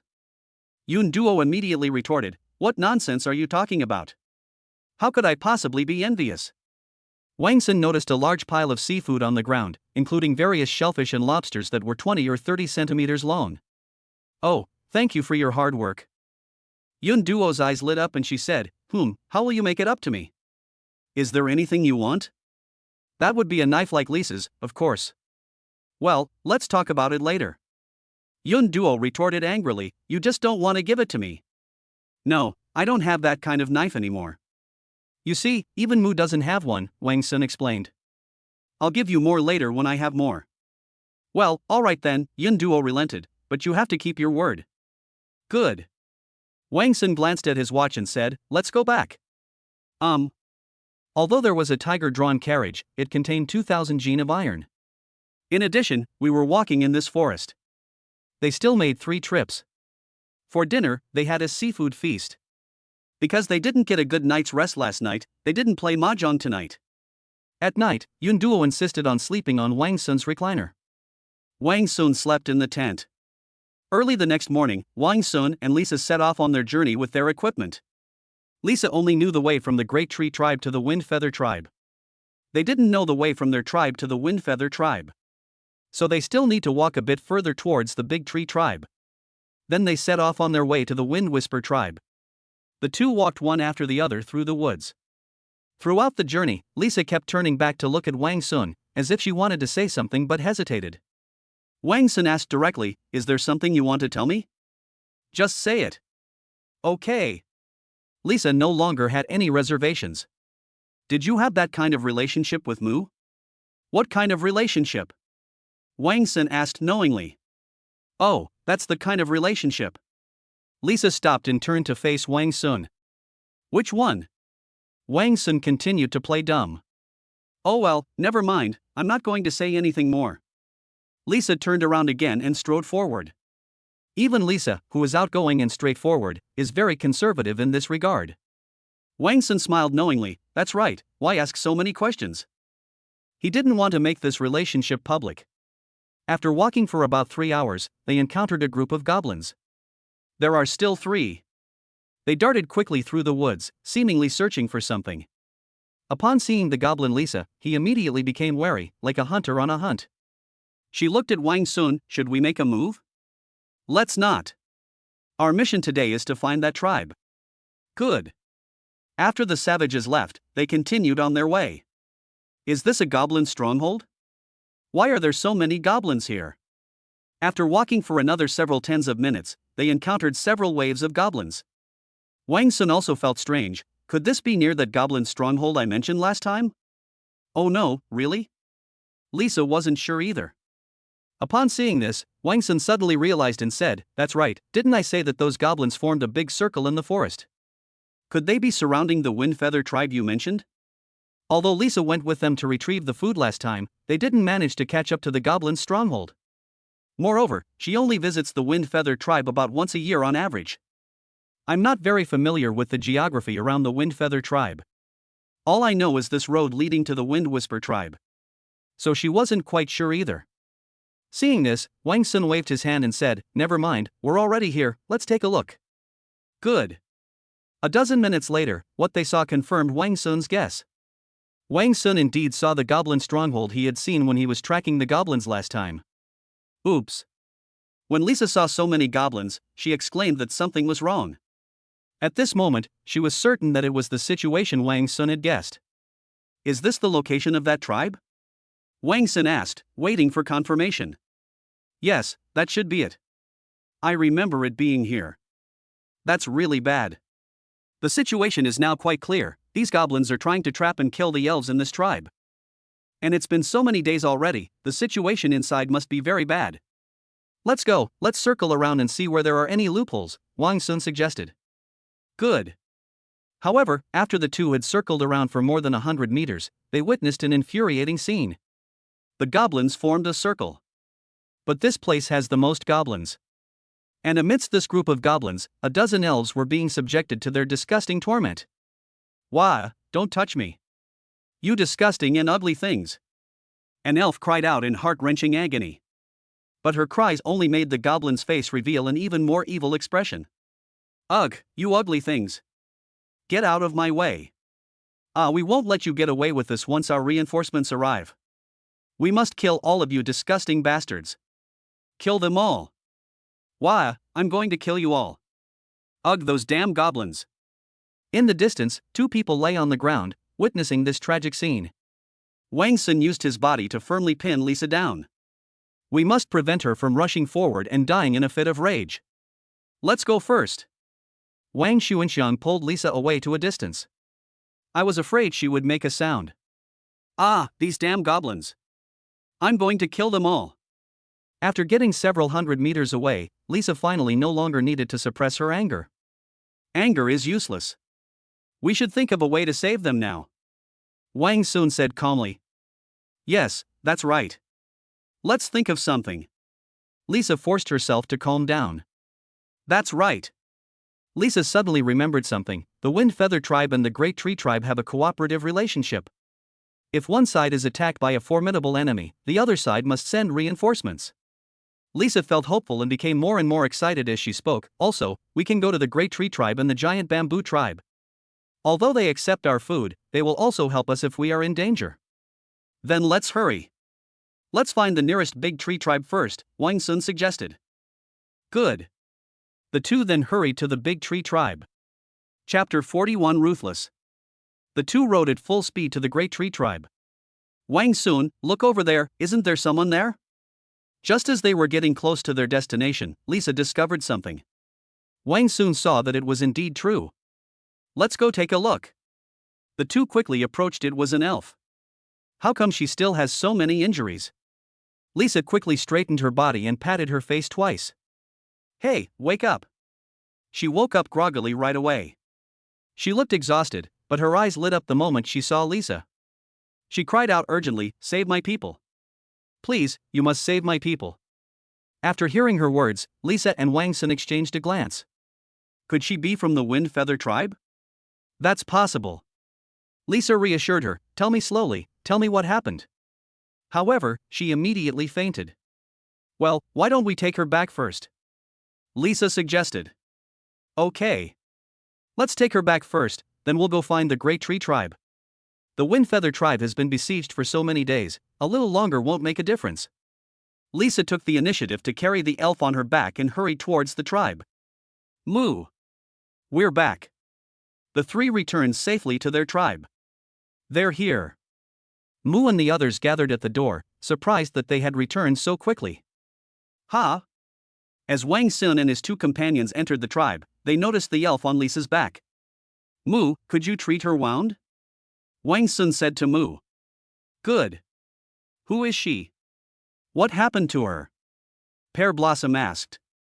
Wang Sun explained what they had seen. Ah. The girls all looked worried after hearing this. Then what should we do? We were on our way to talk to the Big Tree Tribe about this when we found her collapsed on the ground, Wang Sun recounted. Wang Sun looked at Yun Duo and said, Yun Duo, come with me to your tribe and talk to them about this. Ask your people to help. Good. The two set off immediately and arrived at the Big Tree Tribe 40 or 50 minutes later. Wow, this tree tribe is huge. When Wang Sun emerged from the woods and arrived at an open space, he saw the magnificent sight before him. The walls of this tribe are over 100 meters long. Moreover, the height is at least 7 or 8 meters. Looking into the village, you can see a very tall camphor tree. Wang Sun asked, is this big tree the origin of the tribe's name? Yes, that's right. Yun Duo explained. I heard that this big tree existed here before this tribe existed. Clouds? Several elves were scattered on the city wall. An elf in her 30s noticed them and asked, Cloud, why are you back? Could this be that male from that tribe? Yun Duo shouted, I have something very important to say. Let me in to find the clan leader. What do you need to see the clan leader about? You can just tell me, and I'll pass it on to the clan leader. Well, that's fine. The Wind Feather tribe is surrounded by goblins. The entire tribe was surrounded. They can't even get out of there. Doesn't this tribe have a mutual assistance agreement with the Fengyu tribe? Send people to rescue them immediately. It will be too late if we wait any longer. Ha! She was taken aback for a moment, then immediately asked, how did you know that? Does she already know about this? Wang Sun noticed that her expression didn't seem surprised at all. Yun Duo explained, we found it when we went to find the Wind Feather tribe. Go and inform the clan chief immediately. Yes, I'll go and inform the clan leader right away. Good. After the guard left, Wang Sun said, why do I have a feeling they already know about this? No way. Yun Duo exclaimed in shock, her eyes wide. Did they send people to rescue them? Have no idea. Immediately, the elf returned to the city wall. What did the clan leader say? Yun Duo shouted. The chieftain said we already know, you should go back first. We need to discuss this further. What's there to discuss? They're practically trapped there to death, Yun Duo said anxiously. Cloud, don't be in such a hurry. After all, there are so many goblins. Fighting them won't be an easy task. We need to think about this carefully. Oh, right. Then you guys should hurry up and think of a way to rescue them as soon as possible. Okay, you guys go back first. Good. They have already communicated the message. What they do next is their business. They can't decide either. Let's go back and check on that elf. Okay. The two quickly returned to the tribe, where the elf had already woken up. He told Lisa and the others a lot. Lisa relayed the story to Wang Xuanli and Yun Duo. This elf is named Aze, and she is an elf from the Windfeather tribe. These goblins suddenly appeared in the woods one morning 6 or 7 days ago. At the time, they were unaware of this, which led to the elves, who were out hunting, being attacked by them without warning. Seeing so many goblins, they did not hesitate to go back and report the news. But only a few ran back. Only then did the tribe become alert and on high alert, as if facing a formidable enemy. At the same time, they also sent people to rescue the elves. But the people they sent were like the Calabash brothers rescuing their grandfather. Every time a group of people is sent, several will be captured. Finally, the goblins launched a final all-out attack. It was only then that they realized the terrifying number of goblins. There were 300 or 400 of them. There are just too many goblins. Only then did they completely abandon their plan to confront the goblins head-on. In the end, they stayed in the tribe. But staying in the tribe all the time isn't a solution either. It's like slowly boiling a frog in water. In the end, their tribe sent a dozen or so people to break through the encirclement. We're getting ready to call for reinforcements. So today, before dawn, they suddenly launched an attack. Although the death toll was high, thankfully she escaped. She immediately went to find the giant bamboo tribe. But she saw that the giant bamboo tribe had no intention of sending anyone to the rescue team. Filled with anger and helplessness, she could only place her hopes on the big tree tribe, with whom she had a cooperation agreement. But after she explained the situation, the big tree tribe showed no intention of fulfilling the agreement. They even used bows and arrows to drive her away. No way! Yun Duo couldn't help but exclaim. As one of their people, Yun Duo never expected them to be so ruthless. Sigh. Lisa sighed. No, I have to go back and talk to them. The cloud person couldn't help but want to go back and persuade them. Wang Sun advised, going back won't do any good. They've already made their decision on something so important. It's not something you can change. It's dangerous for her to wander through the woods alone. Wang Sun was exhausted after a long day of running around and didn't want to go back. Sigh. Lisa analyzed, don't they know that goblins are also their enemies? If the Windfeather tribe is conquered, then the Great Tree tribe might be next. Pear Blossom looked at Wang Sun expectantly. Wang Sun, can we think of a way to save them? Wang Sun asked, could we set the forest on fire and burn these goblins to death? Wang Sun knew this idea was extreme. If that thing burns the whole forest, then we're doomed. No. Chapter 42 Weapons of Lethality.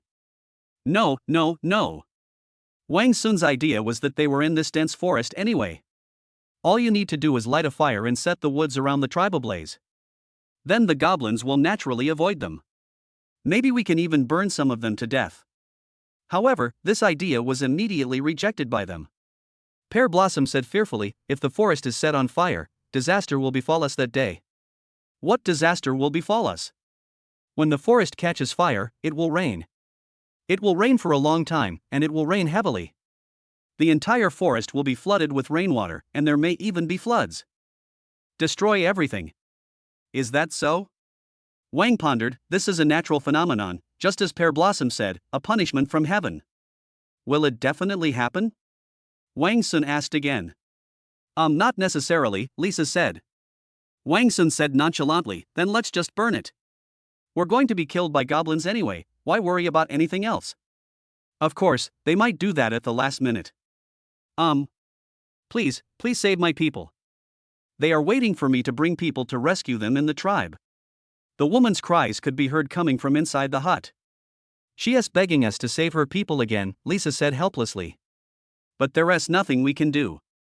Wang Sun was also pondering what kind of weapon could kill goblins on a large scale. Molotov cocktail? We could try using a Molotov cocktail. But Molotov cocktails alone aren't enough, what about bombs? Can this be pulled out? Let's give it a try. Wang Sun glanced at his account and saw that he had earned another 130 points today. The total is 734 points. Molotov cocktails are a must, bombs or something similar would be even better. Wang Sun silently recited it in his mind. 100 points per time. Ding. 100 bottles of beer. 100 gene of rice. Double mattress X1. Large cotton quilt X1. Flashbang grenade X20. 50 stun grenades. M9 bayonet X1. Wow, that's impressive. Even without bombs, there are still so many weapons with area of effect damage. Stun grenades, and flashbang grenades too. If we had more of these weapons, we might actually be able to take down those goblins. Wang Sun learned about these weapons from shooting games. These weapons are incredibly powerful in the game. But in reality, Wang Sun is still unaware. Wang Sun wanted to test its power, so he immediately produced a stun grenade. Wang Sun, what is this? Pear Blossom asked. A weapon that can injure multiple people at the same time. Follow me. As he spoke, Wang Sun walked up to the city wall and reminded them, squat down. Good. Wang Sun was afraid that shrapnel from the stun grenade might fly over and injure his own men, which would be terrible. After they squatted down, Wang Sun pulled open the bracelet and threw it towards the edge of the woods. He then quickly crouched down and hid behind the city wall. Bang! A few seconds later, a loud noise came from below. Puff puff. Puff puff puff. The loud noise even scared away all the birds within a 100-meter radius. Moreover, Wang Sun even felt some tinnitus on the city wall. Wow, Wang Sun, what kind of weapon is this? How can it be so powerful? My ears are almost deafening. Lisa and the others slapped their ears twice, their faces full of shock. I can't explain it clearly either, it's just like what you see. Let's go down and take a look. Wang Sun was very satisfied with the power of the stun grenade. The group arrived at the edge of the woods. The most obvious thing is that a small crater was blown open in the ground. Although the crater suggests that the stun grenade was not very powerful. However, its power lies elsewhere. Instead, it can cause tinnitus and blurred vision, thus losing the ability to fight. Will this weapon save them? Pear Blossom asked expectantly. It should be possible, but we don't have enough weapons. We can do it once we kill those animals. Okay. I'll try this weapon again. Wang Sun then tried using a flashbang grenade. A flashbang grenade is far superior to a regular flashbang. The power of a flashbang is astonishing.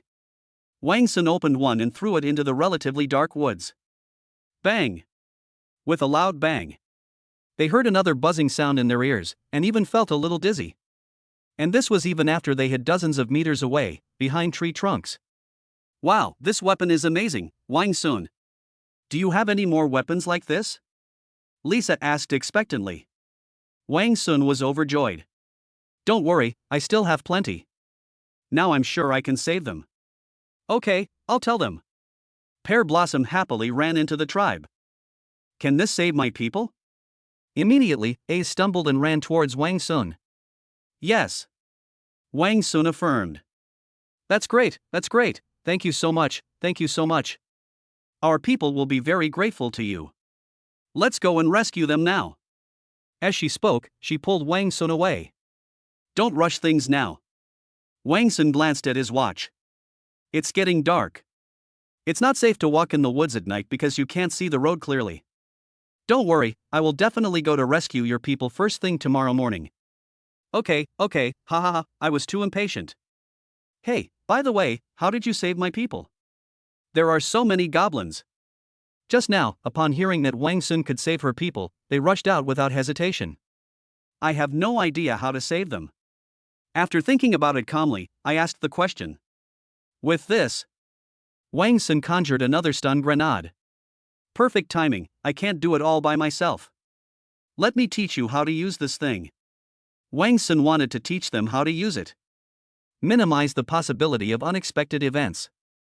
Finally, after they had all witnessed the power of this weapon, everyone was full of confidence for tomorrow's battle. Even Ace, who had been frowning the whole time, had a smile on his face. However, these weapons were not enough, so that night Wang Sun killed the wild boar and 2 sheep. I received 1,500 points. All of them were removed. We also obtained 40 flashbang grenades and 60 stun grenades. 5 bags of cement, 1 hammer, 1 saw, 1,000 nails. 1 machete, 2 M9 bayonets. I also received 300 points and got various fruits and snacks. With so many weapons, Wang Sun was completely relieved. I'm all looking forward to showing off my skills tomorrow. Chapter 43 Slaughtering All Sides. The next day, just as dawn broke, the seven were already fully prepared to set off. This time, facing so many goblins, we must all participate. Pack your gear and set off immediately. Yesterday, Wang Sun drew 3 more M9 bayonets and gave them to Mu, Soya, and Yun Duo. Wang Sun also gave his dagger to Ace. He also gave the other machete he had drawn to Lisa. He also used a machete. Although there are various stun grenades and flashbangs. However, these bullets cannot kill people directly.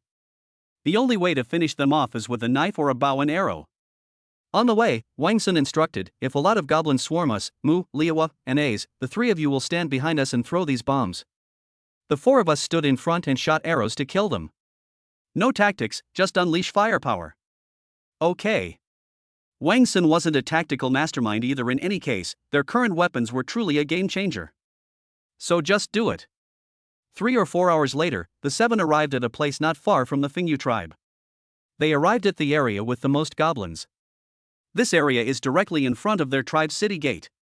Wang Sun looked up and saw that the goblin was about 100 meters in front of them. There are about 30 of them. All 7 of them hid behind the tree trunk. Wang Sun looked at Liwa and said, Liwa, shout loudly to attract the goblins. Good. Pear Blossom screamed at the top of her lungs, ah. Swish. Swish. Upon hearing the elf's voice, the goblins in front immediately stood up. They looked at each other, puzzled. These goblins seemed to be a bit more intelligent. They didn't rush over blindly after hearing the elf's voice, Wang Sun murmured. Yes. Soya nodded. To have managed to grow such a large number of goblins and then lead them. That just proves their leader is very capable. His intelligence is naturally not low. Then let's be careful, Wang Sun reminded him. However, a dozen or so goblins quickly rushed over with weapons in hand. Prepare to throw a few of the pear blossoms out. Good. Pear Blossom stepped out, exposing herself to the goblin's view. The goblin looked around but didn't find any danger. Su immediately revealed an evil and lewd smile and rushed towards Pear Blossom. It's like whoever grabs it first gets to keep it. And just when they were about 20 meters away from the pear blossoms, Pear Blossom immediately threw the stun grenades in her hands at them, one in her left hand and one in her right. He then immediately hid behind a tree trunk. Ping pang. Ah. Ah. Oh, my ears. My eyes. With a loud noise, the goblin instantly knelt down. He covered his ears and screamed in agony. Shoot an arrow. They have lost their fighting ability. Wang Sun and his men weren't afraid to charge straight up and shoot arrows. Whoosh whoosh whoosh. Whoosh whoosh whoosh. Ah. Ah. Help. Help. Leader, help me. After each person fired 2 or 3 arrows, all the goblins were killed. The efficiency was so high that it shocked Soya and the others. They had never fought such an easy battle before. Wow, even though I knew this weapon was powerful. But I didn't expect it to be this powerful. Pear Blossom exclaimed with incredible joy, ha, now we're not afraid of anyone. Lisa shouted, watch out. A lot of goblins are coming. They also witnessed the scene of the goblins being slaughtered. Enraged, they roared and immediately sent nearly 30 more goblins over. So many goblins have come. Let's throw 2 or 3 at each of them and let them taste our power. Wang Sun said, eager to try, holding a stun grenade. Okay. Nearly 30 goblins, 1 or 2 stun grenades are useless. Moreover, these goblins aren't that stupid, they learn from their mistakes. They are not swarming in groups now. As they got closer, they moved from behind one tree trunk to behind another. Proceeding slowly in this manner. Throw a few stun grenades too. Good. Compared to stun grenades, flashbangs are more effective at hindering their mobility. Moreover, its impact is far-reaching. Hee, you elves, you'll be in for a world of hurt once I catch you, ha ha. I'll show you what I'm capable of. One of the goblins was getting a little carried away. This is a goblin that looks somewhat human. It is the child of a goblin and an elf. They can speak the language of elves. Wang Sun and his group waited for them to get closer. As they drew near, Wang Sun shouted, throw. With his shout, 7 stunned grenades and flashbangs immediately flew towards them. They were thrown both far and near. After throwing them out, 7 more followed. 14 missiles struck them across their entire range. Bang bang bang. Bang bang bang bang. Ah. Ah, my eyes. I can't see. After throwing the bomb, Wang Sun and the others quickly hid behind a tree trunk. I'm afraid it will be affected. Even so, they could still feel the intense light shining from behind them. This is the power of a flashbang grenades. It's not the effect that a regular flashbang can achieve. Shoot arrows. Shoot arrows. All 7 men rushed forward and fired continuously. All the goblins were writhing and howling in agony on the ground. Some were pounding their heads in an attempt to lessen the pain. But they didn't actually need to do that, because Wang Sun immediately shot them with an arrow to end their suffering. And so, they wiped out the goblins as easily as cutting melons and vegetables. Ugh, damn it. On the goblin side, there was one wearing a clean animal skin.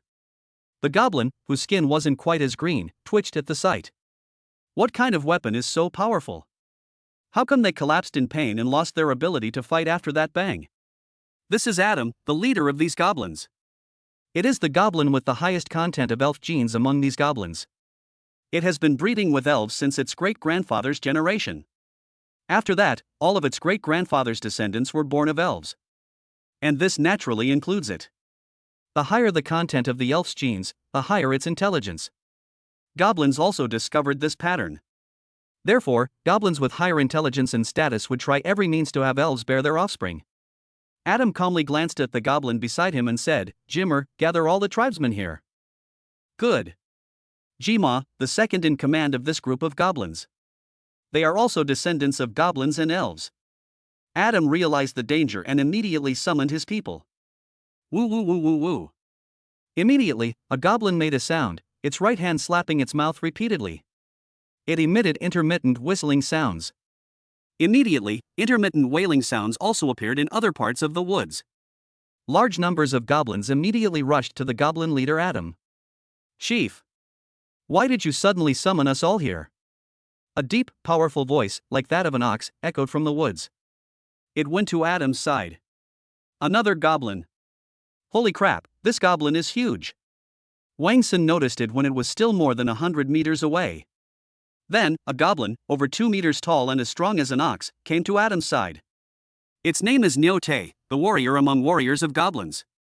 They are the offspring of goblins and cows. Soya's face tensed up. This is a goblin born from a goblin and a cow. Be careful. Each of these goblins is incredibly powerful. Not only is its defense high, but its combat power is also extremely strong. Oh, so it's a descendant of Wagyu cattle.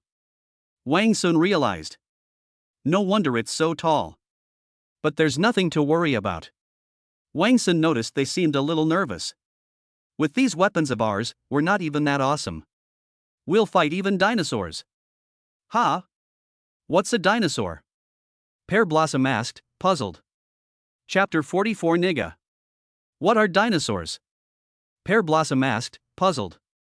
Ah, dinosaurs were animals that existed in our outside world before, Wang Sun explained simply. Is it very powerful? Very impressive. Why did the leader suddenly summon us together? Nyote came to Adam's side.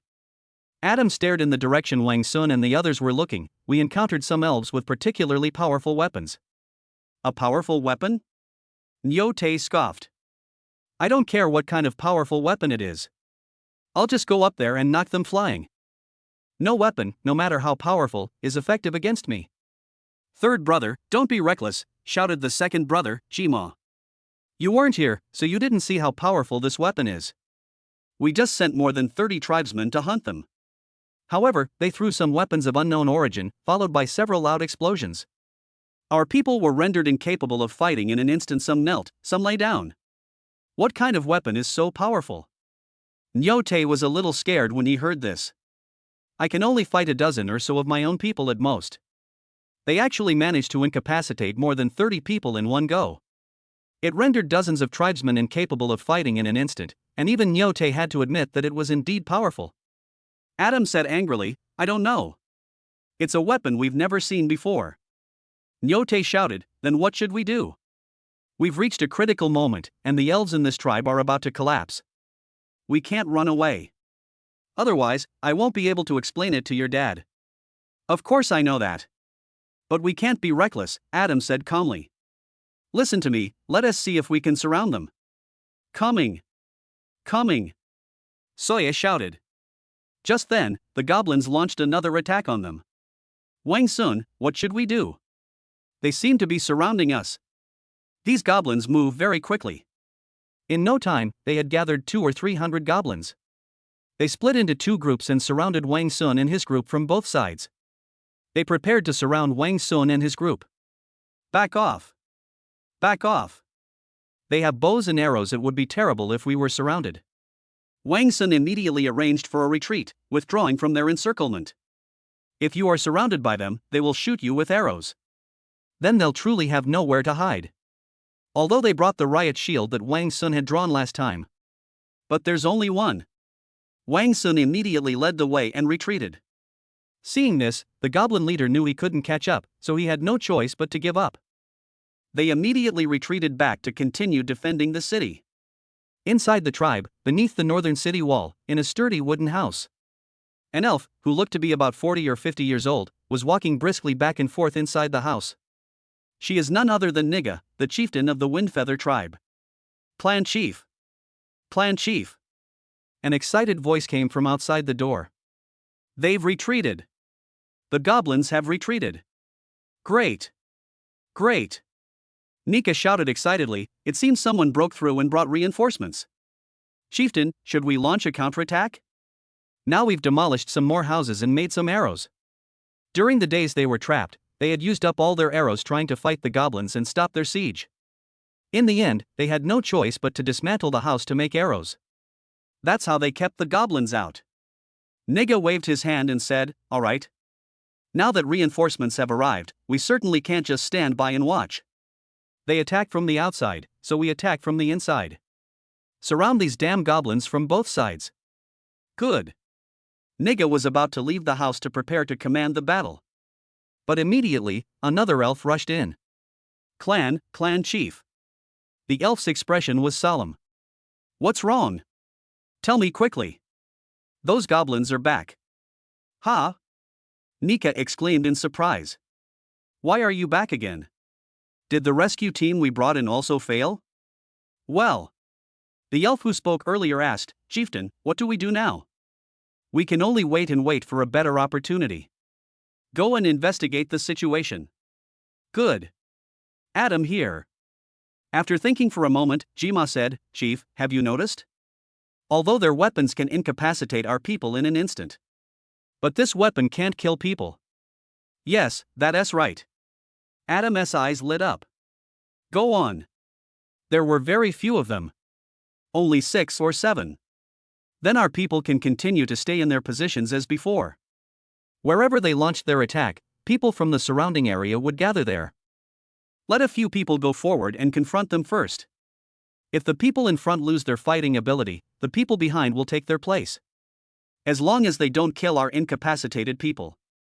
They simply can't do anything to us. A smile appeared on Adam's face. Yes, that's right. You're right.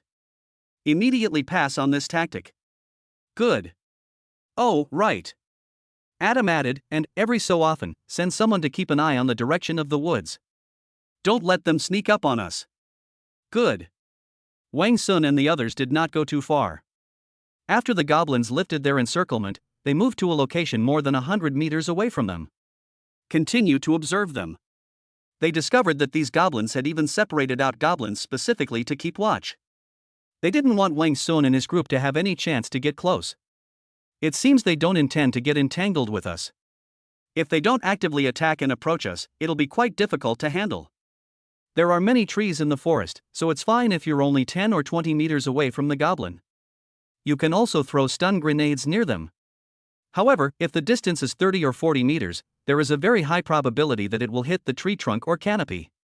Not only can it not harm goblins, it might even bounce back and hurt yourself. Wang Sun thought for a moment and said, in that case, let's take the initiative to approach and attack. Lisa and I, take your shields and go up. Wang Sun brought the riot shield he had drawn last time. What we need is to be able to drop bombs with confidence and safety. Good. Be careful. Because they have specialized goblins watching them. So trying to sneak past won't work. So the two of them grabbed their equipment and ran over quickly. Before they could react and surround them, throw out the stun grenades. They threw down the stun grenade and left. Even if you don't have time to shoot arrows, you can still damage them. If we could kill a few with arrows, that would be even better. The two approached each other quickly. Enemy approaching. Enemy approaching. The goblin that was keeping watch immediately spotted Wang Sun and Lisa. Upon spotting the two, it quickly retreated and returned to the goblin squad. The goblin squad was on high alert. When they also have ways to cope. 4 or 5 goblins carrying bows and arrows immediately hid behind several tree trunks. He leaned out and aimed his bow and arrow at Wang Sun Lisa. As soon as the two of them get close, shoot an arrow. Beside each goblin holding a bow and arrow, there was also a goblin holding a shield. Simultaneously execute both offense and defense. But at this point, Wang Sun and his group couldn't care less about that. You hold the shield, I'll throw the stun grenade. Good. As they drew closer, Lisa held her shield, and Wang Sun stood behind her. The two men pressed close together, hiding behind their shields as they approached. Bang bang bang. Immediately, both sides were within each other's attack range. Their arrows rained down on the riot shields. Lisa braced herself with her hands, which were numb from the shock. Wang Sun seized the opportunity and threw a stun grenade at them as well. Chapter 45 Night Raid. Wang Sun quickly threw the stun grenades at them. Defense. Defense. They immediately went into defensive positions upon seeing Wang Sun's throwing motion. The goblin with the shield quickly covered himself and the goblins shooting arrows beside him. At the same time, lean against the tree trunk and expose as little of your body area as possible. Bang! With a loud bang, a booming sound echoed through the dense forest. Ah! Ah! It worked? Wang Sun heard the goblins' screams. Several goblins let out painful howls. However, when Wang Sun looked over, he did not find any goblins lying on the ground. But at this moment they all laid down their weapons, squinting their eyes and patting their ears. Although his expression showed pain, he was clearly still able to endure it. It seems the treatment is effective. Shoot an arrow. Wang Sun wanted to finish off the enemy with an arrow. But immediately, nearly 20 goblins behind these few goblins rushed forward. Half of the shield was erected, protecting all the goblins. Meanwhile, half of the goblins are about to be shot at with arrows. Moreover, as time went by, more and more goblins gathered from both sides. They approached from both flanks, attempting to trap the two of them. Wow! That's a great tactic, Wang Sun couldn't help but exclaim. Walk! Wang Sun knew that staying here was pointless, so he decisively withdrew. After the two left, the goblin immediately retreated. They returned to their respective assigned areas. However, although Wang Sun and his companion appeared to have left, they did not actually leave. Instead, they circled around to the other side and launched another attack in the same manner. But the goblins here used the same method that the goblins over there had used to deal with them. Now Wang Sun understood that they had systematically adopted the same tactic. Since that's the case, Wang Sun and his companion had no choice but to leave. No, these goblins are too fast at counter-attacking, Wang Sun said helplessly. Soya and the others had witnessed the fight between the two. I can't think of any good solutions. Sai, is there really no way to deal with these damn goblins? Ace was extremely frustrated and distressed. Moreover, more than a dozen elves who attacked with her are being tortured inhumanely by these goblins. But she could only watch. A deep sense of powerlessness welled up in her heart, and she couldn't hold back her tears. Wah-ah! Mu quickly hugged her to comfort her, not knowing what to say. After all, they could only watch these elves suffer, and there was nothing they could do. Anything said is futile. Everyone felt terrible seeing this. This weapon is still not powerful enough. Wang pondered. Perhaps we can try it tonight. The best place to use stun grenades and flashbangs is in dimly lit areas. The effect is best when it's pitch black at night. It's so bright it could blind you. Moreover, Wang Sun came up with a way to throw stun grenades and flashbangs into their ranks. So Wang Sun decided, let's not take any action during the day, and try again at night. At night, this weapon can unleash its full power. The nighttime is when they are most relaxed. We can take advantage of this opportunity to launch a surprise attack. Yes, Wang Sun, we'll listen to you. Pear Blossom nodded. So what about now? For now, let's get away from these goblins. Let's go get something to eat. Okay. The group was more than a kilometer apart. Light a fire and cook. They brought small tin boxes, instant noodles, potatoes, sweet potatoes, and meat that had just been marinated the night before. Wang Sun knew it was impossible to eliminate or drive away these goblins within a day. So I was prepared to stay overnight and brought all sorts of equipment. We're going to have to fight a long war with these goblins. The goblins are wary of them, and they are wary of the goblins. They made people take turns standing guard. When night fell, a fire was lit.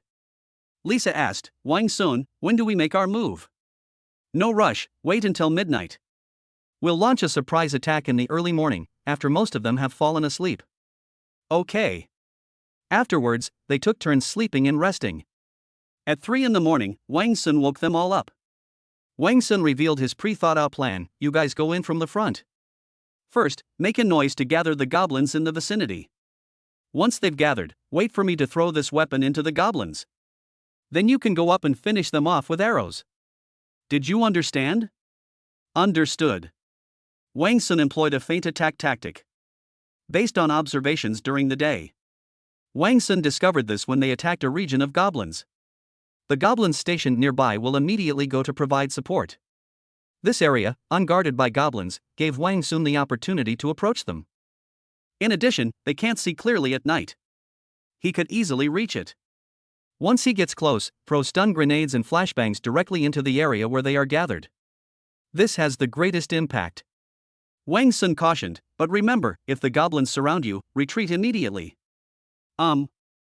Here you go. Remember to use it when you run away. Wang Sun handed the flashlight to Soya. This made it easier for them to escape. Good. Let's take action. Although the moonlight was bright, it was blocked by the tree canopy. It was blurry in the woods. All I could see were hazy white shadows all around me.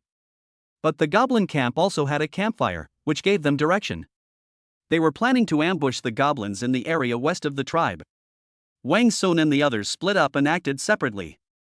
Lisa and her group of 6 walked forward and first saw the firelight. Then I saw the shadow of a goblin. Because the goblin was near the fire. And they were in the dim woods. So the goblins didn't notice them until they were about 40 or 50 meters away. The goblin only noticed when it inevitably made a noise more than 20 meters away. There are enemies. There are enemies. That damned elf is here. Most of the goblins are sleeping. With that angry shout, the goblin immediately woke up. They quietly assembled according to the tactics they had used during the day. They planned to reinforce their forces after the tribesmen in front had been injured. Meanwhile, Wang Sun had already sneaked over under the cover of darkness. Go around from behind one tree to another. Until we got to their side, only a dozen meters away from them. The firelight also provided Wang Sun with their field of vision. Wang Sun roughly estimated that there were about 40 goblins. All the goblins within 100 meters of this city-state must have gathered here. The city-state was square, with walls on each side approximately 100 meters long. Goblins surrounded the city-state in the forest. The range is much larger, there's a goblin every 2 or 3 meters. There were about 80 or 90 goblins stationed on each side. At this moment, the 40-odd goblins that had gathered stood together. They kept a close watch on the location of Soya and the others in the woods ahead. Wang searched for the optimal trajectory for his bomb. Whoosh! After finding the right spot, Wang Sun immediately threw the flashbang into the middle of the goblins. What is that? However, all that responded to it was a loud bang. Bang! Chapter 46: The Outdated Pear Blossom. Bang! Bang! 2 loud bangs followed. The entire forest was as bright as day. It was like a little sun rising. Ah! Ah, my eyes! My eyes! My eyes! Aha! In an instant, the dozens of goblins that had gathered and were looking in Lisa's direction immediately released their weapons. They were all covering their eyes in agony, howling and rolling on the ground. Ah, my eyes! Meanwhile, Lisa and the others were hiding behind a tree trunk, covering their eyes tightly with their hands. Minimize the impact of the flashbang on yourself as much as possible. This is the coping method that Wang Sun told them. The intensity of a flashbang explosion is so high that it can penetrate an eyelid. It can not only damage the eyes but also cause temporary blindness. It's fine during the day. But it was nighttime. The eyes have adapted to the darkness. Then suddenly there was such a strong, intense light. No pair of eyes could withstand it. Even if they hide behind a tree with their backs to the light source and are 10 or 20 meters away, they will still be affected. Therefore, we should do as many measures as possible. Ouch! After a scream came from behind her, Pear Blossom couldn't help but peek out to check. But then her vision immediately went white. Even his steps became unsteady. He landed on his bottom with a thud. Oops! Adam, on his side, just heard the alarm. The goblins woke up one after another. Adam was no exception. When it heard the continuous, painful cries of its people, it knew something bad was about to happen. Gather! Gather! Gather! These elves must be killed today. The leader is no good. The leader is no good. However, just as it was getting angry, Jima quickly pulled it back. Based on our observations, they definitely have many more of these weapons. If we rush over rashly, they could very well suffer the same kind of harm. Huff, huff. Adam suppressed his anger. You're right. So what should we do now? Are we just going to stand by and watch our people be killed by them? Adam was now blinded by rage. Never mind. Summon the entire tribe. With our numbers, we can definitely kill them all. Even if another 100 of your clansmen die, you must kill them all. Call out. Whoosh whoosh whoosh. After the intense light dissipated, Lisa and the others immediately rushed forward to shoot arrows. Ah! Ah! Dozens of goblins were like lambs to the slaughter, left to be shot at. Ha ha! Lisa, blinded by rage, couldn't help but burst into laughter. She had never had such a pleasurable experience before. Under their full firepower, these goblins were quickly wiped out. Retreat! Retreat! After shooting down the goblins, Soya immediately shouted for a retreat. They fear the arrival of other support. Walk! They immediately retreated into the woods. Wang Sun kept a close eye on the situation, and no other goblins came to their aid while they were shooting arrows. If he had one, he would throw a few stun grenades without hesitation. After they retreated, Wang Sun followed. Ha, Wang Sun, I killed a full 10 goblins. As soon as the two sides met, Lisa couldn't help but shout excitedly. Me too, I killed 7 or 8. Yun Duo couldn't help but share her haul. Ha! Wang Sun sensed something was wrong.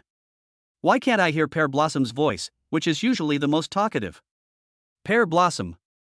Wang Sun called out. However, there was no response from the scene. It was only then that Soya and the others realized what was going on. Where are the Pear Blossoms? I don't know, wasn't she always with us? Soya shouted anxiously. Oh no, she might have left it there. Wang Sun looked at Suya. Give me the flashlight. I'm going to find her. I'll go with you. Lisa shouted anxiously. Good. Soya, her hands trembling, handed over the flashlight, almost crying, you must find Pear Blossom. She raised Lihua single-handedly. Although she's only 7 years older than Rika. But she always treated Pear Blossom as her own child. She simply couldn't imagine what would happen to Pear Blossom if she fell into the hands of goblins. Yes, it will. It definitely will. Wang Sun turned on his flashlight, and the two of them ran over quickly. Pear Blossoms. Pear Blossom, where are you? The two of them no longer cared about attracting the goblins' attention. Use the fastest method, directly and loudly question and search. She was trying to make a sound. I'm here. Wang Sun, I'm here. Fortunately, Pear Blossom did reply. Wang Sun, where are you? Why did you leave me behind? Don't be afraid, we're here. This way. The two ran quickly toward the direction of the sound. However, Pear Blossom's voice gave them direction. But it also gave the goblins a direction. Here. Adam and his companions had already gathered the goblins here. Seeing the goblins lying dead on the ground, he was instantly enraged. Anger. Utter rage. Hey, there's an elf's voice. Jima exclaimed. Come. Come quickly. Adam knew the language of the elves and understood what Pear Blossom was saying. This is a lone elf. It immediately led a large group of goblins over. I'm here, Lisa. Rika shouted again. I was so anxious. Immediately, Wang Sun and his companion shone their flashlights on the pear blossoms. She stood up and stumbled toward Wang Sun and the others. However, the goblin was only a few dozen meters behind her at that moment. Ha ha ha. Adam burst into laughter when he saw the pear blossoms. Watch out! Lisa shouted. At this moment, both sides noticed each other. Danger! Wang Sun immediately pulled out a flashbang grenade. He threw it behind Pear Blossom. They no longer cared whether it would harm the pear blossoms. At the same time, he quickly grabbed Lisa and made her turn her back to the flashbang as well. Bang! With a loud bang, the sun rose again in the forest as if it were daytime. Ah! Ah! The goblin behind him screamed in agony. But Wang Sun and his group weren't having an easy time either. He seemed somewhat dazed. Fortunately, the goblins have also temporarily lost their ability to move. Fortunately, Wang Sun and his group were prepared. They regained their vision after about 10 seconds. But my ears are still ringing. Pear flower, pear flower. Wang Sun rushed towards Li Hua and swept her up in a princess carry. Lisa, keep the way and run. Good. The two then ran away quickly without stopping. Wang Sun. Pear Blossom felt a sense of security as Wang Sun held her in his arms. I thought you were going to abandon me to those disgusting goblins, Wah. What nonsense are you spouting? How could we possibly abandon you to goblins? Chapter 47 Creating Something from Nothing. Pear flower, pear flower. The three arrived at the gathering place, and Soya pounced on them instantly. Are you all right? Soya asked anxiously. Auntie, I'm fine. Li Hua was put down by Wang Sun, and she wiped away her snot and tears. After showing concern, Soya asked, How did you fall behind?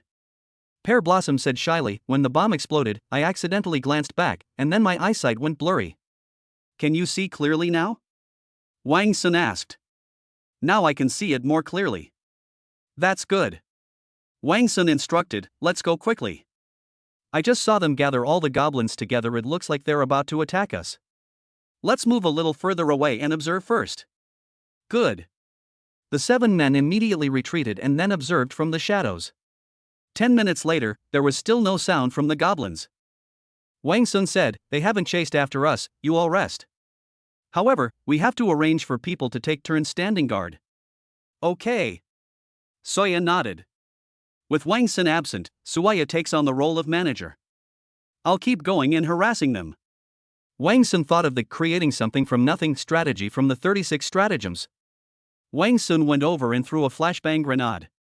This made the goblins think that Wang Sun and his group were about to launch another attack, thus causing them to gather together. But in fact, Wang Sun had already retreated. After they gathered but did not see an attack, they naturally dispersed again. 10 minutes later, Wang Sun went over again and threw a flashbang to harass them. They regrouped. Repeat this process several times until they are exhausted. Make sure they don't eat or sleep well. Drive them to the brink of nervous breakdown. Until finally, they were completely exhausted and realized that it was just a trick by Wang Sun. They no longer gather together. But as long as they don't gather together, Wang Sun can launch a real attack. First, throw a flashbang to incapacitate them. Charge forward and shoot them with arrows. After the goblin leadership realized something was wrong. Wang Sun and his companions had no idea how many goblins they would kill. This is Wang Sun's plan to create something from nothing. Wang Sun, are you still going? Lisa's eyes lit up. Take me with you. Lisa is practically a battle maniac. As soon as she heard that Wang Sun had any ideas, she wanted to get involved. Me too. Yun Duo retorted, not to be outdone. Wang Sun thought for a moment and still refused, You guys don't need to go.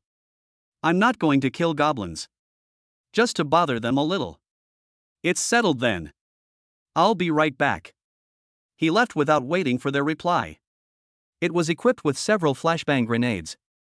He sneaked over there. As they got closer, Wang Sun noticed that the density of their presence had decreased. Previously, there was a goblin every 3 or 4 meters. There's only one every 7 or 8 meters now. That's true, we've used up nearly 100 goblins in total. They've also suffered a great loss of energy. Without wasting any time, Wang Sun rushed forward and threw a flashbang when he was still about 20 meters away from the goblin on guard. Without the slightest hesitation, he turned and left. Bang! Ah! Ah! Several goblins were injured. With a loud bang and the goblin's scream, Adam jumped to his feet, roaring, "Gather your forces! I'm going to kill these damned elves!" Adam didn't care that his head was still buzzing. "My mind is filled with rage, all I want is revenge." The orders were passed down one after another. Soon everyone received the order. It's very efficient, it's clearly the result of training. Soon, hundreds of goblins gathered at the scene.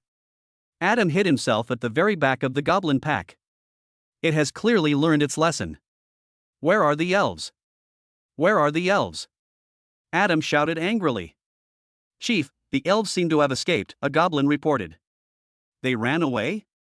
Ha ha ha." Adam laughed. "They're smart, they knew they couldn't beat us, so they had to run. If they come again, I'll definitely make them pay. Retreat. Continue the siege of the tribe. Don't let any of the spirits escape. Each elf can bring us a large number of offspring. Once you conquer this tribe, each of you can reproduce with the elves. Long live the leader. Long live the leader. Long live the leader." Wang Sun was relieved to see the goblins gather. He had achieved his goal. "Turn around and leave." "Is that you, Wang Sun?" Upon hearing the commotion, Lisa, who was on guard duty, immediately raised her bow and arrow. "It's me." In order not to reveal his whereabouts, Wang Sun did not turn on his flashlight. "Wang Sun, you're back so soon?" "Yeah, I said I was just going to harass them." "Then you should rest for a while, it'll be dawn soon," Soya said with concern. "Good." Wang Sun sat on the ground, not asleep. 10 minutes later, he's going to harass the goblins again. 10 minutes later, Soya was still on guard duty. After explaining his purpose, Wang Sun walked into the woods. This time we arrived in another area, to the west of the tribe. Using the same tactic again, they threw a flashbang at the goblin. After the goblins regrouped, Wang Sun decisively withdrew. This was the 5th time Wang Sun had thrown down a flashbang grenade. On Adam's side, the goblin next to him jumped to his feet after hearing the sound of the flashbang exploding. Adam shouted, "Sit down. Doesn't the leader need to assemble?" "Gather what? That elf always just farts and then disappears without a trace. Anyway, they can't kill our people. It's okay, no need to gather." Wang Sun observed that the goblins had not yet gathered. Several goblins around the injured goblin stepped forward and helped him to the back to rest. He then realized that the goblin had finally become desensitized to this. He. The hunting time has arrived. Wang Sun knew the time had come. He quickly turned and left. Get up, get up, get up. Except for Soya, who was on guard duty, the others huddled together back to sleep. Is it dawn yet? Pear Blossom woke up suddenly. The goblins are coming. Wang Sun shouted. Pear Blossom stood up abruptly. However, when she looked around, there were no goblins at all. Wang Sun, you lied to me. If I don't lie to you a little, how can you keep your spirits up? Lisa guessed, did Wang Sun wake us up because he has something else to do? You guessed right. Wang Sun briefly described what he did while they were sleeping. He then explained his plans. They immediately understood. Pear Blossom was overjoyed. Wow, Wang Sun, you're so smart. How come I never thought of that? Don't even mention you, if any of you had thought of this, the goblins wouldn't have bullied you. Once you know how to use one tactic, you'll be able to come up with many more. And of course, there are goblins. They all remained in a face-to-face, real weapon combat mode. Therefore, Wang Sun only needed to apply a few strategies from the 36 stratagems in Sun Tzu's Art of War. That will broaden their horizons. Action. Of course, the operation was not yet successful, so Wang Sun did not open the champagne prematurely. They then began to act according to Wang Sun's instructions. The goblins stood guard in a line in the forest. They also marched forward in a single file, about 10 meters apart. Once they got close, each person threw a flashbang at the goblin. Thus, each one will only affect 2 or 3 goblins. But it doesn't matter, a flashbang is enough to help them kill 2 or 3 goblins. Besides, they have plenty of flashbangs and stun grenades. It was just beginning to lighten, but the woods were still dark. The goblin, exhausted after being tormented by Wang Sun all night, was also completely worn out. They were all sitting on the ground, dozing off. How could he possibly have the mind to keep watch? After all, they weren't soldiers with strict military discipline. The 7 of them moved stealthily until they were only a dozen meters away from the goblin in front of them before stopping. Once everyone was ready, Wang Sun was the first to throw out a flashbang grenade. Chapter 48 Mysterious Confidence. Bang! Ah! Bang! Bang! Bang! As the first flashbang exploded, they threw out their own flashbangs as well. The series of explosions woke all the goblins up again. Doesn't that damn elf need to sleep? They come to harass us every time and then run away. If you're so capable, let's have a real fight. I think they just don't let us sleep. Once I catch you, I'll make sure you never get to sleep. Go back to sleep, go back to sleep. Adam noticed that nothing had happened the last time there was no gathering. This time it was more confident. Adam said shrewdly, "It's all right, it's all right. In my opinion, these elves just don't want us to get a good night's sleep. Fortunately, they launched an attack on us during the day." "This elf is quite clever," Adam said with a confident smile. "But having met me, I won't fall for their tricks. No wonder he's the leader." The goblin beside Adam exclaimed in sudden realization. "How come I didn't think of that? No wonder they ran away every time they dropped that explosive thing. Ah, the leader is so smart. How could someone who isn't smart be your leader?" Adam thought to himself with a disdainful smile. Adam, emboldened by the praise, stood up and shouted. "Everyone! Except for those on guard duty. Everyone, go to sleep. The leader is wise. Roger that. The leader is wise." After that, most of the goblins fell asleep. They completely ignored the screams of their tribesmen coming from the other side. Falling asleep dreaming of beautiful fairies? On Wang Sun's side, 1 minute after the flashbang exploded, they decisively rushed towards the goblins. At this point, about 20 goblins collapsed in agony. Whoosh! Whoosh whoosh whoosh! There are 20 goblins, each person can probably kill them after shooting them 3 times. It took less than 10 seconds. Of course, there is a goblin stationed every 7 or 8 meters. After Wang Sun and his group appeared, the goblin next to them immediately shouted. "The elves have arrived! The elves have arrived!" Upon hearing the noise, the goblins around it will rush over to check the situation. But those further away remain unmoved. They knew it was just a trick by the elves. Then, about 10 more goblins appeared on either side of Wang Sun and his group. They hid behind the tree trunks. "You definitely won't hit the target with an arrow. Continue with the flashbangs." Lisa Wang Sun threw a flashbang to each of the left and right sides. Ah! Ea! Whoosh whoosh whoosh! Whoosh whoosh whoosh! Soon, they easily shot and killed the goblins.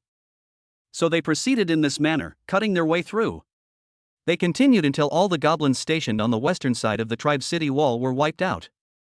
The nearby goblins then realized something was wrong. But without Adam's command, how could they dare to act rashly? Adam and his companions were to the south of the tribe. Not only was it far away, but it also fell asleep like a dead pig. Naturally, he didn't realize something was wrong. But the second goblin, Jima, didn't sleep. It can't sleep soundly. "Leader! Leader! Ah, why did you wake me up?" Adam turned over groggily. "Something's wrong. Something's wrong. Why are our people screaming in agony?" "Keep screaming?" Adam straightened up abruptly. "Listen carefully." Adam listened carefully and realized it was true. Collection. Collection. Adam felt a chill run down his spine.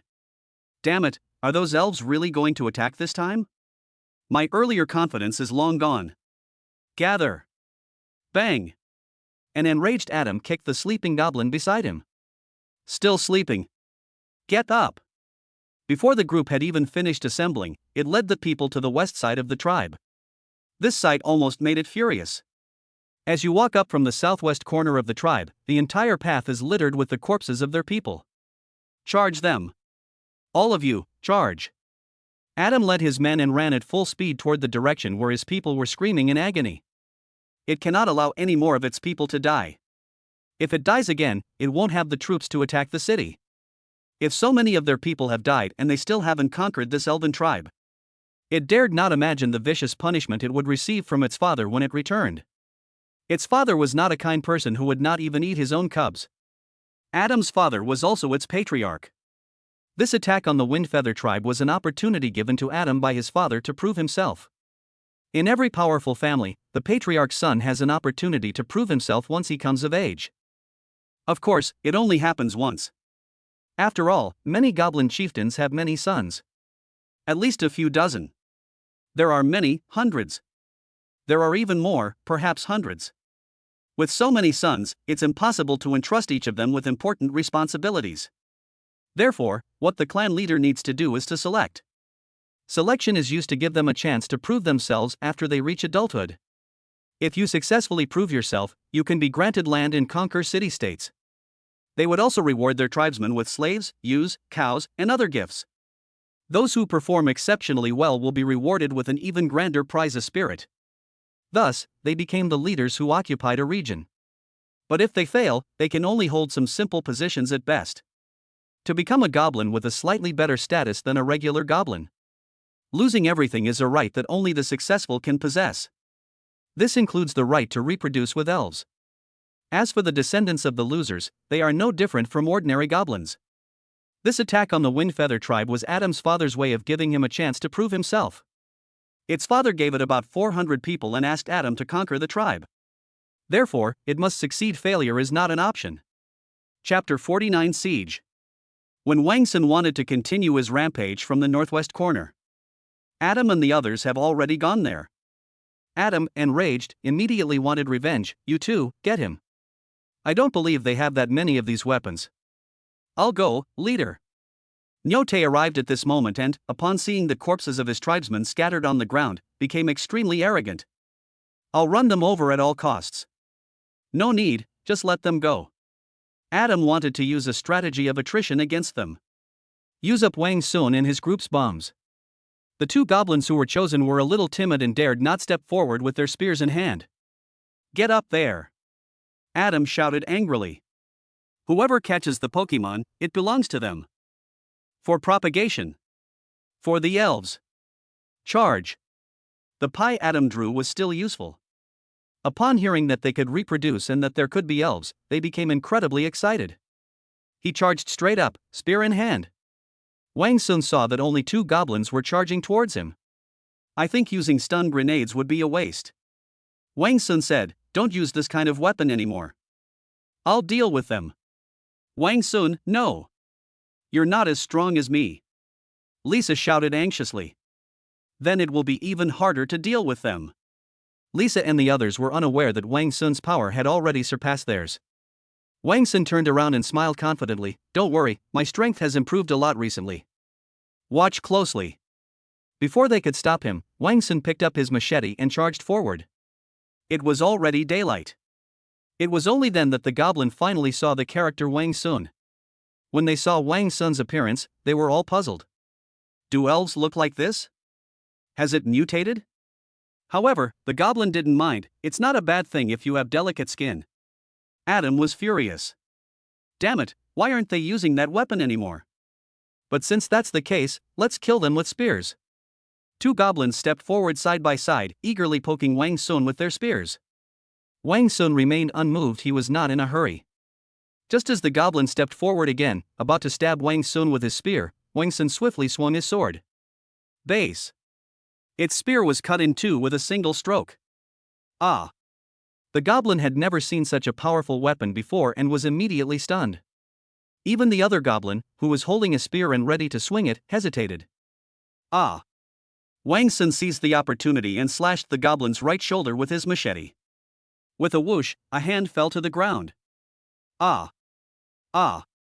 The entire forest was instantly filled with the screams of goblins. Everyone who saw it felt a chill run down their spine.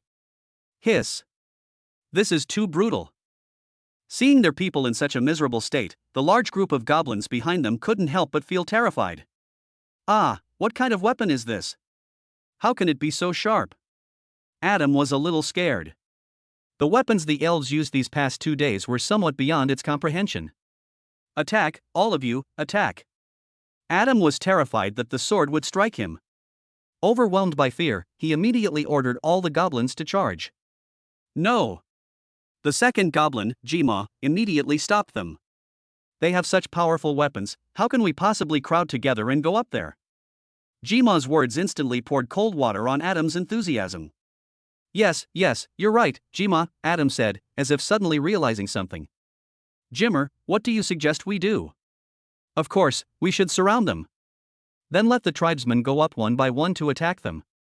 All right.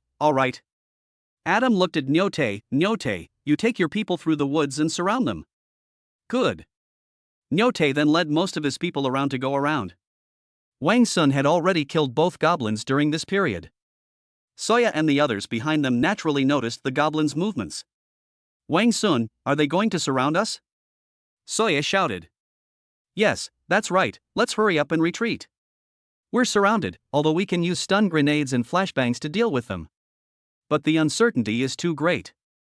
When faced with a swarm of goblins, it's inevitable that a few will be missed and allowed to get right up close. Getting goblins right in your face will be troublesome. Go! Don't let them get away. Seeing that Wang Sun and the others were about to run away, Adam quickly gave the order. Still want to pursue her? Pear Blossom turned around and threw down a stun grenade. With a loud bang, the goblins that wanted to give chase were scared away. The group quickly retreated, running away before the animals could surround them. Damn elves! Adam roared in fury. The green face turned black with anger. Jima was extremely anxious. Chief, we must attack this tribe. Otherwise, if this continues, our entire people will be slaughtered. Fine. Adam gritted his teeth. Awesome! Adam shouted. A short while later, Nyote returned, Chief. Go and chase after those elves. We're about to attack the city, so don't let them get in our way. Understood. I'll take some men there right away. Remember, all we need to do is wear them down. Buy us time to attack the city. Understood, Chief. Hurry up, don't lose them. Immediately, Nyote led 10 goblins to chase after Wang Sun and his group. Jimar, count how many of your people are left. Adam commanded. Good. Assemble. Jima shouted. Then, all the goblins gathered there. Jima counted, there were a total of 152 goblins. Leaving aside what Nyote took, including you and me, our number is 152. Damn it! Adam shouted angrily when he heard that there were only 154 goblins. It brought about 400 goblins with it, but now only 154 remain. We should have attacked from the start instead of besieging it. Adam instructed, Jimmer, take 70 men and attack the wall behind the tribe. Let's chisel a hole. I'll breach their walls from the front. You start the operation as soon as you reach the walls. Good. Jima immediately took the goblins and set off. After Jima left, Adam first had his people move the tree trunks that had already been cut down outside. They cut down a full 30 sturdy trees. Some tree trunks were used to fill the moat, creating a place where people could stand. It's good for excavating the city wall. There are also some straight tree trunks that are up to 3 meters long, which are used to lean against the city wall and the ground. This forms a triangular space. In this space, even if elves throw stones or shoot arrows, these tree trunks can block them. The goblins carried the logs and gathered at the edge of the woods next to the village. At this moment, an elf was standing guard on the city wall. Since the goblins arrived, they have been standing guard 24 hours a day. That night, they were equally terrified. However, due to the obstruction of the tree canopy, it was impossible to see what was actually happening inside the woods. They dared not make any rash moves.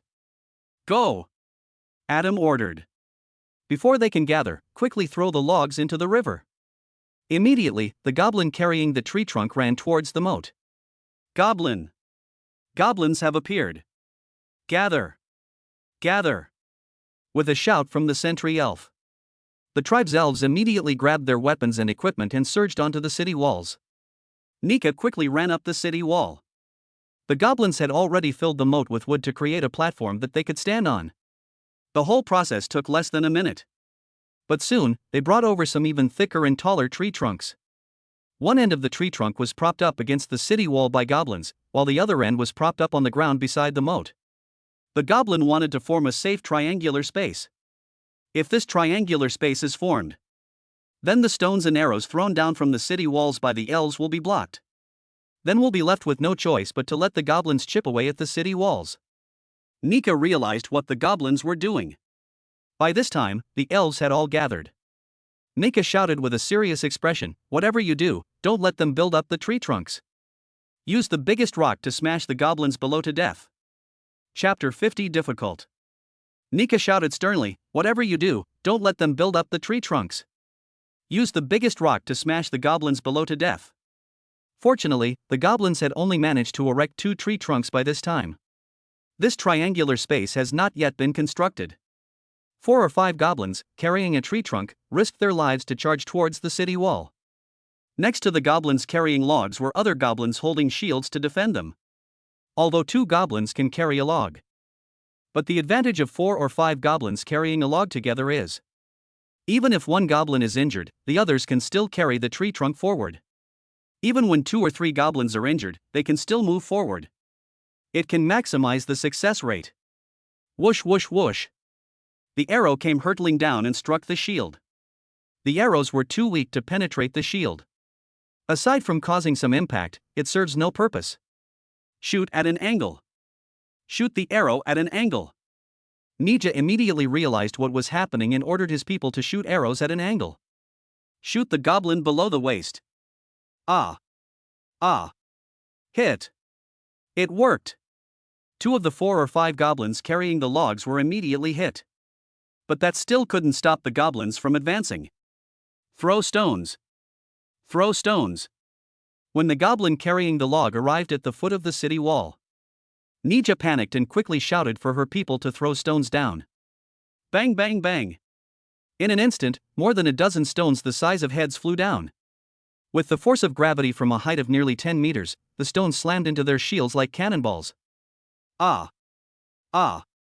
The last few goblins came within range of the stone's attack. They were all crushed to death. Phew! Niga breathed a sigh of relief. We finally managed to stop one wave. However, before she could breathe a sigh of relief, Adam in the woods saw that he had failed. 5 more goblins were immediately sent up. They carried their shields on their backs with both hands, bent over, and strode forward. Arrows cannot harm them. As they approached the city walls, Niga again ordered stones to be thrown down. The stones fell from a height of 8 or 9 meters, and even goblins carrying shields couldn't withstand them. Once hit by the stone, he let out a wail and was knocked to the ground. Pretty! They thwarted another attack. Adam was not discouraged at all. 10 more people. You absolutely must prop this tree trunk up for me. Immediately, 10 goblins carrying shields rushed forward and quickly ran to the tree trunk. Throw stones at me. Nika shouted urgently. Ah! Ah! 7 or 8 goblins were instantly knocked to the ground. But a few still managed to reach the tree trunk. They dragged the tree trunk and tried to pull it towards the city wall. It's successfully erected. Success! Adam clenched his fist excitedly.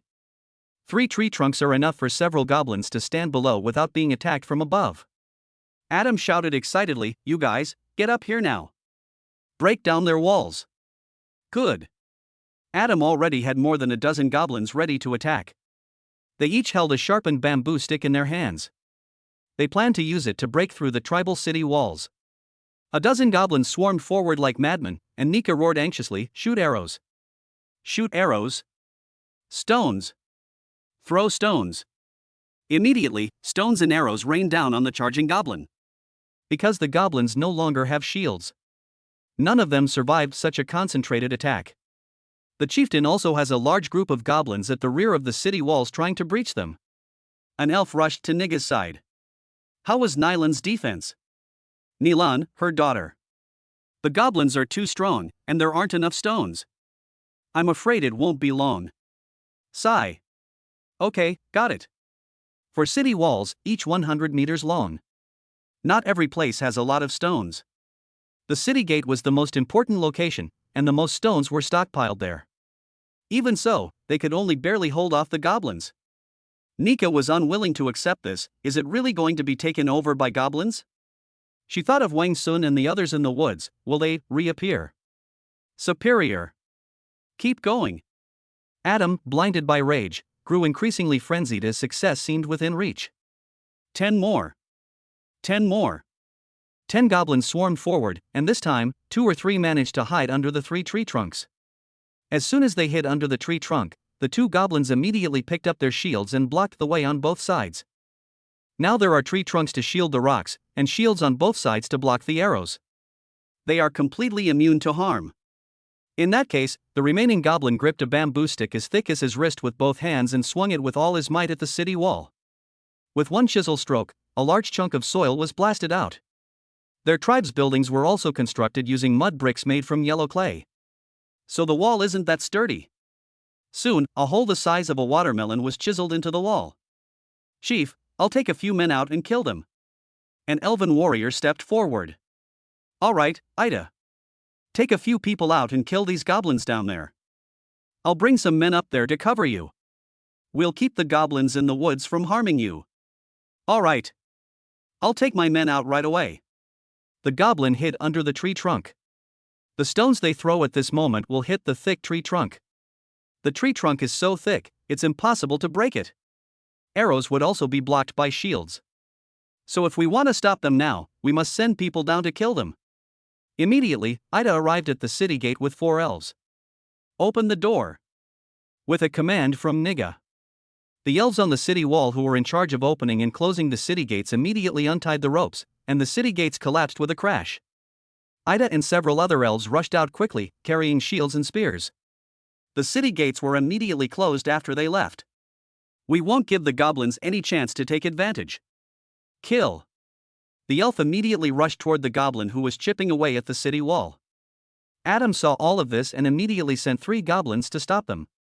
However, as soon as the goblins appeared in the open area, the elves on the city walls had already fired their arrows at them. Ah! The 3 goblins died instantly. Shoot arrows. Let's shoot arrows too. Adam shouted. Whoosh whoosh whoosh. 5 elves, 2 of them holding shields to defend against arrows shot by goblins in the forest. They weren't hurt. Ida led the elves to the 3 goblins, and their first priority was to push down the 3 tree trunks that were propped up against the city wall, regardless of the danger. But the goblins wouldn't do as they wished. Immediately crawl out and engage them in a chaotic battle. They fought fiercely together, and the elves on the city wall were as anxious as ants on a hot pan. The archer accidentally injured one of his own people. If they didn't shoot arrows, they could only watch helplessly as their own people fought a brutal battle against the goblins. This is truly agonizing. Chapter 51 The Powerful Bull. Fortunately, the elves have a numerical advantage.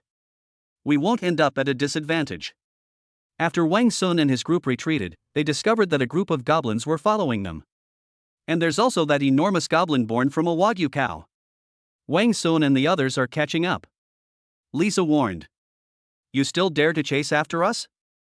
Wang Sun stopped and looked back, and sure enough, he saw about 10 goblins. There aren't many of them, we can get rid of them. Good. The group stopped, and the goblin also stopped.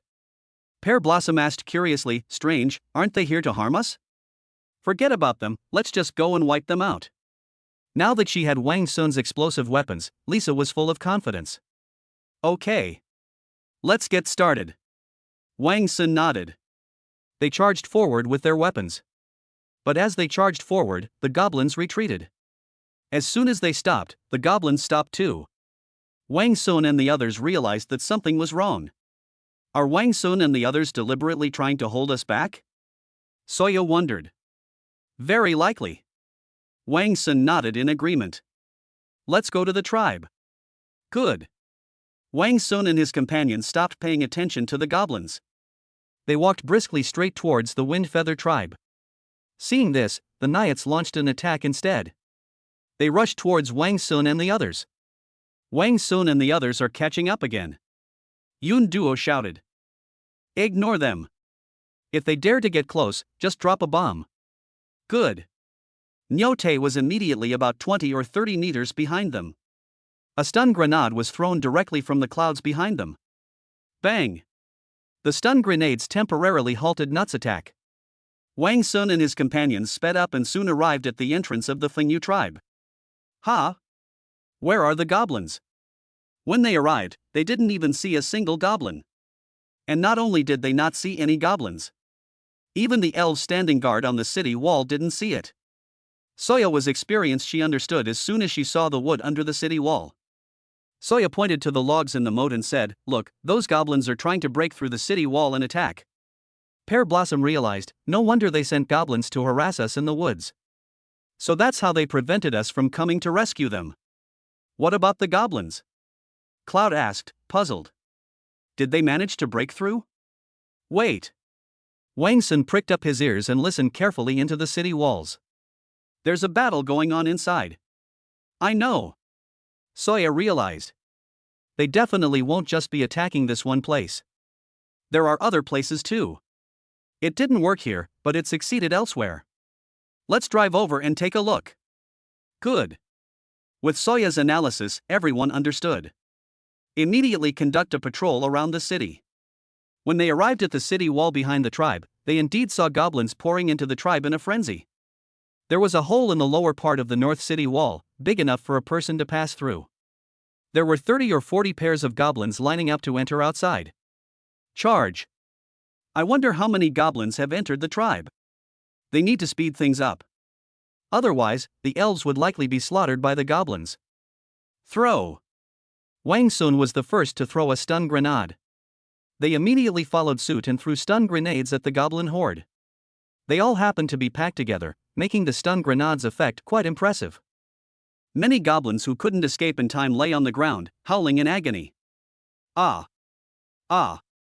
A dozen or so unaffected goblins immediately charged towards Wang Sun and his group. Shoot an arrow! Shoot an arrow! Whoosh whoosh whoosh! In such an open space, they could easily shoot arrows at the oncoming goblins. Some goblins, knowing they couldn't win, quickly disappeared into the woods. Dozens of goblins on the ground wailed. They finished them off one by one with arrows. Walk! The group then crawled into the tribe through this hole. Upon entering the tribe, one is met with utter chaos. Goblins are engaged in a fierce battle with elves. The ground was littered with the corpses of elves and goblins. Ah!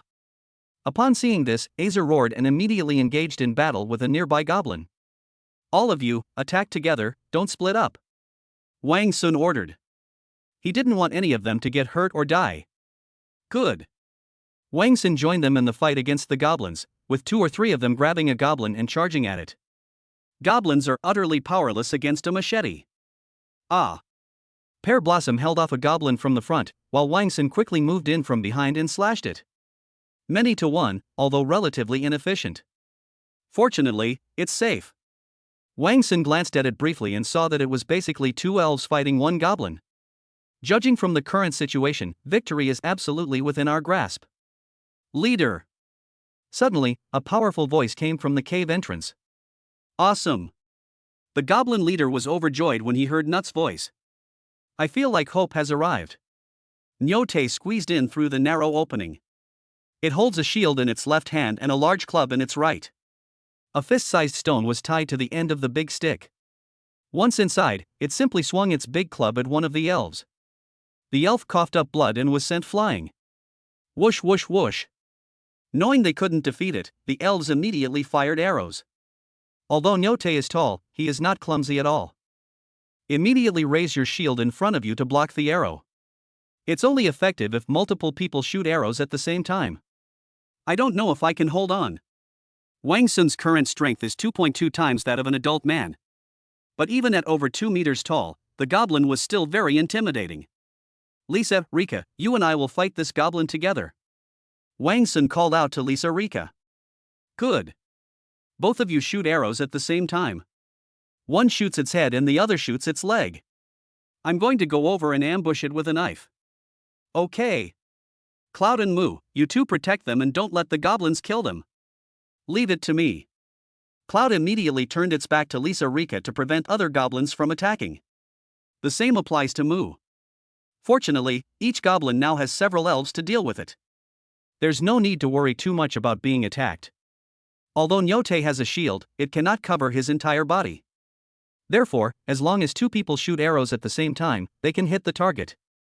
The two of them targeted Nyote, and Nyote also spotted the two of them. Roar! With a loud roar, Nyote charged towards the two of them, shield in hand. Whoosh! Ah! As two arrows were fired, one above and one below, the upper arrow was blocked by the shield. But the arrow below successfully struck its thick right calf. Nyote was in pain, and his right leg buckled, causing him to roll to the ground. But the shield remained in front of him. Hey! Wang Sun had been keeping a close eye on it for a long time.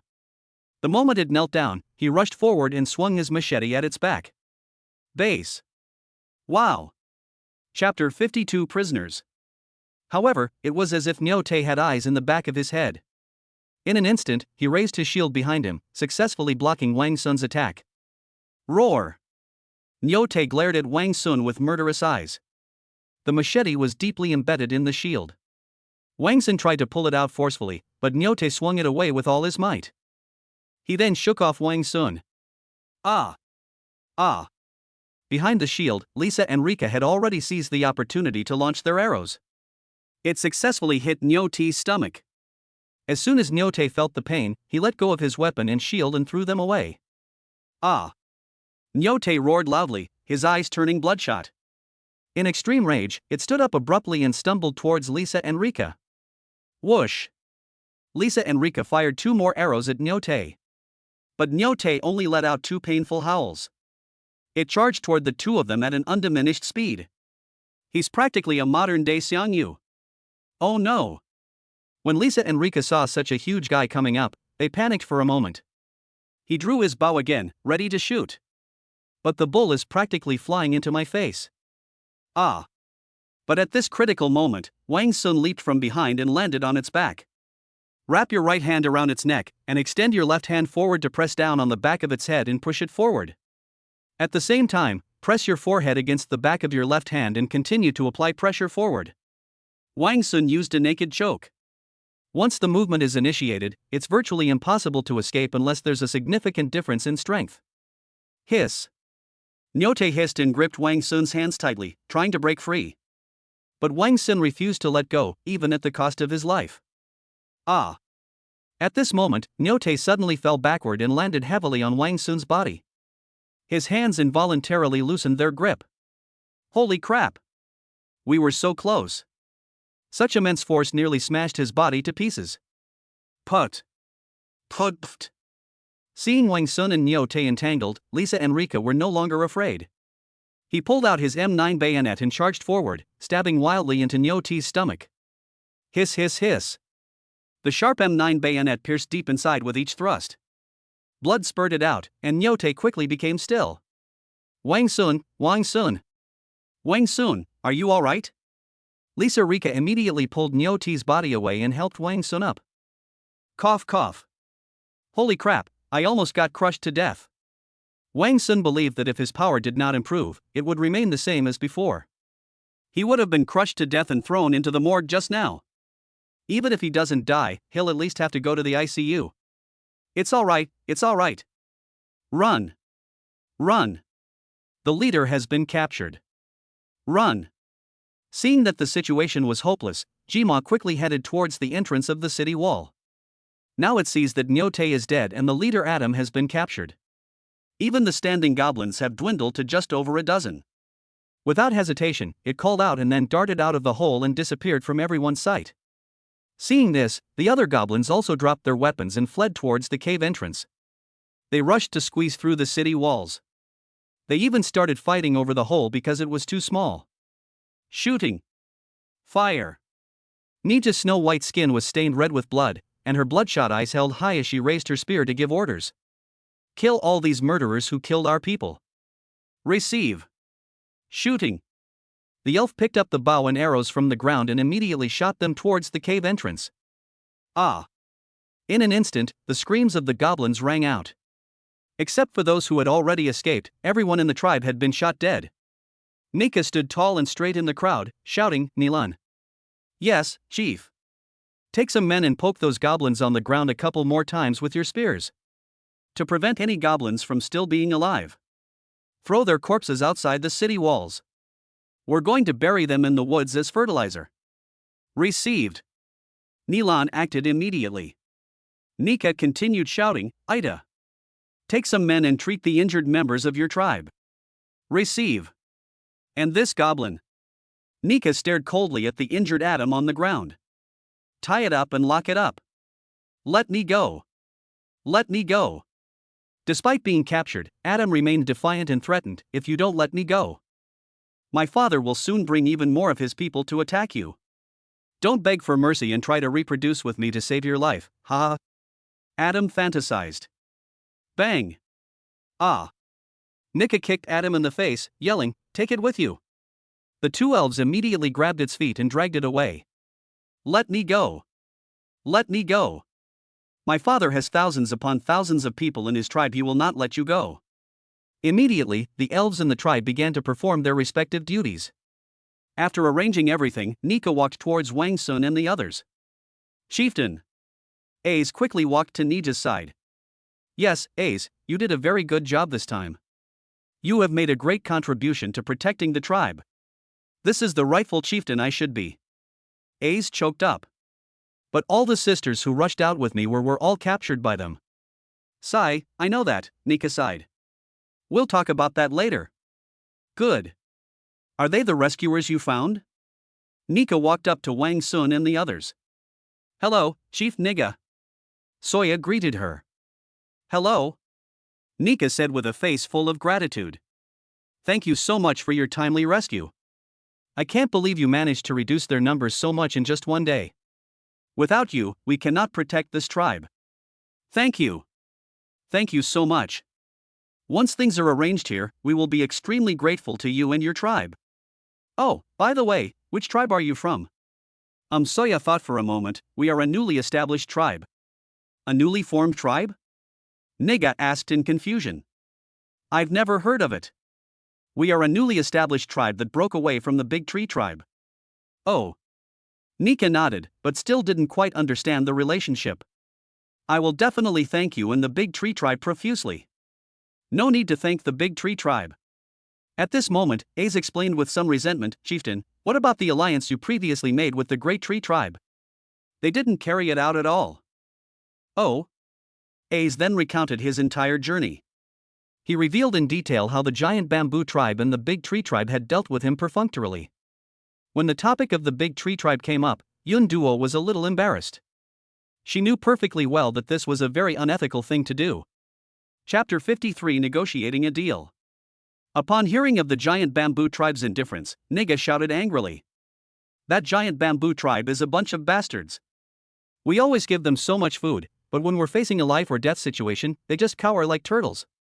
I really don't know what the point of giving them food is. If I weren't wary of their strength, I would have really rebelled against them.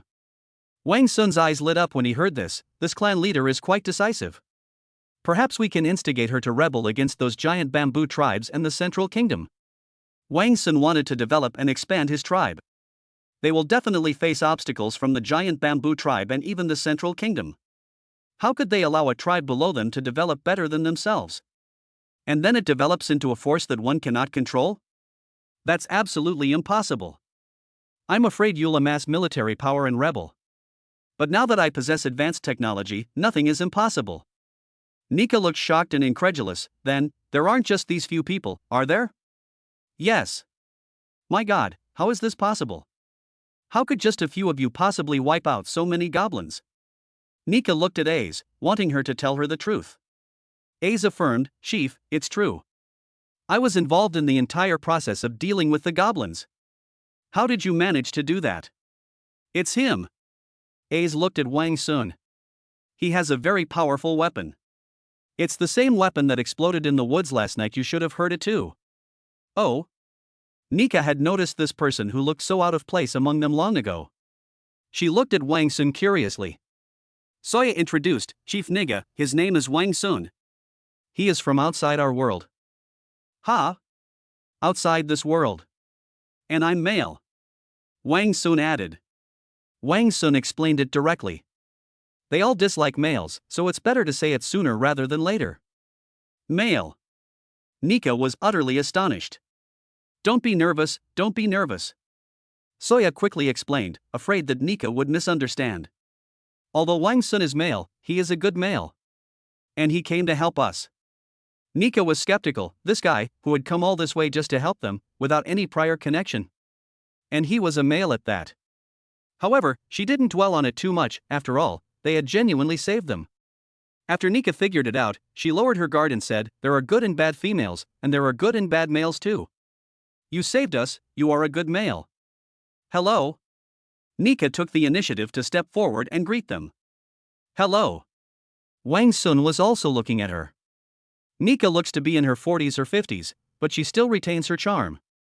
And she has beautiful blonde hair. He also exudes the authority of someone in a superior position. Nika asked Wang Sun curiously, "I'd like to know, what weapons do you use to fight goblins?" Seeing her interest, Wang Sun also considered exchanging this thing for their food. This includes other items won in the lottery. Many of the items that were drawn were duplicates, perhaps we can trade with them.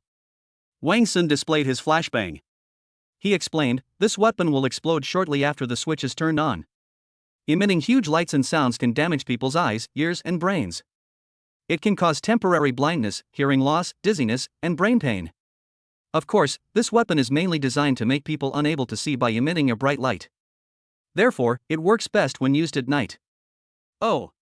Nika exclaimed in sudden realization, "So there are such wondrous things in the world." Nika had an idea, if we had this, we could definitely wipe out even more goblins. Perhaps we could ask if we can exchange it for something else. Yes, we must find a way to exchange them. Wang Sun came to help them primarily so that he could trade for iron. He proactively asked, "Do you need iron?" "Iron? You have iron?" Nika was taken aback. "Certainly. How do you have iron? Isn't iron only found in the central country?" "Of course not." Wang Sun affirmed. "I also have iron. If you want it, you can trade it for food." "Really?" Nika was overjoyed. The central country also has iron. But the iron came from the large bird they found. That's all there is. Once it's used up, it's gone. Therefore, iron is also a non-renewable resource for their central country. For these subordinate tribes that have been handing over food year after year, let alone giving them iron, they wouldn't even agree to exchange food for it. I kept them all for myself. Of course it's true. As long as you have food, I can give you iron. That's great. Of course we have food. Nika couldn't wait to make the exchange. With iron, we can forge even sharper weapons. With sharp weapons, it will be much easier to deal with goblins. This would reduce the number of sacrifices made by the tribe. She had experienced the power of iron when she went to the Central Kingdom. We also learned from the Central Country that ironware is made by heating iron in a fire and then hammering it. So I roughly know the steps involved in forging iron. Nika invited them in, saying, "Come into our room, and we can discuss this in detail. By the way, you guys haven't had any food in a long time either, have you?" I ordered someone to bring some food. "Okay." Wang Sun nodded in agreement. They were indeed hungry. Nika then summoned an elf and asked her to bring out delicious food and drinks to entertain Wang Sun and the others. Wang Sun glanced at their tribe. The tribe is very large, covering an area of approximately 10,000 square meters. The houses are neatly arranged, including wooden houses and mud brick houses, all concentrated in the area below the northern city wall. Most of the other areas are used for growing vegetables and raising animals. There are all kinds of animals, with dozens of enclosures. Integral. They're all points. Wang Sun was a little excited to see so many animals. Led by Nika, they immediately arrived at a room of about 50 square meters. The house has only one large hall. There is a large rectangular table in the middle of the hall. There was a chair above the table, and Nika sat down. "Please sit down too." Nika gestured for them to sit on the chairs on either side. Nika cut to the chase, "We'll exchange food for your iron." "How much food will we get in exchange for how much iron?" Wang Sun stated his price, "If you exchange them for potatoes or sweet potatoes.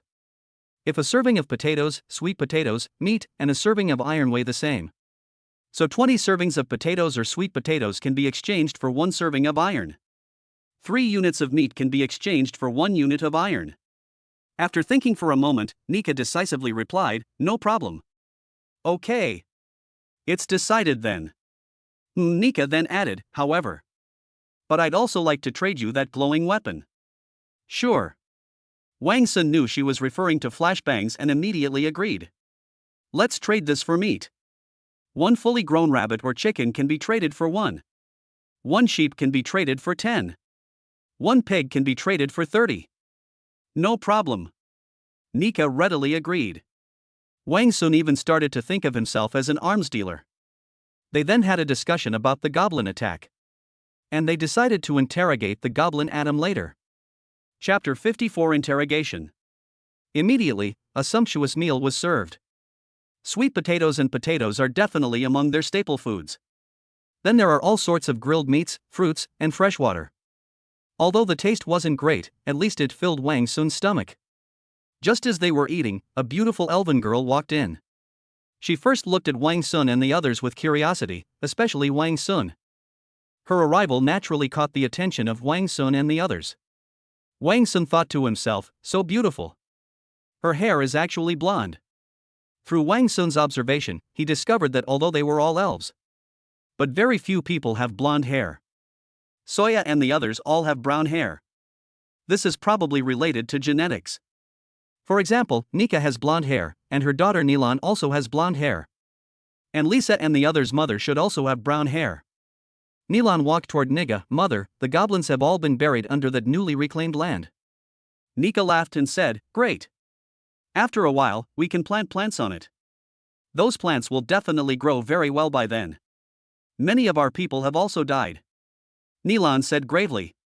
We used to have 134 people, but now we only have 92 left. And there are 16 more seriously injured, and it's uncertain, Nilan's voice choked with emotion, that they might not make it through. Nika sighed, but didn't say anything more. She knew it was inevitable. She had even prepared for the worst-case scenario of her clan being wiped out. She knew that if it weren't for Wang Sun and his group's timely rescue, they definitely can't withstand such a large number of goblins. Nika comforted her, showing her gentle motherly side. Nilan, you must be exhausted too. Come on, sit down and have something to eat. Good. With that, Nilan sat down at the table and obediently began to eat. She's a rather quiet and gentle elf. Nika introduced, this is my daughter, Nilan. She should be about the same age as you. Everyone nodded. They didn't chat or talk to each other. After they finished eating, they were to interrogate Adam together. Adam was tied up and thrown into a pigsty. Nika had it thrown out and the bark ripped from its mouth. Once Adam had the opportunity to speak, he roared. You damned elves, you actually locked me up with a pig. Wang Sun was surprised that they would look down on pigs, considering that many of their people were born from pigs. When my father gets here, I'm going to absolutely ravage you all, ha ha ha. To prevent it from continuing its rampage, Nilan directly slashed its arm with a stone knife. Blood splattered everywhere, and flesh was torn open instantly. He's ruthless and doesn't talk much. Wang Sun didn't expect that the quiet Nilan was actually quite ruthless. It's completely at odds with her quiet appearance and personality. Nika said coldly with disgust, give me the answers to whatever I ask. Otherwise, we have plenty of ways to make you say it. I'll talk. Adam could not bear the pain and immediately burst into tears, ready to confess. I am from. According to Adam, they came from the east side of the island. Wang Sun and his group were heading south. Therefore, the location of Adam's father's tribe was to their northeast. Moreover, it took them more than a day to travel over mountains and rivers to get here. It's at least 10 kilometers away. This is still within a complex forest, spanning over 10 kilometers with mountains of varying sizes. Moreover, in the area between its father and Wang Sun and the others, there are also several tribes belonging to Adam's brother. These goblins have brothers who belong to tribes, goblins who have passed their father's tests and proven themselves. Their entire family occupies a very large area. It appears as if its father's tribe is the center, with the other son's tribes spreading outwards in all directions. Even Adam didn't know exactly how many tribes there were. Nija demanded, where did you take those dozen or so of our people? This Adam hesitated in fear. Speak. Niga roared. I'll tell you. I promised to lend it to my brother so they could reproduce. Damn it. Ah. No. Ah. Nilan gritted his teeth and slashed it twice more on the shoulder. Nika, barely suppressing his anger, said, Nilan, be careful not to get killed by it. Perhaps it will still be of some use, and we can use it to exchange for our people. Yes, it works for me, it works for me. Upon hearing Nika's words, Adam felt as if he had been reborn and immediately shouted. Don't kill me! Don't kill me! My brother and I are very close, we grew up together. You can definitely exchange me for your people. Having learned the basics, Nika made the arrangements. Tie it up and throw it in the cage. Nilan, you also need to assign 2 people to guard it. Don't let it escape, and don't let it die.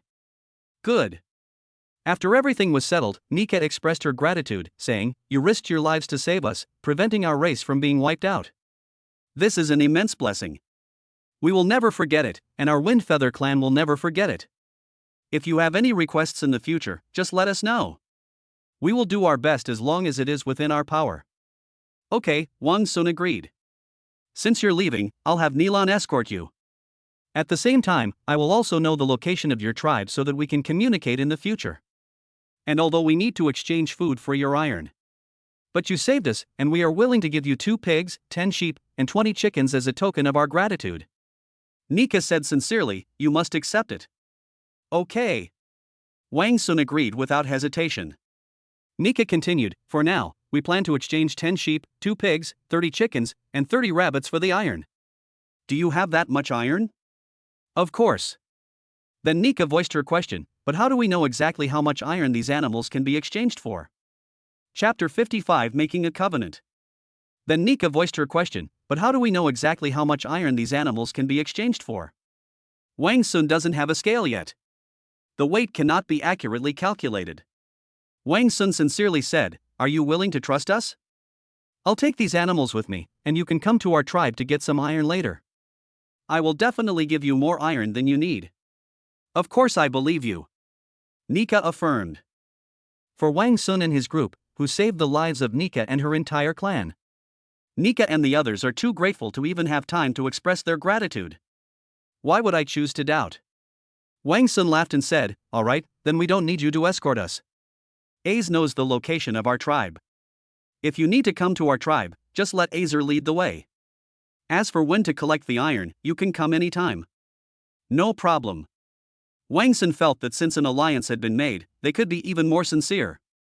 Wang Sun said, Furthermore, if you have any questions during the process of forging ironware, you can ask me for advice. I know a little about forging ironware. Wang Sun had some understanding of the process of forging ironware. He often watches videos of knife forging competitions and the like. Although the eyes may have grasped the concept, it's uncertain whether the hands will be able to apply it effectively. But at least I know more than them. That's great. Nika exclaimed happily. Although I learned about the process of forging ironware when I was in the central country. But I'm still worried that even if I get the iron, I won't be able to forge any ironware. With your help, we'll definitely be able to do it. Wang Sun smiled and said, All right, feel free to come to me if you have any questions. Then, Nija wanted to say something more, but said, I see that your tribe has such a small population, so I'm afraid it will be difficult to cope if you encounter a major danger. If you are willing, I would like to establish an alliance with your tribe. Nika quickly added, But don't worry, we will absolutely not stand by and watch someone die like the Great Tree Tribe and the Giant Bamboo Tribe. Wang Sun was very happy to agree. But he couldn't make the decision alone, so he looked back at Soya and the others. I'll listen to you, Wang Sun, Soya said firmly. Yes, me too. They all listened to Wang Sun. Okay then. After receiving their strong support, Wang Sun decisively replied, All right. We are willing to form an alliance with you. If one party makes a request, the other party must do its utmost to help. We will do our utmost to help. The form of their covenant was very simple. I only said it verbally. But both sides felt each other's sincerity. After the alliance was established, Wang Sun was to take these animals away. Nija reiterated, I'm worried you might encounter danger on the road, especially with so many animals. Let me send some of my people to escort you. Wang Sun still refused. He had no intention of taking these animals back with him. He plans to exchange these animals for points along the way. Wang Sun continued to decline, saying, There are only a few dozen of you, many of whom are elderly or children. We have to treat the wounded and repair the tribe. We don't have enough manpower. We won't trouble you. That's settled then, Wang Sun continued. We'll take the 2 pigs, 10 sheep, and 20 chickens you sent us right away. These animals can be taken away by the few of us. As for the animals in the trade, bring them over next time you come to Latte. That's fine too. They then use thick vines to lasso the bodies of the pigs and sheep. These vines are formed by many small vines intertwined. It's very sturdy, just like a hemp rope. These large animals were tied up with vines.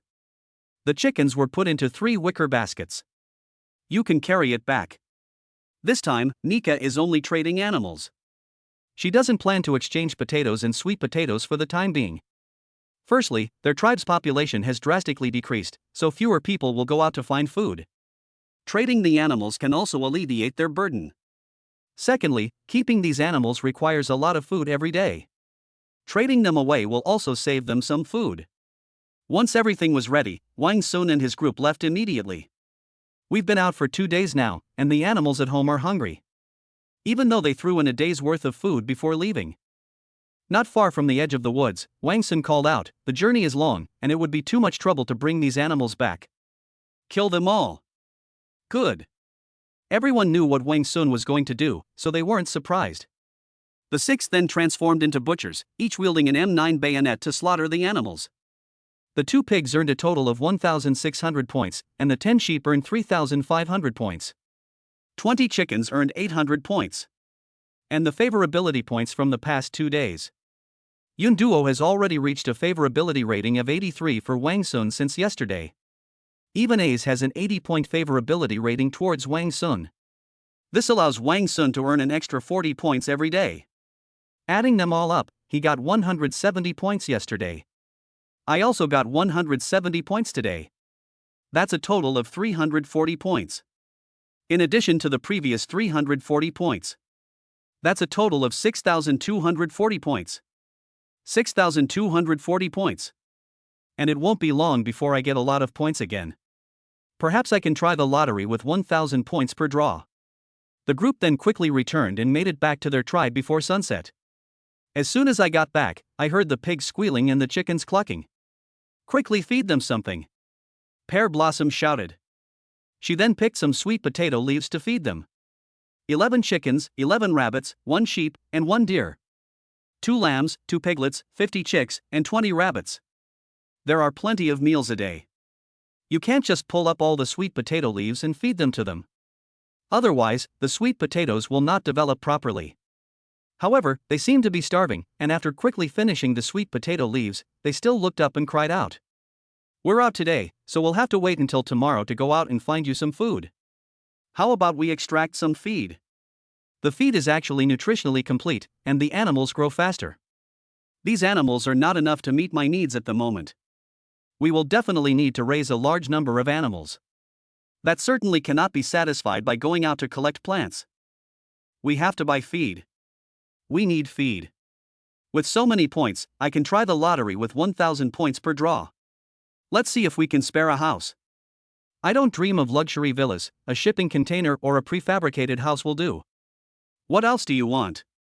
If you want a house, you'll definitely need a big bed or something.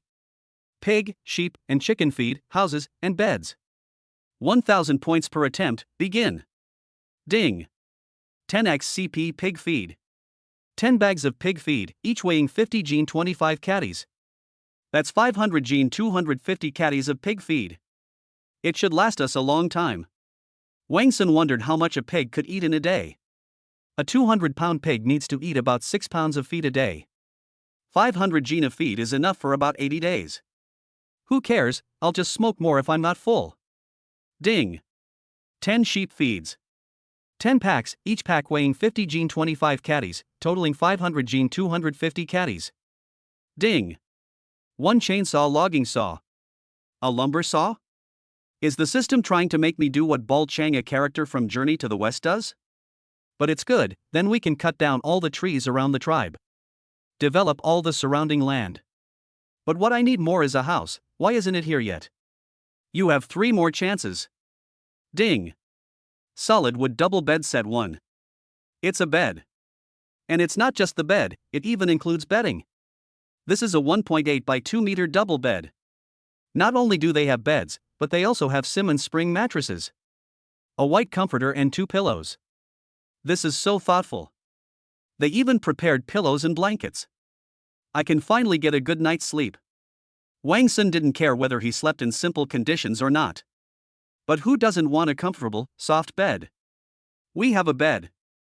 All that's missing is a house. You absolutely have to come. Ding. Chicken feed x10. Similarly, it's also 50 yen per bag, 500 yen in total. 1240 points remaining. Last chance. Ding. Container House 1. Beautiful. It's finally here. Chapter 56 The House. Beautiful, it's finally here. Wang Sun checked the system and saw, this is a white corrugated container that is 3 meters wide, 6 meters long, and 2.5 meters high. The material is thickened hot-dip galvanized square tubing. Excellent. Very good. Wang Sun glanced at it and was very satisfied. Where should we put it? Wang Sun surveyed the territory within the tribe. Got it. Place it between the kitchen and Soya's little house. There is a blank area that is 10 meters long in this place. There was just a pile of firewood. We have to say hello to them no matter what. Wang Sun immediately shouted, how about I conjure up a big house and put it between the kitchen and your little house? A big house? Pear Blossom exclaimed in surprise. Wang Sun, can you even conjure up a big house? Pear Blossom asked expectantly, can I stay here? Wang Sun laughed and said, hee of course. Wang Sun couldn't wait for them to move in as soon as possible. Yay! That's great! Pear Blossom jumped up and down happily. Of course, no problem. Soya replied. All right then. Wang Sun then used a shovel and hoe to level the ground. Bring over some more mud bricks and spread some on the ground, so that the rainwater can flow through. Once everything was ready, Wang Sun immediately conjured up the container house. They were placed neatly on top of the mud bricks. Wow! The moment the house appeared, they exclaimed in delight. What a beautiful house! Pear Blossom exclaimed. People in the civilized world might be looked down upon for living in such a house. But placed here, this house would undoubtedly be a luxurious single room for them. Wow, let's go in and take a look. Pear Blossom exclaimed impatiently. Come on, I'll show you inside. Wang Sun had already looked inside, there was nothing there. The door is on the right side of the largest side of the house. The door was locked with a lever, and a bunch of keys were hanging on it. Wang Sun pressed the handle down and the door opened. This way of opening the door naturally aroused their curiosity once again. Upon entering the house, you arrive at the living room. It is 4 meters long and 3 meters wide. The living room was just an empty frame with nothing in it. Maybe I can buy some furniture once I have enough points. Wang Sun thought to himself. There is a partition on the right side of the living room. Behind the partition is a small bedroom measuring 2 by 3 meters. However, the bedroom did not have a door. The partition was simply cut off. The house has a total of 3 windows. 2 doors are on the left and right sides of the house, and 1 door is in front of the house. That is, 1 door for the bedroom and 2 doors for the living room. And there are even security frames on the windows. You can bring the bed out. Right under their noses. A large bed suddenly appeared in the small bedroom. Wow! Is this a bed? Pear Blossom excitedly guessed. Yes, this is a bed. So soft. Lisa put her face on the bed and rubbed it up and down and side to side. It feels so good. Upon seeing the bed, Mu felt incredibly happy, a shy blush creeping over her. Wang Sun and I will sleep here from now on. When will Wang Sun tell Suya and the others about us? Immediately, upon seeing the bed, she recalled the passionate scene with Wang Sun in the woods. My heart started racing and my face flushed. Ha, it's so bouncy. Pear Blossom plopped down on the bed and bounced around. It looks so funny. Pear Blossom, you're so dirty, don't get this white bed dirty. Soya reminded her. Oh, I forgot. Pear Blossom quickly got down, and after checking that the bed wasn't dirty, she patted her chest and breathed a sigh of relief. Thank goodness it's not dirty. I feel guilty for soiling such a dirty bed. Yunduo exclaimed enviously, wow, I really want to live in such a beautiful house. Oh, of course I mean sleeping outside. Yun Duo quickly added, pointing to the living room. They were afraid of causing a misunderstanding. Since you don't have a room to sleep in at night anyway, you can sleep here tonight. Wang Sun agreed. Really? Is it possible? Yun Duo's eyes sparkled with excitement. Sure. Wang Sun, didn't you say you'd let me stay here? Upon hearing this, Pear Blossom actually felt wronged after Yun Duo fell asleep. You can sleep here too, the living room is so big. Pear Blossom hesitated after hearing that she would be sleeping with Cloud. Then forget it, let Yun Duo sleep here. I don't want to sleep with Yun Duo. Pear Blossom gave up. I don't want to sleep with you yet. Yun Duo retorted, feeling resentful at being rejected. Pear Blossom didn't care, anyway, you're leaving soon. I'll come back to stay here after you leave, hee hee. After hearing what Pear Blossom said, Cloud realized that she was ultimately an outsider. I'm leaving in 2 more days. She didn't want to leave. The thought of leaving soon made me feel sad and depressed. But Yun Duo still pretended to be indifferent and said, yes, I'm leaving in 2 days. So, I'll be staying here for the next few days. It has basically everything it should have. I'll keep the remaining 240 points for now. He had everything he wanted except for rabbit feed. And there was also a chainsaw. They can manage to feed the rabbits alone. In the living room, Wang Sun took out the 30 bags of feed. They were piled up in the living room. Wang Sun pointed to the feed and explained, this is food for pigs, sheep, and chickens. From now on, we'll feed them these things, and we won't need to go outside to gather food anymore. Wow, so much! Pear Blossom exclaimed. We'll be stuffed to death. Then we should raise more small animals. Lisa was surprised. We already have so many animals, do we still need to keep more? Of course we want to, Wang Sun nodded. It's just that our tribe is too small. In the future, we can expand the tribe. Wang Sun had already decided that he could build another wall around this tribe in the future. Or build another city-state outside of this tribe. Specializing in animal breeding. The more the better. We need large-scale farming. We need modern farming. Wang Sun also told them which were pig feed and which were sheep feed. These feed bags all have corresponding animal patterns on them. That evening, the 6 men killed 2 chickens and 2 rabbits for dinner. Thanks to Wang Sun's superb grilling skills, the group ate with their mouths full of oil. After washing up, the group went to sleep. They were exhausted from the past 2 days. Wang Sun and Yun Duo entered the model room and closed the door. The house was completely dark, so Wang Sun turned on his flashlight. I'll sleep here. Yun Duo placed the mattress in this corner of the bedroom partition. This mattress was the one Wang Sun had drawn earlier. I'll get you a pillow. Wang Sun took a pillow from the bed and gave it to her. It will be more comfortable to sleep with this under your head. Okay. Yun Duo took it. Then Wang Sun lay down on the bed and exclaimed, wow, this is so comfortable. Close your eyes, and it feels like you're sleeping in a 5-star hotel. Wang Sun couldn't help but smile. If only Pear Blossoms were beside my pillow. After feeling comfortable, Wang Sun wanted to feel even more comfortable. Wang Sun wanted to say something he had wanted to say for a long time to Yun Duo. Yun Duo, why don't you move to our tribe? Wang Sun's initial goal was to let her experience life here. Let her see the ability she has demonstrated and what she has brought about. Then entice her to stay here.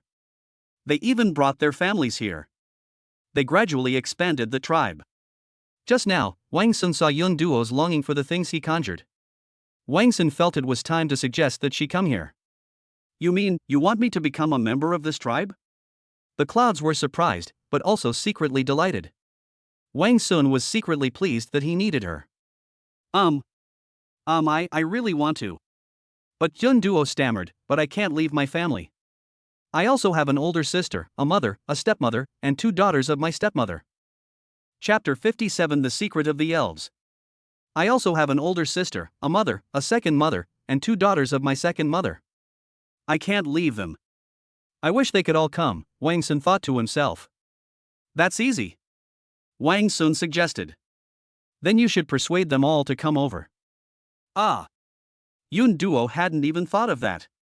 At most, she could only fantasize about living in this tribe. But immediately, she felt that this was worth a try. How about I give it a try? Okay. I'll try it when you get back. Okay. She felt confident after receiving Wang Sun's affirmation. Wang Sun thought for a moment and then said, perhaps, after you go back, you can bring your family to visit more often. Let them see this tribe, see what I brought, and see my abilities for themselves. Maybe it will be much easier to persuade them to come over then. Yun Duo exclaimed excitedly, good Wang Sun. I'll go back tomorrow. Don't rush.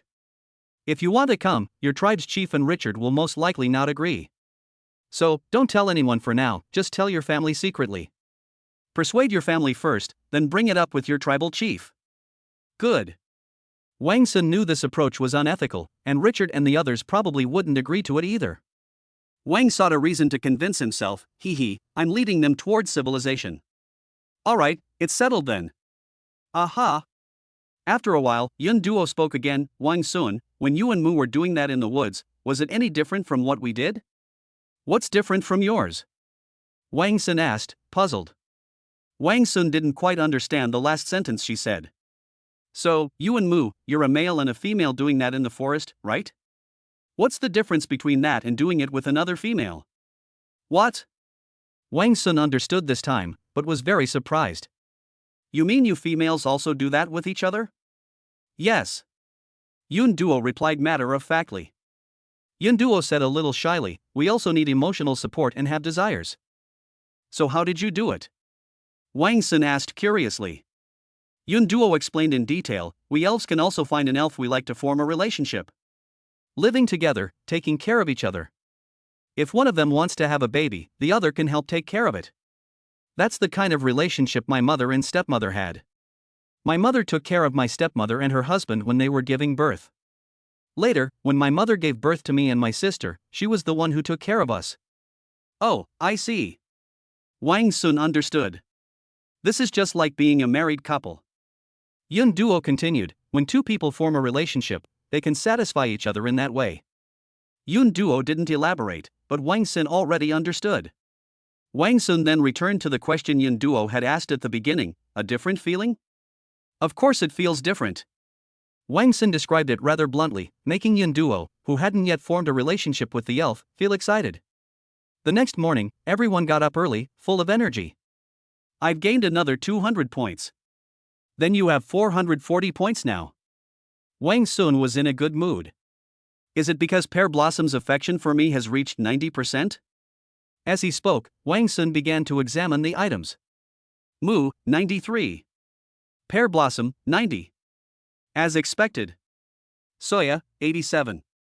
Clouds, 86. Lisa, 85. A's, 83. Very good. It seems that even though A's isn't around, you can still get points as long as the favorability rating is high enough. Then Wang Sun looked at Li Hua again and could sense the evasiveness in her eyes. They are complete novices when it comes to relationships. It really feels a bit like China decades ago. Wang Sun only learned about it from TV dramas and books. A few decades ago in China, people were more simple and honest. Especially in matters of the heart. It's an era where young people of the opposite sex can blush just by looking at each other. Completely opposite to the present era. Wang Sun thought of a popular internet saying, in the past, travel was slow, and one's life was only enough to love one person. Now, the internet speed is so fast that one can get 6 people to like you in a minute. If people were like this decades ago, how much more so would the feelings and thoughts of people from thousands of years ago? Wang Sun felt a sense of wonder. Of course, this is only from his perspective. I ate breakfast. Wang Sun instructed, our task today is to continue building the tribe. First, raise the city walls. We'll consider thickening the city walls later. Good. Having learned a lesson from the Wind Feather tribe, Wang Sun and his group became even more aware of the potential dangers. As for the iron needed for trading with the Wind Feather tribe, not currently needed. Last time, they retrieved 2,000 gene of iron that they were preparing to trade. We are not afraid of the Niga tribe suddenly appearing. Chapter 58 The Arrival of Nylon. The city walls need to be raised. It's still the same process, digging yellow clay, making mud bricks, and drying them. Time passed by in the midst of a fulfilling life of making mud bricks and playing mahjong, and the next day arrived. That noon, Nilan arrived with a large group of animals. Meow meow meow. Humph humph humph. Giggle. Around 1 or 2 o'clock in the afternoon. When they heard animal cries coming from outside the tribe, Wang Sun and his group knew that the people from the Fengyu tribe must have come. It must be the Wind Feather tribe coming to get iron. Let's go up and take a look, Wang Sun suggested. Then they arrived at the city wall. It was Nilan. Looking down, it was densely packed. There are a total of 12 elves, and a large group of animals. Moreover, there were chickens and rabbits in the baskets they were carrying. Nilan looked up and said, "These are the animals we agreed to exchange for iron with last time, and we've brought them all. The deal we agreed on last time was for 10 sheep, 2 pigs, 30 chickens, and 30 rabbits." "Okay. We'll open the door right away," Wang Sun replied. Then the group went downstairs and opened the door. They let both people and animals in. After entering, Nilan and the others first looked around the tribe. When they saw Wang Sun's big house, they were also immediately impressed. Everyone was curious. But she quickly focused on the important matter at hand. "We'll exchange these pigs and sheep for iron. I'll trade you the chicken and the rabbit for that glowing, exploding thing you had last time." Wang Sun knew she was referring to stun grenades and flashbang grenades. "Okay, no problem. Wait a minute." Wang Sun decided to take out a scale to calculate the weight. Ideally, it should be a commercial electronic platform scale. A platform scale, capable of weighing several hundred kilograms. That's enough for them. Such a scale should be possible to win through a lottery with 100 points per draw. Give us more lottery options. It's been a long time since I've won a power boosting pill. We also need stun grenades, flashbang grenades, and the gasoline needed for the logging saws. Wang Sun silently recited in his mind: scales, power pills, gasoline, stun grenades, flashbangs. Adding the 200 points I earned today. He has a total of 640 points. Once I get the scale, I'll trade it for the animal and exchange it for points to keep drawing. 6 consecutive draws. Ding ding ding. Level 2 Strength Pill X2. Electronic Platform Scale 1. 10 liters of gasoline. 10 pounds of beef. 10 boxes of condoms. 20 stun grenades. Great, we have basically got everything we wanted. They even have condoms. Is this a reminder to speed up reproduction? Immediately, Wang Sun took out the electronic platform scale. This. Nilan and the others were dumbfounded. Wang Sun offered no explanation. This electronic platform scale is marked with a maximum weighing capacity of 300 kilograms. That's 600 gene. Wang Sun estimated that the 2 pigs weighed no more than 200 gene, 100 kilograms at most. That's enough. Wang Sun pointed to the electronic scale and said, "Just put the item on this, and you'll know its weight. You guys help me out, each of you grab 1 foot and lift it onto this scale." "Good. Is it really that amazing?" Lisa muttered to herself. Immediately, Wang Sun, Lisa Yunduo, and Suya each grabbed a pig's foot. Humph humph humph humph. Suddenly, I flipped it over and placed it on the scale. At the same time, they still held onto the pig's feet to prevent it from struggling and falling. 250 gene. After the numbers stabilized, Wang Sun obtained the weight of the pig. "Carry it to the pigsty." They caught him and simply threw him into the pigsty. The other pig was about the same size, and Wang Sun was also counted as 250 gene. They were thrown into the pigsty as well. Then there are sheep. Sheep are relatively easy to catch. The test immediately showed 90 pounds. Wang Sun calculated, 2 pigs plus 10 sheep, that's 1400 gene. The ratio of meat to iron exchanged is 3 to 1. That means I can only exchange it for, let's say 470 gene of iron. Wang Sun called on Lisa Rika for help, and they lifted 3 large pieces of iron and placed them on the platform scale. He placed it on the scale, 487 gene. More than expected. Wang Sun handed the iron to someone who placed it on the ground, saying, "Those animals can be traded for this iron." Good. They didn't waste words. They didn't haggle like Richard and his friends had done before, saying, "So many animals, yet we can only get such a small piece of iron?" They knew that this iron was extremely precious. For them, what Wang Sun was able to give them was an immense blessing. After all, the central country didn't even give them a chance to change. We also need stun grenades and flashbang grenades.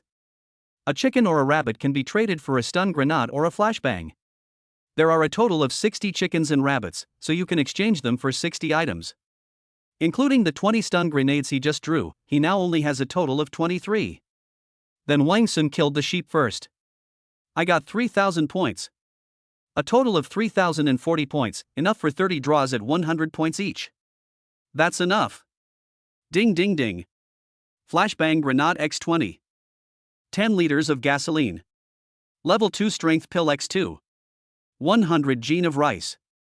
20 stun grenades. Enough. After spending 500 points, I drew 40, for a total of 64. Wang Sun handed over 60 flashbangs and stun grenades to them. They were also informed about the key points and precautions for using the product. They listened very attentively. Okay, I understand. It's getting late, let's head back now. Nilan did not immediately want to go back. The journey between the two places takes half a day to walk. A round trip takes exactly 1 day. However, we still had to drive away the pigs and sheep when we arrived in the morning. So it took some time.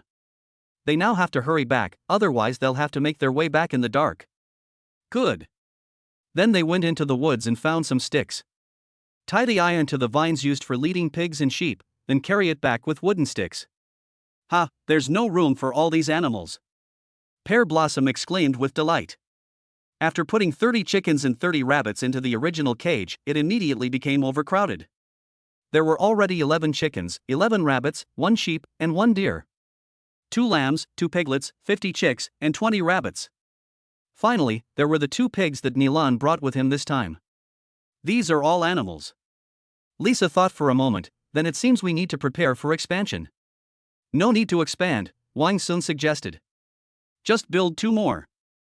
It saves us the trouble of tearing down the original one. Alright. Let's begin. Let's start by building with the mud bricks we made yesterday. Good. I got 4 level 2 strength pills today. Gulp. Wang Sun swallowed it in 1 gulp. I just consumed 8 level 1 strength pills and 6 level 2 strength pills.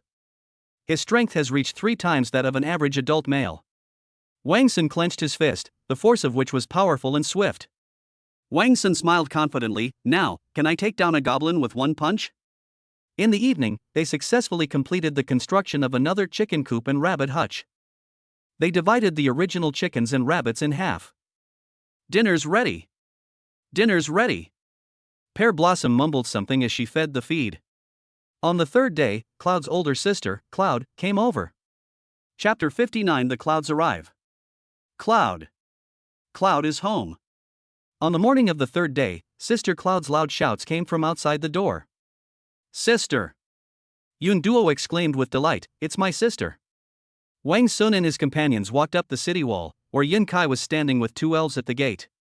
Open the door and let them in, Wang Sun instructed. Good. Sisters, come in. What are you doing here? Aren't you going back? Yun Kai asked with concern. You haven't been back for so long, and your mother has been worried about you every day. And she spends every day with a male. As she spoke, Yun Kai stared intently at Wang Sun. She didn't do anything to you, did she? Yun Duo glanced at Wang Sun sheepishly. Hey sis, Wang Sun is a good person. Don't overthink it. Then Yun Duo looked at Wang Sun and said, Wang Sun, don't blame my sister. She has a bad temper, but she's a very nice person. Okay, I understand. Wang Sun thought to himself, your temper was much worse than your sister's back then. The clouds below could hear the conversation between Yun Duo and Wang Sun perfectly. Hot Cloud stroked her chin. Cloud, when did you become so humble?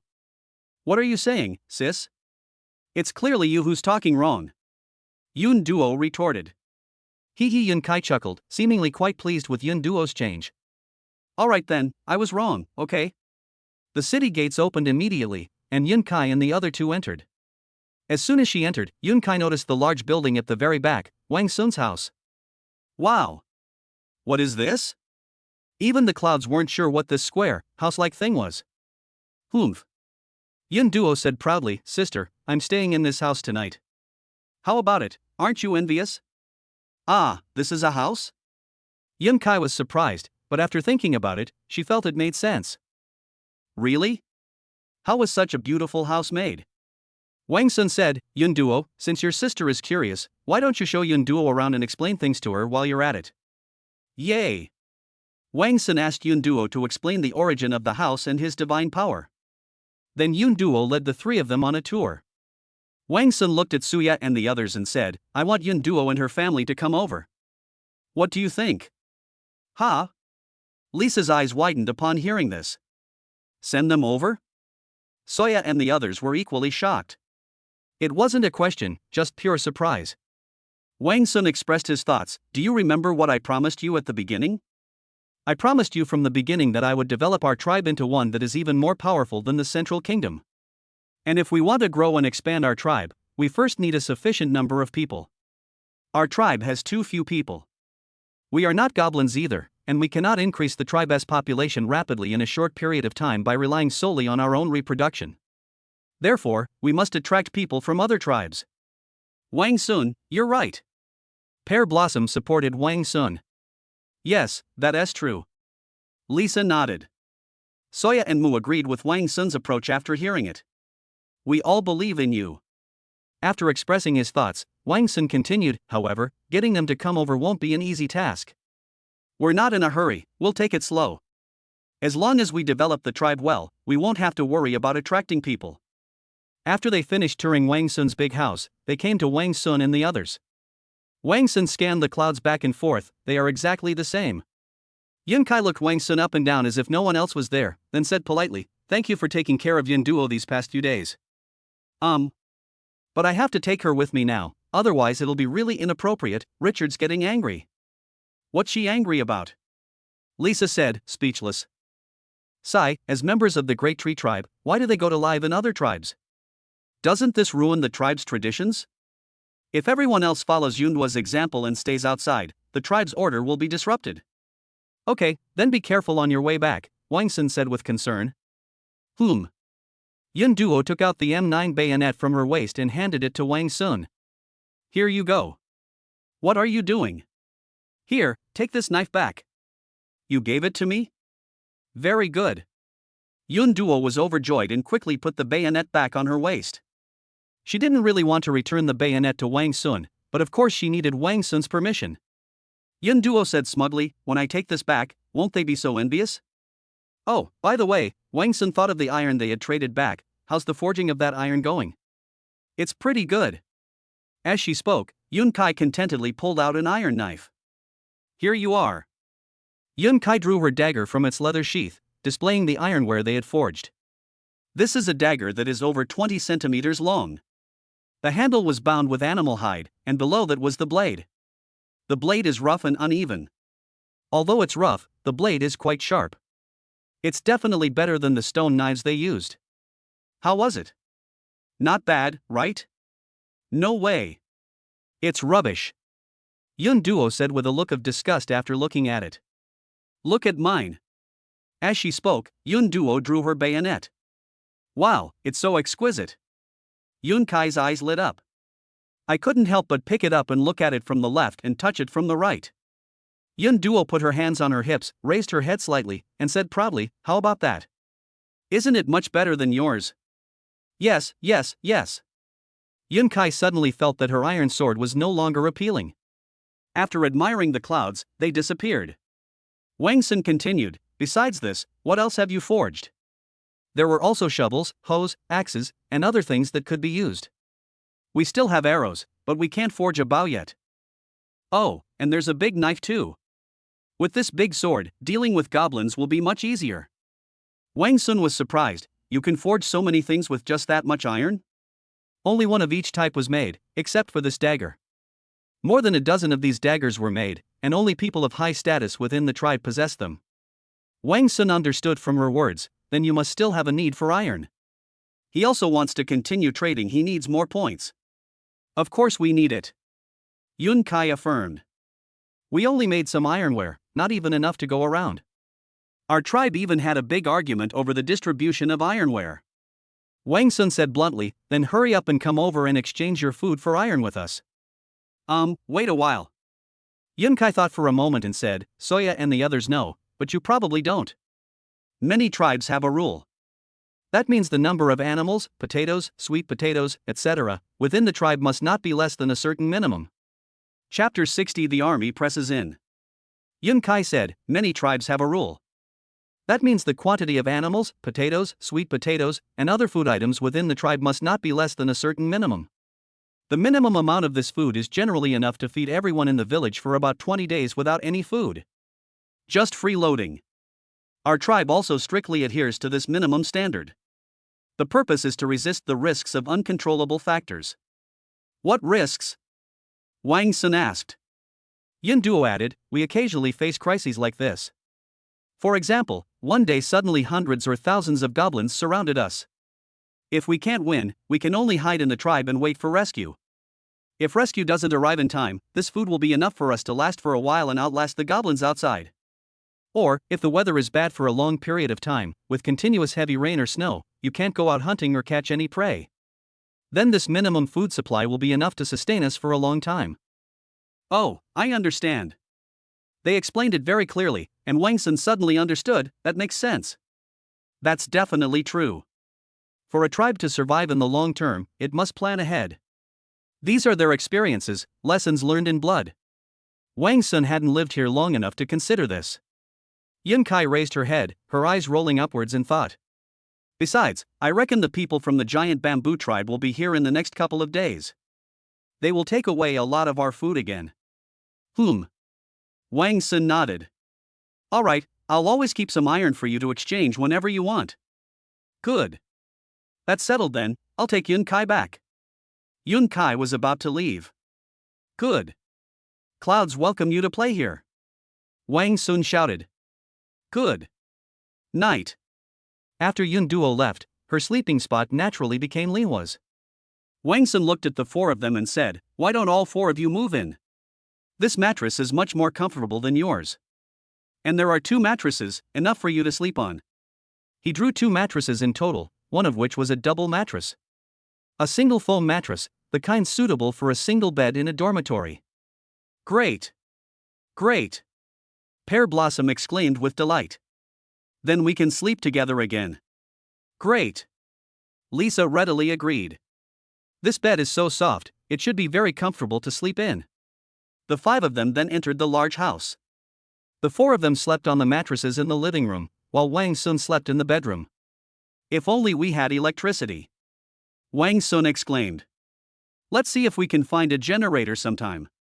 Wang Sun wanted to generate electricity. With electricity, there will be so many more things to do. The next day they spent another day making mud bricks. The project didn't end until the entire village was covered with mud bricks. On the 3rd day, the mud bricks were also completed. With nothing else to do, Wang Sun took Lisa and Lihua to check out the traps. I haven't checked on it for 4 or 5 days. Prey. Prey. They saw their prey when they arrived at the first trap. However, when they got closer, they discovered that the pheasant was rotten and infested with maggots. Why didn't any other animals eat it? It's all stinky. Pear Blossom said with a look of disgust. It's been too long since I've been here, Wang Sun said nonchalantly. Let's go, let's see the next one. In the end, they got a rabbit and 2 squirrels. They're all dead, but they've only been dead for a short time, so they're still edible. It was not even noon when they started heading into the village. However, when they rushed back, we discovered that Nilan had actually come over. Open the door. Open the door. Pear Blossom shouted. I'm back. They're back. They're back. Wang Sun and his group heard excited shouts from within the tribe. The city gates immediately opened, and a figure rushed out. It's Nilan. Wang Sun. Walk. Please save my mother and my people. Nilan spoke urgently, his eyes filled with tears. How what? Nilan didn't explain the whole story, leaving Wang Sun somewhat confused. Mu immediately explained, Wang Sun. Some people from their tribe saw a lot of goblins while hunting in the forest and then went to their tribe. There are at least 600 or 700. They knew they might not be able to withstand such an attack from so many goblins, so they abandoned the tribe. Seeing that the tribe was not making any move, the goblins attacked directly. When they saw that there were no elves in the tribe, they immediately realized that the elves had run away. So they immediately began searching based on the traces on the ground. Since Nika and the others hadn't been gone long, they were immediately discovered by them. They had no choice but to send some people to block them. The remaining wounded, as well as the elderly, infirm, and disabled, were evacuated first. Logically speaking, these people should definitely not be able to withstand the attack of several hundred goblins. Fortunately, they were lucky they had just acquired Wang Sun's stun grenades and flashbangs in a transaction a couple of days prior. They were able to temporarily resist the goblin attack by using stun grenades and flashbangs. Nilan, on the other hand, was sent by Niga to request Wang Sun's rescue. Nika felt very embarrassed for troubling Wang Sun and the others time and time again.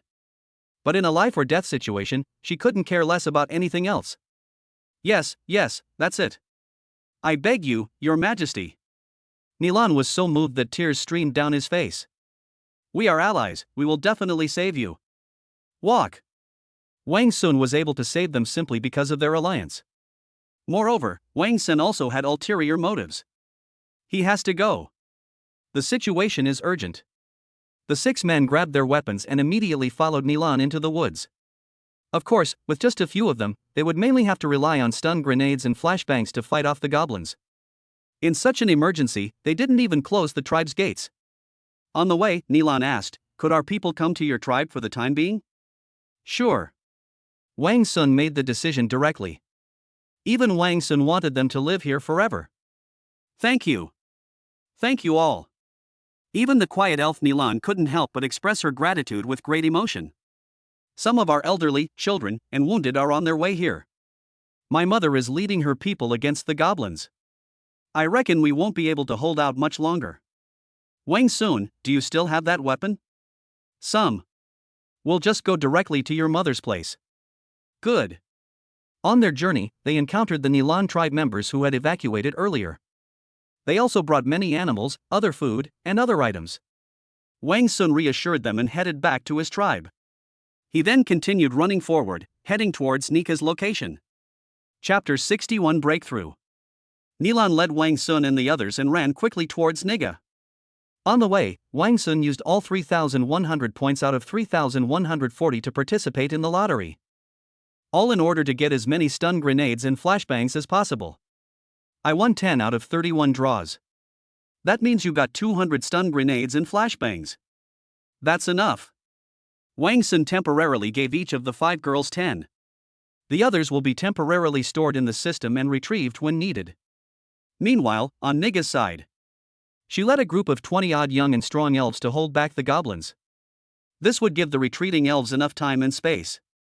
The chieftain goblin has surrounded us from both sides. Azer held a stun grenade, ready to throw it at the eagerly approaching goblins. There were a total of 60 stun grenades and flashbangs, and now only a dozen or so are left. Fortunately, they temporarily halted the goblins' attack. 50 or 60 meters in front of them were hundreds of goblins, densely packed together. The entire forest was filled with the pungent smell of goblins.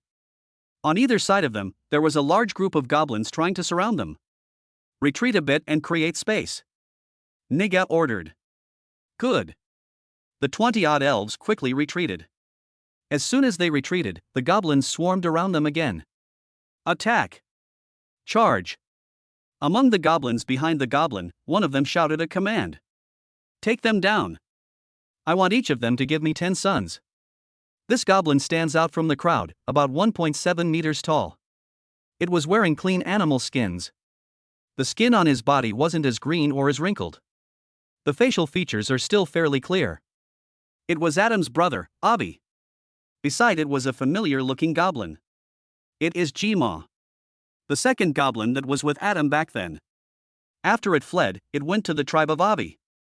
He explained Adam's situation to Abi. Upon hearing this, Abi immediately flew into a rage. They immediately led their people to attack them. Of course, Jima also explained Wang Sun's situation and the situation of Wang Sun's weapons to Abi. And it also shared its experience with Abi. Surround them from both sides. Surround them! Abi roared and shouted from behind. The goblins on both sides received the order and moved forward quickly, gradually narrowing the opening. Drop the bomb! Seeing that they were about to be surrounded, Nika hurriedly ordered the use of stun grenades to blow open the gap. Bang! Bang bang! Ah! If they don't escape now, it will be too late. They immediately threw 7 or 8 stun grenades, and dozens of goblins immediately fell to the ground, howling in pain. Got it! When they found an escape route, Niga and the others' eyes lit up. Go! Go! Don't let them get away. Procreation. Capture them to reproduce. However, as some goblins fall, more goblins take their place. They immediately surrounded them. Layer upon layer. They were completely surrounded. Continue. Throw them all up there. With only a few stun grenades left, Nika threw them all at once. Bang bang bang. Here, when Wang Sun and the others arrived, Nika and the others grabbed their spears and began close combat. Blood kept flowing from his body. Oh no! Lisa shouted, they're surrounded. Mother! Nilan shouted anxiously. Nilan! Nika's eyes lit up when she heard Nilan's voice. There are elves behind us too. Wang Sun and his group were less than 70 or 80 meters away from the goblin. They were immediately discovered by the goblins. Throw! Wang Sun had already distributed stun grenades and flashbangs to them.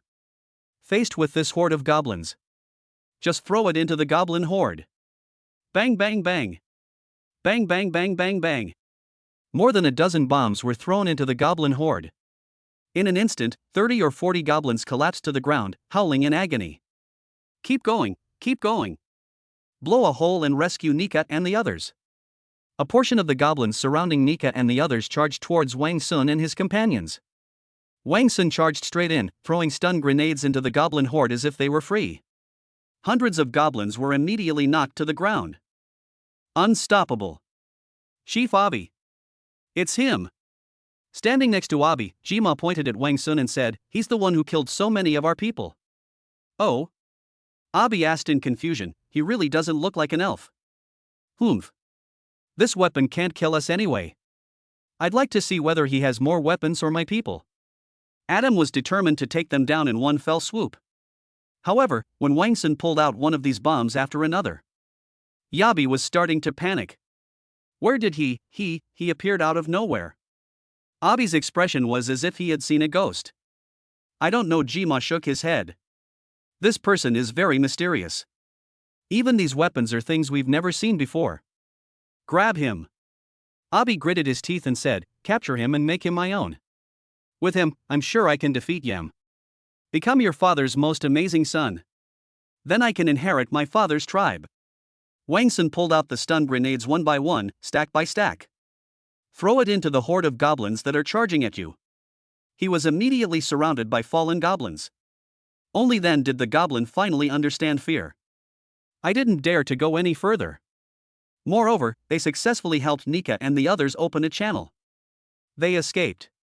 Mother! Nilan shouted. Daughter! Nika and Nilan embraced. All right. Nika released her grip, looking at Wang Sun and the others with gratitude. Thank you. Thank you, thank you.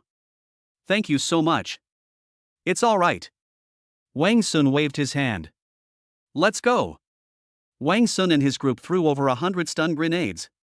At least 200 goblins were defeated and lay on the ground howling in agony. The goblins standing there were all watching, and none of them dared to give chase. Let's go. Let's go. After Wang Sun gave a greeting, everyone left. Hateful. Abi did not allow the army to continue the pursuit. He instructed the two goblins beside him, follow them and find out where their tribe is. Yes, chief. On the road. Nika looked at Wang Sun and the others. Our tribe has been taken over by goblins. Can we stay here with you temporarily? Okay. Wang Sun paused for a moment. However, you must obey our orders. It's your territory, you're in charge. Nija said frankly. That's good. Wang Sun was happy to lead them. If possible, it would be best to let them stay permanently. Become a member of their tribe. Wang Sun will try his best. Immediately, Wang Sun and his group returned to the tribe. Chieftain! Chieftain! As soon as he returned to the tribe, Niga's people surrounded him. Wang Sun was excited to see so many people. If all these people have a favorability rating of 80 or higher towards me, then the points I collect every day will be a huge number. Chapter 62 Infrastructure Construction begins. Clan Chief. Clan Chief. I'm fine. Niga told her that there was no need to worry in the face of her tribesman's concern. Fellow tribesmen. Look this way. Niga shouted to her people, it was them, it was they who saved us. She pointed to Wang Sun and the others beside her, her tone urgent, just now in the woods, the goblins almost tore us to pieces. It was Wang Sun and the others who risked their lives to save us, otherwise, none of us would have come back alive. A commotion arose among them, and Nika, her eyes reddening, cried out, just a few days ago, we were in the same perilous situation. The giant bamboo tribe abandoned us, and the great tree tribe has also broken their promise. Only them. Only they risked their lives to help us thwart the goblin attack. They gave us a second life. This is the second time today he has given us 2 new lives. The square was quiet. Niga, with a solemn expression and serious tone, said, we are now settled in his tribe. From today onwards, everyone will obey his commands. Her voice was solemn, in the name of the clan chief, I declare that as long as we are here, Wang Sun is our new clan chief. His orders are the will of the elven race. Did you understand? An old elf was the first to shout, understood. Immediately afterwards, all the tribesmen followed suit, and the deafening shout of understand resounded throughout the tribe. As expected of the clan leader, she has real spirit. Wang Sun was very satisfied with Nija's actions. Niga then stepped back a few paces, and Wang Sun stood in front of the dozens of elves. Wang Sun's gaze slowly swept over each expectant face. Below there was a young warrior with a knife wound on his shoulder, an old elf with wrinkled hands, and a child hiding behind his mother, looking timidly at him. He said in a deep voice, now that you have become members of our tribe, from today onwards, we are all one family. You treat this place as your home, and I treat you as my family. Wang Sun said solemnly, as long as I have food to eat, I will never let anyone in the tribe go hungry. I will not hide behind you when facing danger. Wang Sun raised his arms and shouted, let's work together. Let's create prosperity for the tribe. Chieftain. Clan chief. Clan chief. Chieftain. As soon as Wang Sun finished speaking, they immediately shouted for their clan leader. They acknowledged Wang Sun's identity. Wang Sun was very satisfied with their reactions. But I also know that I have to let my actions speak for themselves. And immediately, the system. The 34 spirits' favorability towards Wang Sun has reached 80. A favorability rating of 80 indicates trust and dependence. If 23 spirits have reached an affinity level of 80 with Wang Sun, it means that 23 spirits have already trusted and relied on Wang Sun. Among them were Nika and Nilan. Wang Sun immediately gained 680 favorability points. Then, we'll leave the arrangements for us to you, Nika said apologetically. She knew that having to assign so many people to be in charge would definitely be a big problem. But she immediately added, also, because we discovered the goblins ahead of time. So I prepared in advance and brought some things with me. These animals are among them. Now that you are the clan leader, we will follow your orders. Nika also learned about Wang Sun's situation. Knowing that Wang Sun needed animals, they could conjure things up, including bombs to fight goblins. Good. Wang Sun glanced around and found that they had brought out quite a few animals. There are 7 pigs and 20 sheep. And there were also 7 or 8 wicker baskets. There are many chickens, rabbits, and various animal offspring inside. Wang Sun directly instructed Ace, who was standing next to him, Ace, have your people put all these animals into the animal pen. Good. The arrival of so many animals has once again brought the enclosure to overflowing. However, no more fences can be built for the time being. The tribe's territory was already small, and now they also need to build new dwellings for them. They looked around at Wang Sun's tribe.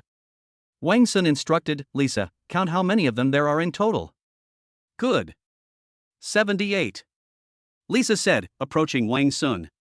If you count them all, there are 78 people in total. 78. Wang Sun looked around and saw that among the 78 elves, there were more than 50 strong laborers. The others were a dozen or so children, a few elderly people, and 2 or 3 seriously injured elves. Very good. Most of them can do manual labor.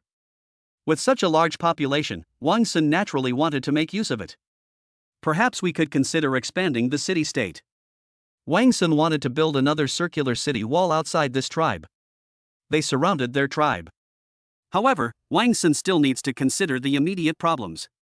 With so many people, we need to take care of their food, drink, and toilet needs. Don't worry about food, they brought some of their own. Most importantly, I still have rice. Then let's start by building toilets and housing. Building toilets and houses requires cutting down trees. I wonder if the goblins followed us. Then let's go out and take a look. However, Wang Sun opened his palm, revealing several small pills. Eat this first. Before setting off to rescue Nika, Wang Sun directly drew 3,100 points. 10 of those draws resulted in stun grenades or flashbangs. Then I also drew 4 level 2 strength pills. Gurgle. Wang Sun swallowed it in one gulp. Now, I've eaten 10 level 2 strength pills. His strength has also reached 3.8 times that of an average adult. Wang Sun pondered, why not offer some other pills? If it's all about increasing energy, won't it lead to an imbalance in bodily functions?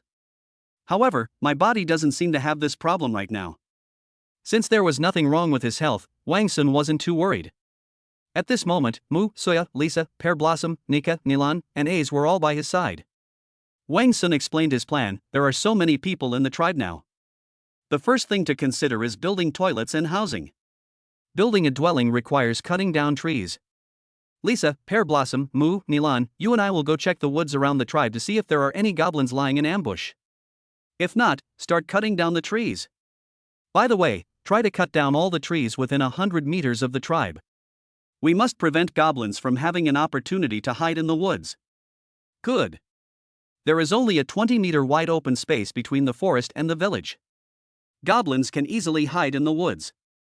If all the trees within 100 meters of the tribe are cut down, then they will have a great view. The range of activities they can engage in has also been greatly expanded. However, cutting down trees within a radius of 100 meters is not an easy task. This is even more difficult for elves. But now Wang Sun has an axe and a chainsaw. That would be much easier. Of the 31 draws, the only items that won were stun grenades, flashbangs, and power pills. Wang Sun also received a large saw, 2 axes, 2 machetes, 2 shovels, 2 hoes. Then there are rice, gasoline, cooking oil, fruit, meat, and a large variety of other things. Chapter 63 Fishing. Afterwards, Wang Sun and his group of 5 went out, while Suaya and the others guarded the city gate. They searched the area around the lower tribe. There was no sign of goblins. Immediately afterwards, Wang Sun began to cut down the tree. First, he gave the 2 axes to Nilan and Ace respectively. They were put in charge of keeping the trees safe, and the tribesmen took turns cutting them down. There are also machetes, including the ones that Wang Sun and Lisa each had before. They now have 4 machetes. Wang Sun gave the 2 machetes to Lihua and Soya. As for Mu, she was mainly responsible for matters within the tribe. They rarely go out and rarely use knives. I haven't given it to her yet. Next, they arranged for a dozen or so people to stand guard in the woods at various locations. The rest of the people cut down the trees. Wang Sun also pulled the saw and began cutting down trees. 1 tree was cut down in less than 10 seconds. They couldn't believe their eyes when they saw it. For them, chopping down trees with an axe was already incredibly fast. But I never expected there to be an even faster one. They worked diligently until the setting sun cast long shadows across the mountains and forests before finally stopping their work. The elves cheered. They not only increased the distance between the tribe and the forest to 10 meters. They also built a sturdy toilet using the hardwood they had cut down. They even erected the main framework of 3 wooden houses in one go. The frame is made of logs as thick as a bowl, pieced together in a crisscross pattern. Under Wang Sun's guidance, they even used mortise and tenon joint techniques. The mortise and tenon joints fit together perfectly, firmly rooted in the leveled soil. The 4 walls and roof of the house were not made of wood. Instead, they directly weave together the flexible branches layer by layer and then cover them with thick broad leaves. They were pressed tightly together to form solid, airtight rafts. Finally, the wooden raft was fitted into the frame. The 3 wooden houses can accommodate a total of 60 people. Of course, this requires them to squeeze together. The room that Soya and the others had previously lived in was given to Nika and the others. Thus, there were 4 wooden houses. That's enough for them to sleep at night. Meanwhile, Wang Sun had already instructed Mu to start cooking rice. Rice is an excellent food choice if we want to feed so many people in the long term. However, eating only rice is not enough. Among so many people, Wang Sun still killed a sheep. After finishing dinner, Wang Sun entered the system. 32. Wang Sun was pleasantly surprised. Among them, 32 actually have a favorability rating of 80 towards me. That's 640 points. Adding the four of us, including Soya, Yun Duo, and myself, we can get 820 points every day without doing anything. That was awesome. However, it's still not enough. With so many people now, the construction of the tribe must be accelerated. Also, in order to deal with the threat of goblins, we must prepare a large number of stun grenades and flashbangs. At the same time, we also need to arm them and form a powerful force. A team capable of crushing goblins. In response, Wang Sun planned to extract more of the strength pills. When the low-level power pills lose their effectiveness on him, he could then distribute the power pills to Lisa and the others first. Finally, it can be assigned to other spirits to improve the overall combat power of the spirits. And this requires a lot of points. The points I receive each day are not enough. As for the trade of iron, there are very few tribes that can trade with it. And you get even fewer points for hunting in the woods. It's not even enough to eat. Wang Sun's eyes lit up. How about we try fishing in the sea? The marine animal resources are very abundant. If you can acquire a large number of them, you can get a lot of points every day. Then how can we catch fish in large quantities? Wang Sun's first thought was to become a network engineer. And electricians too. He then thought of becoming Breaking Bad. He even thought of frying fish. Let's use an internet cafe. The internet is efficient, and once it's downloaded, you don't have to worry about it anymore. In the short term, it seems that using poison and electricity can significantly increase points. But in the long run, the disadvantages outweigh the advantages. Wang Sun immediately entered the system. After thinking about it, I came up with the idea of using a sticky net. We could bring a rubber boat too. With a rubber boat, you can easily set up nets. Lottery. Including the previous 40 points, Wang Sun only has 680 points. You can draw 6 times. 100 gene of rice. 3 sheets of adhesive netting. 1 rubber boat. 3 sheets of adhesive netting. Level 2 strength pill x2. 10 packets of pickled sandworm bait. Wang Sun first took the strength pill, which gave him the strength of an ordinary adult man, 4.2 times that of a normal adult man. Wang Sun then put the rice into the living room of his room. They now have about 400 kilograms of rice. Inflatable boat, equipped with paddles and an electric inflation-deflation pump. A total of 6 nets were obtained, each 100 meters long. And there's bait. You could throw it into the sea near the fishing net. It might be very effective. Let's go fishing with nets tomorrow. That evening, the group sat under the city wall, which was equipped with solar-powered lights. Wang Sun, Suya, and Lisa, along with Nika, Nilan, and Ace, sat together. Wang Sun did not need to issue his orders to each of his dozens of clansmen individually. All you need to do is give them a few instructions and let them get started. I, on the other hand, will assume the role of the leader. Wang Sun said, "Tomorrow, Liwa, you and I are going to the beach. I'm going to set up a net to catch fish." Wang Sun only brought Li Hua, which was also due to his own selfish reasons. Pear Blossom's affection level towards Wang Sun has reached 90. This means it's entirely possible to win. But up to this point, he has never had any intimate contact with Pear Blossom. This made him feel extremely frustrated. Of course, the main reason is the recent disturbance from goblins. And the inconvenience of the small space in the tribe. So, he's going to take Pear Blossom out tomorrow. When Pear Blossom heard that Wang Sun was only taking her out, she couldn't help but feel a surge of secret joy. Fishing with nets? Soya asked, somewhat puzzled. Yes, going online is a trap. Oh. When they were told it was a trap, they understood. I'll go with you. Lisa offered. No need. Wang Sun was not about to give in to her wishes. Going online is very simple. Liwa and I can go. Also, the goblins might attack at any time. The more people there are, the greater our advantage. All right then. Lisa had no choice but to agree. Wang Sun continued, the threat of goblins is ever present, and we must be prepared at all times. From now on, we must also arrange for someone to keep watch at night. Yes, that is necessary. Nika nodded in affirmation. Last time, we were attacked by goblins in the middle of the night. They've surrounded us inside the tribe. Then I'll make the arrangements directly. Wang Sun looked at everyone. 2 people per group, each group will take 10 other clansmen to keep watch at night. Nika and Azmi and Mu Lisa and Pear Blossom Nilan and Soya. We'll take turns, the four of us. And the same goes for daytime. As for the daytime guards, the roles will be reversed. Tomorrow, Nilan and Soya will be in charge of the guard duty. Good. No problem. Wang Sun has no immediate plans to launch an attack on the goblins. Advocating for defense. His 100 or so stun grenades and flashbangs were not enough to completely deal with the goblin army. Therefore, he needs to stockpile grain and earn enough points. We'll gather enough stun grenades and flashbangs to arm them. Chapter 64 Passion at Sea. After giving his instructions, Nija selected 40 young and strong members of his tribe. They were assigned to 4 groups. And he told them what Wang Sun had arranged. They all supported it. So Wang Sanijia and A's led her 10 team members. They went to the city wall and began their night watch. The defenses were built along all 4 walls, leaving no corner undefended.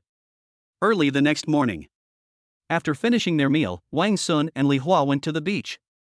The others in the tribe cut down trees and expanded their territory. Cut down the trees first and then expand the tribe. Wang Sun and Li Hua arrived at the seaside. Wang said directly, "Let's get down to business first." "Ha?" Pear Blossom asked in confusion. "Wang Sun, after we catch fish, do we have to do something else?"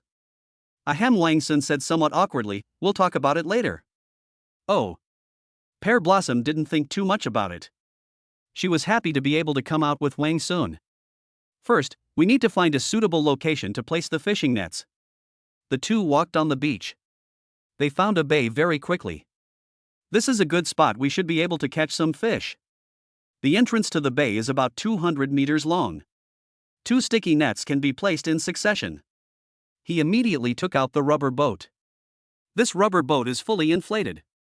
And it's very big, more than 3 meters long. After taking the rubber boat out, put the fishing net on top. Wang Sun thought for a moment, realizing there was nothing to fix the fishing net in the sea. So they went into the woods and cut down some more sticks. Use a wooden stick to secure one end of the net to this side of the shore. Then Pear Blossom paddled the lifeboat to the other side. Wang Sun then cast his fishing net. Every now and then, they would sprinkle some sandworm bait on the fish. A net was quickly set up, and then one end was secured in the seawater with a wooden stick. At the same time, another net is being cast from this location. Before long, we arrived at the other side of the bay. Thus, the 2 nets were set. Keep going, keep going." Wang Sun gave a shout and paddled the kayak to the next location. They still have 4 nets. In one morning, they successfully set 6 nets. They can come and collect it in the evening. On the way back in the kayak, Wang Sun deliberately asked, "Pear Blossom, I heard that you elves can also become husband and wife and take care of each other." Why are you asking this? I want to have this kind of relationship with you." Wang Sun knew that she had a 90% or higher level of affection for him, so he made his intentions clear. Pear Blossom suddenly looked up in surprise, but when she saw Wang Sun's burning gaze, she quickly lowered her head again. However, just as Pear Blossom was about to agree, Wang Sun moved closer. Day. At the same time, Wang Sun's hands became restless, gradually moving closer. The two splashed water across the sea. An hour later, the two huddled together in the rubber boat. Wang Sun caressed Pear Blossom's snow-white skin. "Pear Blossom, how do you elves address each other in this kind of relationship?" Pear Blossom said shyly, "It's just calling you by your name." "Oh? That's not good." Wang Sun thought for a moment and said, "When we become this kind of person outside, we always have specific terms of address. This specific form of address indicates the relationship between the 2 people. Then tell me quickly, what should I call you?" After hearing Wang Sun's explanation, Pear Blossom became very interested. "Call me husband. Men call their wives wife. Husband." Pear Blossom murmured. Pear Blossom cheered, "Then I'll call you my husband from now on." Good. Wang Sun had thought it through and decided it was best to be honest with them about his relationship with Li Hua and Mu. Being secretive and evasive makes one appear insincere. Then, Pear Blossom hesitated. "So, is that the kind of relationship you have with my elder sister Mu?" "Yes." Wang Sun affirmed. Did she do this with you too?" Pear Blossom asked shyly. "Yes." The two then had a heart-to-heart talk. Pear Blossom didn't mind the relationship between Wang Sun and Mu. On the contrary, they were even looking forward to the next 3 people's lives. After resting for a while, the 2 got dressed and returned to shore. Wang Sun hid the rubber boat directly in the woods. This beach is usually rarely visited by people. What's more, they've gone into hiding. He wasn't worried about being discovered. "Let's go, we'll come back in the evening," Wang Sun said with a smile, holding her hand. Pear Blossom pursed her lips, her eyes revealing shy joy and anticipation. It's as if they already know what will happen. The 2 returned to the tribe at noon. They continued to cut down trees methodically. Seeing the fallen trees scattered all over the ground, Wang Sun suddenly had a flash of inspiration. Yes. This tree cannot be recycled back to the system. What if it's charcoal made from burned wood? The forest is mostly composed of pine, camphor, maple, and oak trees. Both can be made into charcoal. We can start firing the kiln and making charcoal soon. Wang Sun was determined to give it a try. Wang Sun! Wang Sun! Soya, who was on guard duty in the woods, saw Wang Sun and quickly ran over. What's wrong? Seeing her anxious look, Wang Sun sensed that something had happened. The people from the giant bamboo tribe are coming. Are they in our tribe? Wang Sun asked casually. Soya said helplessly. Sigh, Wang Sun should try to avoid conflicts with them as much as possible. Then it depends on them. Wang Sun is no longer afraid of them. Wang Sun strode into the tribe. Upon entering, I saw nearly 10 elves sitting at the 8 immortals table and beside it. They were feasting on roast chicken and rabbit. Wang Sun! When Mu and Lisa saw Wang Sun, they immediately rushed to his side. Mu immediately explained, "These are spirits from the giant bamboo tribe who came to collect our food." They're eating our food? Yes. Seeing Wang Sun's unfriendly expression, Mu quickly explained, "That's how it is. They came all this way, but they haven't eaten anything. They come to take our food, and we're supposed to offer it up so they can eat and drink to their heart's content? If they collect food and it helps protect their small tribes, then there's no problem." Wang Sun would definitely obediently hand over the food. They treated us to good food and drinks. Chapter 65 Giant Bamboo Tribe Elves. They come to take our food, and we're supposed to offer up our food so they can eat and drink to their heart's content? If they collect food, they can protect these small tribes. Wang Sun would definitely obediently hand over the food. They treated us to good food and drinks. But if we take their food, it won't make any difference. Wang Sun would be the first to disagree. At this moment, the 10 elves also noticed Wang Sun. Wang Sun looked at them and strode towards them. Of these 10 elves, 5 or 6 were in their 40s or 50s. The rest are mostly in their 20s or 30s. They're all quite good looking. But Wang Sun is not someone whose big head is easily controlled by the small head. "Who are you?" Among the 10 elves, one who looked to be in his 40s stood up warily. "She is the captain of this elf team, Ingo." "Male?" Inga looked at Mu beside Wang Sun, trying to get an answer. Even the elves behind her put down the meat they were holding and picked up their weapons. Mu, who was already nervous, frowned even more anxiously. Absolute obedience to the larger tribes is ingrained in their very being. If it weren't for Wang Sun, how could she dare to hesitate at this moment? "Yes. I am male. Take him down." Ingu roared after hearing Wang Sun's affirmative answer. Base. But Wang Sun was no pushover either. He had prepared for this before answering, and took a big step to stand in front of her. He grabbed her left arm with his left hand. At the same time, he drew the M9 bayonet from his waist with his right hand and instantly placed it against her neck. "Ah!" Ingo screamed in fright. Whoosh! Whoosh! Whoosh! Immediately, the remaining 9 elves aimed their bows and arrows at Wang Sun. Whoosh! Whoosh! Whoosh! Seeing that Wang Sun was threatened, Li Hua raised her bow and arrow without hesitation. "Aim at them." When Ingo entered the tribe, he discovered Niga and the other elves who had previously belonged to the Wind Feather tribe. When they heard that the area had been overrun by goblins, they didn't show much sympathy. I just offered a few words of comfort, saying that this tribe is actually quite nice. Nika did not express her anger. As a mature ruler, she knew that expressing anger was useless. That would only provoke them. This will bring unnecessary trouble to the new tribe. They also discovered large houses, iron pots, and other items within the tribe. They need an explanation. Mu wanted to wait for Wang Sun to return and resolve this issue. So they had to explain that someone had come to their place. Everything was brought by him. They deliberately avoided mentioning that Wang Sun was male. Ingo and the others never imagined that Mu and the others would actually live with males. Subconsciously, they believed that the person Mu and the others were talking about was female. There was no doubt about this. Furthermore, they insisted on bringing this person back to the giant bamboo tribe. Until I saw Wang Sun, this male with a goblin-like male feature in Adam's apple. That's when the question arose. Wang Sun used one hand to firmly pin her hands behind her back. At the same time, his other hand held a bayonet to her neck. Ingo struggled. But now, with Wang Sun's strength being 4.2 times that of an adult man, how could she possibly break free? Don't move! Wang Sun threatened coldly. Whoosh! Whoosh! Whoosh!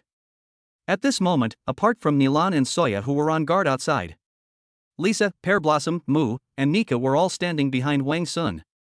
Upon seeing this, he raised his hand and aimed his bow and arrow at them. What are you going to do? When Ingo saw that his people had actually pointed their weapons at him, he immediately roared in anger. What are you doing? Wang Sun demanded coldly. Tell your men to throw their weapons on the ground first. Otherwise, I wouldn't mind slitting your throat with my knife. No. Ingo was not afraid.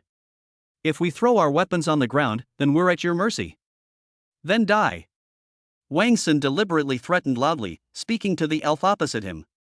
Don't want. Sure enough, the elves in front immediately shouted. Don't kill her. Don't kill her. Let's throw it. We'll just throw it away. No. Ingo shouted hoarsely. Don't throw it away. Shoot them down with arrows. They are no longer our people. Wang Sun said slowly, with so many of us, do you really think we can leave without surrendering? Surrender obediently and I might spare your lives. Okay, we'll throw it, the elf in front gave in. They then threw their weapons on the ground. Wang Sun ordered, Li Hua, take all their weapons away. Good. Lisa, go get that rope and tie their hands and feet together. Good. Lisa immediately went to get the rope they used to retrieve the iron. After taking them out, they tied all 10 of their legs tightly to this rope. Even after binding all 10 feet, there was still more than half a rope left. Then they tied their hands to the rope. This restricts their movement. Finally, they were driven to the southwest corner of the city wall. Wang Sun instructed A's, you keep a close eye on them. Shout out immediately if anything seems wrong. Okay. A's replied earnestly. Soya, you bunch of traitors.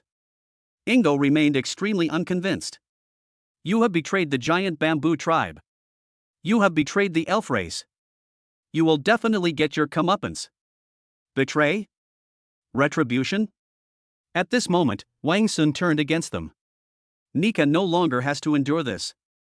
Upon hearing Ingo's resentful words, she immediately questioned him angrily, when we were besieged by goblins and begged you for help, did you ever think that we were all elves? Have you ever considered that we belong to your giant bamboo tribe? If that's the case, then why didn't you come to save us? You are the traitors. If not, then what's the point of talking about betrayal? This. Ingo also felt guilty, that has nothing to do with me, I have no right to decide. Then you have no right to accuse us of betrayal. On the contrary, it is you who have betrayed us. Ingo was now completely speechless. Wang Sun asked Mu beside him, how much of our food did they eat? They ate 3 chickens and 2 rabbits. Eating so much. Wang Sun walked up to an elf who was tied to the end of a rope and said, I'll let you go back, but bring back as much of what you ate from us as you can. I will not give them anything to eat during this time. If you're not fast enough, they'll just have to keep going hungry. Okay. I'll be back soon, the elf said confidently. Wang Sun then loosened her ropes and returned her weapon, the bow and arrows, to her. So that she can go back more safely. Nika asked, Wang Sun, aren't you afraid she'll call for help if you let her go back? I'm not afraid. Wang Sun said calmly, it would be even better if she brought reinforcements. We have every reason to be their enemy. Wang Sun thought that the giant bamboo tribe also collected food from other tribes. There must be plenty of food in that tribe. Wang Sun's goal was these foods. If they attack, Wang Sun will definitely have to take them down. Wang Sun, who possesses stun grenades and flashbang grenades, has this confidence. Moreover, there's the tribal city wall as a defense. After capturing them, make them trade food for the hostages. This is how food is obtained. You will thus earn points. Of course, all of this is predicated on the giant bamboo tribe coming to attack them. You guys continue, do what you're supposed to do. Wang Sun shouted. Okay. It was already noon, and Wang Sun instructed Mu to take people to prepare lunch. At the same time, Wang Sun arrived outside the city. A large number of tree trunks lay on the ground in front of the city gate. It's time to build a charcoal kiln. Chapter 66, Confessing the Relationship. It's time to build a charcoal kiln. Wang Sun learned how to build a charcoal kiln by watching survival videos. It wasn't difficult. He picked up a shovel and a hoe. Then Wang Sun called over Lisa and Liwa, who weren't on guard duty, to help. Wang Sun led the three of them to the edge of the woods. It's convenient to be close to the trees here. He first drew a circle on the ground with a hoe, swinging his arm just wide enough to make the circle about 2 meters in diameter. Wang Sun began digging. Deepen first, then widen, and make sure the bottom is flat. Wang Sun thought of that mnemonic. After digging for a short while, Wang Sun was drenched in sweat. Even his shirt was soaked. Wang Sun simply took off his shirt and continued digging, his back bare. His broad, bronze back gleamed in the sun, his muscles undulating firmly with each swing of his shovel. With 4.2 times the strength of an adult, his muscles need no further explanation. His veins bulged out. As hard as a rock. Gurgle. Pear Blossom, who had tasted Wang Sun's flavor, couldn't help but swallow hard when she saw Wang Sun's muscular physique. It's like a pervert seeing a sexy, revealing bikini-clad woman with big breasts and a perky butt. His eyes were wide open. The body reacted. Lisa, on the other hand, was somewhat shy and could only pretend to be serious as she looked around. I'd sneak a peek every now and then. Wang Sun ignored them. The women would only slow down her hoe-wielding speed. However, he wouldn't mind having a proper discussion with them that evening. After lunch, I rested for a while before continuing to work. The pit was dug deeper and deeper, gradually transforming from a shallow saucer shape into a bowl shape. When Wang Sun dug to a depth of more than 1 meter, he threw away his hoe. Use a shovel to carefully smooth the bottom of the pit. The next step is to dig the fire vent. He circled halfway around the edge of the pit and chose the leeward west side. Dig a small opening at an angle from the edge of the pit downwards, making the opening narrower towards the bottom of the pit, just wide enough for a hand to pass through. This work requires extra care. You can't dig through the pit walls, but you also have to ensure proper ventilation. The small opening is the nose of the kiln. Whether the ventilation is good or not directly affects whether the charcoal can burn thoroughly. Wang Sun smoothed the soil around the opening with his fingers. He took a breather, then ran to the woodshed and brought back several bundles of dried leaves and twigs. First, lay a thick layer of dry leaves at the bottom of the pit. Add another layer of thin branches on top of the dry leaves. The branches are spaced evenly, like a breathable frame for the bottom of the kiln. After doing all that, he took some tree trunks about the thickness of an arm from the trees nearby. Try these thin sticks first. Arrange these thin wooden sticks radially along the pit wall. The tops of the logs all slope towards the center of the pit, forming a pointed dome shape.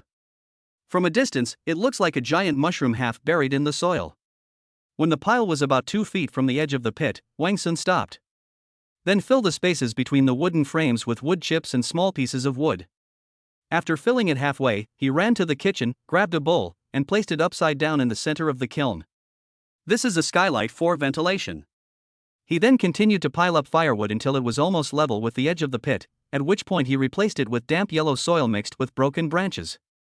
They mixed the mixture into a sticky mud ball and stuck handfuls of it to the outside of the firewood. Applying the mud is the most skill-intensive part. The clay cannot be too thin, otherwise it will run down the firewood, nor can it be too dry, otherwise it will crack during firing. Wang Sun held the mud ball in both hands and started patting it firmly from the side of the fire vent.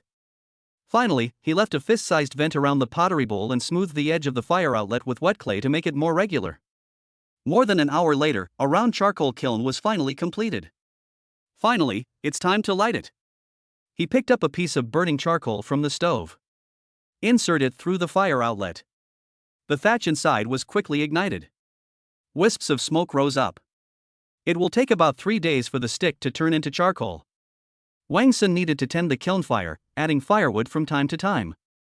Mission accomplished. Wang Sun grinned and wiped the sweat from his hands. I only realized how dirty my hands were when I wiped them. Pear Blossom laughed loudly. Ha, you've turned into a big tabby cat.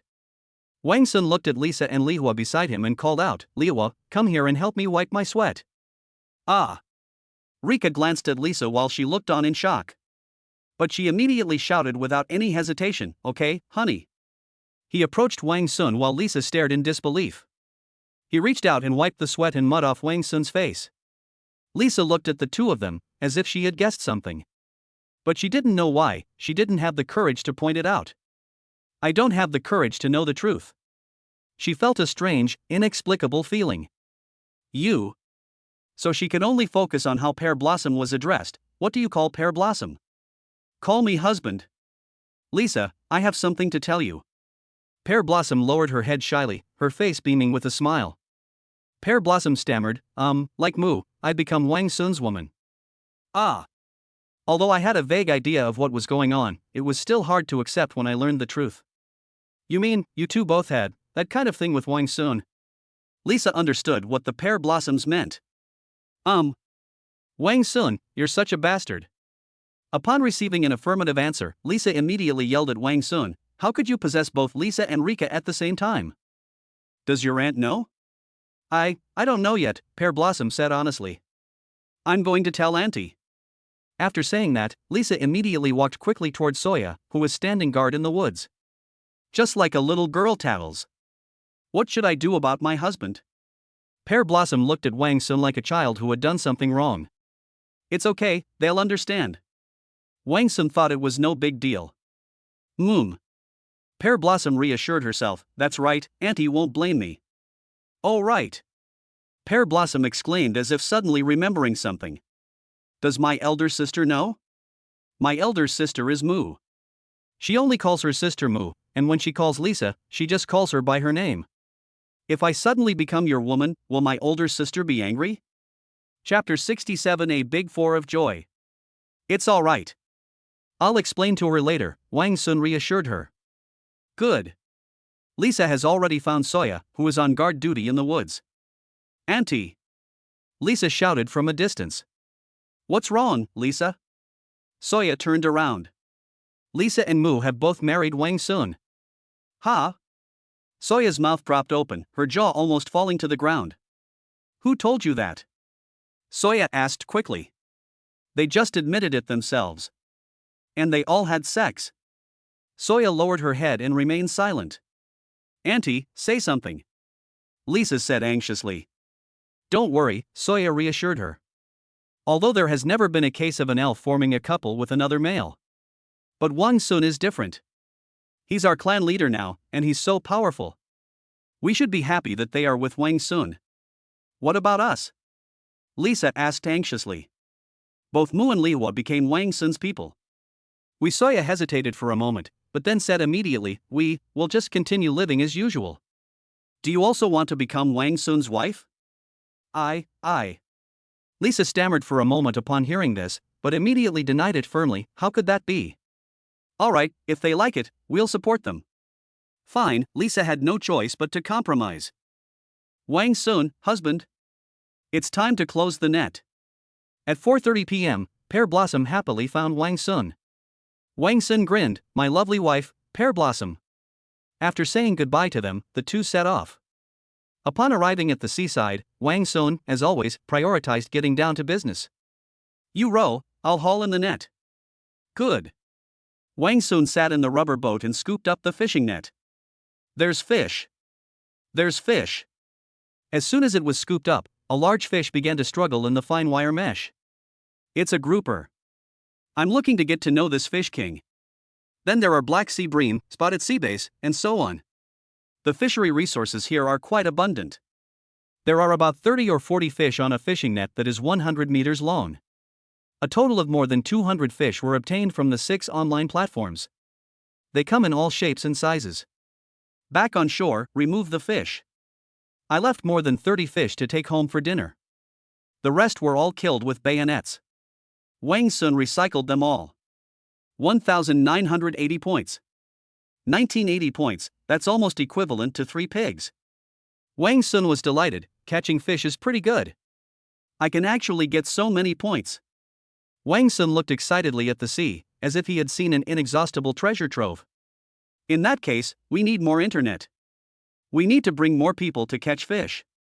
After finishing all that, the two men put the net on the rubber boat and lowered it. No.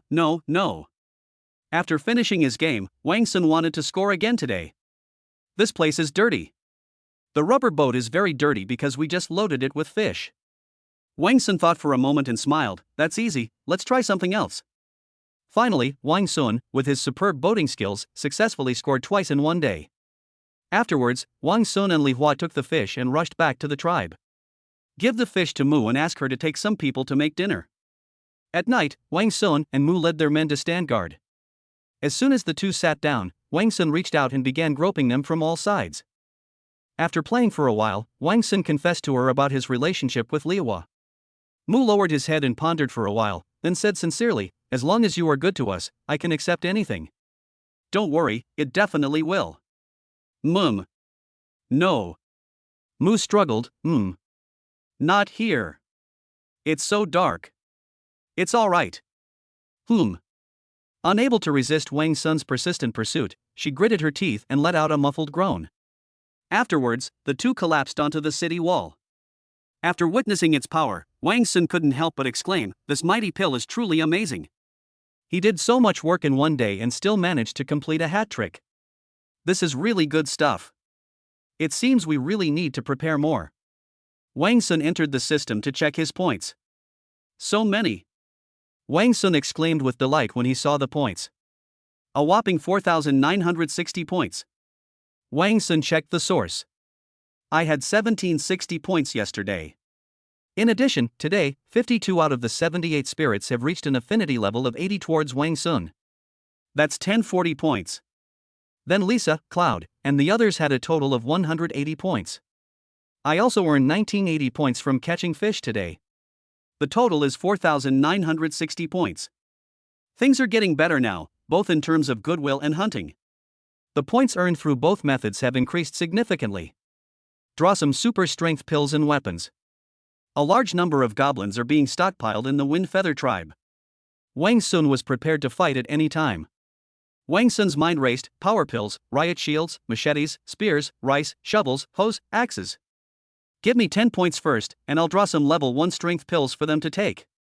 Wang Sun has already consumed 8 level 1 strength pills, and he can only consume 2 more at most. Ding! Men's underwear X1. Orange juice X2. Socks X2. Level 1 strength pill X2. Level 1 strength pill X2. Bananas X5. Lace sexy bra large 1. Level 1 strength pill X2. Women's underwear X2. Women's slim fit t-shirt X1. Solar powered flashlight 1. Floral bow X1. Denim shorts X1. Level 1 strength pill X2. Wang Sun spent 500 points to draw 50 times at 10 points each. I obtained a total of 30 level 1 strength pills. In addition, I received many other odds and ends. Wang Sun first swallowed 2 level 1 strength pills. His strength reached 4.4 times that of an average adult male. At this point, he had consumed a total of 10 level 1 strength pills. Eating it again won't have any effect. So, Wang Sun took out 10 power pills and a bottle of orange juice. Open your mouth. Wang Sun looked at Mu, who was lying on his lap. Mu opened her mouth without hesitation, and Wang Sun put the power pill into her mouth. Wang Sun explained, this is medicine from outside, it will give you strength. Ah, there's such a medicine, glug. Gurgle. Gurgle. Get up and drink some water. Wang Sun gave her the orange juice to drink. Feel it.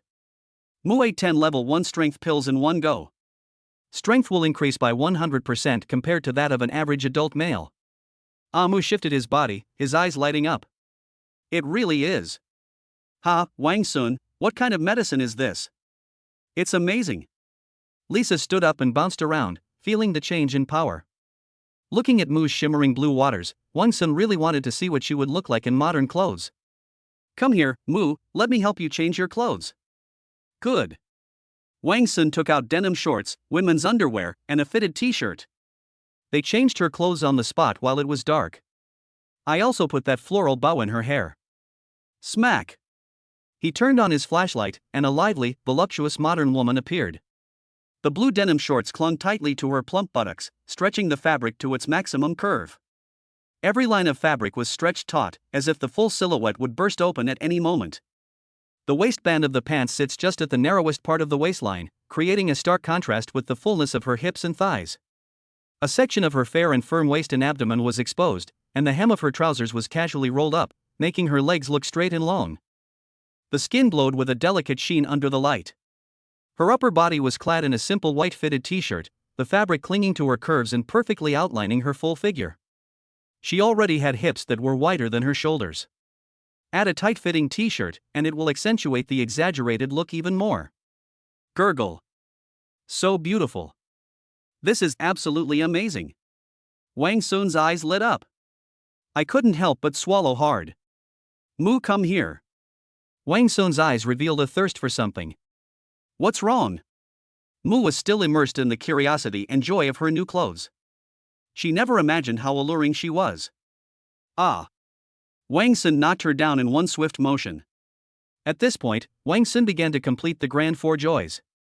Let me explain. In football, scoring 2 goals in a match is called a brace, scoring 3 goals is called a hat-trick, and scoring 4 goals is called a quadruple. Here is a quote. Chapter 68. All left. After completing the grand four happiness, Wang Sun took out the 2 bananas he had drawn. Eating one stick by one takes a lot of energy. You need to draw 10 points to start, now it's 100 points. I have 4,460 points left, enough for 44 draws. Ding! 3 gill nets, fishing nets. 1 machete. 60 stun grenades. Flashbang grenade X60. Explosion-proof shield X1. Level 2 strength pill X2. Wang Sun drew 44 times directly. You obtained a total of 20 level 2 strength pills, 6 sticky fishing nets, and 140 shock bombs and flashbangs. 4 large machetes, 2 spears. Tactical vest X2, riot shield X3. 4 axes, 4 hoes. Double mattress X1, 100 caddies, rice X3. Cement X2, double hole cement, hollow bricks X150. Hey, there are even bricks. Wang Sun thought of the goblins breaching the walls of the Windfeather tribe. When building the city wall, perhaps this cement brick could be used at the base of the wall. That way, the goblins won't be able to break through. Gurgle gurgle. Wang Sun swallowed 8 level 2 strength pills. His strength reached 6 times that of an average adult male. I've now used up all my level 1 and level 2 strength pills. I need to take a level 3 strength pill. You can take 10 level 1 strength pills and 20 level 2 strength pills. Eating more than this amount is useless. There are also 18 level 1 strength pills and 12 level 2 strength pills. The level 1 strength pills were divided equally among Lisa, Soya, and Rika. The level 2 strength pills were divided equally among the 4 of them. So Wang Sun gave Mu 3 more level 2 strength pills. At the same time, Wang Sun also gave Mu a large cleaver. Although they had to stand guard all night. However, they also take turns on duty. Wang Sun and the other 5 elves kept watch for the first half of the night. Mu and 5 other elves kept watch during the second half of the night. In this way, they can still get 5 or 6 hours of sleep. Even during the day, you can still have the energy and stamina to work.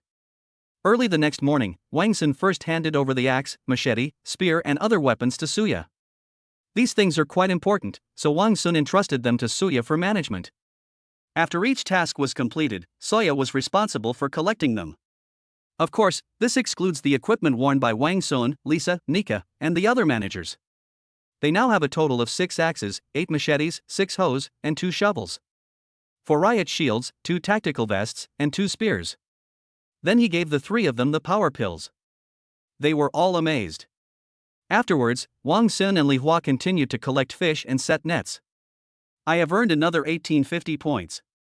This time, they brought 6 more fishing nets. Put them all out to sea. When they got back, Soya told Wang Sun that Yun Duo had come by. When Soya saw Wang Sun return, she quickly went up to him and said, Yun Duo came and then left. Is something wrong with her? She said that the people from the giant bamboo tribe that you let go went to their tribe. She will come with food to ransom you soon. And they even sent the people of the Great Tree Tribe to Giant Bamboo to get reinforcements, preparing to attack us. Okay, I understand. Wang Sun nodded. The people of this big tree tribe probably don't know that we have stun grenade weapons. Let them come. Wang Sun made plans to catch Pokemon. If they ultimately fail to provide food, he wouldn't mind turning them into his slaves. Come and do the work for me. Soya asked, if they hand over the food, should we still let these people from the Giant Bamboo tribe go? I'm not releasing it. Since I've already decided to turn against you, I might as well strike first. Lisa was handling the charcoal kiln, so Wang Sun didn't need to worry about it. Now, thanks to their relentless logging, there is already a 40-meter wide open area around the tribe. Wang Sun wanted to build another city wall outside of this one. Let's surround this city wall.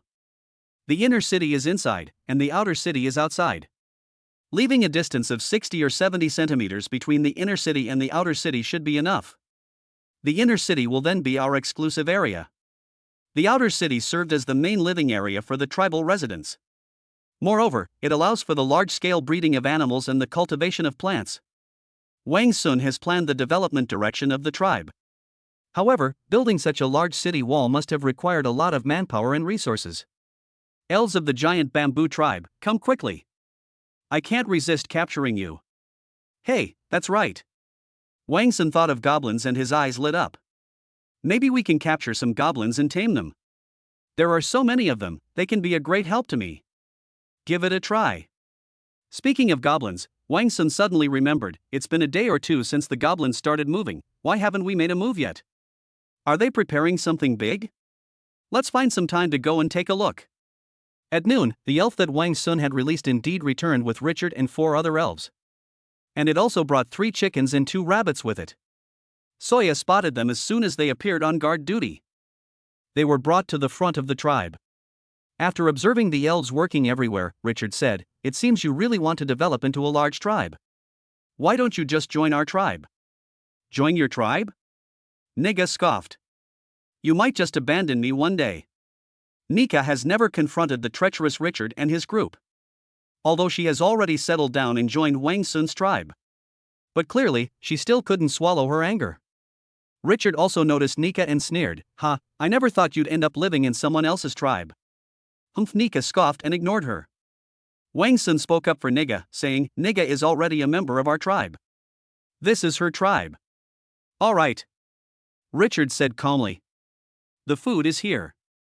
Release them. Release them? Wang Sun grinned. Richard sensed something was wrong and quickly questioned, didn't you say you'd let us take the people if we paid for the food? Yes. That's what I said before. But now, I've changed my mind. You, all of you, stay here. Chapter 69 Slavery. Yes. That's what I said before. But I've changed my mind. You, all of you, stay here. Before he could finish speaking, Wang Sun took 2 or 3 steps forward. Richard realized what was happening and tried to draw his own weapon. But Wang Sun was already in front of him and grabbed him. He pinned her hands behind her back. Don't move. Wang Sun ordered. Take their weapons away. After Wang Sun made his move, Nika and the others also sprang into action, stepping forward and taking them all down. What are you doing, Wang Sun? Richard shouted angrily. Aren't you afraid of the Giant Bamboo tribe? If I were afraid, would you let me go? Richard, seeing an opportunity, continued, if you release us, I will plead for you. All right, then you can plead for me when they arrive. Tie them up and throw them with those elves. Good. If you run out of rope, use vines. You untrustworthy and despicable male. Ingo angrily cursed. Wang Sun ignored them and threw Richard, whom he was holding captive, into their midst. Wang Sun warned, keep a close eye on them, don't give them a chance to escape. Yes, chieftain. Now, they are being watched over by 2 different elves. Wang Sun glanced at their favorability ratings towards him, they were all 82. There's nothing wrong with the person. At noon, Wang Sun and his group sat down at the table for lunch.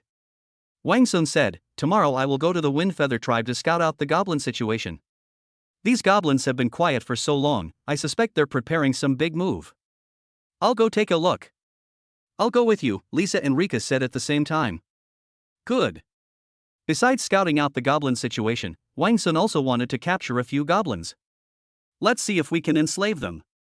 Pull out some chains first. I earned 1850 points from catching fish this morning. And today's favorability score is 1220. Adding the 60 points left over from yesterday, the total is 3,130 points. There must be chains, but also locks. Ding! 100 rolls of toilet paper. 10 liters of peanut oil. Level 2 strength pill x2. 5M stainless steel chain x10M. Backpack x1. 20 padlocks. It's ready! After spending 600 points, Wang Sun obtained what he needed. I'll go catch a few goblins tomorrow. The round trip between the two places takes a whole day, so they can only go tomorrow. Don't run! They were eating when the two elves guarding the Great Tree Tribe suddenly shouted. Grab her! Grab her! You bunch of traitors actually obey males. I won't let you get away with this once our main force arrives. There, the two elves guarding Richard and the others were locked in combat with two fleeing elves. Another Richard has already run out of the city gate. They also eat in shifts. While Wang Sun and his group were eating, there were still people working and standing guard outside. Therefore, the city gates were not closed. You guys go help them, I'll go chase that person back. Good. Wang Sun dashed out like lightning. He now possesses the strength of an average adult man. Catching up with her wouldn't be a piece of cake, would it? 10 seconds later, Wang Sun caught her. One hand pinned her hands behind her back. Let me go. Let me go. You damn male. Richard continued his feeble roar. Still trying to run. Looks like I've been letting you have it too easy here. Wang Sun escorted her back like a chicken. Upon entering the tribe, the other two escaped elves were also captured. Wang Sun, the three who escaped were all bound by vines. They broke free from the vines. Lisa stepped forward to explain. All right. Wang Sun nodded. In that case, let's get straight to the chains. As he spoke, Wang Sun took out a 5-meter-long iron chain. There are 3 locks. Ah. Wang Sun knocked Richard to the ground and pressed him down with his knee. Then they threaded one end of the chain onto her ankle and locked the 2 iron rings with a lock.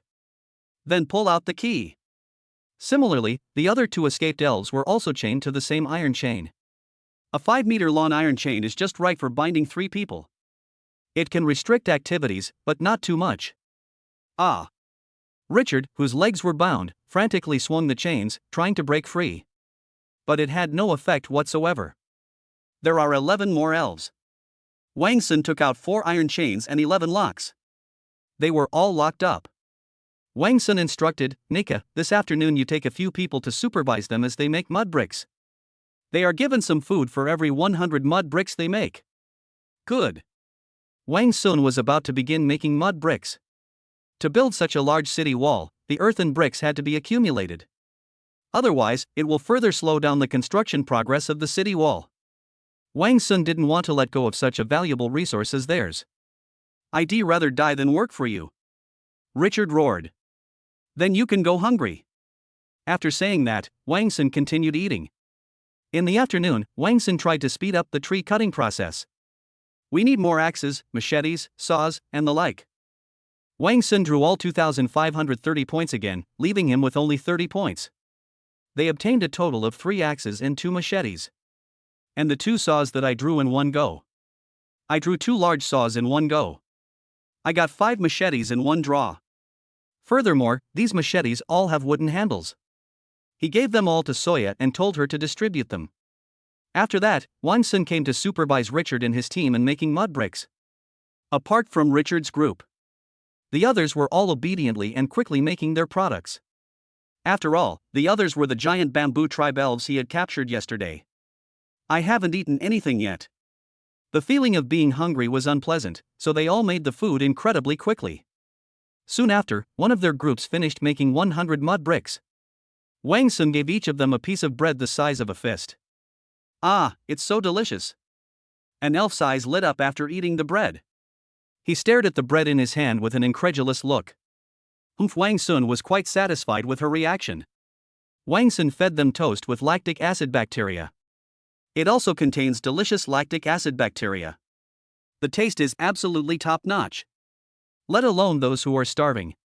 Even after they were stuffed, they couldn't resist this delicious food. Tasty. She ate it in one bite. Meanwhile, the other two elves who received the bread also ate it heartily. Everyone raved about it. Hurry up and make mud bricks. I want to eat more. Chapter 70 Sleeping Together. Hurry up and make mud bricks, I want more to eat. Aha! They immediately started making mud bricks again. The other hungry elves saw them wolfing down their food. They couldn't help but swallow hard, making glug-glug sounds. They haven't eaten for a day or two. Why, Ingo, hurry up and make me something to eat. One of the elves, who was tied to Ingo, was so hungry that it couldn't stand it anymore and pleaded with Ingo in great distress. Inga originally intended to take advantage of the situation and not help Wang Sun and the others work diligently. Now, provoked and seeing his companion's distress, he could only compromise. Well, okay, let's hurry up and get started. Aha! After saying that, they quickly got to work. By evening, they had made nearly 2,000 mud bricks. Each of them also ate 3 or 4 pieces of bread. Although it's not very filling, at least I won't feel uncomfortably hungry. In the afternoon, Wang Sun took Li Hua to play games on the sea for another hour. While we're at it, let's collect the fish and set up the nets. There are 12 sticky nets this time. I earned a total of 3,450 points. That evening, Wang Sun told them some things to be careful about before going inside. Following closely behind are Pear Blossom and Pear Blossom, who will be going out with me tomorrow. Soya and Mu were outside. As soon as they entered the house, Lisa and Rika lay down on the mattress in the living room. Pear Blossom, you're still sleeping here? Wang Sun turned on his flashlight, shining it on the light as he laughed. Where will Pear Blossom sleep if not here? Lisa retorted. Of course you'll sleep with me. With that, Wang Sun scooped up Pear Blossom from the mattress in a princess carry. Snort! Seeing the two people enter the room, Lisa felt inexplicably irritated. Helpless, I could only lie down. Wang Sun, my husband, don't. Lisa is right next to me. Since they were already sleeping in the same bed, Wang Sun had no reason not to take action. It's all right. Wang Sun's lust was aroused. Ah. What was that sound? Lisa, of course, didn't fall asleep so quickly. She immediately heard something strange. She immediately guessed what it was, and felt a wave of embarrassment wash over her, inwardly scolding, Pear Blossom, you shameless thing. She really wanted to get up and go inside to see what was going on, but in the end she didn't do it. So, even Lisa, who usually goes to bed early, had to stay up a little late. The next morning, Wang Sun stretched on the soft bed. Then he patted Pear Blossom's face, who was lying on the soft pillow next to him. Get up! Oh! Pear Blossom suddenly woke up and got dressed. When I entered the living room, Lisa was still asleep. Hey Lisa, wake up! Rika called out. Lisa struggled to get up. Then she looked at the two of them with resentful eyes. Lisa, what's wrong? Rika asked shyly, guessing what was wrong. You two kept me up all night. I'll come back and install a door. Wang Sun said directly. He also realized that not having a door was indeed inconvenient. Lisa was speechless. After getting up and eating, the three of them packed their gear and set off. After getting the backpack, Wang Sun put it on. Loaded with food, water, chains, locks, stun grenades, and flashbangs. Oh my god! At 11 o'clock, Wang Sun and his companions encountered 3 small goblins who were out hunting. But the scene was quite an eyesore. Coo coo coo! Coo coo coo coo! The rabbit kept letting out painful cries. What a bastard! Lisa muttered under her breath. After he finished cursing, he turned around and glanced at Wang Sun beside him. I'm not that kind of animal. Wang Sun knew she was implying something, and he thought to himself the same thing. Wang Sun, what should we do? Pear Blossom asked. What to do? Just go for it. 3 goblins? 1 stun grenade will take them down. Charge straight in. Good. The 3 goblins were about 60 or 70 meters away from the group. Wang Sun held a stun grenade in his hand and threw it 4 seconds later. Ah! The goblins sensed the commotion and tried to escape. But immediately a round thing appeared under my feet. They know about this thing, and they're all traumatized by it. Bang! But before they could react, the stun grenade exploded. Ah! Ah! The goblin fell to the ground, howling in agony. Wang Sun took out an iron chain and a lock, and directly locked the 3 goblins onto the same iron chain. How disgusting! Wow, Wang Sun, you're so fast. Wang Sun looked up and smiled. You'd better not be criticizing my performance last night. After Wang Sun tied them up, the 2 of them caught up. As soon as she arrived, Pear Blossom smiled and praised her. What are you saying? Pear Blossom understood. Under Wang Sun's tutelage, she also learned some things. Wang Sun, aren't you going to kill them? Lisa was very puzzled by Wang Sun's actions. Don't kill him, I'll take him back later. Ah! Lisa Rika was dumbfounded. Lisa curled her lip in disgust. Why would you bring such a disgusting thing back? Take it back, I want to see if I can tame it and make it help us with work. While your idea is good, letting goblins into our tribe is absolutely disgusting. Don't you think it's Pear Blossom? Lisa wanted to refuse, so she asked Rika. Little Pear Blossom chick nodded in agreement, pecking at the rice. Wang Sun explained, don't worry, how could I possibly let goblins into our tribe? Just build a simple thatched hut outside and let them live in it, that'll do. That's a little more acceptable. Lisa breathed a sigh of relief. But will this work? Pear Blossom asked worriedly. How will you know if you don't try? Yes, Wang Sun is right. Pear Blossom agreed. The goblin bared its teeth, and Wang Sun immediately delivered a punch. Give them a few punches on the head. Then he took out an iron chain. They were locked to the tree trunk. Fearing that one lock wouldn't be sturdy enough, we used 2. Coo coo coo. The rabbit on the ground was still struggling, unable to even walk. Wang Sun ended its suffering with a single strike, collecting it into the system and receiving 50 points. Let's go, keep moving forward. They should be here soon. Half an hour later, they arrived at the woods in front of the Wind Feather tribe. What are Wang Sun and the others going to do with the soil? Hundreds of goblins were making something out of mud in front of the tribe. Wang Sun looked closely and discovered that they were making something out of mud that looked like a bowl. However, this bowl is quite large. It's as big as the cross-section of a watermelon. Could they be making something to counter our stun grenades? Wang Sun guessed. That is quite possible. Lisa agreed. Otherwise, in my experience, they're really not very useful for making this thing. Hey! This little goblin is quite clever. What they made was a big bowl. They attempted to use these large bowls to cover the stun grenades thrown at them during their battle with Wang Sun and his group. To reduce its power. Wang Sun thought about it and realized that this thing might actually be useful. After all, the physical power of stun grenades and flashbangs is not very great. It usually only causes dizziness and vertigo. Chapter 71, Bringing Goblins Back to the Tribe. But it must be quite difficult to cover our bombs, right? Pear Blossom asked. It is indeed quite difficult. Wang Sun nodded and said, moreover, the psychological pressure is immense, and it is not an easy thing to do. Let's go. After understanding what they were doing, the group left promptly. Clang, clang, clang. Huff huff.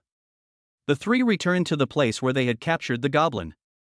At this moment, the 3 goblins struggled frantically like pigs waiting to be slaughtered. They wanted to break free of their chains. You're so dishonest. Lisa yelled. Wang Sun agreed, indeed, we need the whole whip. He looked around and cut a soft branch. He swung it a couple of times. It was very bouncy. Not bad. It should hurt quite a bit if I hit you. Wang Sun bared his teeth as soon as he got close to the goblin. So arrogant, we'll make an example of you. Crack. Wang Sun lashed the goblin that was yelling the loudest with his whip. Awoo. Hiss hiss hiss.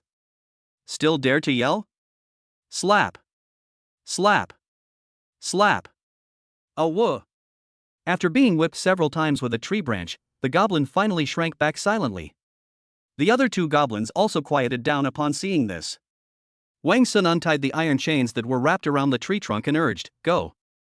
Wang Sun instructed, I'll lead the way, you 2 keep watch from behind. Good.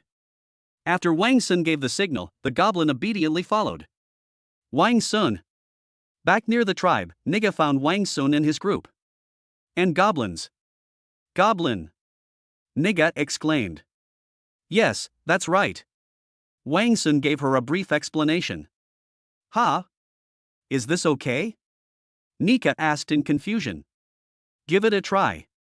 Go and tell them all, so they won't panic. Good. Oh, by the way, 3 more people from the Big Tree tribe came today. We detained them as you instructed. Very good. I'll lock them up right now. Soon, the news that Wang Sun had brought the goblins back spread throughout the entire village. Although I hate goblins to the core. However, they did not question Wang Sun's actions. But when Richard and Ingo saw the goblins, who were also chained up, they were surprised. That made me furious. Richard shouted angrily, Wang Sun, what do you mean? Are you deliberately bringing goblins to humiliate us?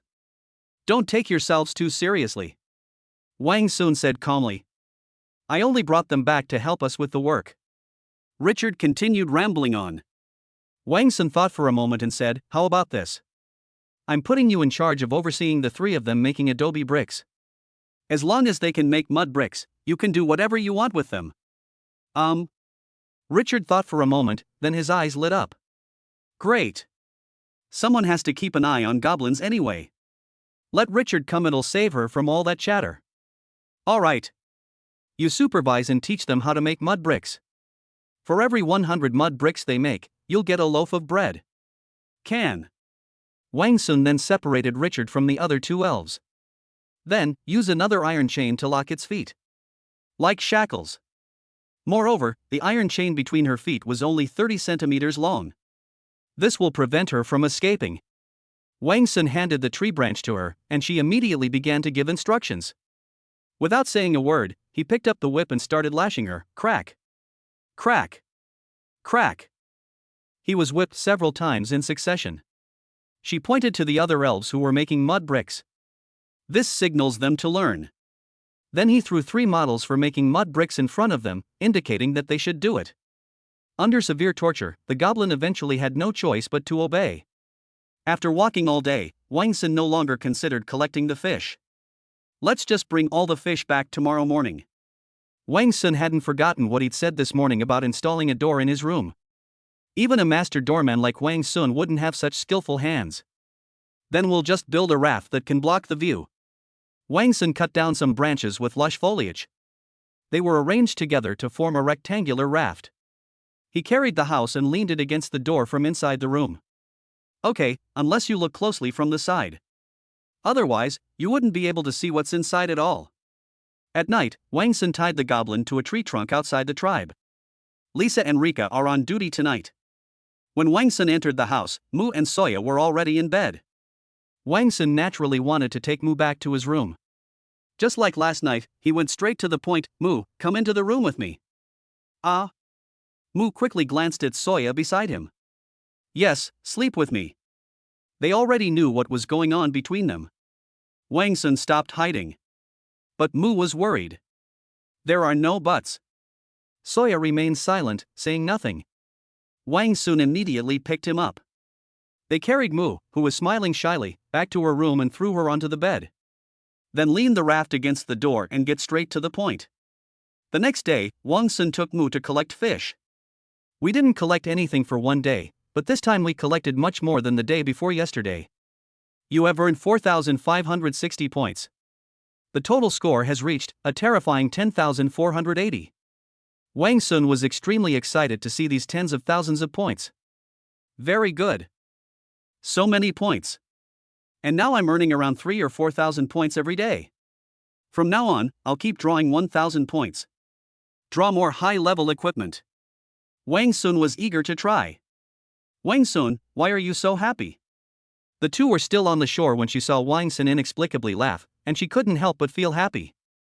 Looking at Mu's rosy complexion, Wang Sun laughed and said, of course it's because I came out with you. Mu lowered her head and smiled sweetly, shyly saying, me too. Let's go back later. Then what are we doing here? Mu asked softly. What for? Of course.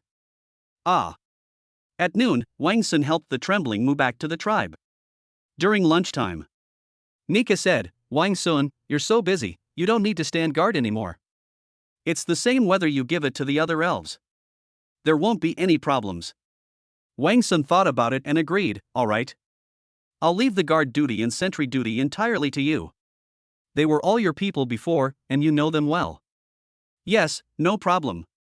In the afternoon, Wang Sun felt that the charcoal was almost ready. Immediately grab a shovel and dig open the kiln.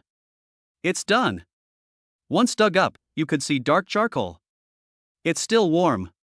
Wang Sun pulled out a piece of charcoal, about the thickness of a wrist and half a meter long. Recycle. 2 points. That kiln of charcoal is worth about 600 points. Not bad. Wang Sun was quite satisfied. This kiln yields 600 points, so 10 kills would be 6,000 points. Hurry up with production. Immediately, Wang Sun recycled all the charcoal. I got 642 points. Immediately afterwards, Wang Sun summoned some of his clansmen to dig a charcoal kiln. They dug all the way to the west of the village. To the east of the tribe, they were digging mud to make mud bricks. Retreat! Retreat! Around 2 p.m., the sentry in the woods suddenly shouted a warning.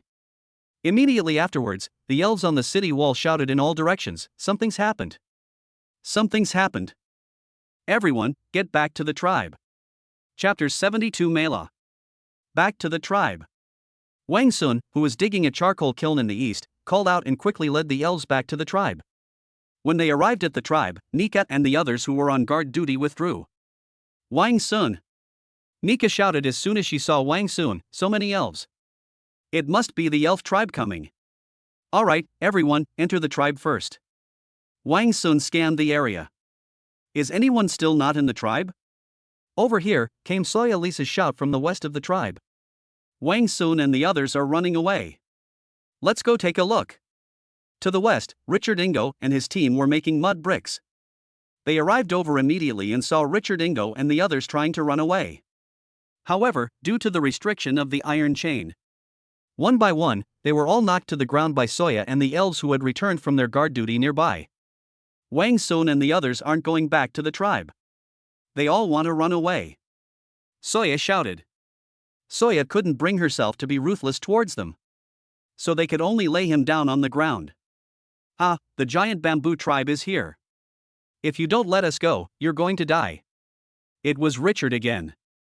Damn it, you still won't give up. Wang Sun first chained the goblin to a tree trunk. Drag them back immediately. With a loud shout, Wang Sun grabbed Richard by the neck. Let me go. Let me go. Richard screamed in pain, his face contorted in agony. Wang Sun ignored him and dragged him back by force. Nika and the others didn't hesitate and dragged them all back. Seeing how Richard was treated, they dared not disobey. Everyone immediately entered the tribe and closed the gates. Wang Sun slammed Richard to the ground, pulled out his bayonet, and threatened him fiercely, "If you don't behave, I'll slash your face with this knife. And you too." He then looked at the other bound elves. Seeing Wang Sun's fierce expression, they stopped talking. After having several clansmen guard them, Wang Sun and his group went up to the city wall. A short while later, a rustling sound came from the woods in front of the tribe. Quite a few people came because of the sound. Wang Sun and his group stood on the city wall and watched. Immediately, 10 elves emerged from the forest. 4 of them were carrying shields, ready to protect the elves around them at any moment. Surrounded by them was a very young and beautiful elf with white hair. She stood in the center of the crowd, her silver hair like a veil woven from moonlight, shimmering with soft light as it fell over her shoulders. Those eyes were an extremely light ice blue, like the surface of a frozen lake. Her eyes swept over the crowd on the city wall and immediately settled on Wang Sun. The goal is clear. His eyes held a hint of wariness and dissatisfaction. Despite his youthful face, his brows exuded a composure beyond his years, making him the undisputed core of this group of elves. Why would it be her? Nika said. Do you know him? Wang Sun asked. Everyone looked at Nika. Nika explained, her name is Mela. She is the 3rd daughter of the chieftain of the giant bamboo tribe. Oh? Wang Sun's eyes narrowed. Then it seems to be a big fish. Yes. Nika continued to explain, when the giant bamboo tribe goes out on missions, it's always her eldest and second eldest sisters who do it. They must both have other things to do if they send her out this time. But of course, age also plays a role. Her eldest and second eldest sisters are both over 40. She's only 19 years old. Wang Sun murmured, the age difference is quite large. Mela stared at Wang Sun and slowly said, "Outsider, why are you taking our people away and refusing to let them go?" She had clearly learned about Wang Sun from the people of the Big Tree tribe. Forehead. Wang Sun was speechless for a moment. He searched his mind for words, but found that he really didn't have any legitimate reason. He gave up on making excuses, straightened his back, and admitted directly, "There's no complicated reason, I just don't want them to leave." "Then you're no different from a predatory goblin." Mara's icy blue eyes instantly ignited with rage, and her silver hair seemed to flutter slightly due to the surge of emotion. She abruptly shifted her gaze, her eyes shooting like arrows to the two figures beside Wang Sun, her voice rising sharply, "Soya, Nika. Why would you side with a male who was no different from a goblin? And he even helped him fight against our people." Nika shouted, "Wang Sun is not like a goblin." "What's different?" Mela demanded loudly. "If it's different, then why are you detaining the tribesmen we sent to collect food?" Wang Sun said, "Why should we hand over food to you? The Wind Feather tribe has been supplying you with food, but you have not done anything to protect them." This Mela hesitated, clearly knowing that she had done something wrong. "Your people ate our chickens and rabbits. We originally just wanted you to return the food and then we wouldn't make a fuss about it. But you went back and reported that you were going to send people to attack us. So, you're the ones who came here to deal with us, aren't you? Mara, stop wasting your breath on them. When faced with a traitor, we either take him back to be a slave or kill him outright." At this moment, a vicious elf in his 40s to Mela's left spoke up. Her name is Anno, and she is one of the subordinates of the eldest daughter of the giant bamboo tribe. "That's right." An elf who looked to be in his 40s, to Mela's right, agreed. "Her name is Gao, and she is one of the subordinates of the second daughter of the chief of the giant bamboo tribe." "Didn't they say this male had a big secret?" "We'll take him back for research." Mela voiced her concern, "But perhaps Soya and Nika have some kind of trouble? Difficulties?" Anno scoffed. "Mara, you're too naive. Do they seem to have some kind of hardship to tell you? I think they were tamed by this male. Just like those disgusting traitors in the West." Anno looked disgusted when this was mentioned. But Mela was still hesitating. "There's no buts." Gao interrupted directly. "They are not afraid of Mela. Leave it to me." After saying that, Gao shouted at the city wall, "You disgusting male, and all you traitors. If you don't open the gates and surrender, we'll crush your tribe right now. Take you all back and enslave you." Chapter 73, Capturing Mela. After saying that, Gao shouted at the city wall, "You disgusting male, and all you traitors. If you don't open the gates and surrender, we'll crush your tribe right now. Take you all back and enslave you." Upon hearing this, Wang Sun shouted back, "I'd like to see how you manage to trample our tribe. That's outrageous." Gao shouted angrily, "Everyone out. Prepare to fire your arrows. I'm going to shoot them into hedgehogs." At her command, one after another sprite immediately emerged from the woods with a soft rustling sound. The first row of sprites appeared first, a total of 30. Each of them held a bamboo bow and bamboo arrows. 30 elves appeared in the first row. Then another row of elves followed closely behind, and another 30 appeared. 30 in the end. 3 rows of elves, each with their bows fully drawn and aimed at the crowd on the city wall. Sharp eyes converged like arrows. And in the quiver behind them, there were countless arrows. Gao, hands on his hips, laughed loudly, his voice shrill, "Wang Sun, if you know what's good for you, you'd better surrender. Our archers can turn you into sieves." Wang Sun ran his fingertips along the city wall bricks, waving his hand without changing his expression, "Bring it up." 2 elves immediately appeared, supporting Ingo. "Ingo!" Mela shouted as soon as Ingo appeared, "Ingo, don't be afraid, we've come to save you." Mara Ingo responded. Wang Sun grabbed Ingji's shoulder and pushed him to the edge of the city wall. "You all know this, right? There are still a dozen or so of your men here. If you don't mind killing your own people, then come and shoot your arrows." Gao's arrogance vanished instantly, replaced by a furious shout, "Damn it!" The elves below the city wall immediately stirred, lowering their bamboo bows and looking at their leader. Mela was also anxious, but she couldn't make up her mind. She looked at Gao and said, "Gao, let's not shoot arrows. Shooting arrows will hurt our own people." Gao frowned, pondered for a moment, and finally raised his hand to give the order, "Take down the bow. No one is to move without my command." They were below brainstorming solutions, and Wang Sun needed to take the initiative. "Take her away." Wang Sun told them to take Ingu away. Then he distributed the 30-odd stun grenades and flashbangs that Rika had just brought up. Wang Sun instructed, one for each person. Each person only needs to throw the bomb at the elf in front of them. Try to cover them all with the damage range. Receive. There was also a row of about 30 people standing on the city wall. This corresponds exactly to the 3 rows of sprites below. 30 bombs should be enough. If there are any more, they could easily get injured by the explosion. Injuring them was not Wang Sun's goal. She still needs these elves to help her with her work. Everyone, get ready! Wang Sun shouted, seizing the opportunity. Now! Throw it! At Wang Sun's command, all the Pokemon immediately and accurately threw their stun grenades and flash bombs at the positions of the Pokemon in front of them. Not good. Gao and Anno have relatively rich combat experience. Although it is unknown what was thrown down. But I know it's definitely not a good thing. Run! Gao Anno and his group remained at the edge of the woods. After seeing the stun grenades and flashbangs being thrown down, without the slightest hesitation, Gao and Anno turned and disappeared into the woods. When Mela saw this, she tried to stop them, but she quickly ran into the woods as well. The elves standing in the open area at the front, ready to shoot arrows, were too late. One by one, they panicked and turned to run away. But by then, the stun grenades and flashbangs were already at their feet. Bang! Bang! Bang bang bang! A burst of white light and a deafening roar. Ah! The scene instantly descended into chaos, filled with the elves' wails and screams.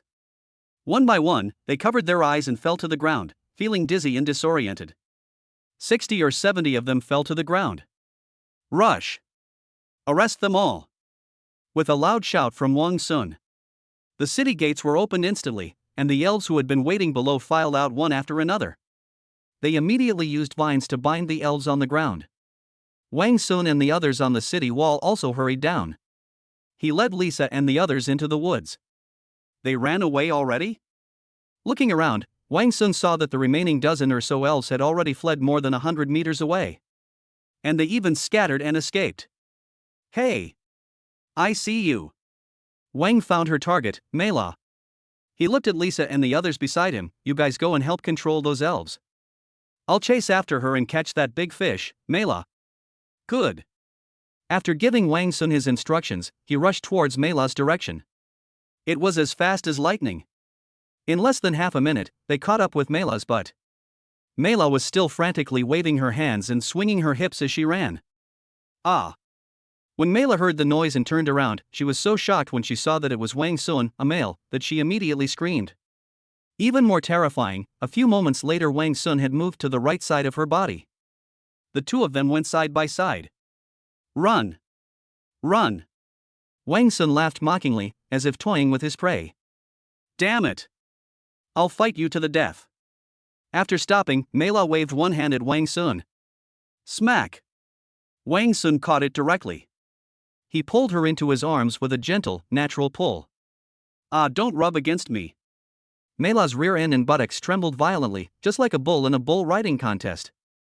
Wang Sun cried out that he couldn't take it anymore. Let me go, you bastard. Wang Sun grabbed her wrists with his hands and then pushed her toward the tribe. Let me go please. Mela actually begged for mercy. Yo! Wang Sun never expected that the daughter of this tribal chief would have such a vulnerable side. Wang Sun became interested. If I let you go, how do you plan to repay me? A reward? Mela felt a glimmer of hope. Let me go back. I want my mother to give you lots of food. I don't want food. Wang Sun refused. Mela hesitated for a moment, then what do you want? I want the elves. Your people.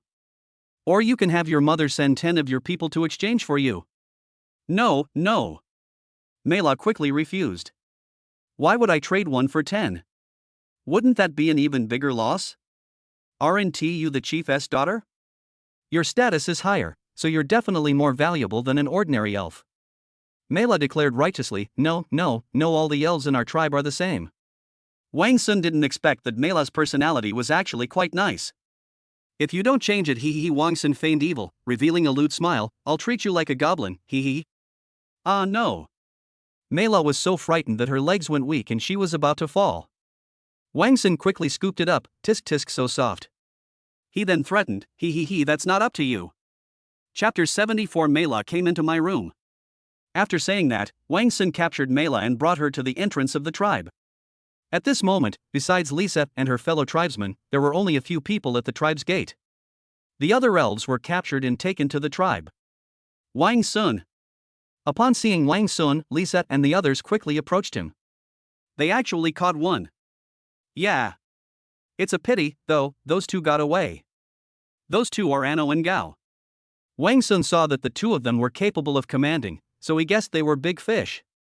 Wang Sun asked, have they all been arrested? They've been arrested, 71 in total. Lisa added. Including her, that makes 72. Excellent. With so much more labor, we can start building the city walls soon. However, Wang Sun, do you still have those chains? Being tied up with vines makes it easy for Richard and the others to escape like last time. Yes, let's enter the tribe first. Good. Upon entering the tribe, Wang Sun immediately discovered a large number of elves squatting and sitting on the ground. What a beautiful sight! Wang Sun thought to himself. After they tied Mela up, Wang Sun instructed Nika, calm them down. I'll get some chains right away. Good. Ingo, has this male done anything bad to you? Mela placed her among the prisoners. Upon arrival, he immediately found Inga and asked her questions with great trepidation. What bad thing? Ingo didn't understand. Oh dear, Mela exclaimed anxiously, it's the kind of thing goblins, males like to do. Oh, I see. Ingo suddenly realized, no way. But he asked us to help him make mud bricks, otherwise we would have no food to eat. Phew, that's good, that's good. Mela breathed a sigh of relief. Mara, don't worry, Ingo comforted her. The chieftain likes you so much. I believe she will definitely send someone to rescue you. It would have been better if we hadn't come to rescue them. I never expected they had such powerful weapons.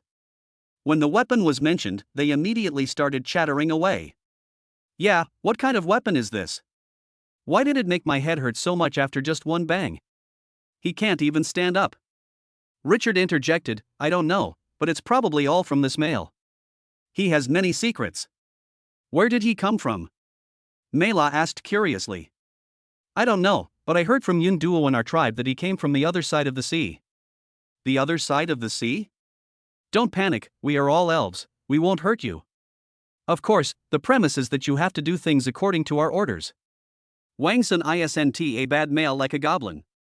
Immediately, Wang Sun drew 35-meter-long iron chains and 100 sturdy padlocks. There are a total of 72 elves, and exactly 24 iron chains. However, I experienced its extraordinary effects. Wang Sun took out the chains and locks and distributed them to lock them all up. This is so crowded. When Wang Sun went to the tribe, he found it was full of elves. This time there are 72, compared to 14 previously. Then a total of 78 people came from the Windfeather tribe. Add the 5 of them to the mix. There are 169 in total. There are a total of 169 people, and the tribe is only 900 square meters in size. And they have so many animals. It's so crowded. Let's begin building the outer city. Then Wang Sun shared his thoughts. Great. Soya agreed. We've made about 5,000 mud bricks so far. We can begin now. Clear out the space where you'll place the mud bricks. And now that we have your powerful weapon, we don't need to build the city walls so high. We could even do it with just half the height of this city wall. Yes, that is true. Wang Sun agreed. Their city wall is a full 9 meters high. Now they have powerful weapons and so many people. There's no need to worry about enemies invading anymore. Therefore, a maximum height of 5 meters is sufficient. Wang Sun decided, then we'll build it to a height of 5 meters. We'll start construction tomorrow. Good. Now, take them all out and continue making mud bricks. Apart from those on guard duty, the rest of us were all watching over them. Wang Sun then sent them all out to make mud bricks. There weren't enough molds, so a batch was made in an emergency. In the evening, Wang Sun quickly led Li Hua to the seaside to collect fish. Pear Blossom said, Wang Sun, my husband, we're catching fewer and fewer fish these days. Yes, that's true. It's not good to keep catching them in the same place. After catching them a few more times in these places, we can move on to another place. In the end, Wang Sun only got 2,700 points. Although there are still many fish to take back and eat. But it's still much less than the previous times. After collecting the fish, Pear Blossom would occasionally glance at Wang Sun shyly. Wang Sun noticed it and immediately figured out the reason. Ha ha ha. Wang Sun laughed loudly. I'll let Pear Blossom off this time. There are too many spirits from the giant bamboo tribe in the village. We'd better hurry back if something goes wrong. I'll let you off this time. Oh, Pear Blossom nodded shyly. His expression showed a hint of disappointment. It's not her fault. This is something Wang Sun always does after collecting the fish. She got used to it. But Wang Sun immediately said lecherously, come to the house quickly tonight while they're taking a shower. Great. Pear Blossom's eyes lit up. With so many elves coming to the tribe, eating, bathing, and using the toilet have become a real hassle.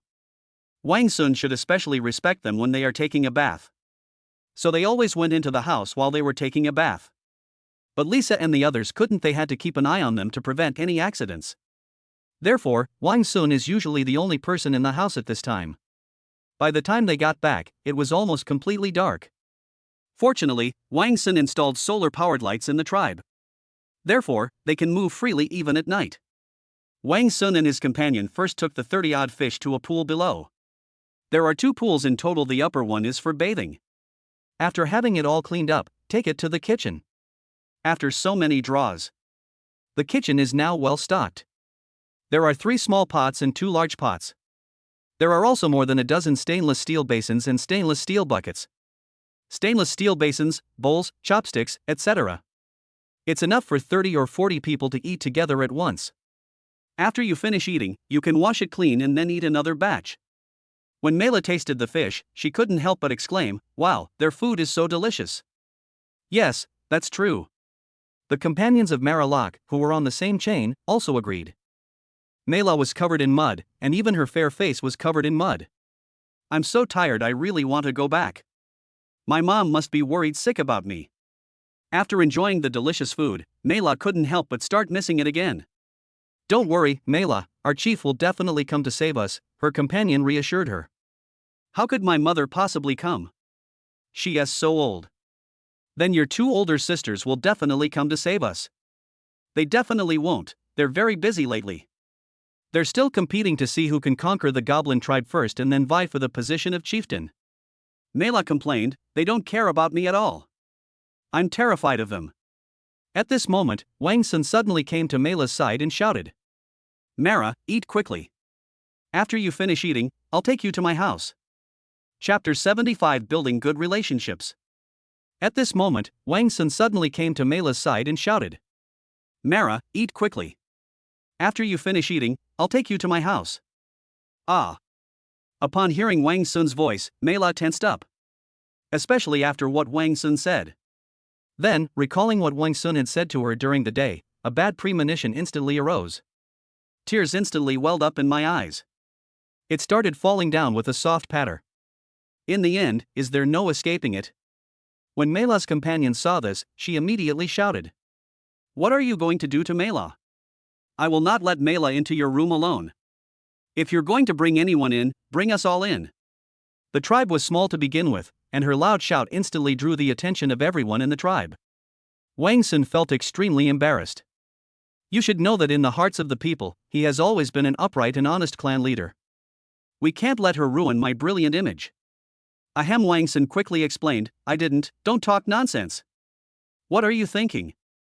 I just want to get some information. Who knows, she still didn't believe it. You males are all driven by your lower bodies. Okay. Wang Sun had no choice but to look at Soya and the others. Later, you take Mela to our room. Let's interrogate her together. Good. Only then did they reluctantly accept it, having nothing more to say. So it was just an interrogation. Mela exclaimed, as if given a new lease on life. I thought it would be something more. My mood instantly improved. Yes, at least it's not that. She quickly resumed her meal in a cheerful mood. After she finished eating, Wang Sun untied Mela from her clothes. She was then chained up separately with an iron chain. Soya led her into the living room of the house. The house was very bright. Wang Sun drew an outdoor searchlight. He shone the lamp toward the ceiling, and the reflected light illuminated the entire room. As bright as day. At this moment, Nika and the others were also in the living room. Wang Sun asked, "How many people are there in your tribe in total?" "Around 2,000. "So many?" Wang Sun exclaimed in surprise. That's right." Mela proudly raised her head slightly. "Why did your tribe send you here? Aren't your two older sisters usually the ones who carry out these kinds of missions?" Nija questioned. "They all have other things to do," Mela said frankly. "You detained people from our tribe, and my mother thinks it's just a small tribe's rebellion. They thought this task wasn't too difficult, so they just sent me over to give it a try." "What else is your older sister doing?" Wang Sun pressed. Mela asked warily, "Why are you asking this? Just tell me the truth when I ask you." Mela pouted and her eyes darted around. "You'd better answer truthfully, or we'll interrogate your people later. If you find that what you're saying doesn't match up, then you can wait to be." Wang Sun threatened, revealing a sinister smile. "No." Mela's heart skipped a beat. She quickly revealed the whole story. "They've been busy attacking a goblin tribe lately." "Are they all attacking this tribe?" Nija asked. In her knowledge, the two of them rarely acted together. Nija had long heard that Mela's two older sisters had been vying for the position of clan leader. They are in a competitive relationship. There is very little cooperation. Because my mother is going to pass the position of clan chief to one of the two of them. Whoever conquers this goblin tribe first will inherit the chieftainship. "Oh, I see." Nika understood. Wang Sun and the others also understood the relationship between them. Wang Sun asked, "Can't you compete for the position of clan leader?" "I." Mela pointed at herself with her right index finger, her mouth agape and her eyes wide with shock. "That's right. You're also the daughter of the chieftain of the giant bamboo tribe, so why are only the two of them competing? How could I possibly compete with the two of them? Moreover, they each have hundreds of men under their command, but I have nothing. Even Anno and Gao, who brought me here this time, are their people." Her two older sisters are in their 40s or 50s, while Mela is only 19. She was younger than the daughters of her two older sisters. Over the past few decades, they have long since cultivated their own power. He has been preparing to compete for the position of clan leader. The appearance of Mela undoubtedly adds another competitor to the two of them. Therefore, they had been on guard against Mela for a long time. Mela wasn't given any chance to join their competition. However, Mother Mela liked her very much. Wang Sun and the others understood the underlying interests. Wang Sun revealed his guess, that is to say, you can also compete for the position of clan leader. It's just that you don't have the ability, right? Yeah, right. Mela replied nonchalantly. Wang Sun had an idea and tentatively asked, "Then do you want to be the clan leader?" "Huh?" Mela was taken aback. "I hadn't thought of that." Wang Sun understood the relationships between their tribes. It's nothing more than the two older sisters competing for the position of clan leader. Mela was a hothouse flower raised by her mother. Do not participate in power struggles. Her mother had no intention of involving her in the competition. He just wanted to keep her by his side. Wang Sun asked, "How are your two older sisters to you?" "They're rather indifferent," Mela said, a touch of sadness in her voice. "They don't seem to like me." "Oh, I understand. It's fine if you don't like it," Wang Sun thought to himself. From her words, it was also clear that Mela did not have a good relationship with her two older sisters. So Wang Sun had an idea, perhaps he could control this simple-minded Mela. Then help her take the position of clan leader. In this way, they indirectly controlled the giant bamboo tribe. Even if they couldn't control her, it would only be beneficial for them if Mela became the chieftain. There would be no harm in it. As for how to help, the first thing is definitely to help her take down that goblin tribe. But before that, we need to improve our relationship with Mela. As for how to cultivate good relationships, well, of course, you have to. Chapter 76 Caught by Nilan. You can leave now. Wang Sun waved his hand. Good. After she left, Wang Sun shared his thoughts. We can give it a try. Nika thought it was quite possible. Pear Blossom analyzed, however, she doesn't seem very interested in becoming the clan leader. It's alright, let's see if we can guide them. Wang Sun felt there was still hope. You don't need to pay too much attention to this. Just leave it to me. Aha! Then, Nika made another suggestion. Wang Sun, do you have a way to conjure up some clothes? The people from our previous tribe were alright, they brought some clothes with them. But these people from the giant bamboo tribe don't have clothes, which probably won't work. No problem. You can come in and get your clothes in a little while. Good. The clothing item can be won through a lottery that costs 10 points. For Wang Sun, who has nearly 9,580 points, this is enough to meet the needs of most Pokemon. The group left the tribe, and all the elves had finished their meal. He squatted down in the southwest corner. Wang Sun first jumped into the pool, quickly washed himself a couple of times, and then went into the house. Then the elves in the tribe also began to take a bath. Wang Sun lay on the bed and began to help them take out their clothes. Ding ding ding. 2 pure cotton camisole tops. 5 instant noodles. Level 1 strength pill x2. 5 briefs. Denim shorts x1. Orange juice x2.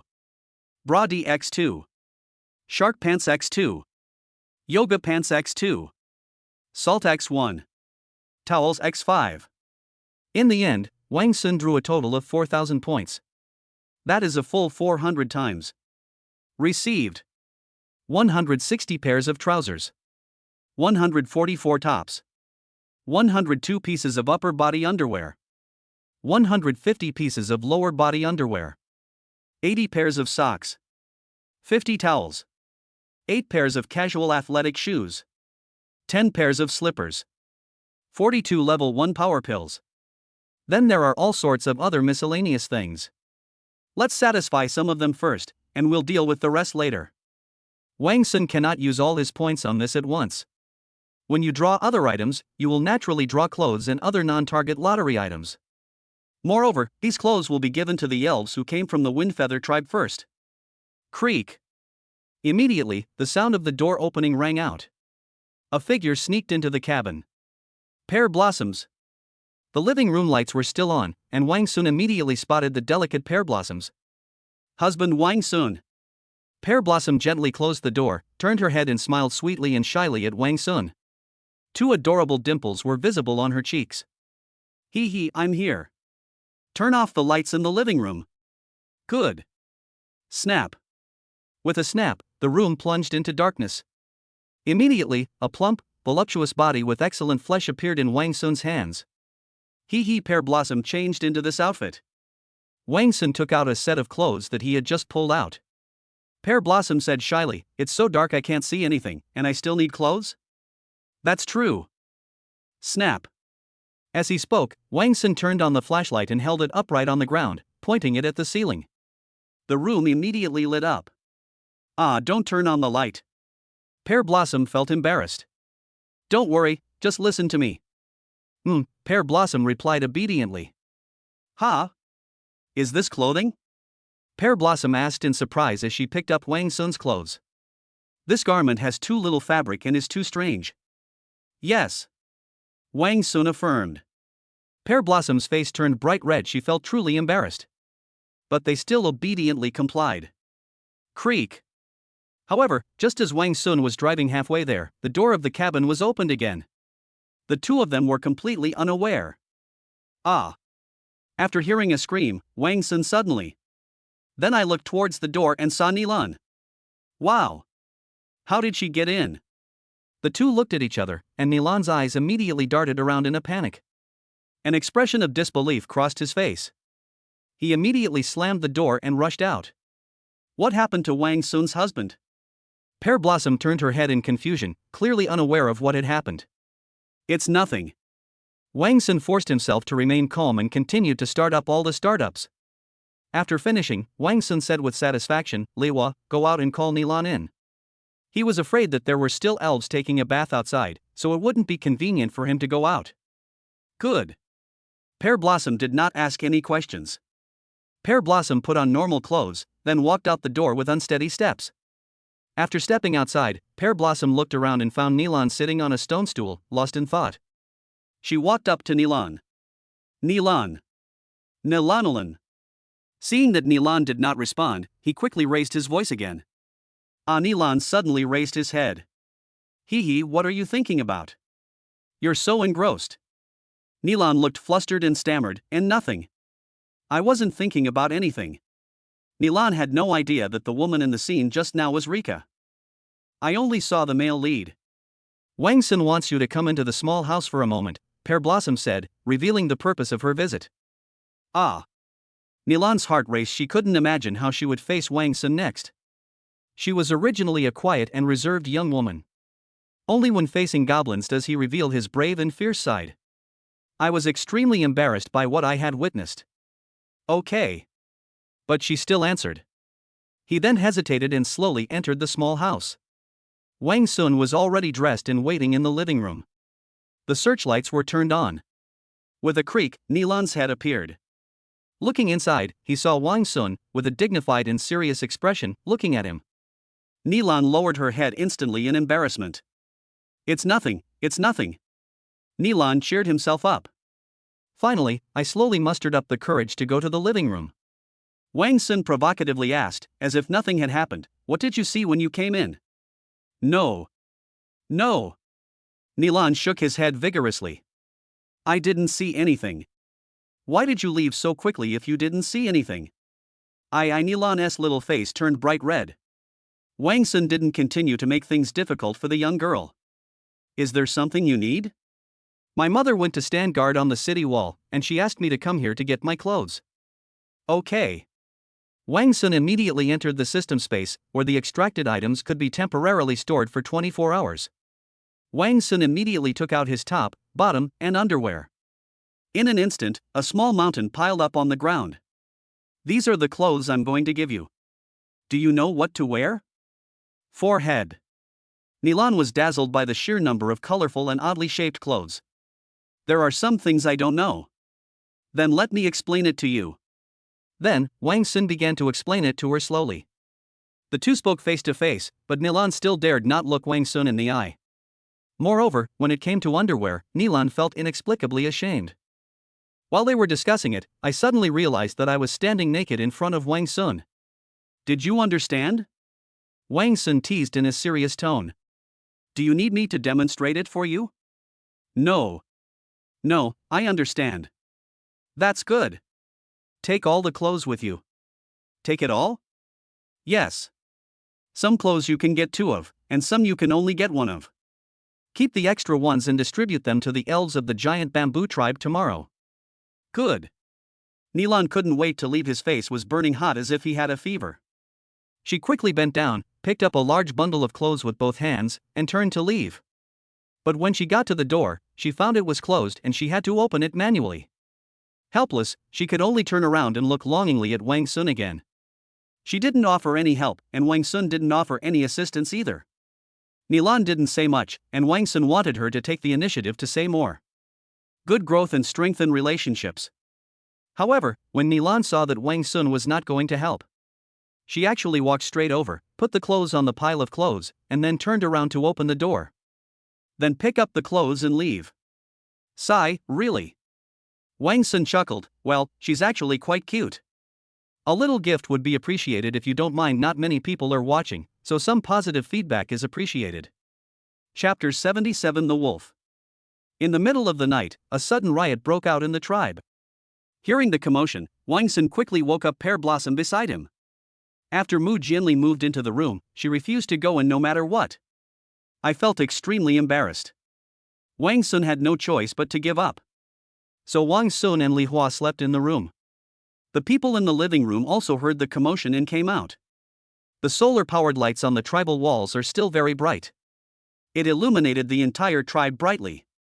Wang Sun looked towards the eastern city wall and spotted Nija's figure. A dozen or so of them were standing together, all looking out of the city wall. Is something wrong with Nika? Wang Sun shouted. Upon hearing Wang Sun's voice, Nika quickly turned around and replied, there's a wolf. Wolf? This was the first time he had encountered a wild beast since he arrived on the island. The wolf is attacking the goblins. Wang Sun suddenly remembered, oh right. The goblins are outside. I'll come up and take a look. Wang Sun walked onto the city wall. At this moment, Nika pointed her flashlight in the direction of the goblin. Wang Sun looked over and saw the goblin staring wide-eyed in terror towards the direction of the woods. Its legs struggled frantically against the chains, making a loud clanging sound. What a huge wolf! A wolf appeared in the beam of light. He's even bigger and stronger than a calf. His shoulder blades were raised like stubborn rocks. Its sharp snout protruded with 2 rows of dagger-like fangs, and saliva mixed with blood dripped down continuously. Its large, green eyes shone eerily, and its sharp claws scrambled through the dirt, each step carrying a menacing sense of oppression.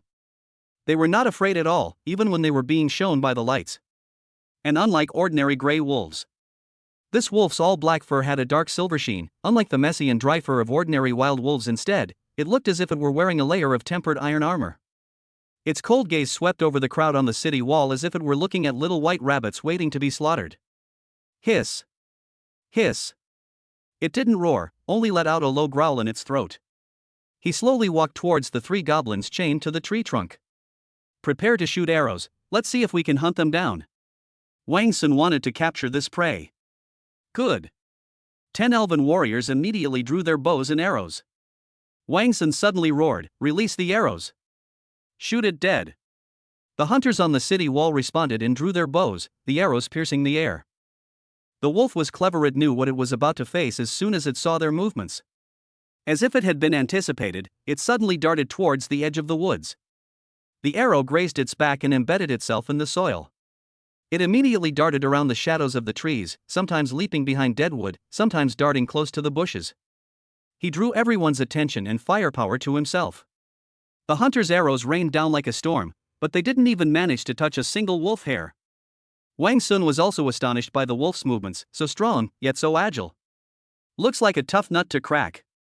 You'll have to be careful when you go into the woods from now on.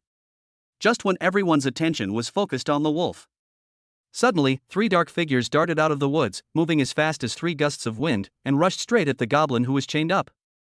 They were 3 wolves that were slightly shorter and had slightly duller fur. Ah! The goblin on the far left had just let out a short scream when a wolf bit its neck. With a crisp snap, its neck broke and collapsed. The goblin in the middle was so frightened that it quickly shrank back behind the tree trunk, the iron chains digging into its flesh until it was turned inside out. But another wolf bit his wrist and yanked him hard. Tear! The skin and flesh tore apart with a sound. Instantly, a jet of blood gushed out like a water tap. Ah! Ah! Before the goblin's mournful howl had even finished, the wolf swung its head and bit down on its throat again. The last goblin collapsed to the ground, defecating and urinating indiscriminately. They didn't even have the strength to struggle anymore.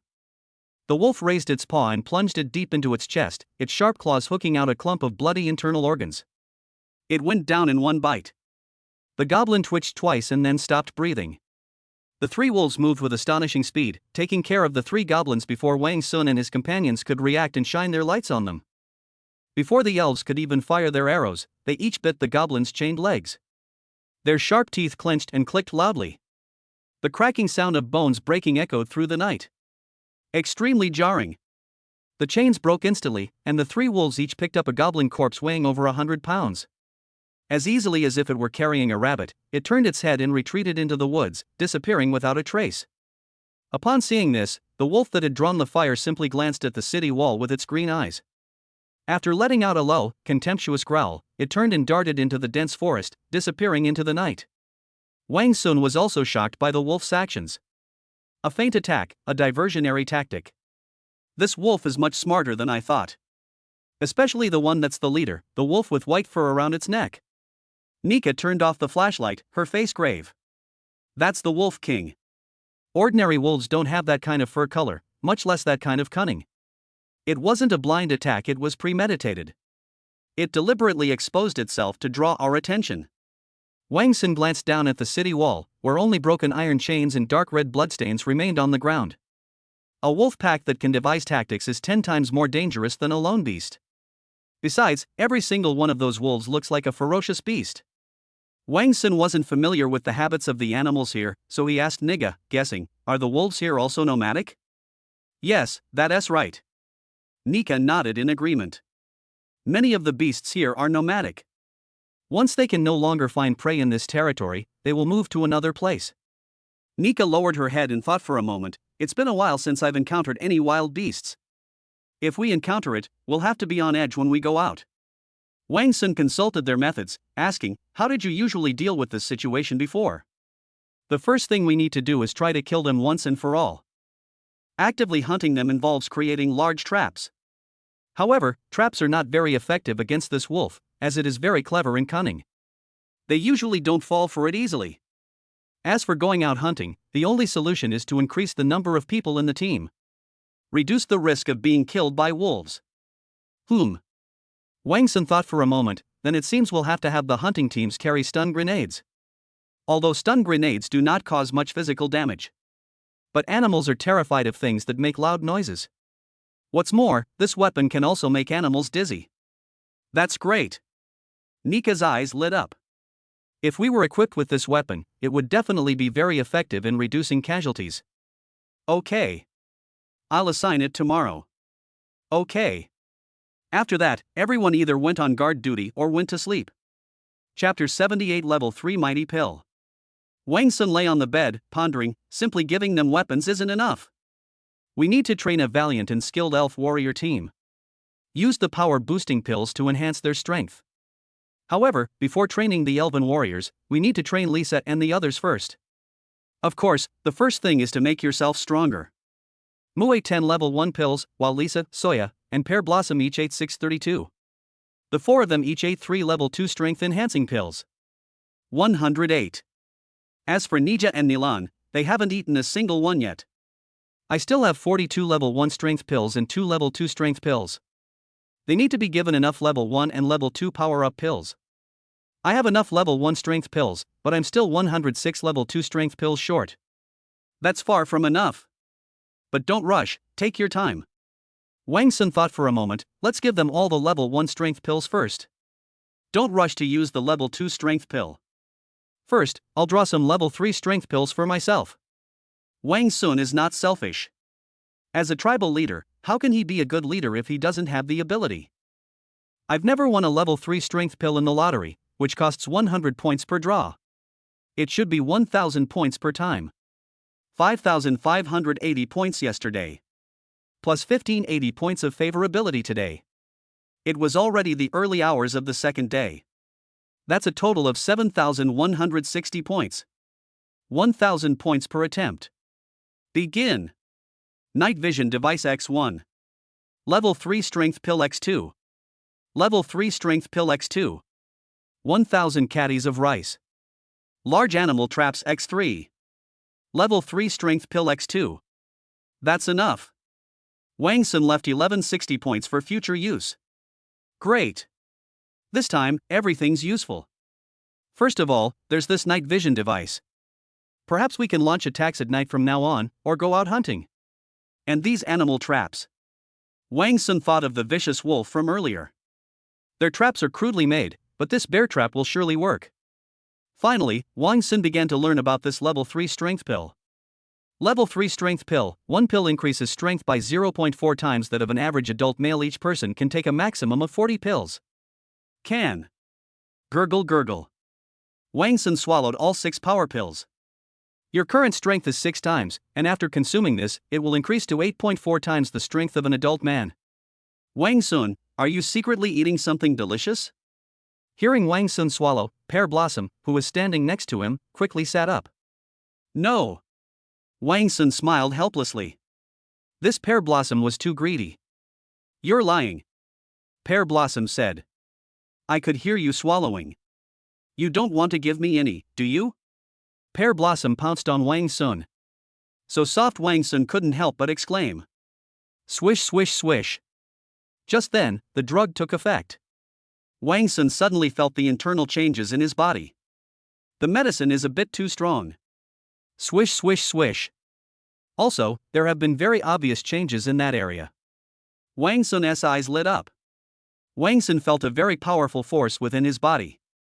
This made him really want to use it to his fullest potential. Ah! Pear Blossom wriggled her buttocks like a snake. She leaned closer and pressed, open your mouth and let me smell it. Did you sneak a bite of something delicious? Hee Wang Sun grinned, strongly stimulated. There is indeed something good to eat, but it's still in production. Ah! Before Li Hua could react, Wang Sun pounced on her like a hungry tiger. Wow, this is a mess. The next morning, Wang Sun left without paying any attention to the pear blossoms he had tormented all night. Don't blame him, the power was just too strong and he couldn't release it for a long time.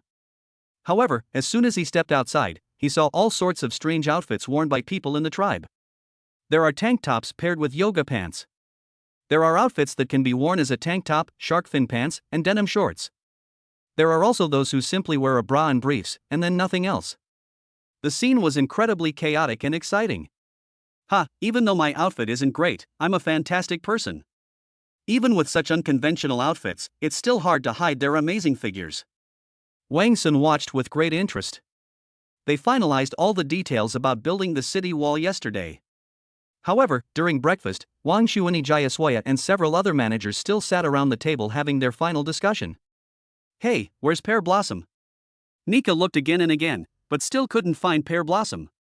As soon as Nika finished speaking, Soya, Lisa and Mu looked at Wang Sun with strange expressions. The three of them were also tormented all night, they were in so much pain.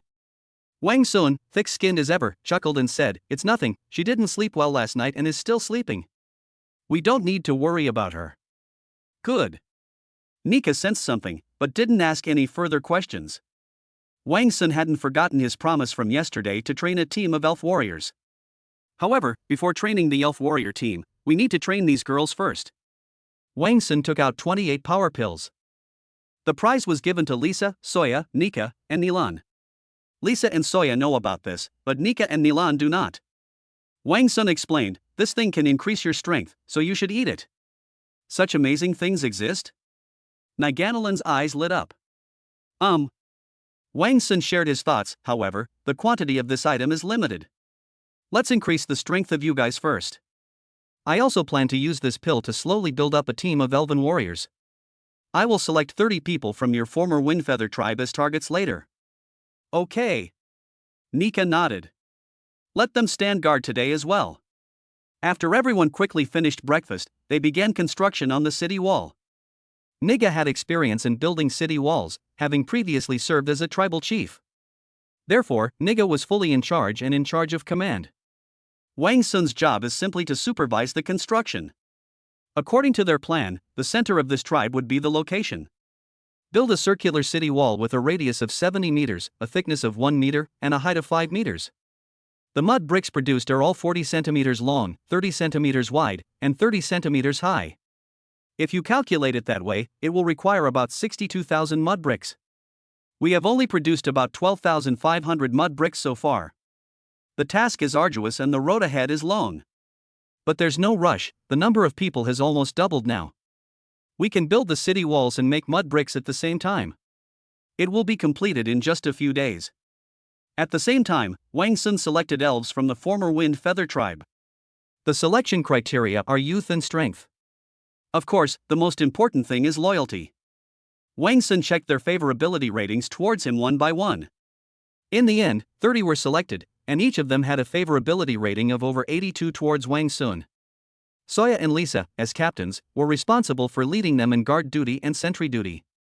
They gathered in the tribe. Soya stood in front of them, giving them instructions. Then Wang Sun came to her side carrying a box of stun grenades and shouted, "These can be distributed now." Flashbangs were also distributed to those on guard duty to minimize the possibility of accidents. Wang Sun instructed, "Suya, give 2 to each person. After the night shift ends, we need to take it back. If they haven't been used, they must all be taken back." Good. Wang Sun was willing to use this weapon. But it needs even stricter management. Otherwise, if it accidentally falls into the hands of the enemy, it will become a weapon against themselves. Chapter 79 Being Hunted. Wang Sun was willing to use weapons like stun grenades. But it needs even stricter management. Otherwise, if it accidentally falls into the hands of the enemy, it will become a weapon against themselves. There were 30 people, and 60 were distributed. Soya and Lisa each received 5. After everything was arranged, Wang Sun went to do his own thing. After moving the stun grenade into the house, he woke up Rika. "Let's go. Let's go catch fish." A Pear Blossom was startled, and the thought of the necessary activities after catching fish made her afraid. Pear Blossom cried pitifully, "Wang Sun, you can't just rely on me to create this. Seeing Li Hua's reaction, Wang Sun was both amused and exasperated. Alright, we won't play this game anymore. Alright then. Pear Blossom then got up quickly. After leaving the house, Wang Sun locked the door with his key.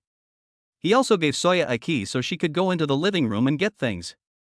When I saw that Mela was also making mud bricks seriously, Wang Sun thought for a moment and decided to bring her along too. After all, we need to build a good relationship. Wang Sun walked towards her, and when Mela noticed him looking up, she quickly pretended to be busy, moving around and glancing at things. Mera, come with me to the beach, Wang Sun said bluntly. Oh? I still need to make mud bricks. Mela didn't want to be with Wang Sun, a male. She waved her hand and said, I'm not going. Nika said we won't have food to eat if we don't make mud bricks. You won't get any food even if you cook. Huh? Why should I? Mela straightened up and faced Wang Sun. Because I want you to come with me to the beach, and there will be food there. Mera, Wang Sun is our clan leader, and we all have to listen to him, Nika said as she approached. You'll do whatever the clan leader tells you to do. Oh, okay. Mela said, feeling both aggrieved and helpless. Wang Sun untied her anklets and then led the two of them to the beach. Along the way, Wang Sun walked in front, Li Hua was at the back, and Mei La was in between. Pear Blossom followed behind, munching on bread and drinking milk. The temptation made Mei La keep glancing back longingly. Pear Blossom smacked her lips triumphantly, so delicious, so delicious. Gurgle. Wang Sun's husband, eat. Pear Blossom tiptoed over to Wang Sun and fed him. I won't eat it. If you don't eat, I won't be able to finish it. Then let's give it to Mela. Wang Sun turned around and said, quick, give Mela a pack. All right. Pear Blossom had no choice but to hand a piece of bread to Mela. Hee Mela happily took it, tick-tock tick-tock. It's delicious, hee. Pear Blossom said smugly, isn't it delicious? As long as you follow my husband Wang Sun, you can eat it every day. I'm not going with him, Mela refused. It's terrifying to be with a male every day. Who knows, I might just destroy you one day. Terrifying? Pear Blossom exclaimed in shock. How could this be? Wang Sun isn't a male like a goblin. I don't believe it. Mela was deeply convinced. If you don't believe me, then bring me the bread. Pear Blossom snatched the bread that Mela had stuffed in her mouth and quickly stuffed it into her own mouth, swallowing repeatedly. I haven't had enough to eat yet. Mela stamped her foot in frustration, her breasts, wrapped in animal skin, jiggling up and down. I don't care, it's your fault for not trusting Wang Sun. After saying that, Pear Blossom looked around with an air of nonchalance, as if to say, what can you do to me, and ignored Mela. If I don't want to eat it, I won't. Mela retorted, showing her temper. Wang Sun just smiled and didn't say anything. Leader. They're out. They're out. That male went out again. In a valley more than 2,000 meters above sea level, a goblin that was only about 1 meter tall was running around shouting wildly. In this valley, there are 200 or 300 goblins. In the center of the goblins were Abi and Jima. They went to the beach again? Abi jumped up from the ground, very excited. How many people? Only 3. Very good. Abi waved his right hand and commanded, all troops, move out.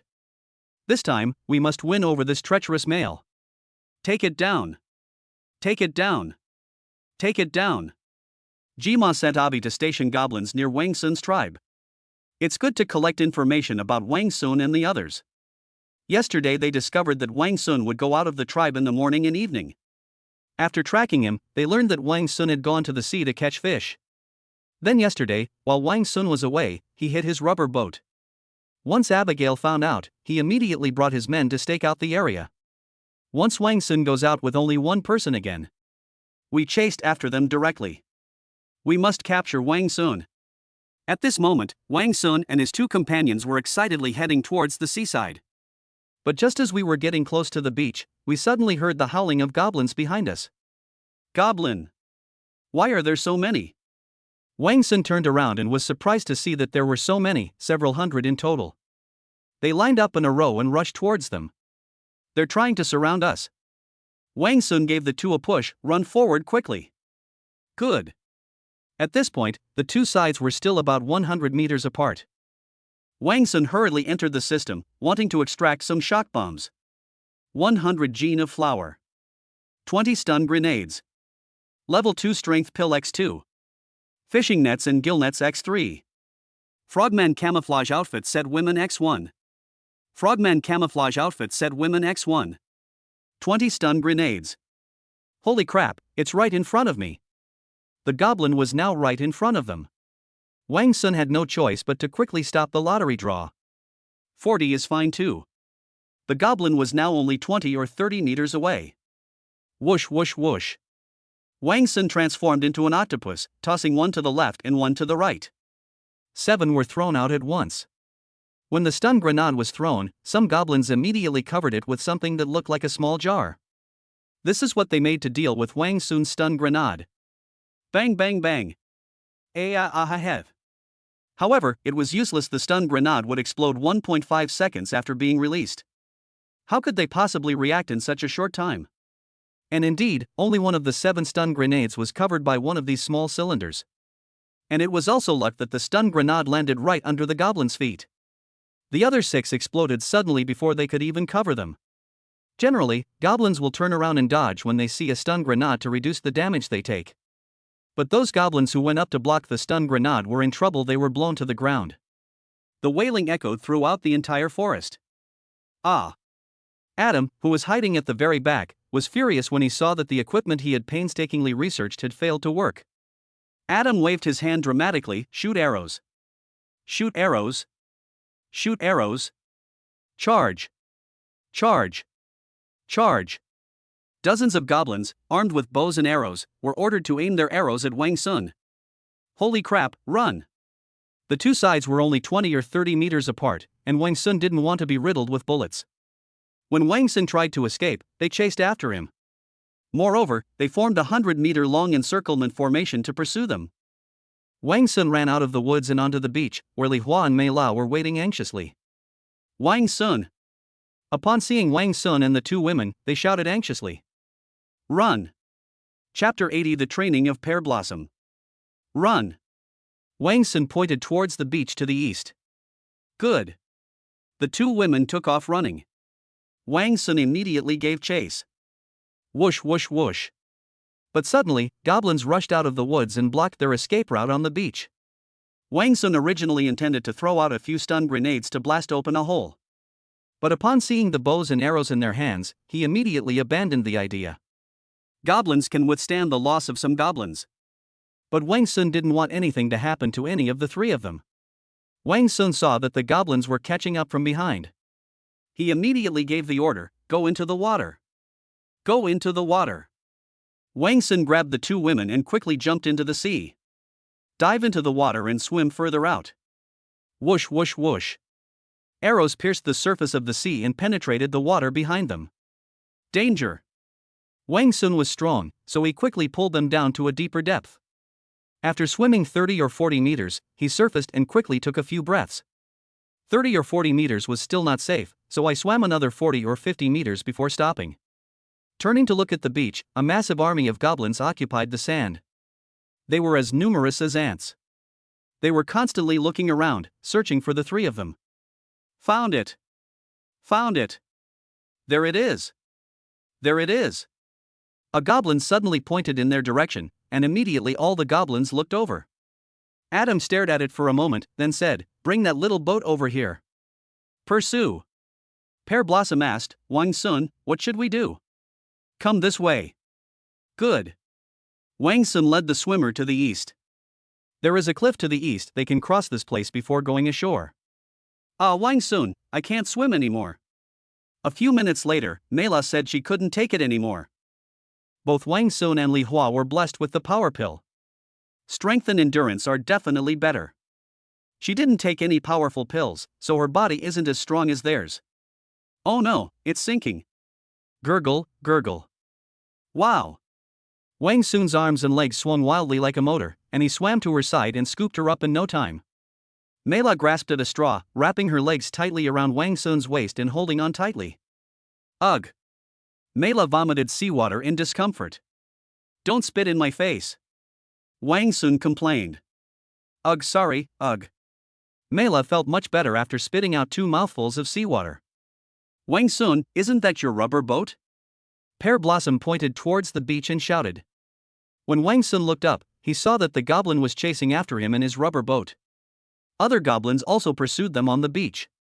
Upon seeing this, Mela immediately burst into tears. What should I do, Wang Sun? I can't swim anymore. All you do is cry. All you do is cry. Pear Blossom complained loudly. This made Mela feel embarrassed. Don't worry, I'm here. Wang Sun pinched her buttocks in his hand. Mela said shyly. Come on. Sit on my lap. Huh, why am I sitting on you? Mela asked, puzzled. Sit on my back. After letting go of her, Wang Sun turned around and faced away from her, saying, grab my shoulders. Good. Immediately, Mela grabbed Wang Sun's shoulders with both hands and tightly clamped her legs around his waist. Wang Sun frantically swam forward with his arms and legs, feeling no pressure as he swam quickly. With his current strength, he is 8.4 times that of an adult man. Equipping a Mela is a piece of cake. Even my husband Wang Sun can't swim anymore. Lisa immediately got jealous when she saw this. Stop fooling around, or the goblins will catch up. You're being unfair. Lisa complained, but still followed. Mela sat on Wang Sun's back, but still moved swiftly. The goblins won't be able to catch up for a while. 10 minutes later, they arrived at the cliff that Wang Sun had mentioned. Here, there are steep cliffs and jagged rocks below. Let's go rest on that rock for a bit. Wang found a large rock. Good. The three of them soon arrived at the stone platform, which was about 2 square meters in size. Huff huff huff. Even with her body strengthened, Wang Sun Lihua was still panting heavily. These goblins are truly relentless. Looking over, Wang Sun saw that the goblin was only a little over 100 meters away from them. You've really been lenient with me. You actually think I'm afraid of you. Wait here for me, I'm going to kill them. Aha! Wang Sun took off his wet shirt and pants, as this was really slowing him down. In the end, all that was left was his underwear. After confirming the location of the rubber boat, he held the M9 bayonet horizontally in his mouth. Jump into the sea. After Wang Sun left, Li Hua started to educate Mela. Look how heavy you are. You've exhausted my husband Wang Sun. Mela lowered her head and remained silent. Pear Blossom demanded, do you still believe in my husband, Wang Sun, now? I believe you, I believe you. Mela nodded emphatically. That's more like it. Pear Blossom nodded in satisfaction. From now on, no matter what your husband Wang Sun says, you have to believe him, understand? I know, I know. Pear Blossom smiled slyly, hee, very good. Wang Sun had already arrived beneath the rubber boat without anyone noticing. There are 4 goblins on the rubber boat. Wang Sun is going to overturn them all. The rubber boat was his, he couldn't bear to stab it with a knife. He reached out a hand and grabbed the rope on the left side of the rubber boat. Once you grab it, shake it violently up and down. It would surface one moment and then dive deep into the sea the next. Ah! The goblin on the rubber boat was rocked from side to side. Finally, due to inertia, the rubber boat began to rock more and more. They couldn't withstand it any longer and all fell into the water. They're here. They struggled on the surface of the water. Before they could recover, Wang Sun quickly sneaked up to a goblin. He stabbed it in the genitals. A glug glug glug.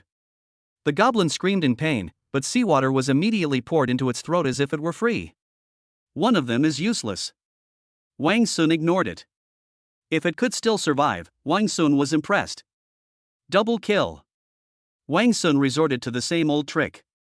Goblins are bad at water. Wang Sun easily dealt with the 4 goblins in no time. Climbing onto the lifeboat, only one of the 2 oars remained. Yay! Yay! Pear Blossom, who was anxiously watching from the rock, cheered and shouted as soon as she saw Wang Sun climb onto the lifeboat. Shout it out! Shout it out!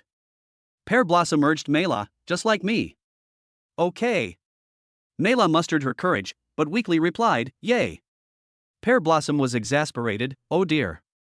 Chapter 81 A Great Fate Brings Good Fortune. Wang Sun immediately rowed the rubber boat to their front. The 2 women boarded the boat.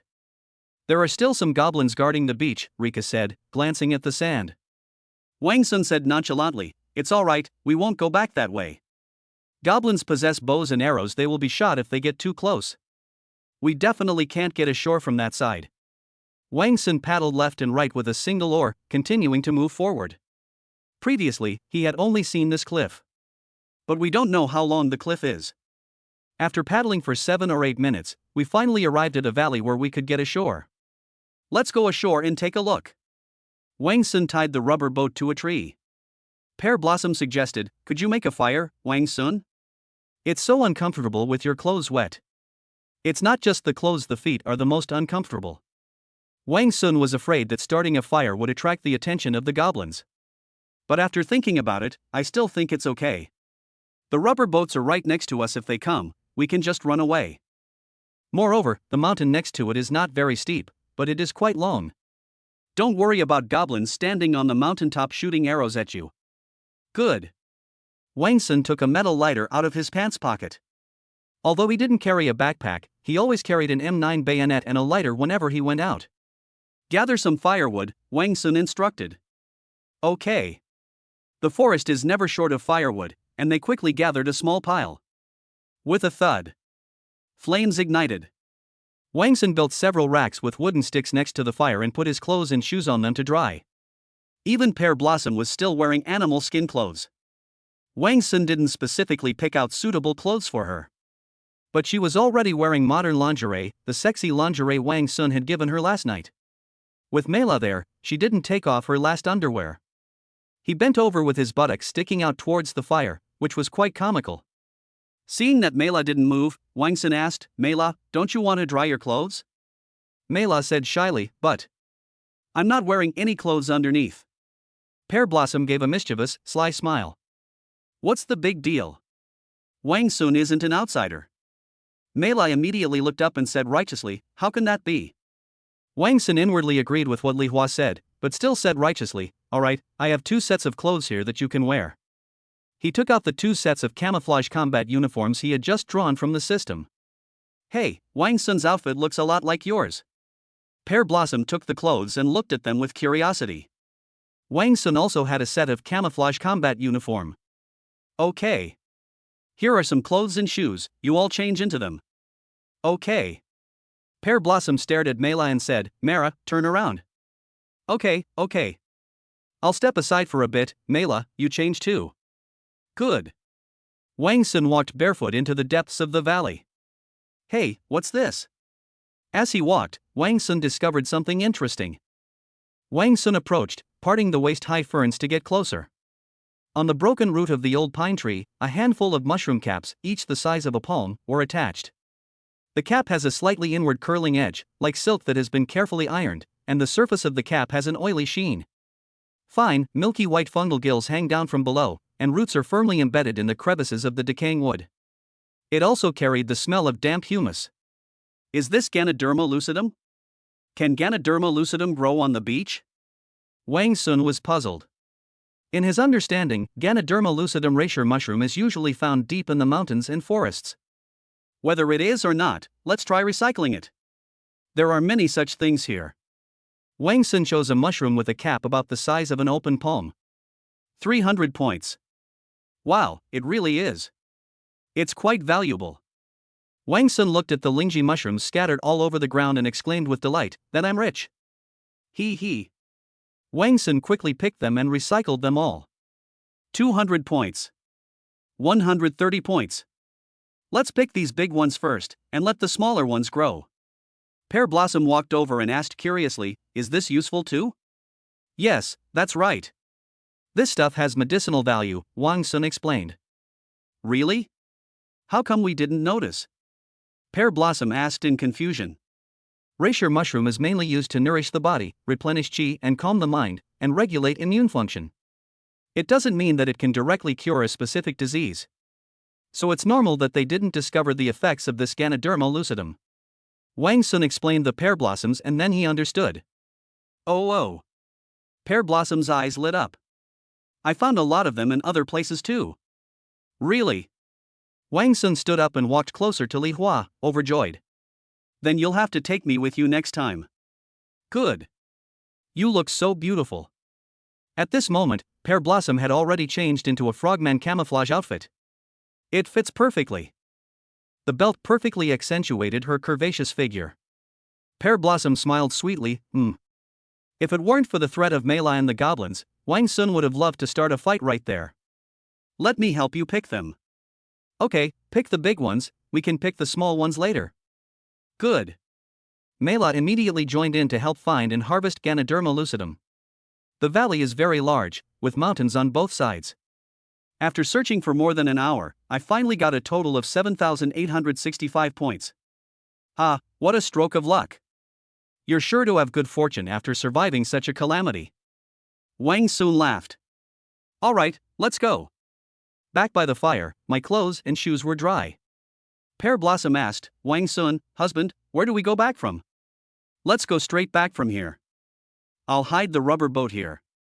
Wang Sun feared that goblins might be hiding in the woods on the beach.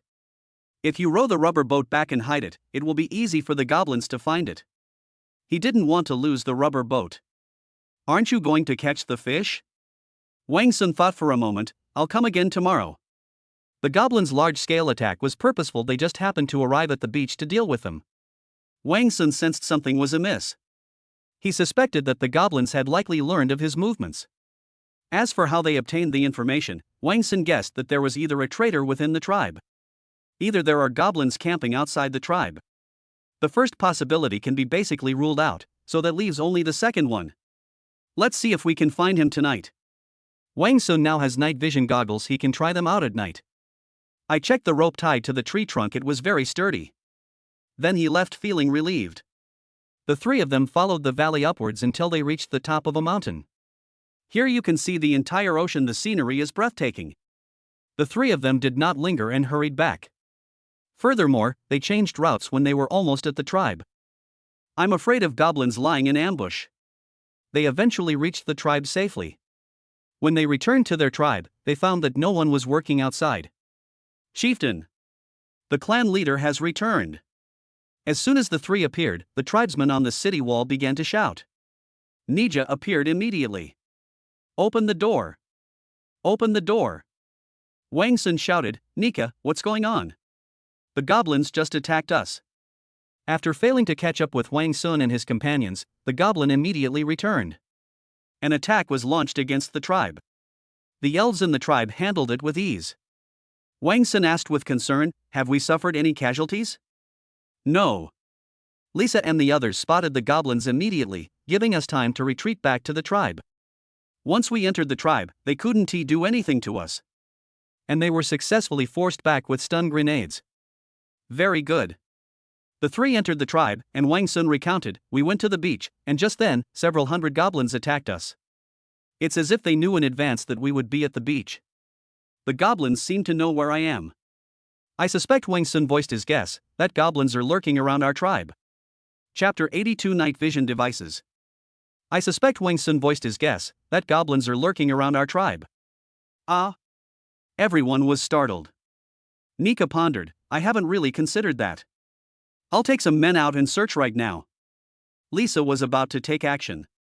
Don't alert them yet, Wang Sun advised. With so many people going out to search, they are very likely to be discovered. And there's no guarantee we'll even find it. Wait until tonight. I'll come tonight. Wang Sun's early departures and late returns were both discovered. That goblin is probably just camping out all day. At night? Lisa asked doubtfully. Wouldn't it be even harder to find at night when it's so dark? Wang Sun smiled confidently, trust me, I have a way. Aha! Seeing that Wang Sun was so confident, Lisa would definitely believe him. Wang Sun glanced at his watch, it was past noon. He instructed, have lunch. After lunch, continue working. Just stay at your posts. Don't let the goblins delay our progress.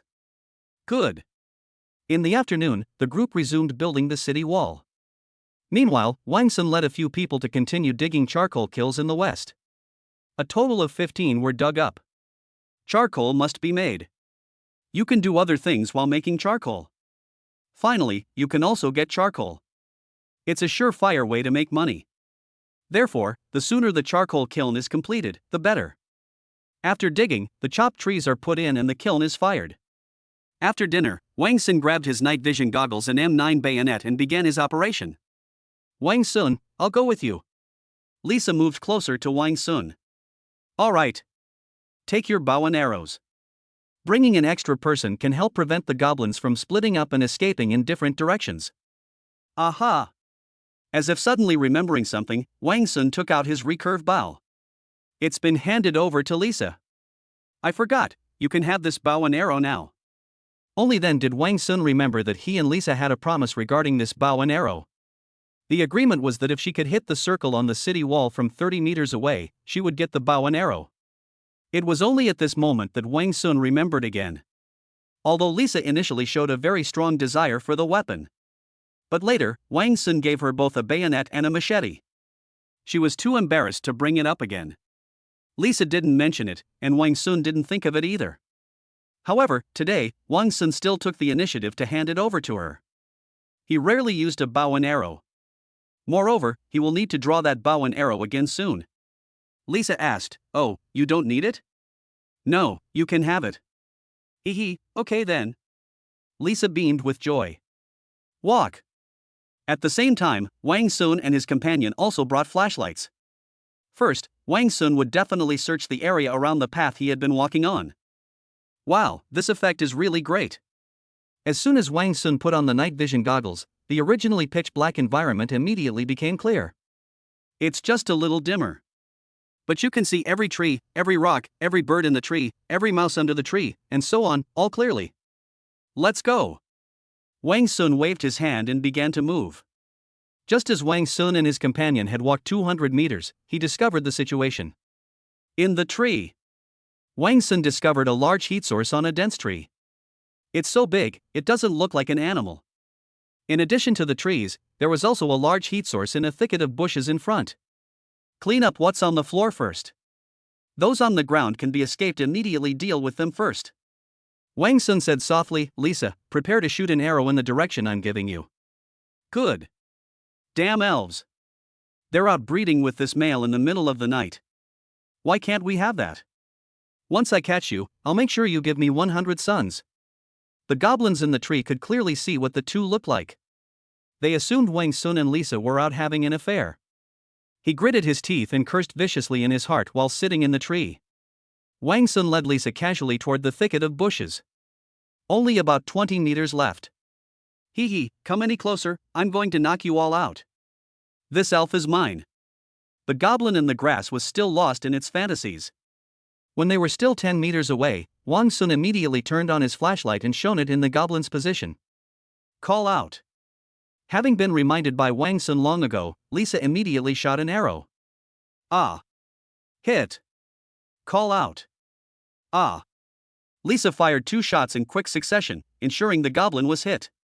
However, judging from the sound, both arrows hit their targets. Here.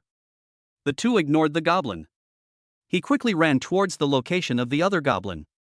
Wang Sun discovered through night vision goggles that the goblin showed no signs of escaping. It remained motionless on the tree. It held onto a sliver of hope, thinking that its companions had made a noise that led to their discovery. However, it never imagined that Wang Sun would possess night vision technology. It only began to realize something was wrong as the two approached each other. But it was too late. Here. Wang Sun shone his flashlight on the goblin's location. An arrow immediately shot off. Bang! The goblin was tough, the arrow was blocked by a tree branch. Whoosh! Ah! But immediately, Lisa fired her second arrow. And it hit the target successfully. Bang! Ah! The goblin fell to the ground. When Wang Sun shone his flashlight, he saw a goblin that was only about 1 meter tall. It should be the offspring of goblins and sheep, Wang Sun guessed.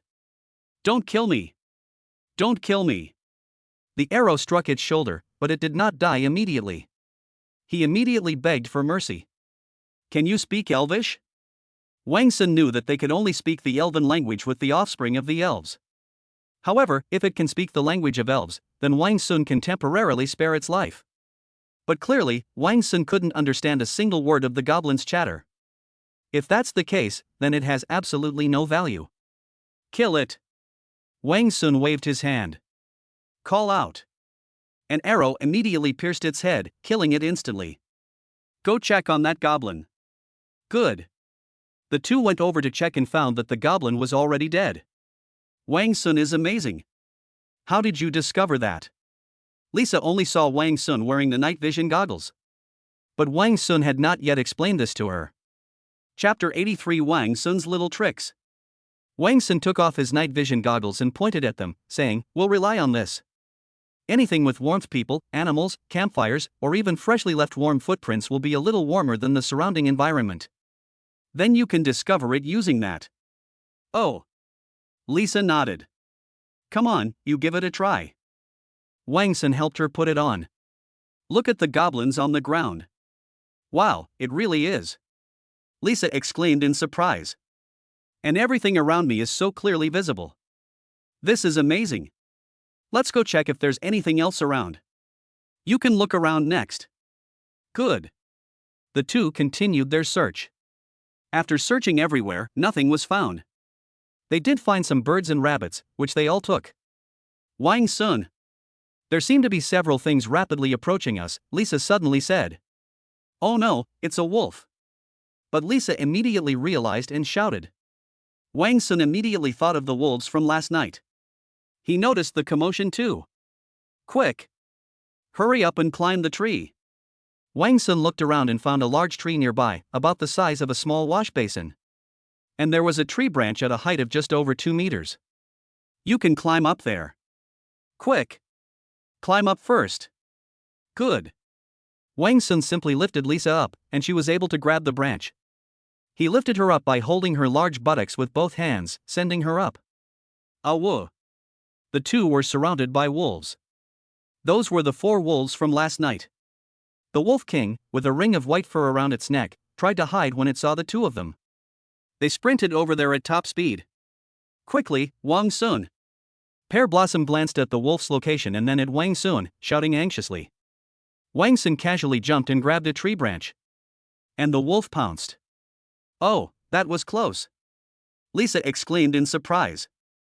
Just as the Wolf King pounced to tear at him, Wang Sun immediately pressed his body against the tree trunk with both feet.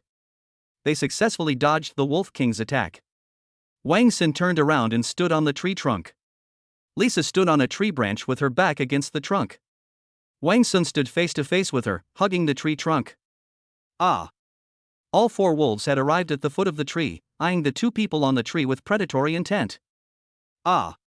Not good. A wolf leaped onto the tree trunk, using the rebound force to instantly deliver its mouth, the size of a basin, to the feet of the 2 men. Bang! Whoa! But Wang Sun reacted quickly, stomping hard on the wolf's head and knocking it to the ground. It's not safe here, go up to that branch. Wang Sun looked at the tree branch that was 1 meter high on the other side. Good. The height of over 2 meters is easily reached by the wolves below. Lisa easily climbed up, and Wang Sun followed closely behind. The 2 remained standing face to face on the tree trunk. Lisa breathed a sigh of relief. Now it won't be so easy for the wolves to come up. Wang Sun, help me up. I'll shoot them away with my arrows. Good. Wang Sun put his head under her armpits, wrapped his arms around her, and slammed her firmly against the tree trunk. Smell, it smells so good. Wang Sun didn't expect Lisa to smell so good. Call out. Lisa fired an arrow, but missed. Hateful. The wolf knew danger was coming when it saw Lisa's archery stance. As soon as it was targeted, it started dodging. Don't rush, continue. Aha! Lisa then fired a few more shots, but missed. That wolf is too cunning. Lisa complained. Hey, don't rush. Wait for me. Wang Sun entered the system wanting to draw out a few stun grenades and flashbangs. Finally, I spent 300 points and successfully drew one, getting 20 stun grenades. Go on, throw them around them. Wang Sun took one out and gave it to her. Okay. Lisa pulled the pin and threw it at a wolf. But the wolf was very wary. As soon as it saw something being thrown at it, it quickly dodged. Bang! The stun grenade exploded with a loud bang. But the wolf had already hidden 10 meters away. This wolf is really cautious. Wang Sun complained. Lisa said nonchalantly, let's ignore them, they're not going to reach us anyway. That's possible, Wang Sun said, expressing his concern, but I'm afraid that Li Huan and the others will come looking for us. Oh yes, that's right. Lisa realized the seriousness of the problem at that moment. What should I do? What should I do? She immediately became anxious. Gurgle. The two faced each other, and looking at the beautiful Lisa so close to him, Wang Sun felt a little hungry.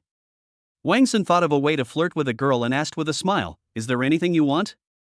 "Why are you asking this?" "Tell me." Lisa pondered, "I want a big bed. Just like your big bed." "Okay, let's make a bet. I bet I can kiss you without touching your lips. If I lose, I'll give you a big bed." "Kiss me?" Lisa exclaimed in surprise, her heart undergoing a complete transformation. He actually tried to kiss me. Seriously. He already has Li Huan and Mu, and he still wants to kiss me. I'm going to tell Li Huan and Mu. However, Lisa thought for a moment, "You want to kiss me without touching my lips? How is this possible?" "Yeah, that is impossible." Lisa smiled confidently. "And then you can get a big bed. Why not agree?" Lisa smiled confidently, "Okay, I agree." Seeing that Lisa had taken the bait, Wang Sun smiled smugly. Then his face slowly approached, and Lisa was visibly tense, her whole body stiffening. "No way, no way." Lisa thought anxiously. Wang Sun gradually moved closer, right in front of Lisa's incredulous gaze. Wang Sun pressed his lips directly against it. "Mum." Lisa struggled, but dared not struggle too much. "I'm afraid I might accidentally fall. As the saying goes, those who flaunt their love will soon break up." Wang Sun used his body to pin Lisa against the tree trunk, preventing her from moving. Then it kept making tsk noises. Gradually, even Lisa got into the swing of things and took the initiative. Awoo. Awoo. However, it seems even the wolves couldn't stand it anymore. They felt that the two of them didn't take them seriously at all. Several long roars interrupted the two. Huff huff. Huff huff huff. The two of them were breathing heavily. At the same time, Wang Sun had a smug smile on his face. You. After regaining her senses, Lisa was so anxious that she didn't know what to say. All I could do was shout, "You touched my lips. You lost. I lost to you. I'll make you a big bed when I get back, okay?" Oh, Lisa only realized what was happening after seeing Wang Sun's smug, triumphant look. "You deliberately lost to me, didn't you? You just wanted to kiss me. You're quite clever." Wang Sun grinned. "Oof. Doesn't it feel great? I'm not happy at all." "It's disgusting," Lisa said sullenly. "Awoo." The wolf howled again. "It's all your fault, still thinking about playing this," Lisa chided. "And don't press so close to me, your thing down there, it's pressing against me, it hurts." "Oh, I'm sorry." Wang Sun adjusted his position. "If stun grenades don't work, try flashbangs. At night, flashbangs can have a greater impact." Wang Sun entered the system and started drawing prizes again. "I spent 400 points and got 20 flashbangs. Hold me tight, and I'll throw you." "Good." Wang Sun thought about throwing 4 out at once. At this moment, the wolves gathered again under the tree. "Come on, close your eyes and press your face against my chest." Wang Sun wanted to throw it away. "Okay. So what are you going to do?" "I should be able to hold on." "Oh." Just 10 meters behind Wang Sun aimed and immediately threw the 4 flashbangs in his hands. He immediately closed his eyes tightly and covered them with his hands. 10 meters away, with their backs turned and their hands tightly covering their faces. Based on his experience, Wang Sun believed he would not be affected. Awoo! The 4 wolves quickly scurried away. But immediately, bang bang bang bang. 4 loud explosions rang out. Chapter 84 Mountain Bikes. But immediately, bang bang bang bang. 4 loud explosions rang out. Awoo! Immediately, a series of wolf howls rang out. After a while, Wang Sun opened his eyes and looked around, but he couldn't see anything. "Give me the night vision goggles." Wang Sun took the night vision goggles off Lisa's neck and put them on his own head. Looking around, "I saw nothing. Let's go, let's go." Wang Sun scanned the surroundings again to confirm that they had left. "Keep going." "Good." The two climbed down the tree. Go back right now. The two then picked up the arrows from the ground and hurried back to the tribe. Phew, I'm finally back. Back in the tribe, Lisa breathed a sigh of relief. Lisa, what's wrong with you? Lisa leaned closer and asked curiously. Oh no, we ran into those 4 wolves from last night. Phew, that's good, you're back safe and sound. Aha! Soyanika and the others also gathered around. Did you encounter any goblins? We've found them. We've found them. Lisa exclaimed. There really are 2 goblins hiding around our tribe. One hid in the tree, and the other hid in the grass. Damn it! Pear Blossom cursed. Why didn't those wolves kill them? Who knows? Lisa was speechless at the wolf. The goblins must have been hiding for several nights, and this wolf didn't even eat them. How infuriating. Pear Blossom encouraged herself. We'll get rid of them next time. Don't overthink it, I'll figure something out. Wang Sun shouted. Good. Wang Sun then hurriedly went to take a shower, as he had important business to attend to. Even after his ambiguous relationship with Lisa, Wang Sun's mind was still unsettled. I'm really angry right now. After taking a shower, I went back to my room and changed my clothes. Wang Sun found Pear Blossom outside the tribe and whispered 2 words in her ear. Immediately, Rika trotted after him into the room. Seeing Rika's excited expression, Lisa knew what the two were going to do. Rika. Wang Sun. But, TSK. Lisa smacked her lips twice, savoring the feeling of being in the tree. Wang Sun's husband, why does he always bring this thing with him? Pear Blossom helped Wang Sun put on a piece of equipment. Wear this, and you won't get pregnant. If goblins can make them pregnant, Wang Sun guessed that he could too. But he hadn't considered that yet. Pear Blossom asked earnestly, why don't you want a baby? Don't you like them? Our lives aren't stable enough right now. Once our lives get better, I'll make you give birth to 10 of them. 10. Pear Blossom was serious, but after a brief moment of shock, she readily agreed, okay. That's good. Many children bring many blessings, and Wang Sun also hopes for more blessings.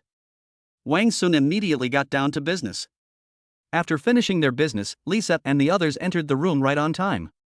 Lisa called out into the room, Wang Sun, where's the big bed you promised me? No rush. I'll take a look tomorrow. Why don't you just sleep in this bed with us tonight and make do? You bastard. Wang Sun said he would do it tomorrow, but he had already entered the system.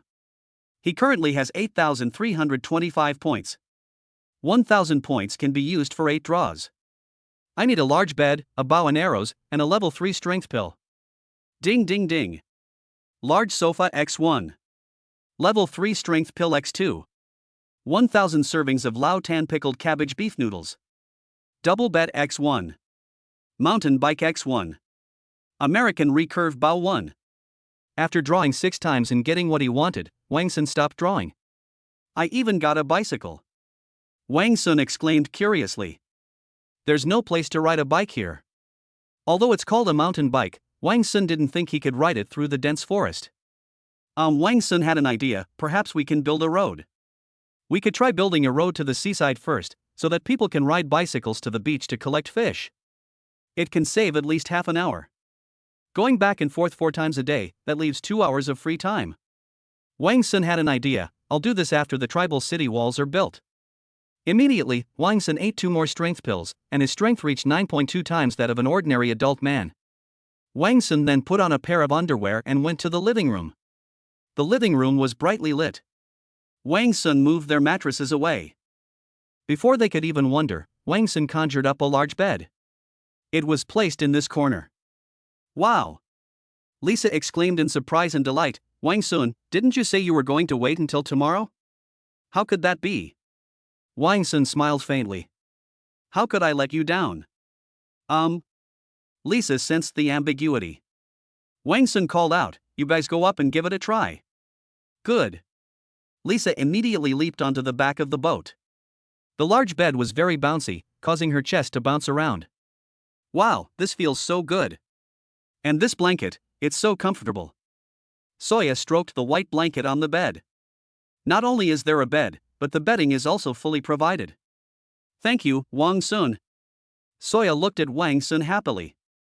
Don't be shy, we're all family. Soya smiled happily. Wang Sun, you're amazing. Mu looked at Wang Sun with eyes full of admiration. To Mu, Wang Sun's actions were like a son-in-law bringing a wonderful and happy life to his mother-in-law. My husband is successful, and I, as his daughter, am proud of him. Wang Sun immediately took out the sofa again. It was placed right next to the bed. At night, although some clansmen stood guard. But each time, there must be one of them, one of the management team members, to be in charge of the overall situation. Today is Soya's day. Early the next morning, Wang Sun took Liawa and Mela to the beach. First, we went back to the valley from yesterday and paddled the rubber raft back. Collect more fish. Wang Sun pulled the net, and the two of them dissected the fish. Finally, Wang Sun was added to the system. Because no fish were harvested for a day, the number of fish this time was actually a bit larger. After keeping about 20 live fish, the rest were all recycled. A total of 3,897 points were obtained. There are currently 7,842 points remaining. Nothing unexpected happened today. Around noon, Lisa, who was on guard duty, noticed something was wrong. An elf arrived, and everyone immediately retreated back to the tribe. It's Ano. She arrived at the tribe's gate with 10 people. That's great. That's great. Mara, it must be the chieftain who sent people to rescue us. Now we can finally go back. Several elves from the giant bamboo tribe gathered around Mela. Aha! Mela herself didn't know why, but she wasn't actually that excited. Chapter 85 The Transaction Shock Bomb? Wang Sun, I want to make a deal with you. Ano shouted as soon as he arrived in front of the tribe. Oh, what kind of deal are you making? Wang Sun's first thought was that they wanted to exchange their people for others. We want to trade the same weapon you used against us last time. However, Ano's answer shocked everyone in the tribe. Especially Mela and the others. Ah. Everyone was startled. So that's what you wanted. Wang Sun was also taken aback. When the eldest daughter of the giant bamboo tribe heard that Wang Sun and his group possessed such powerful weapons, he immediately sent Ano over to see if a deal could be made. If she gets this weapon, she can defeat the goblin tribe much more easily. Wang Sun cannot trade this with them. Nika immediately advised. Soya wholeheartedly agreed, they might use it against us after the deal is done. Don't worry, I won't trade the stun grenades to them, Wang Sun reassured them. Wang Sun flatly refused, I will not trade that weapon to you. Ano asked in confusion, why? I heard you need food. We can give you a large number of animals if you're willing to trade. Are you afraid we'll use this weapon against you? Wang Sun still refused, stop talking, we will not trade this weapon to you. Alright. Ano conceded. Then what conditions are needed to release our people? Wang Sun thought for a moment, then looked surprised, your people? They are no longer your people. But they are our people. They said life here is much better than in your tribe, so they joined our tribe. You're talking nonsense. Ano cursed. Let our people tell me themselves, otherwise I won't believe it. Wang Sun retorted, what gives you the right to see my people? Seeing Wang Sun's arrogance, Ano had no choice but to give up. In the end, all they could do was threaten, aren't you really afraid of attacks from our giant bamboo tribe and the Central Kingdom? Come on, come on. I don't mind having more of my people. You've gone too far. Humph. Anona Wang Sun had no choice but to settle for second best. What about Mela? She's our chieftain's daughter. Give her back to us, and we will thank you. Upon hearing this, Wang Sun went straight for the kill, shouting at the tribal elves living in the village, did you hear that? Your chieftain only wants Mela, not you. That's not what I meant at all. Ano raised her voice, don't misunderstand. That's not what I meant. I'll be there to save you right away. After saying that, she turned and left with her people. Hey, wait a minute. Wang Sun called out. Is there anything else? Ano remained where he was, without turning his head. With so many of you here, are you going to let them starve to death without bringing some food? Although Wang Sun was not afraid of their attacks, he wanted to avoid unnecessary trouble. He was still conveying a message, you and your men will be fine here. Humph. Anna was angry, but after calming down, she compromised, fine. I'll bring the food over tomorrow. Please also convey that Mela is doing well here, and your chieftain should not worry. Yes, it will. Wang Sun didn't want to make his future mother-in-law sick with anger. After Anua left, Liwa smiled and said, hee hee. Wang Sun's husband is almost driven crazy by you. That's how it should be. Let us see if they're still so arrogant, Lisa said, holding a grudge. We've had our share of being bullied by them before. Aha! Wang Sun said, we shouldn't be bothered by them for a while. The main threat we face is goblins. Once the city walls are completed, we'll go attack the goblins. Wang Sun gave them a heads up. Alright. Pear Blossom nodded emphatically. I've been fed up with these ugly goblins for a long time. Niganalin's eyes lit up, even though they were already members of Wangshuan's tribe. But that was their homeland after all, and they didn't want it to be occupied by goblins. Then let's hurry up and build the city wall. Aha! Construction began after lunch. The construction of the city wall was quite simple. All you need to do is glue the mud bricks together with yellow mud mixed with cement. With a total of 169 people, the construction was carried out at an incredibly fast pace. Currently, the city wall has been built to a height of 3 meters. Moreover, the yellow mud used to make mud bricks now comes from the ground outside the city walls. Dig up the soil here, and after some final trimming, it will become a moat. Killing 2 birds with 1 stone. In the afternoon, as usual, we collected the fish. As usual, Wang Sun led Lisa to search for goblins around the tribe at night. And sure enough, they found 2 more. The goblin hadn't expected Wang Sun to have night vision goggles. I think it was just a normal discovery. So they sent out goblins again. I'll wipe you out once the city walls are built. Oh no! Wang Sun thought of road construction. I'm going to capture all of you and bring you here to build roads. Wang Sun arranged. Next, we'll use this goblin's corpse as bait. Let's see if we can catch the wolf. Okay, how do we do it? I'll go to the tribe to get some things first. Wang Sun then went to the tribe and brought out 3 large animal traps. The cast iron jaws are covered with barbs. Once triggered, they can instantly break the leg bones of not only wolves, but even robust wild boars. Let's choose this place. Wang Sun chose the path along which the goblin had been dragged away the night before. In the woods about 10 meters from the edge of the forest. Dark red bloodstains and drag marks remained on the ground. The wolf pack is familiar with the smells here and won't suspect anything. Aha! Moreover, there are many fallen leaves here, making it a good place to hide animal traps. Drag the goblin corpse over. Warm blood was still dripping down the edges of the corpse, just enough to attract the wolves to the maximum extent. And he deliberately let the bloodstain spread out, forming a faint bloodstain towards the direction of the woods. This is a guidepost for the wolf pack. Wang Sun made the arrangements, and Lisa was in charge of guarding the area. He cleverly buried 3 large animal traps within a 3-meter radius of the bait. The locations were extremely cunning. One was hidden under a pile of dead leaves to the left of the body, one was buried next to a bloodstain leading to the woods, and the last one was placed on a small earthen mound behind the body. 2 were placed next to the bodies, and 1 was placed along their escape route. The traps were completely covered with twigs and fallen leaves, blending them into the surrounding environment. Let alone wild wolves, even seasoned hunters who have been hunting for years would never be able to spot them without careful observation. Everything's set up. Wang Sun patted the dirt off his hands. Let's go back to the tribe. Good. Wang Sun checked the trap one last time to make sure there were no oversights.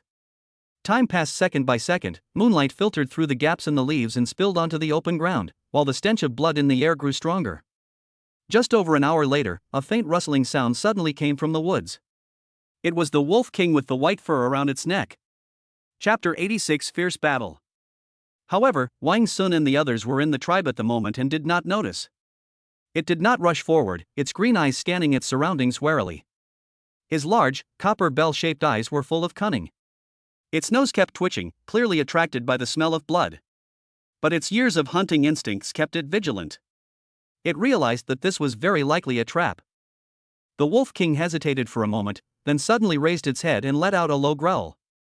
Immediately afterwards, 3 gray figures suddenly darted out. They were 3 other ordinary wild wolves. The 4 wolves stared intently at the goblin corpse before them. The Wolf King did not go forward himself, but nudged a wolf next to him with his head, signaling it to go and investigate. The wolf hesitated for a moment. It smelled a trap. But under pressure from the Wolf King, it still lowered its head and cautiously walked towards the bait. He would stop and sniff the ground with each step, his eyes scanning it warily. The wolf was about to step into the animal trap under the pile of dead leaves on the left. But just then, the wolf suddenly stopped, took a step back, and let out an uneasy growl. Upon seeing this, the Wolf King's green eyes darkened, and it let out another low growl. It sounded like a urging, yet also like a warning. Seeing this, another wolf took the initiative to step forward. It circled the open space, trying to approach the decoy from the other side. Its steps were light, avoiding the dead branches and leaves on the ground, and it tried to go around to the small earthen mound. Snap! A crisp metallic clang suddenly rang out, and the animal trap sprang open instantly, its sharp jaws clamping down firmly on the wolf's foreleg. A whoa! A mournful wolf howl instantly echoed through the mountains and forests, and the wild wolf struggled wildly in pain. But the barbs of the trap were already deeply embedded in its flesh and bones, and the more it struggled, the tighter the jaws clamped. Blood instantly stained the surrounding ground red. "They're here!" Upon hearing the mournful howls of wolves, Wang Sun and the others from the tribe immediately climbed the city wall. Look towards the direction of the woods. You can see the blurry silhouettes of 4 wolves. The other 3 wolves howled anxiously in place. But I just don't dare to go forward. The wolf caught in the trap struggled frantically despite the pain. Finally, the animal trap actually tore the foot off. A wood howled and limped back to the Wolf King's side. The wolf that hadn't dared to approach earlier seemed to feel guilty and quickly stepped forward to lick its wounds. Ah! The Wolf King howled to the sky, reluctantly issuing the order to retreat. Click! However, on their way back the day before yesterday, a trap was triggered again. A whoa! After 2 screams, Wang Sun shouted, "Open the door! Open the door! Go out and kill them!" Both wolves were injured and restrained, leaving only 2 capable of fighting. Wang Sun had no reason to let the tiger return to the mountain. At Wang Sun's command, dozens of clansmen took up weapons and shields. They all prepared to go out. "Nika, you stay in the tribe," Wang Sun shouted. "Good." Wang Sun then led the charge. The Wolf King in the forest saw so many humans and launched an attack. I was terrified for a moment. After letting out a frustrated roar, it abandoned them in a disheveled state and fled at top speed. The other 2, without any restrictions, looked back and followed suit. Ah whoa! The trapped wolf struggled desperately, trying to break its leg. But Wang Sun and the others arrived shortly afterward. Call out! Without giving it a chance, Lisa used the recurve bow that Wang Sun had given her to shoot an arrow straight into its brain. Ah! After letting out a scream, he collapsed to the ground, convulsing. Where's the other wolf? Wang Sun turned on his flashlight and looked around. It turned out that a wolf had escaped with a broken leg. He triggered a bear trap that hadn't been triggered before. He then shone the flashlight into the woods. There it is! Wang Sun shouted, "That wolf with the broken leg hasn't gone far." The other 2 could only be seen as blurry shadows. "Give me!" Wang Sun took the bow and arrow from Lisa's hand and ran wildly up the mountain. In just over 10 seconds, Wang Sun caught up and successfully shot it dead with an arrow. Ah hiss! The Wolf King turned around and watched helplessly as his men were shot to death. It was extremely unwilling to accept this. When he saw that Wang Sun was alone, he immediately had an idea. Roar! The Wolf King moved swiftly, howling before the 2 wolves charged forward. Wow! Wang Sun felt somewhat uncertain. Although he now has 9.2 times the strength of an average adult man. But after all, they had never experienced fighting a wild beast head-on. A slight chill inevitably crept up my fingertips. However, 2 angry wolves had already charged at him, leaving him no choice at this moment. In close combat, the recurve bow is useless. Throwing the recurve bow behind him, Wang Sun drew his M9 bayonet from his waist. Gripping the bayonet tightly, the cold metallic touch barely suppressed the fear in Wang Sun's heart. 2 wolves, one in front and one behind, with the ordinary wolf in front drawing fire. The Wolf King is lurking behind, ready to launch a sneak attack at any moment. This put Wang Sun in a difficult position. The first to pounce was this ordinary wild wolf, which let out a fierce roar from its throat, its sharp fangs aimed straight at Wang Sun's neck. Duong! Wearing military boots, Wang Sun delivered a sidekick. A special forces soldier can kick a village bully to death. Wang Sun, who possessed 9.2 times the strength of an average adult male, was also wearing military boots tucked with steel plates. The power will only increase. With a sidekick, the wolf was sent flying into the air. The wolf is still in the air. The Wolf King has attacked. With a leap, the Wolf King pinned Wang Sun firmly to its back with its two front paws. A gaping maw was about to bite down on Wang Sun's neck. Ah! Wang Sun reacted the instant the Wolf King grabbed him with its two front paws. He quickly rolled forward. Sizzle! Ah! The Wolf King's jaws missed, and Wang Sun successfully flung it forward. But the sharp claws deeply embedded in Wang Sun's back caused him a lot of pain. It forcefully tore the flesh off Wang Sun's back. A searing pain instantly swept through my entire body. Holy crap! Wang Sun hurriedly got up. Wang Sun had barely regained his footing when the Wolf King, who had gained the upper hand, pounced on him again. It suddenly opened its mouth, its fangs aimed straight at Wang Sun's head. Seeing the ever-growing, blood-red mouth, Wang Sun had no choice but to sacrifice his pawn to save himself, using his left arm to block. Another hideous wound on my forearm.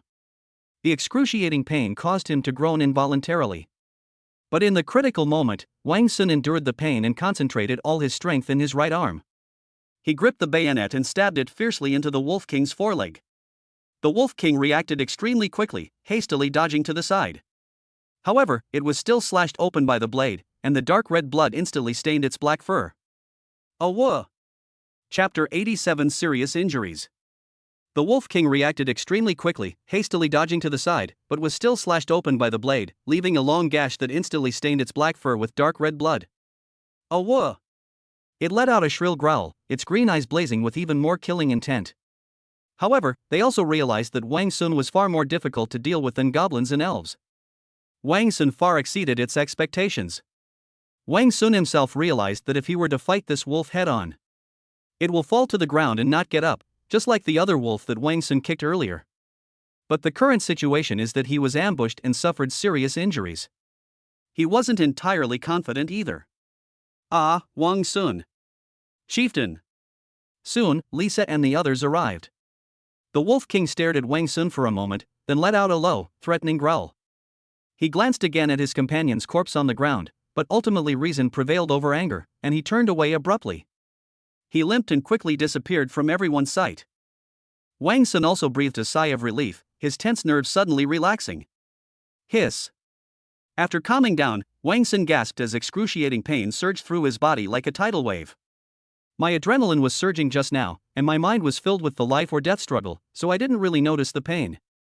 But now the aftereffects kicked in completely, and the wounds on my back and forearms felt like they were being burned by a raging fire. Every movement pulled at his skin and flesh, causing him to break out in a cold sweat on his forehead and turn as pale as paper.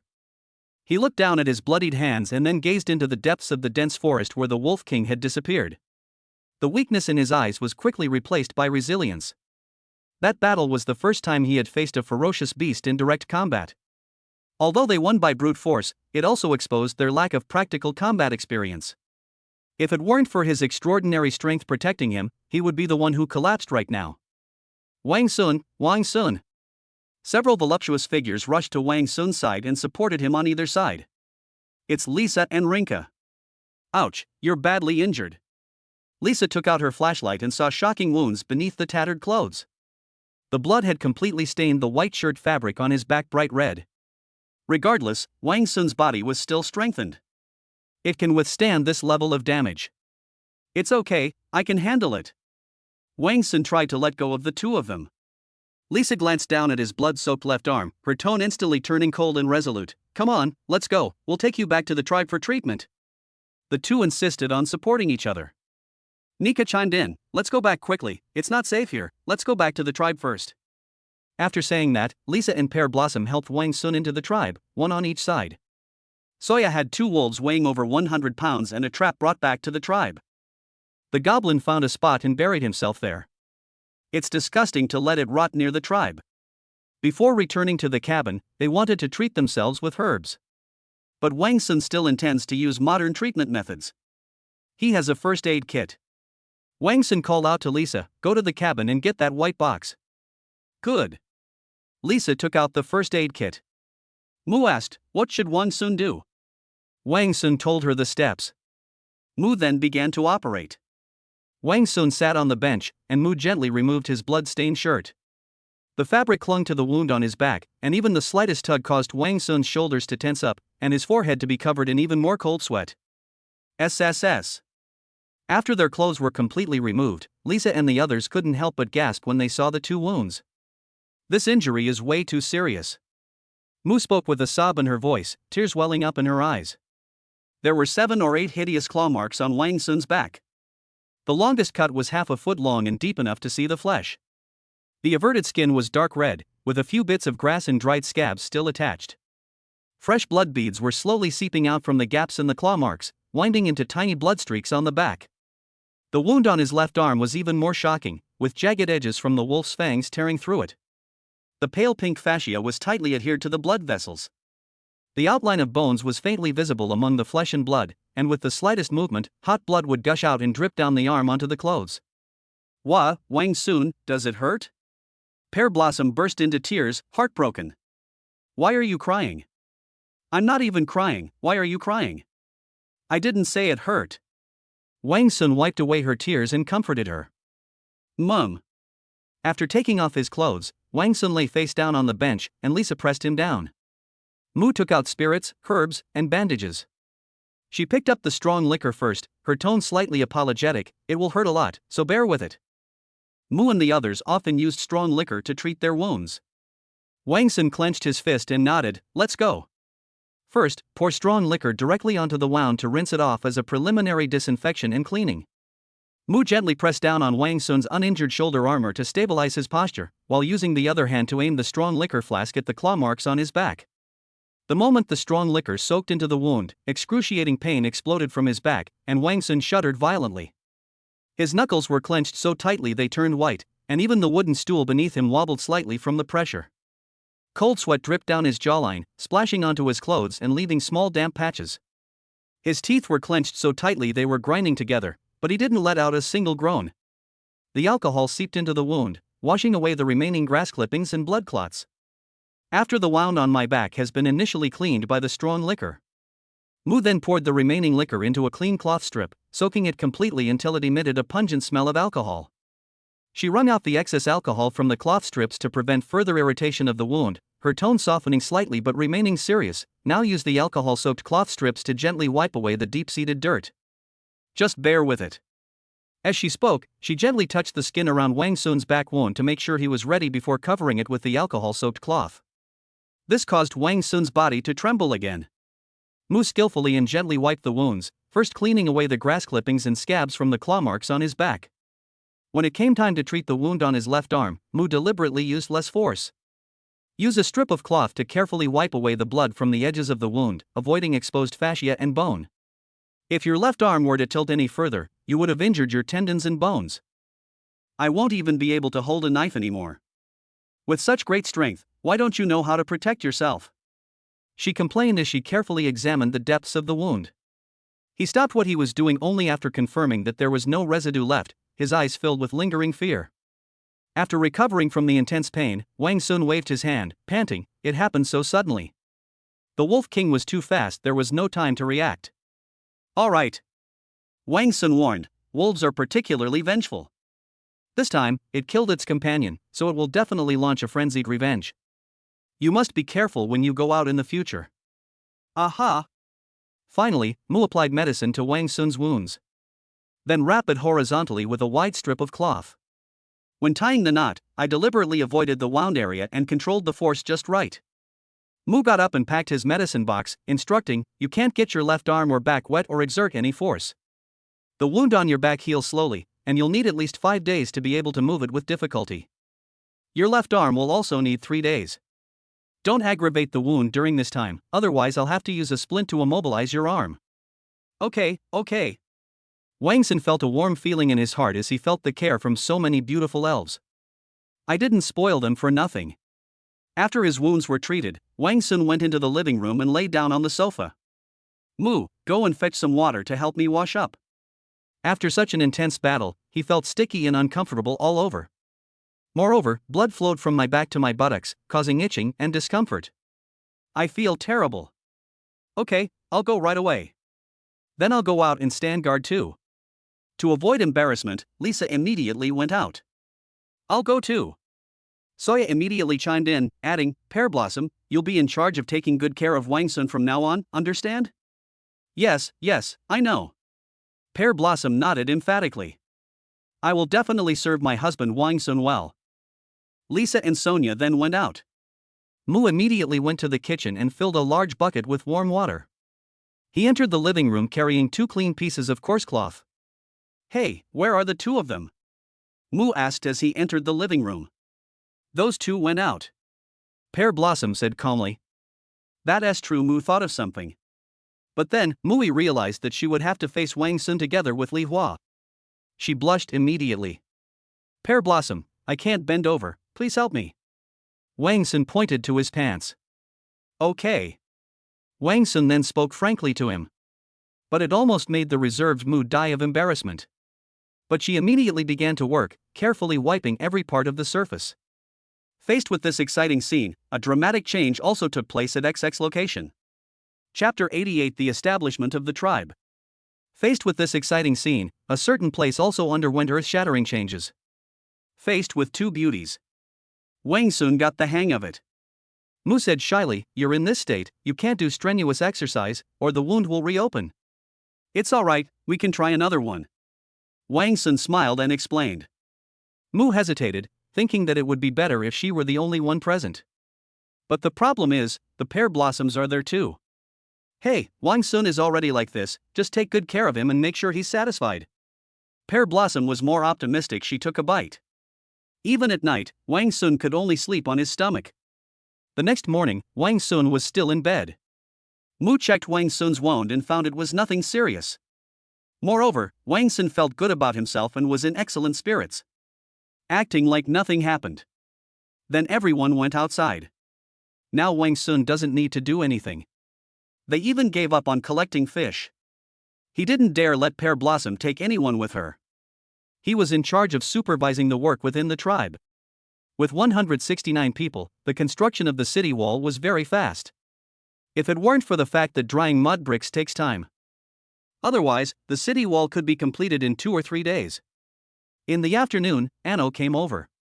She came to deliver food. This means they have completely compromised.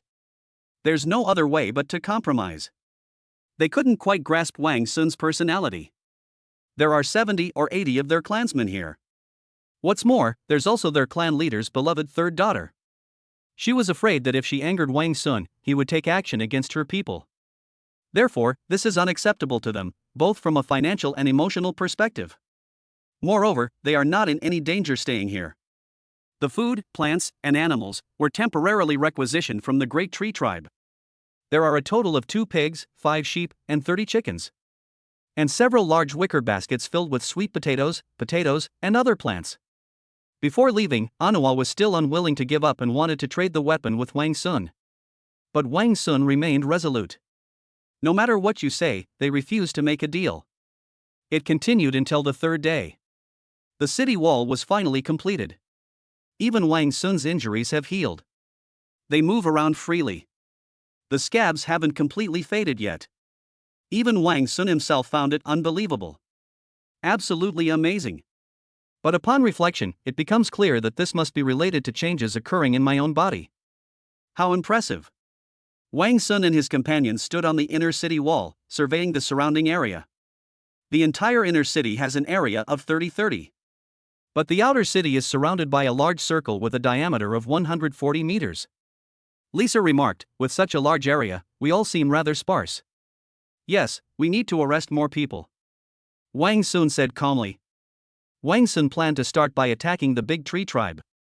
Now that the city walls are built, it's time to plan the land use. Wang Sun's simple arrangement was to first have the elves from the Niga tribe live in the southeastern region. These people were responsible for guarding the city gates and standing guard. The northwest region was inhabited by the Juju tribe. Meanwhile, plants were planted and animals were raised on both sides of the northwest region. Let the people of the giant bamboo tribe be in charge of planting and raising livestock. However, construction on the house has not yet begun. It's too late today. However, the animal enclosures can be built now. The animal enclosures were built at the foot of the northernmost city wall. Now that the tribe is so large, the animal enclosures can be built larger as well. 15 large pigs and 2 small pigs. There are 27 adult lambs and 10 baby lambs. There are 43 adult chicks and 50 baby chicks. There are 64 large rabbits and 40 small rabbits. They started building the fence, and in the end, they built. Nija is still in charge. She first had the area measured out, and then divided the area according to the number and habits of the livestock. There are 15 large pigs and 2 small pigs. The pig pen should have enough space for the pigs to root for food. A small pen about half a zhang square should be set aside for the small pigs to prevent them from being trampled by the large pigs. There are 27 adult sheep and 10 lambs. The sheep pen is built against the city wall to block the night wind while also leaving ventilation openings. The rams are strong, so the wooden posts need to be buried deep. Together, they rammed the thick wooden pole into the ground, the dull thuds of the hammers echoing under the north wall. There are 43 adult chickens and 50 chicks. Chicks are delicate, so the chicken coop needs to be built with 2 layers. The upper layer is lined with dry grass for warmth, while the lower layer provides enough space for movement. The rabbit enclosure was the most time-consuming to build. Nika personally led a few people to dig a trench around the fence, his hoe swinging rapidly. As Nika worked, he muttered to himself, "These things are incredibly good at digging holes. You have to dig the trench at least half a depth, lay down the gravel, and then put up the fence, otherwise they'll all run away overnight." The group had a clear division of labor. Some buried wooden posts, some wove bramble fences, and some laid down dry grass and gravel. The setting sun cast long shadows of them. Before sunset, the new animal enclosures were finally completed. Wang Sun stepped forward and pushed the wooden fence post with all his might, but it didn't budge. The crowd gathered around, gazing at the fenced-in area built against the wall, their eyes filled with satisfaction. In the end, a total of 4 major areas and 6 dividing barriers were built, with an overall width of 26 meters and a length of 40 meters. It is nearly 4 times larger than the old fence. The pigsties are on the east side, divided into 2 sections, one large and one small. On the west side was a sheep pen, with a wind shelter built right next to the city wall. The south-facing ventilation area is a double-layered chicken coop, with a narrow, movable door at the entrance. The north side is a reinforced rabbit enclosure. The group herded all the animals into the new enclosure. With such a large space, the animals began to hop and run around. Pear Blossom wiped the sweat from her brow and looked at the vibrant scene, laughing, "Hee, now even they have a new home. You have a new home now, so you have to grow up quickly."